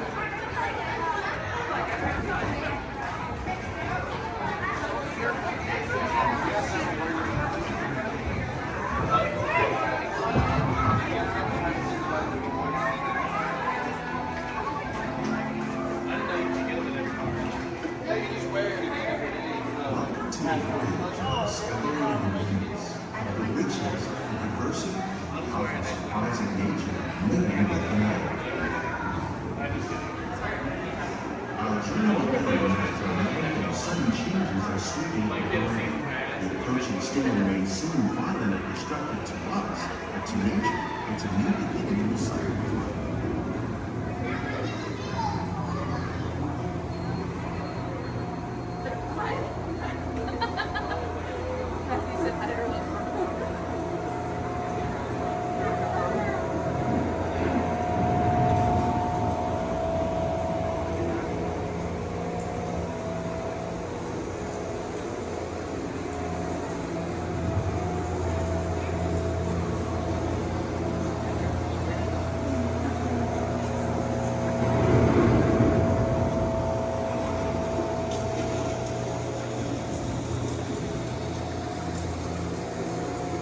Beneath the surface of the lake, roots trap water from the flowing mud, extracting precious nutrients and minerals. These elements, when combined with sunlight, create even further diverse living systems of our planet.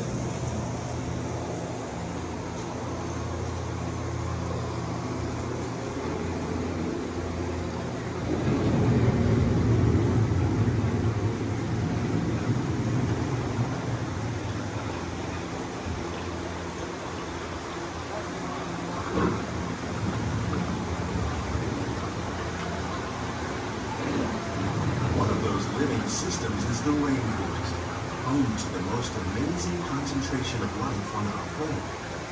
These dense and beautiful forests cover only a tiny portion of the Earth's surface, but they contain more than half of its plant and animal species.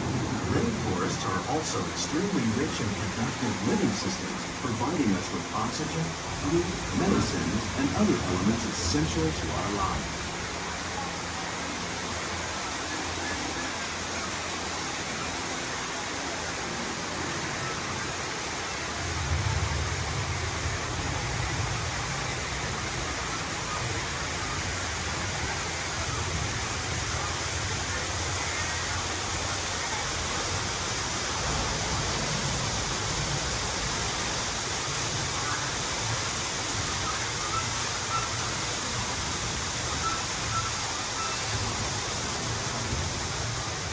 In the desert, nature has created a very different, but no less beautiful living system. And while this arid landscape may seem lifeless, it is very much alive. The plants and animals that have learned to survive in these harsh conditions make use of what little water they can find and avoid the scorching rays of the relentless sun.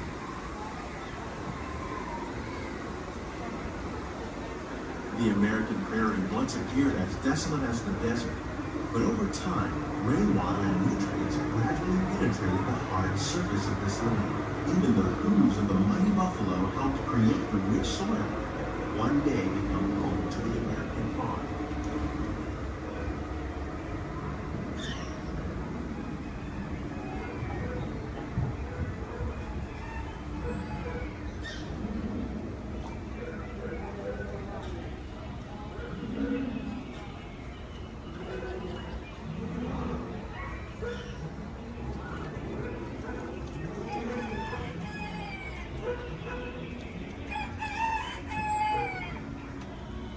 Of all the forces at work on the land, humans have had one of the most profound effects.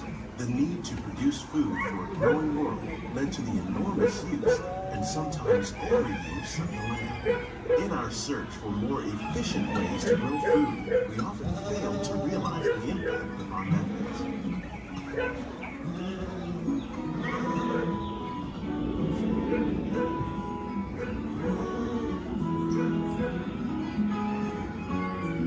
Today, we're learning to live with the land, discovering better ways to grow food that will assure both human and environmental well-being.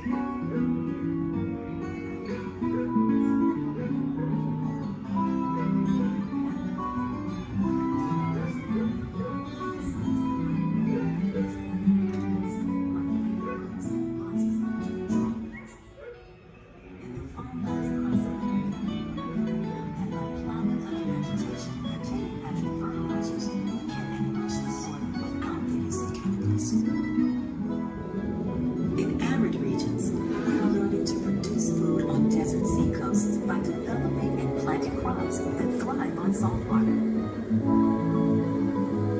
In Japan, we're learning that by mixing leaves and other living materials into our soil, we can make farmland more fertile without the need for chemicals.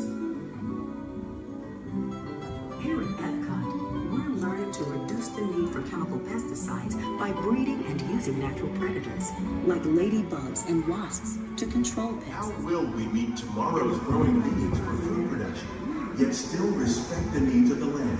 Some of the answers are being discovered just ahead. To help us maintain these carefully controlled ecosystems, and for your safety, please remain seated in your boat at all times.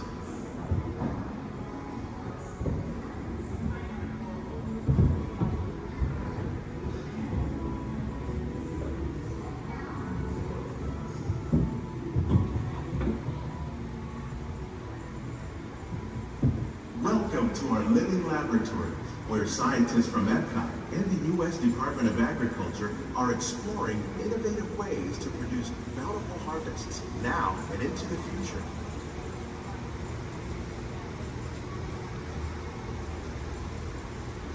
The tropics are home to the greatest diversity of plants on the planet. Many of these, like papaya, bananas, cacao, coffee, and rice, are well known around the world. These are just a few of the edible plants that have been an important source of nutrition for people living in the tropics. Many are rich in vitamins and minerals, while others are well adapted to growing in less than ideal conditions. Some, like the water lily, thrive in wet, swampy areas and waterways. All parts of this plant, even the flower petals, are edible. The starchy root of the plant has long been used to make flour for baking.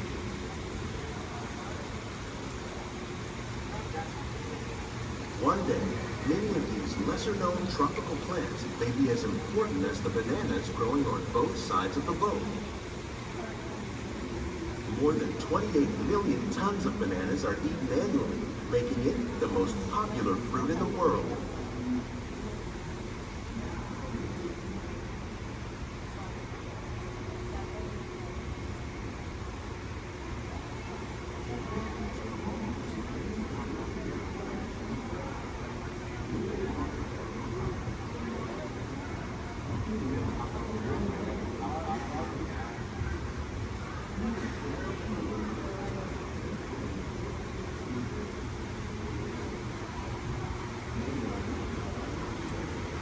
When we mention farming, we probably don't think of fish, but fish farming, or aquaculture, accounts for nearly half of all the seafood consumed globally. Tilapia, bass, and catfish, like the ones you see here, are three of the more popular crops raised by fish farmers. The sustainable system we're using here recycles the water in the tanks. As a result, we're able to save millions of gallons each year. Our small fish farm produces nearly 5,000 pounds of fish each year to serve in restaurants around Walt Disney World. Innovations like this one can play an important role in our efforts to produce bountiful harvests and still protect natural resources.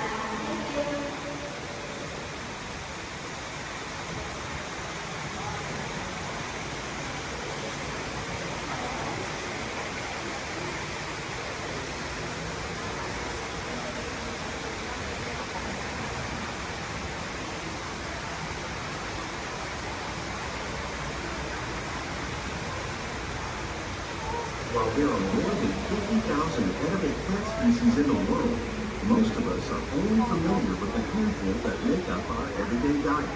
The common grains growing here, maize, sorghum, and millet, plus rice, account for nearly 2/3 of our global food consumption. Learning how to increase yields of these staples is an important goal of research around the world.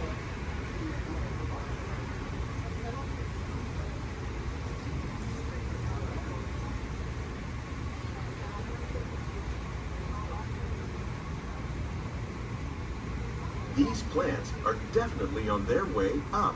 Innovative growing techniques like these increase yields while more efficiently using resources like water, fertilizer, and pesticides. Another innovation at work here is our integrated pest management program. By populating our greenhouses with beneficial insects that prey on harmful pests like aphids and flies, we are significantly reducing our reliance on conventional pesticides. We're growing these crops using our nutrient film system. This technique precisely controls and recycles water and nutrients. With it, we can produce over 27,000 heads of lettuce a year in this one small area.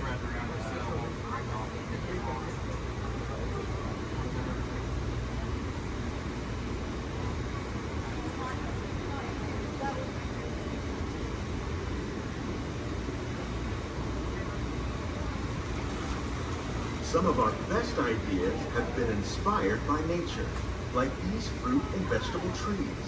By growing these ground plants vertically, we can increase yields and better control diseases. These crops taste as good as they look. In fact, We serve more than 15 tons of produce from our greenhouses in restaurants here at the land every year.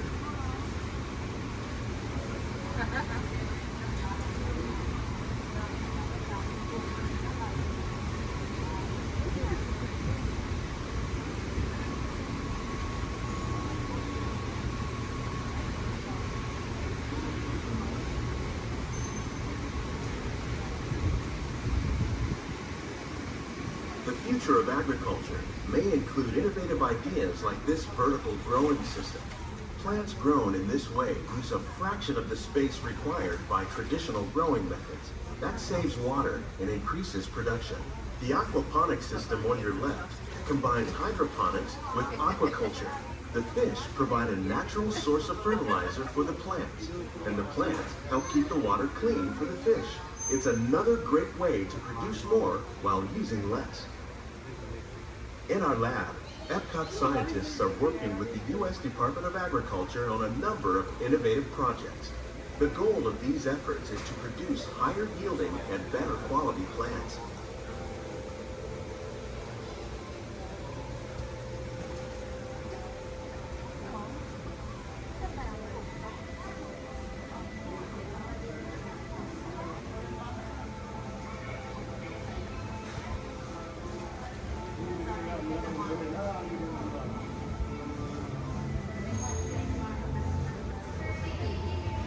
These greenhouses represent just a fraction of the work being done worldwide to produce bountiful harvests for our growing population. Scientists, farmers, and even backyard gardeners are doing their part to improve the quantity and quality of foods that we all rely upon. Together, we can continue to find more ways to increase food production and protect our precious natural environment. Only then will we truly be living with the land.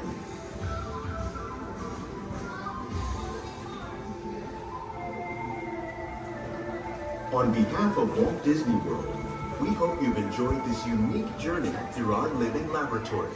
If you'd like a closer look, then check out the Behind the Scenes walking tour. It's a chance for the whole family to get up close and personal with the plants and growing techniques in our laboratory. Please keep your hands and feet inside the boat and remain